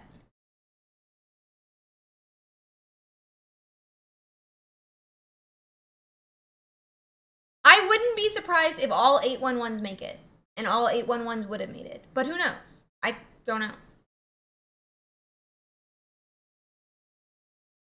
I'm assuming that if all 8-1-1s had 8, you know, what is it? Yeah, it goes to here. I'm assuming most, if not all 8-1-1s did it. But I don't know. You would have had to do the math. So let's see here. We can go back to that standings. We did see this one, interesting enough, only running the Mankey, the Primate line, and the Marowak EX line. Running 2 Research, 1 Giovanni, 1 Sabrina. I don't understand Hand Scope to save my life, but it's okay. I just think that Hand Scope could have been a Sabrina or a Giovanni. I just think Hand Scope could have been, you know, Giovanni or Sabrina. Maybe it wasn't needed, though. Maybe it's not needed. It's okay. But I don't think you really need a Hand Scope here. That being said, I'm a little bit biased on that. I just think this Hand Scope could have literally been anything else. I literally think this Hand Scope could have been anything else. That being, yeah, sometimes you're just nosy. Sometimes you're just nosy and you want to sniff and see what's over there. Jinjo, I think, though, that you don't need it to see what's there. You should, I think most of the time we all have an idea what's in our opponent's hand. I don't think you need it. I think players shouldn't use their red card unless they have an idea what's in their opponent's hand and on what turn. And I don't think you should need red card because it's a small enough deck that you have an idea what's in their hand. I don't agree. You don't need Hand Scope to know what's in your opponent's hand in this game, in my opinion. Or at least for the most part. Yeah, I think you could have little. But that being said, yeah, I was gonna say that. That being said, he is 9-1. Kronos and I are both obviously not 9-1. Maybe he knows better than me. They did end up getting defeated. They lost in the last round. They're 9-1 right now. So yeah. So. Source, Ursiiday gamers, but we aren't 9-1 in the tournament, so. That being said, obviously, I do really take into account people's, you know, how well they did. But in most cases, I don't think not red card. I don't think Hand Scope is needed. I think red card is really, really strong. I don't think you need Hand Scope in this game to be able to use red card effectively, though. I mean, that's true. That's true. Yeah. I just think most time people use red card with Hand Scope, and I don't think you need red card for Hand Scope. But Jinto, with that being said, that's a really good use that I didn't think of for sure. I just don't think you need them in tandem, I guess is the way that I'm going to put it. I don't think you need them in tandem. Like, I don't think you need to use hand scope to effectively use red card. And I think most people's argument for hand scope is that you use it for red card. But I do think that Ginger had a great comment that is not even always about the red card. It's knowing this, if I do this, will I lose or win? No, I think that's a great use. As long as you're not, using it specifically for the red card and you're using it to choose between two different choices, I think that's a really good use. You're not allowed to change any cards in your deck once the tournament begins. No, you're not allowed to change any cards in your deck once the tournament begins.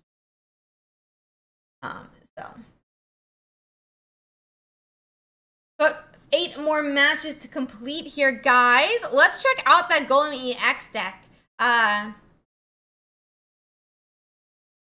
No, I would say that if you are worrying about a certain card, not even red card, then maybe hand scope has a use. I have not used it in that way.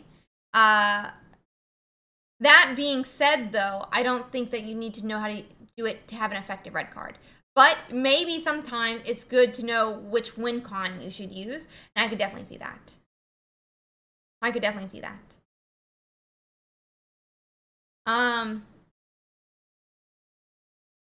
I've never said that red card is perfect. I'm just saying that I don't think you need hand scope for red card. Also true. Yeah, having the 2 in your hand is definitely hard to get. Yeah, for sure. And he's 9-1, so he probably knows something better than us. But let's check out this Marowak Golem list real quick.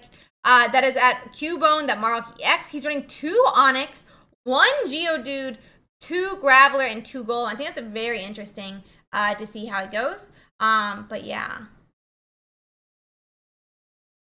So, I don't think you should be using red card blind. I'm just gonna say this real quick. I'm not sure I agree. And I disagree on the math not saying it's a good card, even. Doing math, I think it is a good card. After doing math on the card, I think it's also a good card, and also you should never use it blind. That being said, you don't need red card. You don't need hand scope to do it blind.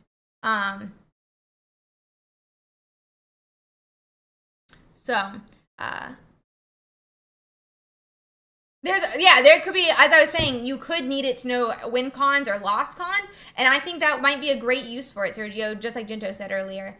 But yeah, so we have the Cubone, the Golem, all that sort. We do have a Wigglytuff Arbok that's looking cool. The 1 Jigglypuff, 1 Wigglytuff. We are going to see that Coughing, that Wheezing, Arbok, and Ekans here. 1 XP, 2 Pokeball, 1 Giovanni, 2 Sabrina, 2 Koga. Okay. Starmie EX and Greninja. Oh. I'm Starmie EX and Greninja. I want to check out that list. So we are seeing 2 Staryu, 2 Starmie EX. This one I thought was really interesting because it's also doing 1 Farfetch'd, 1 Kangaskhan, and I wonder if there's a reason for both of them being there unless he only has one of the ones he wants to use. But yeah, I don't think you need to do that specific ever. You should not. I don't think you should run 2 red card at all. I don't think you need 2 red card at all, ever. And there's literally no reason to red card someone twice in a turn. And you should only be doing red card with a reason. Anywho, oh, Accelerate, you're here. Thank you. Farfetch'd only for early aggro and Kangaskhan for tanking his Pika. That makes a lot of sense. Thank you, Ars. I really appreciate that. I really appreciate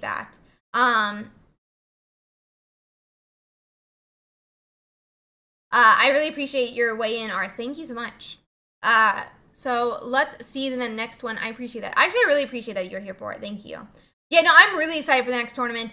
That being said, guys, for those who don't know, we do already have the next tournament live. It will be legal to play the mini set. So go on and, sign up for that. and, you know, see if you go and get your spot so you can play next week. I'm so excited to see how the meta shifts, if we'll see a big meta shift, if we'll see any meta shift, if we're going to see huge ones, small ones, stuff like that. But the mini set will be legal for next week. So go on and get your spot. I'm really excited to see how it goes. And maybe we'll still have an old deck win. I mean, like, we are seeing a Marowak with a Primate this round that is getting into, it looks like it's definitely getting into a top 32. And that being said, the first week that baby Mankey was out, it had like a 30% win rate. Like, we may not even see the effects of these new cards immediately, right? It could take a couple weeks to figure out what the correct decks are to run these new cards in, what some of those new decks are, and things like that. But yeah, maybe we don't even see a big meta shift next week. We could see it in weeks to come. We could see a huge change next week. I'm so excited to see how next week turns out. So please go on and sign up for that tournament. That being said, I want to give a huge shout out to our sponsor. Thank you so much, XP Collect, for being willing to sponsor all of our tournaments. So that being said, is top 32 tomorrow. We're still waiting for this round to finish. There's 3 games left, and then we can get into that next round. So yeah, give us 1 second here, guys. Give us 1 second here. Oh.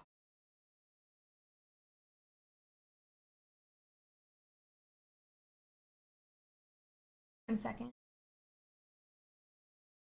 But yeah, it'll be same time, 1 p.m. EST. Same time, 1 p.m. EST. About 2 games to go, and then we'll be able to see who's in the top 32.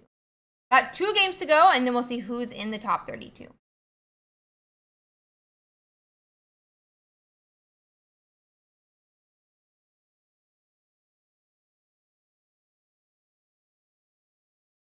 Okay. Yeah, exactly, Sophia. Some of the new cards could take a while to get figured out, could take a while to figure out how to run them, how to play them, things like that. And I'm really excited to see how, you know, it shapes up, what ends up happening, things like that.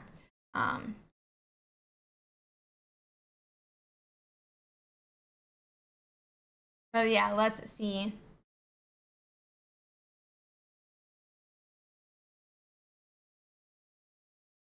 Let's see. Yeah. In the physical card game at official tournaments, there's normally a 2-week period. That being said, online tournaments, even with their normal card game, normally do allow for those cards immediately to be used. And we're going to allow cards to be immediately used. It's top 32 tomorrow. Top 32. Top 16 has a prize pool, but top 32 make it to day 2. Top 32 make it to day 2. Top 16 has a prize pool. We've got 2 more matches left to complete, guys. We are so close to the end of this tournament. I'm really glad that you enjoyed it, Ms. And thank you so much for playing in the tournament with us. So give us a second here. We're almost done with the tournament. 2 more matches to complete. And they are ones that are, or at least one of them is in contention for this last, this last game. Wait. Oh, okay. That one's 7 minutes in. Has 5. Wait. Oh, I didn't. That first game just took so long. We'll see how this game shapes up. Are they going? They also been. This is the last round that's currently playing. There's none for us to find to watch, but we will quickly be going into the next round.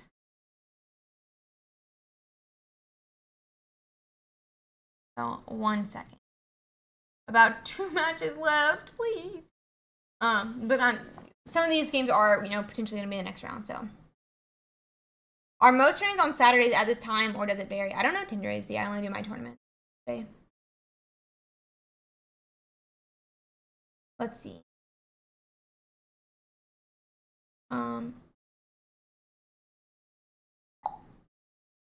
Let's see. Let's see how this goes, guys. Oh.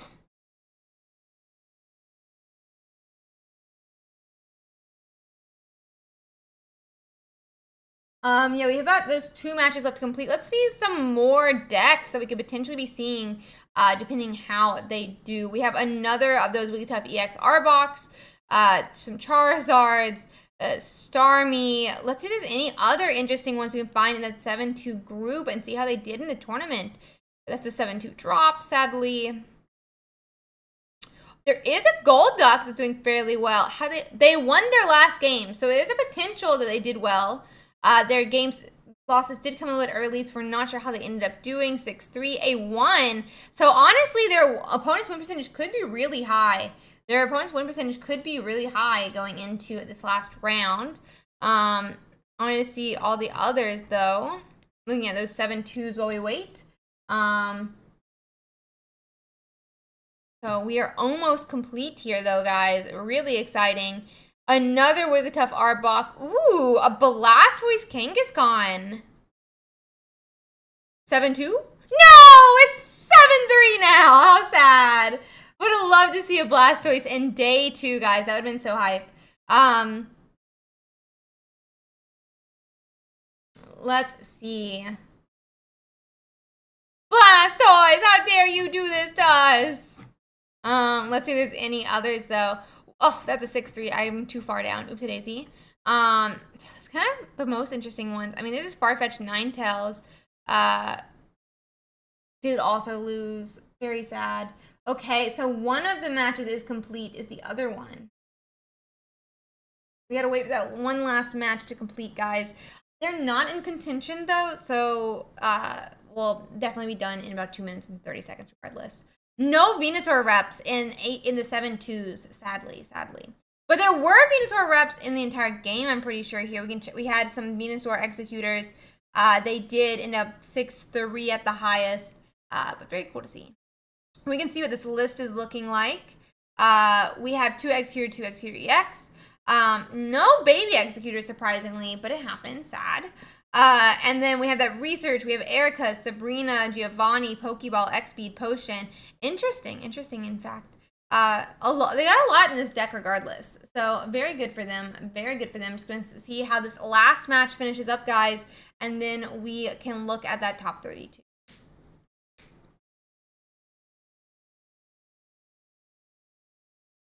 Oh, I'm so excited for some of these last games, though.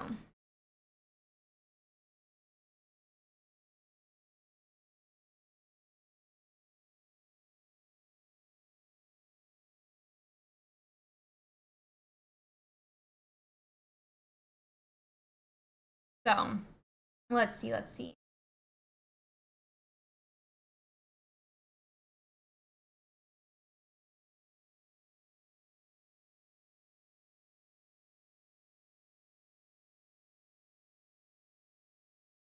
We're just waiting for that last game to complete here. Very excited. We can kind of actually look at some of these lists real quick if you want to, of the 2 that are still going here. That one match, it is a Marowak Greninja versus a Pikachu Zebstrika. It is 2 Blitzel, 2 Zebstrika, 2 Pikachu, 2 Zapdos, and that Pincurchin list we talked about briefly, versus a very interesting Marowak list. Let's see if we can bring it up. We did get to watch them briefly.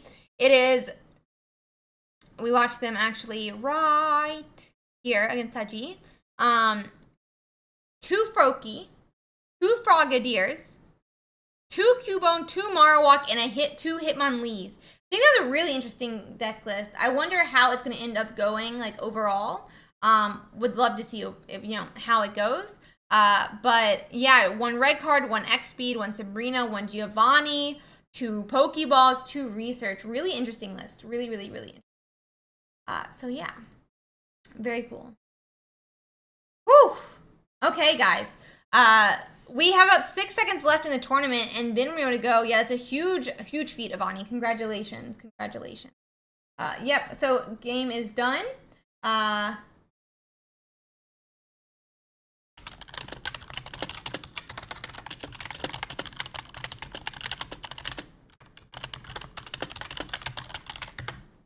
Okay, let's close it out so we can see. Oh, not set up next week. Yep, it should be all done. Okay, let's check out the standings. And this is going to be our official top 32. Official top 32. It is a lot of Pikachu and a lot of, you know, a lot of Mewtwo EX. We have one Charizard in our top 32. My god, only a single What happened to my Zarkanines? What happened to my Zarkanines? Anyway, crazy. We got a Marowak Primeape in our top 4 right now. We have literally more Marowaks than Charizards in our top 32. Insane. More Marowaks than Charizards in our top 32. I'm so sorry to hear that, Flygon. And I mean, we have that Wigglytuff EX here. We have an Articuno Greninja, a Mewtwo Greninja. Absolutely insane. We can look at this list again. It is just that Cubone Marowak where we've already talked about this deck multiple times. That being said, guys, I do think this is where we're going to end here. I want to give a huge shout out to everyone who played in the tournament tonight. Top 32 is absolutely insane, and I'm so proud of every single person who played in this tournament. Not just those who made top 32, not just those who are 8-2, but every single person who played in this tournament. Huge shout out to you guys for playing in it. You guys, you continue on this awesome competitive scene, and we only get the competitive scene because of the players who want to be a part of it. I also want to give a huge shout out to all the viewers. If you are a player or you are not a player, viewers are absolutely essential to a competitive scene. And thank you guys so much for tuning in with us tonight. I also want to give a huge shout out to XP Collect for being our sponsor. I am so, I'm so appreciative that XP Collect is willing to sponsor our tournament every single week. They put up that 400 USD prize pool every single week. And I think it really helps pulling people into this competitive scene and really helps with it. That being said, they are a card shop. They also do rip and ships on different social medias. So please, please, please make sure to check them out. They have never failed to send out their pre-releases or their pre-release stuff, pre-order stuff in the last 8 years. So please, please, please make sure to, to check them out, guys. I want to once again give you a huge shout out to our top 32. Congratulations for all those who made top 32. If you are in the top 32, it starts at 1 p.m. EST tomorrow. I will warn you, though, it is required if you are in the top 32 that at least one person from every single match does stream their game. So you have about 16 hours to, if you don't know how, to figure out how to stream your game in the Discord if you're not going to be streaming it on YouTube or on Twitch or some other platform. If you are doing a different platform, make sure that you send it to Ursiiday or one of the mods so that we know where to find your stream. But please, please, please make sure that you know how to stream. We won't allow for delays just because people don't know how. You have 16 hours to figure it out. That being said, once again, that top 32 does start at 1 p.m. EST. I want to give a huge shout out, by the way, to our judge crew. Holy crap. Thank you guys so much. You do not have to have sound. You just have to be able to stream your game. But I want to give a huge, huge, huge shout out to our entire judge crew. This tournament can only run the way it does. And really, you ended? I was going to stream. I was going to raid you, buddy. Let me find someone else to raid, I guess. They're also done.